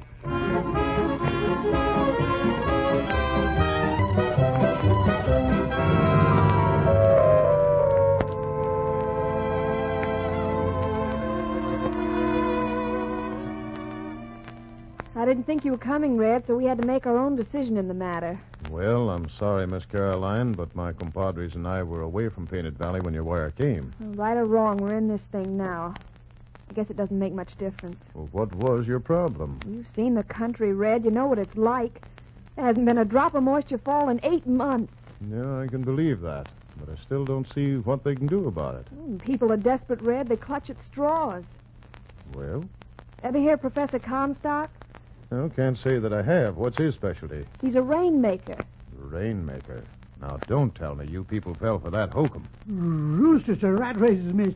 The righteous ain't only clutching at straws. They're reaching for things ain't even there. Professor Comstock has a remarkable record of successes. I see. What's it costing for his services? His fee is $5,000. And where's it coming from? Well, Lobo Kennedy, who owns the biggest outfit in the valley, offered to advance the money. That's generous of him. Of course, we signed our deeds over to him as security. You could hardly expect him to take all the risk. Oh. So if this Professor Comstock fails to bring rain, Kennedy falls heir to every piece of property in Tomahawk Valley, huh? And not a bad setup for him, I'd say.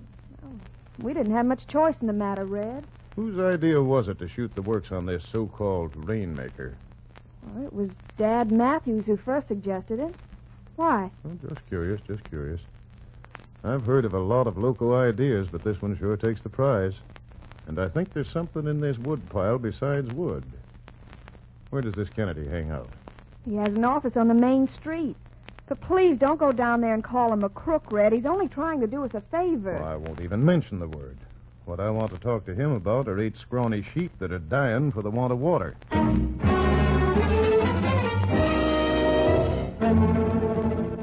I'm glad you brought the matter to my attention, Ryder.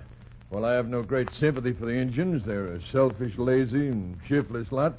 My rider should never kick a man when he's down. Oh, remind me to speak to my foreman tonight, will you, Matthews? Sure, Lobo.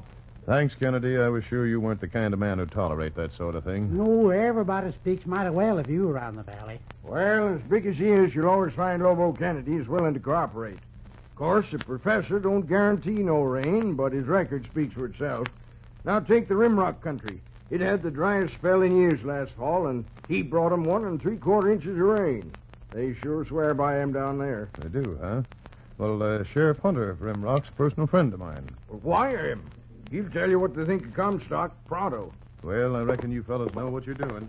You going to stick around and see the professor do his stuff, Ryder? Oh, yeah, sure. History's liable to be made Tomahawk Valley, and I want to be around to see it. So long. That redhead's a snooping busybody. What did you want to give him that yarn about Rimrock for? He's liable to wire the sheriff down there and queer this whole deal. I ain't as stupid as I look, Lobo. All telegrams to and from Rimrock have to go through the station agent's hands. And the station agent happens to be a friend of mine.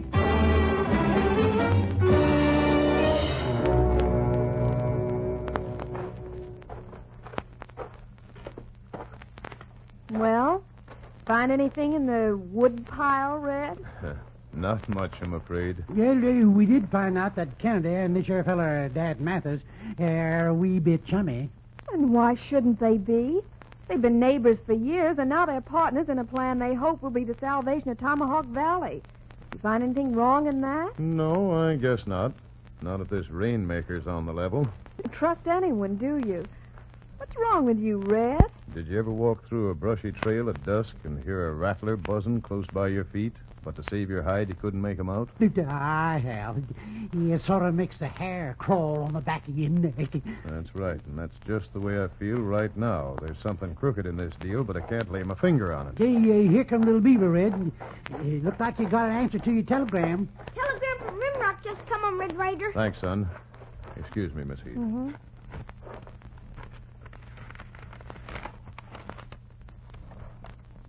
Well, I guess that settles that question. Here, read it. Comstock's results here far above expectations. Rimrock has only highest praise for him. Sheriff Hunter. Yeah, looks like we're barking up the wrong tree, Red. You see, you can be wrong, Red. Mm-hmm. And there seems to be no necessity of your staying any longer if you're anxious to get back to Painted Valley. Well, Thanks for coming. It was very sweet of you. Be sure to remember me to your aunt. Huh.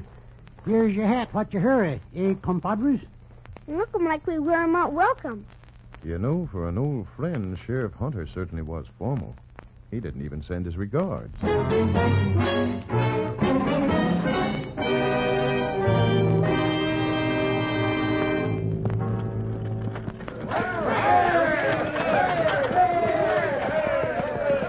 So, that's the great Professor Comstock, Rainmaker Extraordinary. Boy, he's certainly arriving in town in style. Looking like circus parade, Red Ryder. Sure brought along an impressive array of equipment. Mackerel to mittens. What is that stuff and all in that wagons there? One thing looking like portable oil derrick. Hey, look alongside of you, Red. Oh, hello, Lone Bear. You come to see the big show, too? We come to talk to White Brother. What's on your mind? People of Tomahawk Valley, no good to Indians. Drive Indians from their homes. Well? Now, white people be driven from theirs. You mean the tribe's going on the warpath? No. Indians want to be friends with white brothers. Doggone if I savvy the Indian, Red. What you getting at? I think I know. Lone Bear here is wise to the skin game that's going on. When white man fails, when rain no come, and hope is gone for the people of Tomahawk Valley, Maybe you come see Lone Bear. Lone Bear, no forget you, white brother. That there Indian sure talks in riddles, but I don't get it yet. This whole thing is a mess of riddles. Right now, I suggest we follow the crowd and see what sort of a trick the professor's going to pull out of his bag.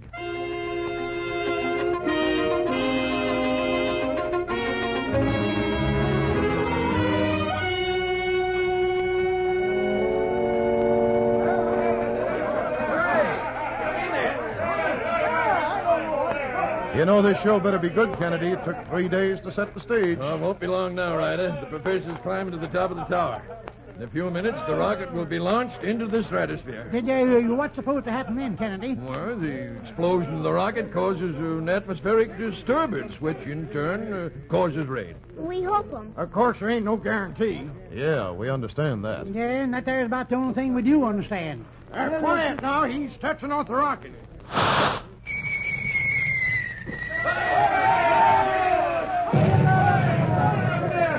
There she goes. Say, you think I'd better go downtown and buy an umbrella, Red? Don't think I would just yet. You might look a little silly, Buckskin.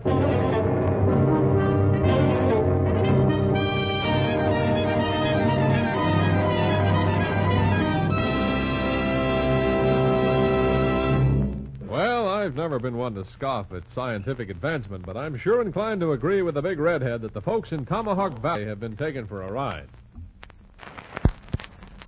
You can do that just by eating 2 slices of Dr. Penland's with each of your 3 daily meals. So for the double enjoyment of really swell eating and nutrition, get Dr. Penland's Vitamin B1 wheat bread.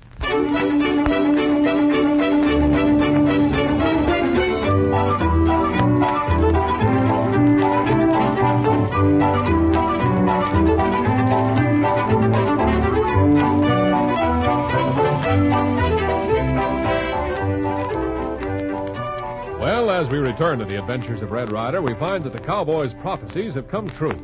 The professor's efforts have failed dismally, and the alleged rainmaker has skipped town, leaving the disappointed ranchers to vent their wrath upon his abandoned tower and other equipment.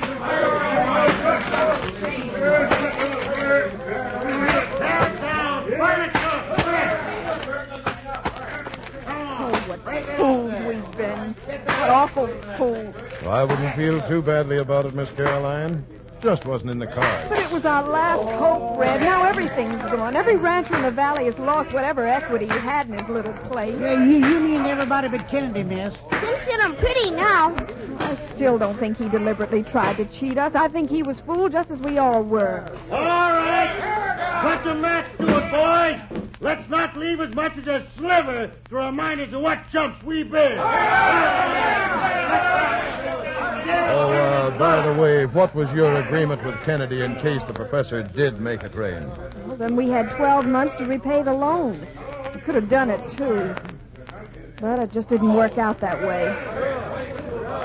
That does it, boys.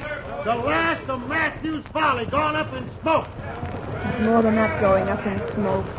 The dreams and prayers of a lot of little people. Yeah, you're right. The prayers... Hey, that gives me an idea. Well, what is the idea? If the Indians have no taboo about holding prayer dances on the behalf of white folks. Taboo to you? What's that? It sounds like a fancy French perfume. No, Buckskin, it means Indian customs, but come on. I want to find Lone Bear and appeal to his generosity.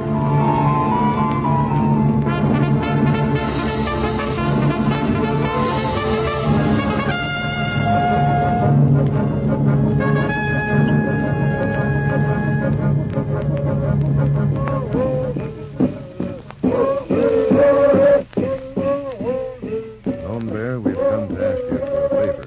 Not for ourselves, but for the white folks who live here. What can Lone Bear do to help, friend of Indian? You told me when the white men had failed to come to you if all hope seemed gone. Lone Bear, you remember? Doggone, that there sure is real good news, Lone Bear. Because the white folks are sure in a bad way. Suppose you heard that there professor turned out to be an awful dismal failure of bringing rain, huh? Now white people of Valley must leave them their homes and start them all over somewhere else. Indians understand about that. Yeah, I know you do.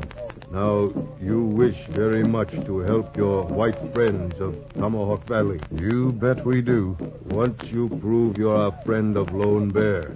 Now, Lone Bear prove he is friend to you. You bring your white brothers to our reservation before today's sun has set and tonight's moon has risen. Lone Bear be waiting for you there.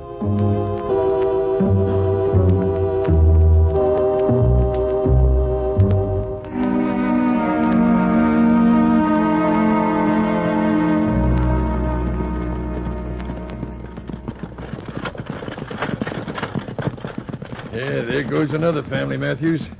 They sure didn't waste no time in getting out of the country. I noticed that, Lobo. I noticed something else, too.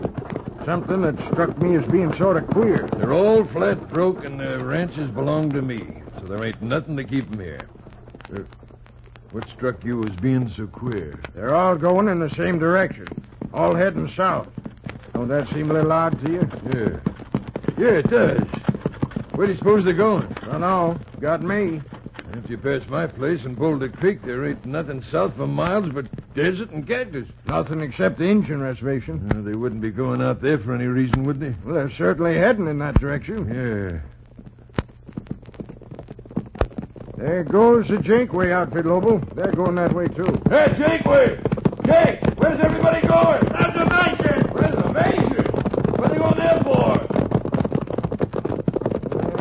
Guess he didn't hear you. Say, you don't suppose them Injuns... My curiosity is about killing me. Let's get our horses.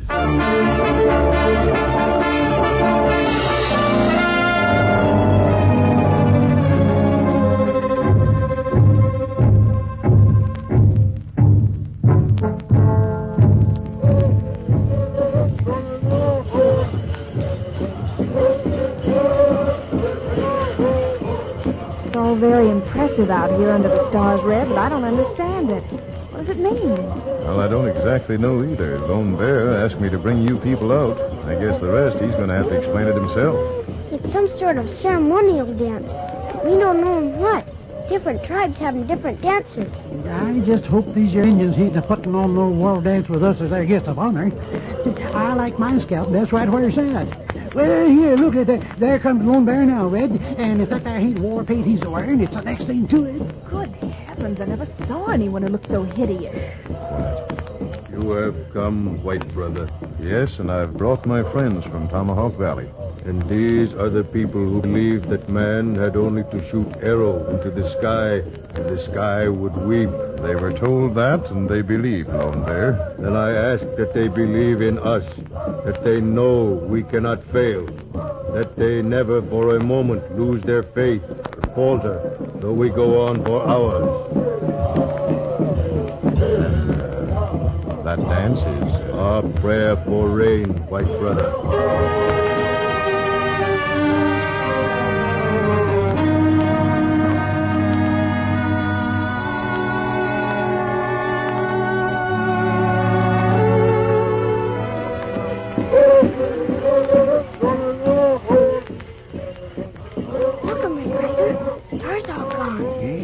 It's almost morning, that's why.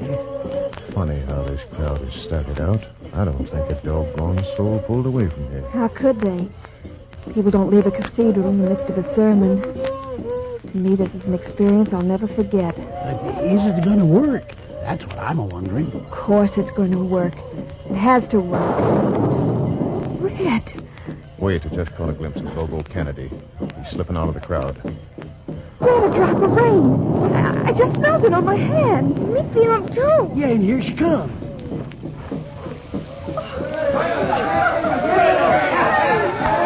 Look, you three stay here. I've got a little unfinished business to take up with that buzzard Kennedy. Why worry about Kennedy now? It's raining, Red. Raining.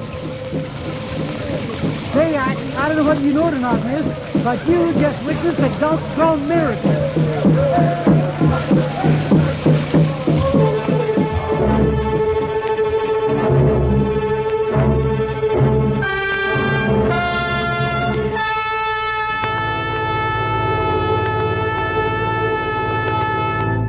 Well, now, guess that all goes to prove that with faith and a clean heart, anyone who walks the face of the earth can have almost anything.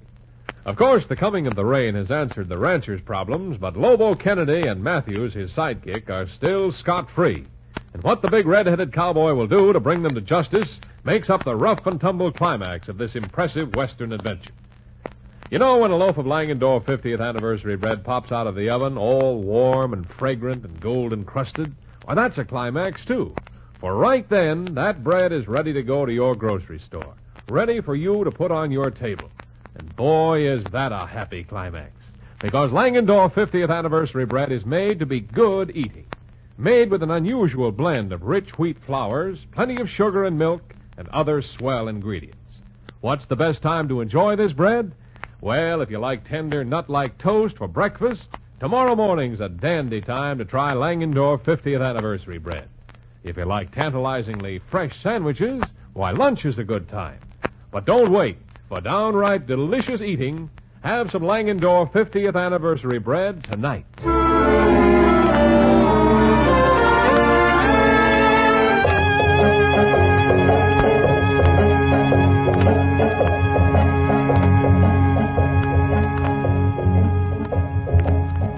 And now for the finish of our Red Ryder Western yarn. A few miles away from the Indian reservation, Lobo Kennedy and Dad Matthews are wheeling their horses in an effort to escape. But just behind them, Red's big black stallion is literally annihilating the distance between them. Faster, Lobo! Ryder's gaining on us! You're going to listen to what I say. Might as well listen right now as any time, Kennedy.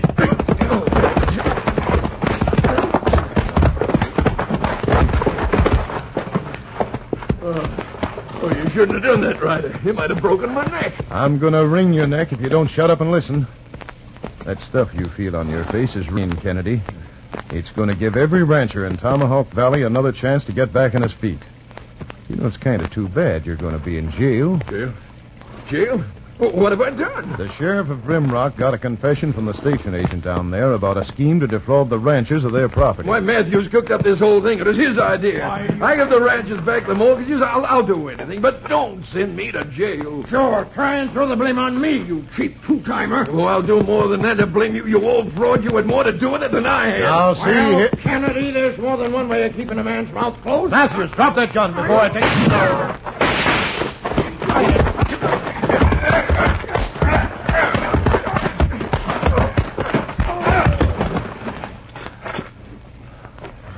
Ryder, you sure saved my life. That madman would have killed me.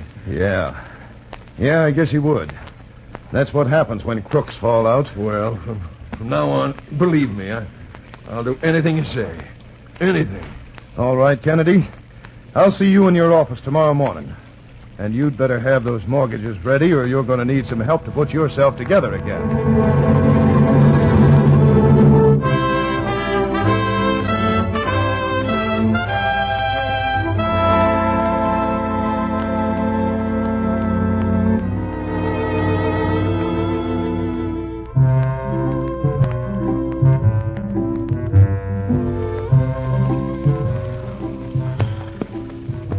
You say Kennedy and Matthews have left the valley, Red? Pulled out bag and baggage about noon. But what about their ranches? Surely Kennedy didn't just walk off and leave the box-tumbling cave. Yes, he did, miss. It seemed like he'd just suddenly lost all interest in the raising stock.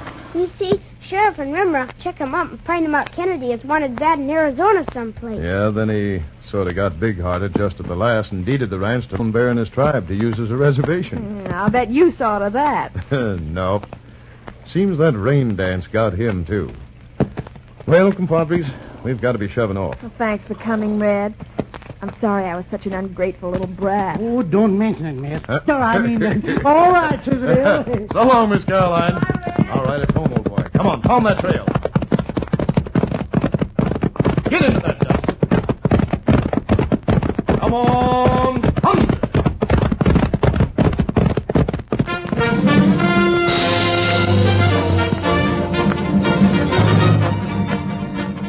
Listen again next Tuesday and every Tuesday and Thursday night at this time for the adventures of Red Ryder. Now here's Red back with a word for you youngsters.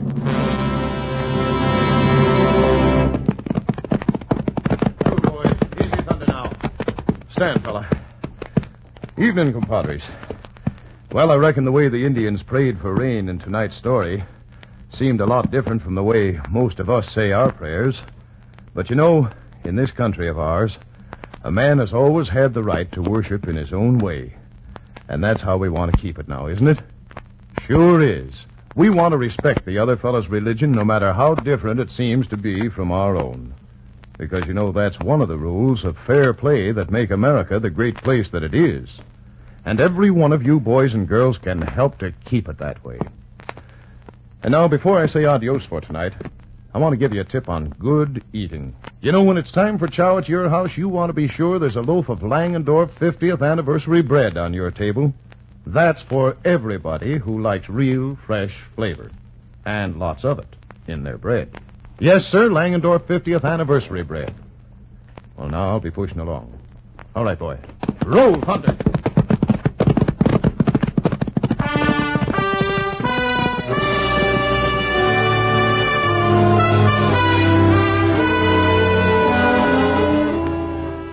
The part of Red Ryder is played by Brooke Temple.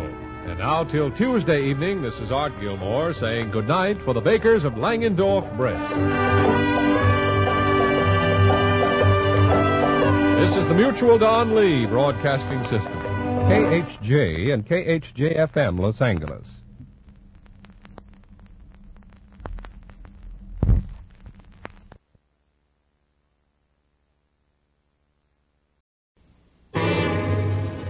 From out of the West comes Red Ryder, America's famous fighting cowboy.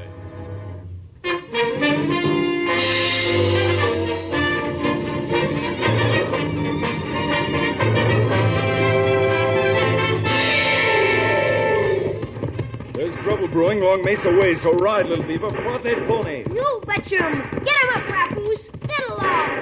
Get!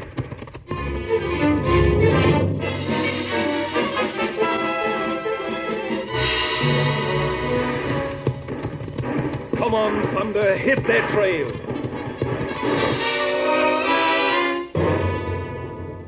The Adventures of Red Ryder.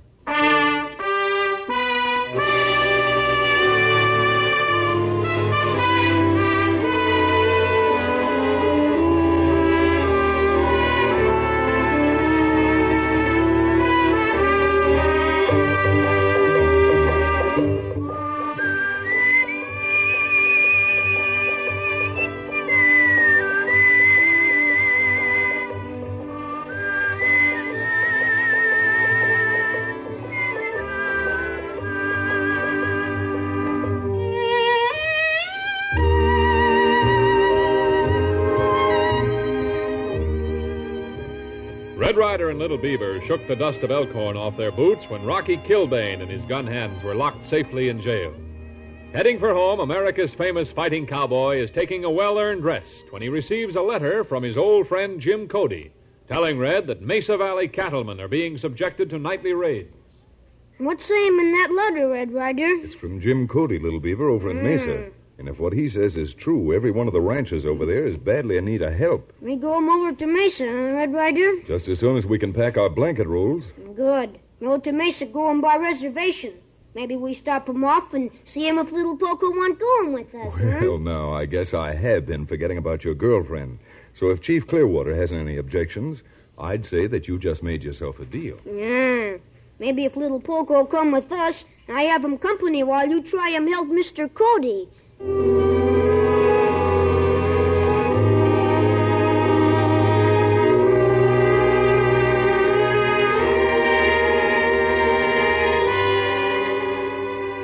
Cody, you're acting like a fool. You got one of the biggest spreads around here, and still you're talking about the settlers on the other side of the hill. I'd be a fool if I joined in with you, Craven. I don't care who they are. Everybody's entitled to water, and no one's going to get me to join a monopoly to freeze everybody out while there's still a breath in my body. I got an idea. If you keep talking like that, before you know it, you'll be drawing your last breath. You don't scare me none, Craven. I know you and your kind from way back. You wouldn't dare go for your gun while you're facing me. Oh, no. Well, Yeah, maybe that'll teach you to keep your hands where they belong, right? Yeah? Well, I know where my hands belong now. Blinky, let him have it with that bottle. Right, north, you sneaking sidewinder. Get his gun, Blinky. Yeah. All right, Craven. There's no sense trying to fight you with your bodyguards around. When I promise you one thing, you'll never get my ranch from that combine of yours. And without it, you haven't got a chance of keeping the water from the settlers on the other side of the hill. I got other ideas about that, Cody.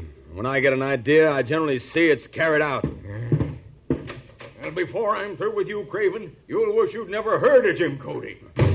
Grace, you're not going to let him walk out of here like that, are you? Walking out and getting home are two different things. What do you mean? That old buzzard is living his last day. Just say the word, and I'll fill him full of lead, right from here. Oh, no. The way he's going to kick off is going to look nice and natural. That little bridge across Groundhog Canyon, you know the one. Yeah. It's a drop of over 1,000 feet. Yeah. And it's the only way he can get home driving that buggy of his. I get you, boss. That bridge is going to give way, huh? And when they find Cody, he's going to be dead of a natural fall. Well, he won't be if you keep hanging around here anymore. Now get two of the boys and cut over the hills. Bring some sledges and saws with you. And when Cody hits that bridge, I got an idea that's going to be the end of our troubles.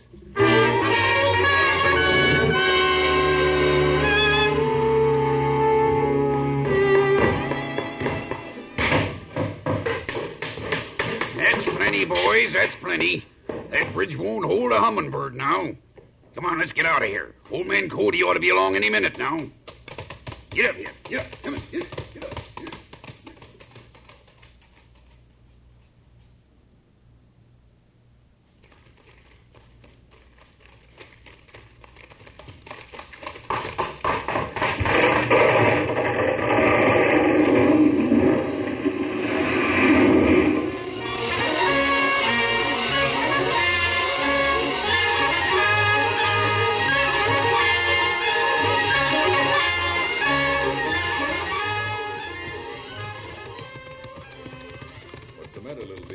Cat got your tongue? What you mean, cat? I mean you haven't said a word to little Poco in the last half hour. I don't care, Red Ryder. You'd rather have Brave who only talk and got something to say. And I don't blame you. Any man who'd... Oh, thunder. Rain up, kids. Look him, Red Ryder. Little bridge out. And that isn't all. If you look down in the bottom of the canyon, you'll see what's left of a horse, a buggy, and a man. Come on, we may be too late.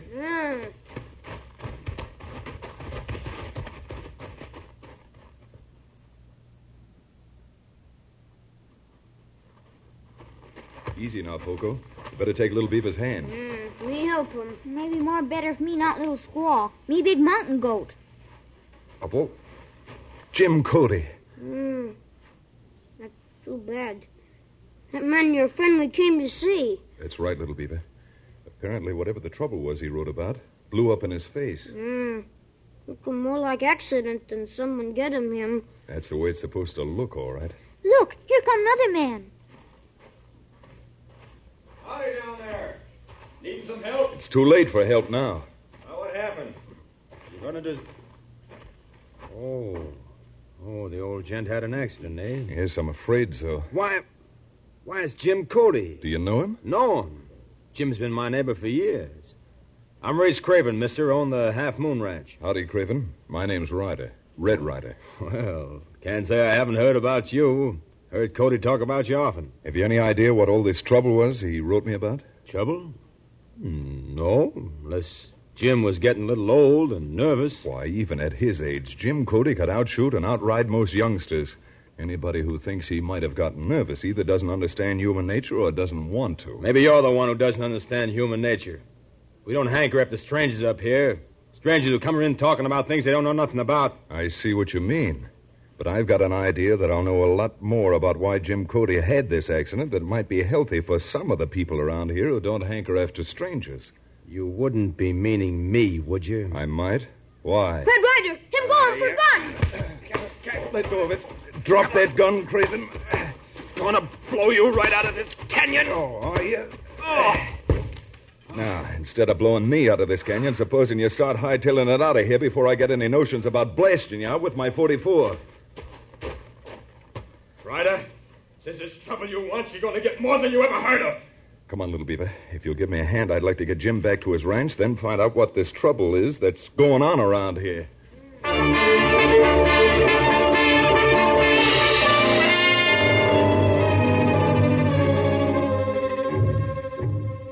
It sure ain't working out the way we thought it would, Race. What of it? Just because that red-headed tin horn came barging in here ain't going to stop me. I hope you're right. Because without getting control of Cody's ranch, this water grab of yours don't mean a thing. I'll get control of it, don't you ever worry. How do you figure? Because with him dead, all I got to do is buy it from the county. Well, how do you know the old man didn't leave it to someone? What? Yeah, seems to me I remember hearing once that he had a daughter who lived in Chicago or somewhere. Where'd you ever hear that? Oh, how do I know? But I heard it all right. Well, there's one way of taking care of that. Cody kept a safe in his bedroom. If he left a will or anything like that, the papers would be in the safe. Yeah, that's right. Oh, you know how much trouble I have opening safes. Get outside and hit your horse. I want that safe cleaned out before Ryder has a chance to think about it. And if he gets in your way, Blinky, nothing would suit me better than making Cody's funeral a double one.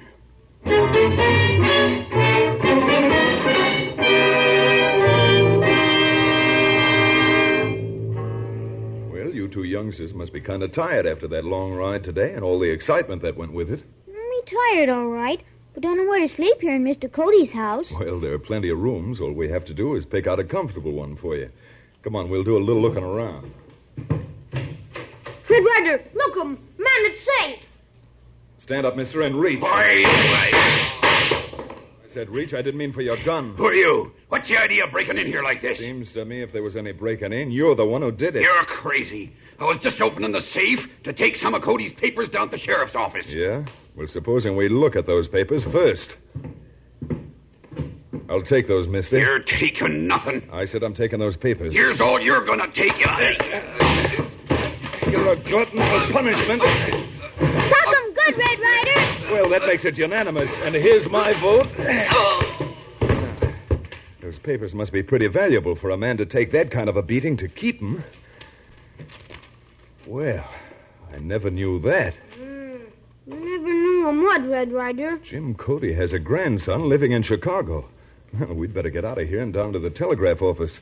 The first thing we've got to do is wire that grandson and see that he gets here to take care of the ranch while there's still a ranch left to take care of.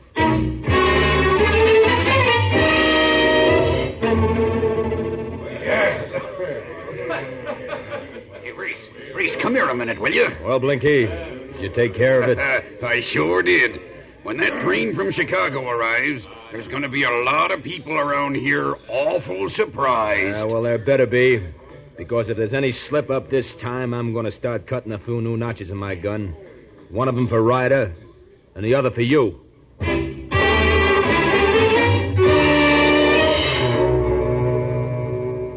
How soon come on train, Red Ryder? Should be here any time, little Poco. That cloud of smoke down beyond the bend is the engine, even though you can't see it. Me plenty excitement. Say, I never thought of it, but this'll be the first train you've ever seen. Poco got lot learn 'em. She no like me. Oh, no, of course not. You're a regular man about town. Oh, me hear 'em train. Choo, choo, choo, choo. Red Ryder, what you think them grandson of Mr. Cody going to look like? Well, how do I know? Probably a little boy just like you. Well, here's the train. You won't have to wait long to find out. Red Ryder, look 'em. Little boy getting off with man. With a man? Yeah, that's strange. Come on, let's find out about this. Excuse me, but is this youngster's name Gene? Huh? My name's Gene Hartley. This is my son, Jim. You're Hartley? What's the matter? Do I look like a fake? Oh, gosh, no, but you'll have to excuse me, Mr. Hartley. We've sort of been expecting a youngster, not a full-grown man. Well, you're getting both. You're Red Ryder, I take it. That's right. Now, if you let me help you with your bags, we better get up to the ranch and do a lot of talking. You know, you're stepping into a pile of trouble. Before the week is out, this whole valley may be nothing but gun smoke and hot lead.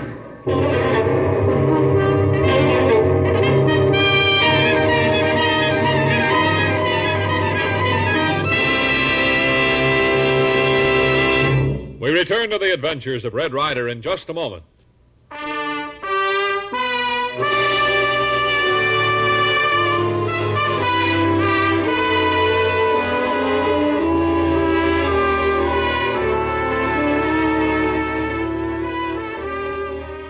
In an unselfish attempt to save the impoverished settlers behind the hills of the late Jim Cody's ranch from paying a fabulous price for their water, Red and Little Beaver have lingered on in Mesa, and as we rejoin them, they're in the parlor of Cody's ranch house talking to his erstwhile grandson. Of course, I appreciate all you've done, Ryder.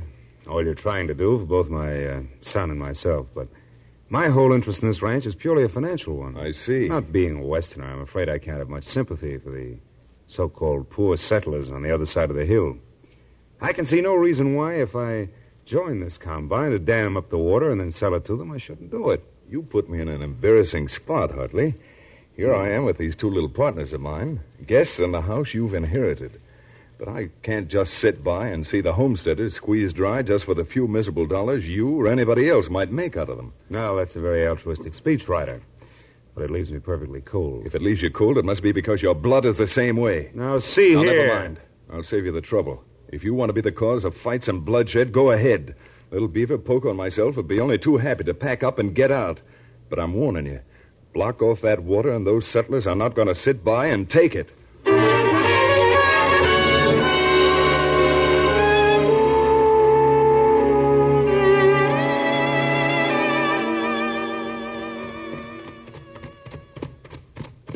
Oh, Thunder, easy, boy.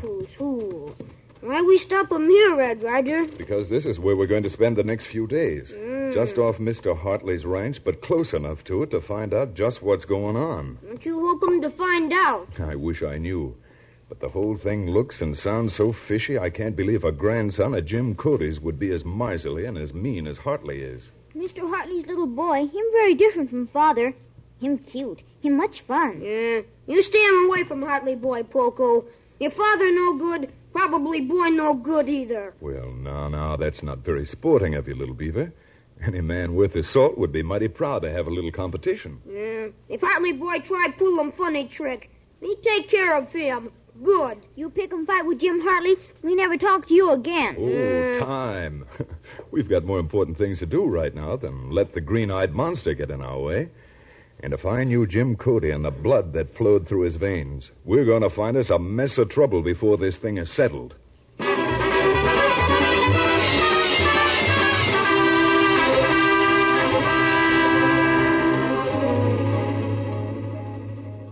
Bixby, I'll hand it to you. Now, look, Craven, you keep on calling me Bixby instead of Hartley, and you're going to let that cat out of that bag. You're right. I got to be careful. Well, now that you got rid of Ryder, how are you making out with that kid? Just relax. Give me a little time. Kid's scared. Who wouldn't be? Having some stranger practically kidnap him on the train and then try to force him to sign papers he doesn't understand. We haven't got much more time. If we don't get that water dammed off, them nesters will have all they need for the whole season. Well, I'm doing my best. I think if I have another talk with the kid, he'll probably put his John Hancock on the paper without any trouble. He'd better, because I'm not letting no little button like Cody's grandson stop me from making a cleanup. Get over to your place and bring that kid back here. I got ways of taking care of kids that never fail.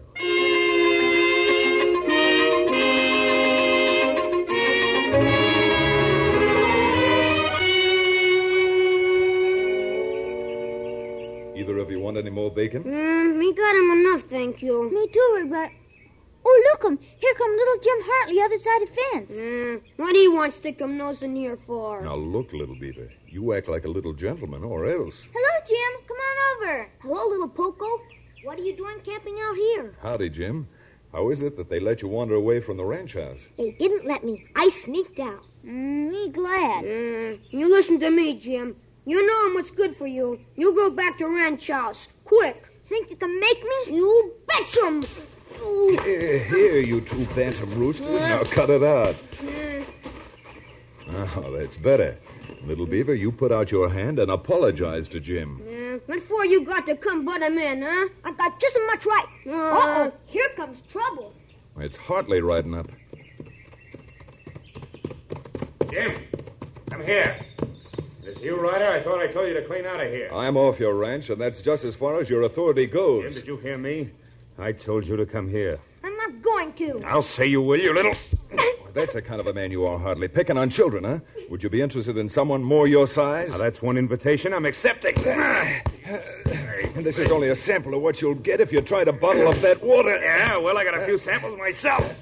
If you left Chicago to get a rest, here it comes. Red Ryder! Hartley got him! All right, Hartley. Now get up and move before I forget your grandfather was a friend of mine. Let him take little Jim. There's not much we can do about that, little Pogo. If Hartley is Jim's father, well, he's got to do as he says. Get on that horse and stay there, or else you get the lesson you'll never forget. Get up! Get! Red Ryder. Yes? Me think there's something awful wrong there. Hartley no act him like Jim's father. Jim no coward. Him sail him right into me like regular He-Man. It's just what I was thinking, little beaver. I'm starting to smell a rat. And in this case, I think I know who the rat is.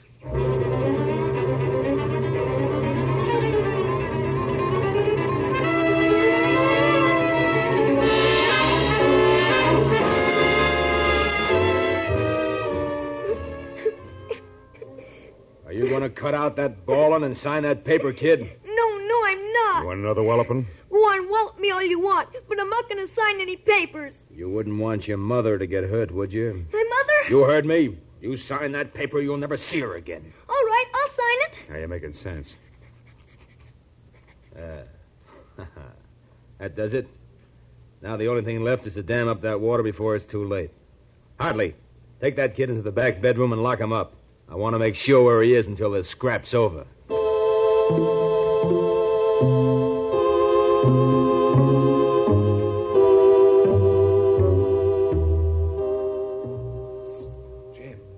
Little Jim, you in here? Who's that? It's Ryder, Jim. Are you all right? What are you doing here? I came to take care of you. Now, Jim, I want you to tell me the truth. Is this man who says his name is Hartley your father?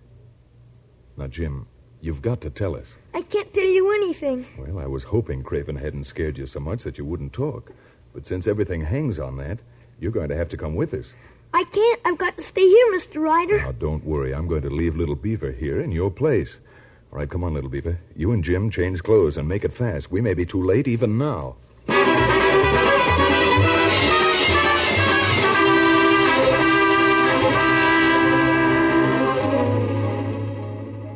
Well, that's the truth, Mr. Ryder. And if anything ever happens to my mother... Now, don't you worry about that.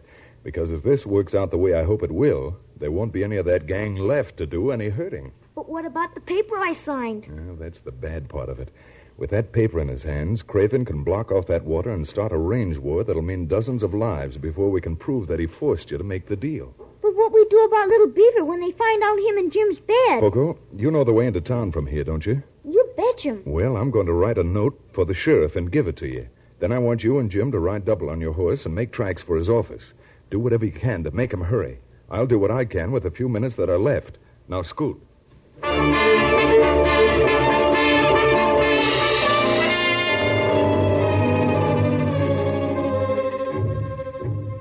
Why, you sneaking little Injun, I ought to fill you full of lead and leave you right here. You're no scare of me, Mr. Craven. Red Ryder take care of everything. You betcha. This thing's got me worried, Race. Ryder must have been here in this house when he stole the kid right out from under our noses. Don't be a fool. He's like a lot of those smart gents. He's forced his luck once too often. Now we've got him just where we want him. That's what you think. What do you mean, Race? We got him where we want him. Did you ever hear of a charge called kidnapping? They hang men for that in this state. Kidnapping? Yeah. That's a laugh. The great Red Ryder on his way to the gallows with the state's approval. I wish I could see his face when he finds out. Well, take a good look, Craven, and you too, Hartley. How did you get in here? Who cares how he got in, just so long as he's here? Get over by the door, Little Beaver, because we'll be leaving here very soon. What makes you think you are? Remember what I told you about the settlers blowing this valley wide open if you ever bottle up their water? That's not going to get you out of swinging for kidnapping. I'm afraid it will, and everyone in this room along with it. What do you mean? I did all I could to stop them. But the settlers are up at the head of Groundhog Gorge now, setting powder under the dam you put up. And when it goes off, there'll be 1 million tons of water rushing down this valley and clearing everything in its way. I don't know what you're up to, but that's a lie if I ever heard one. I'm afraid it's the truth, and it won't be long before you'll hear the proof of it. There. Hear that? They blew it sooner than I expected. In 5 minutes from now, there won't be a living thing left in this valley. I'm getting out of here. There's no use trying to run away from it. Now, Race, our numbers are up, and you know it. You got me into this, Craven. You got me mixed up with that grandson of Cody. Shut up, you fool! Yeah? No, go right on talking, because when you meet St. Peter in a few minutes from now, it'll be better to have it all off your conscience. I'm not Cody's grandson. The kid is. Craven killed the old man, and he hired me to pose as fix you for that, you... Watch that door, little beaver. This is one scrap I can't keep out of. And you... Drop that gun, Race. Now that you've dropped your gun, supposing I drop you... All right, little beaver. You heard Hartley's confession. You betcha I heard him. And when the sheriff gets here, that's all we'll need to make jailbirds out of these vultures for the rest of their lives.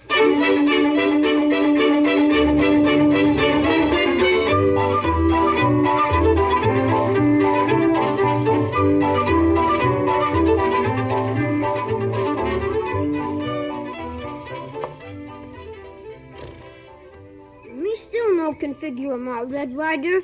Who make him that big explosion up in hills? The sheriff and his posse. You see, I scribbled him a note telling him what I was up to and asked that he set off some powder to make my story look good. Well, when my mommy gets here, she'll bake you the biggest apple pie you ever had and the best. You've sure been a swell friend, Mr. Ryder. How about it, little Poco? Are we going to come back and spend a few days with Jim and his mother? You betcha. Me think him Jim mighty fine boy. And what about you, little beaver? Me think him so, too. Now, me got him little white pal, can teach him hunt and fish when get him vacation from school. Say, talking about school, isn't it time we started back for Painted Valley? You betcha. Get him up, Papoose. Get along. Get! So long, Jim. Remind your mother about that apple pie. All right, head for home, Thunder. Let's get rolling. Come on, Thunder.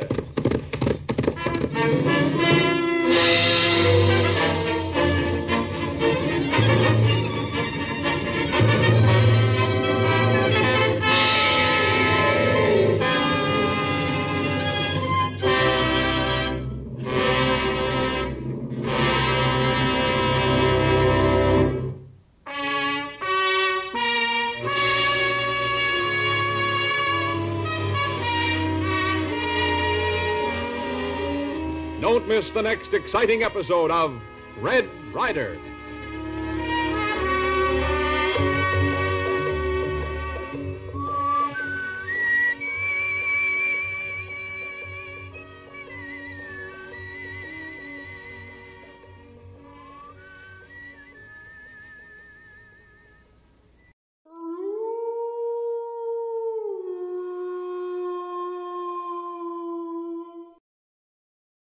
Tune in to nostalgia.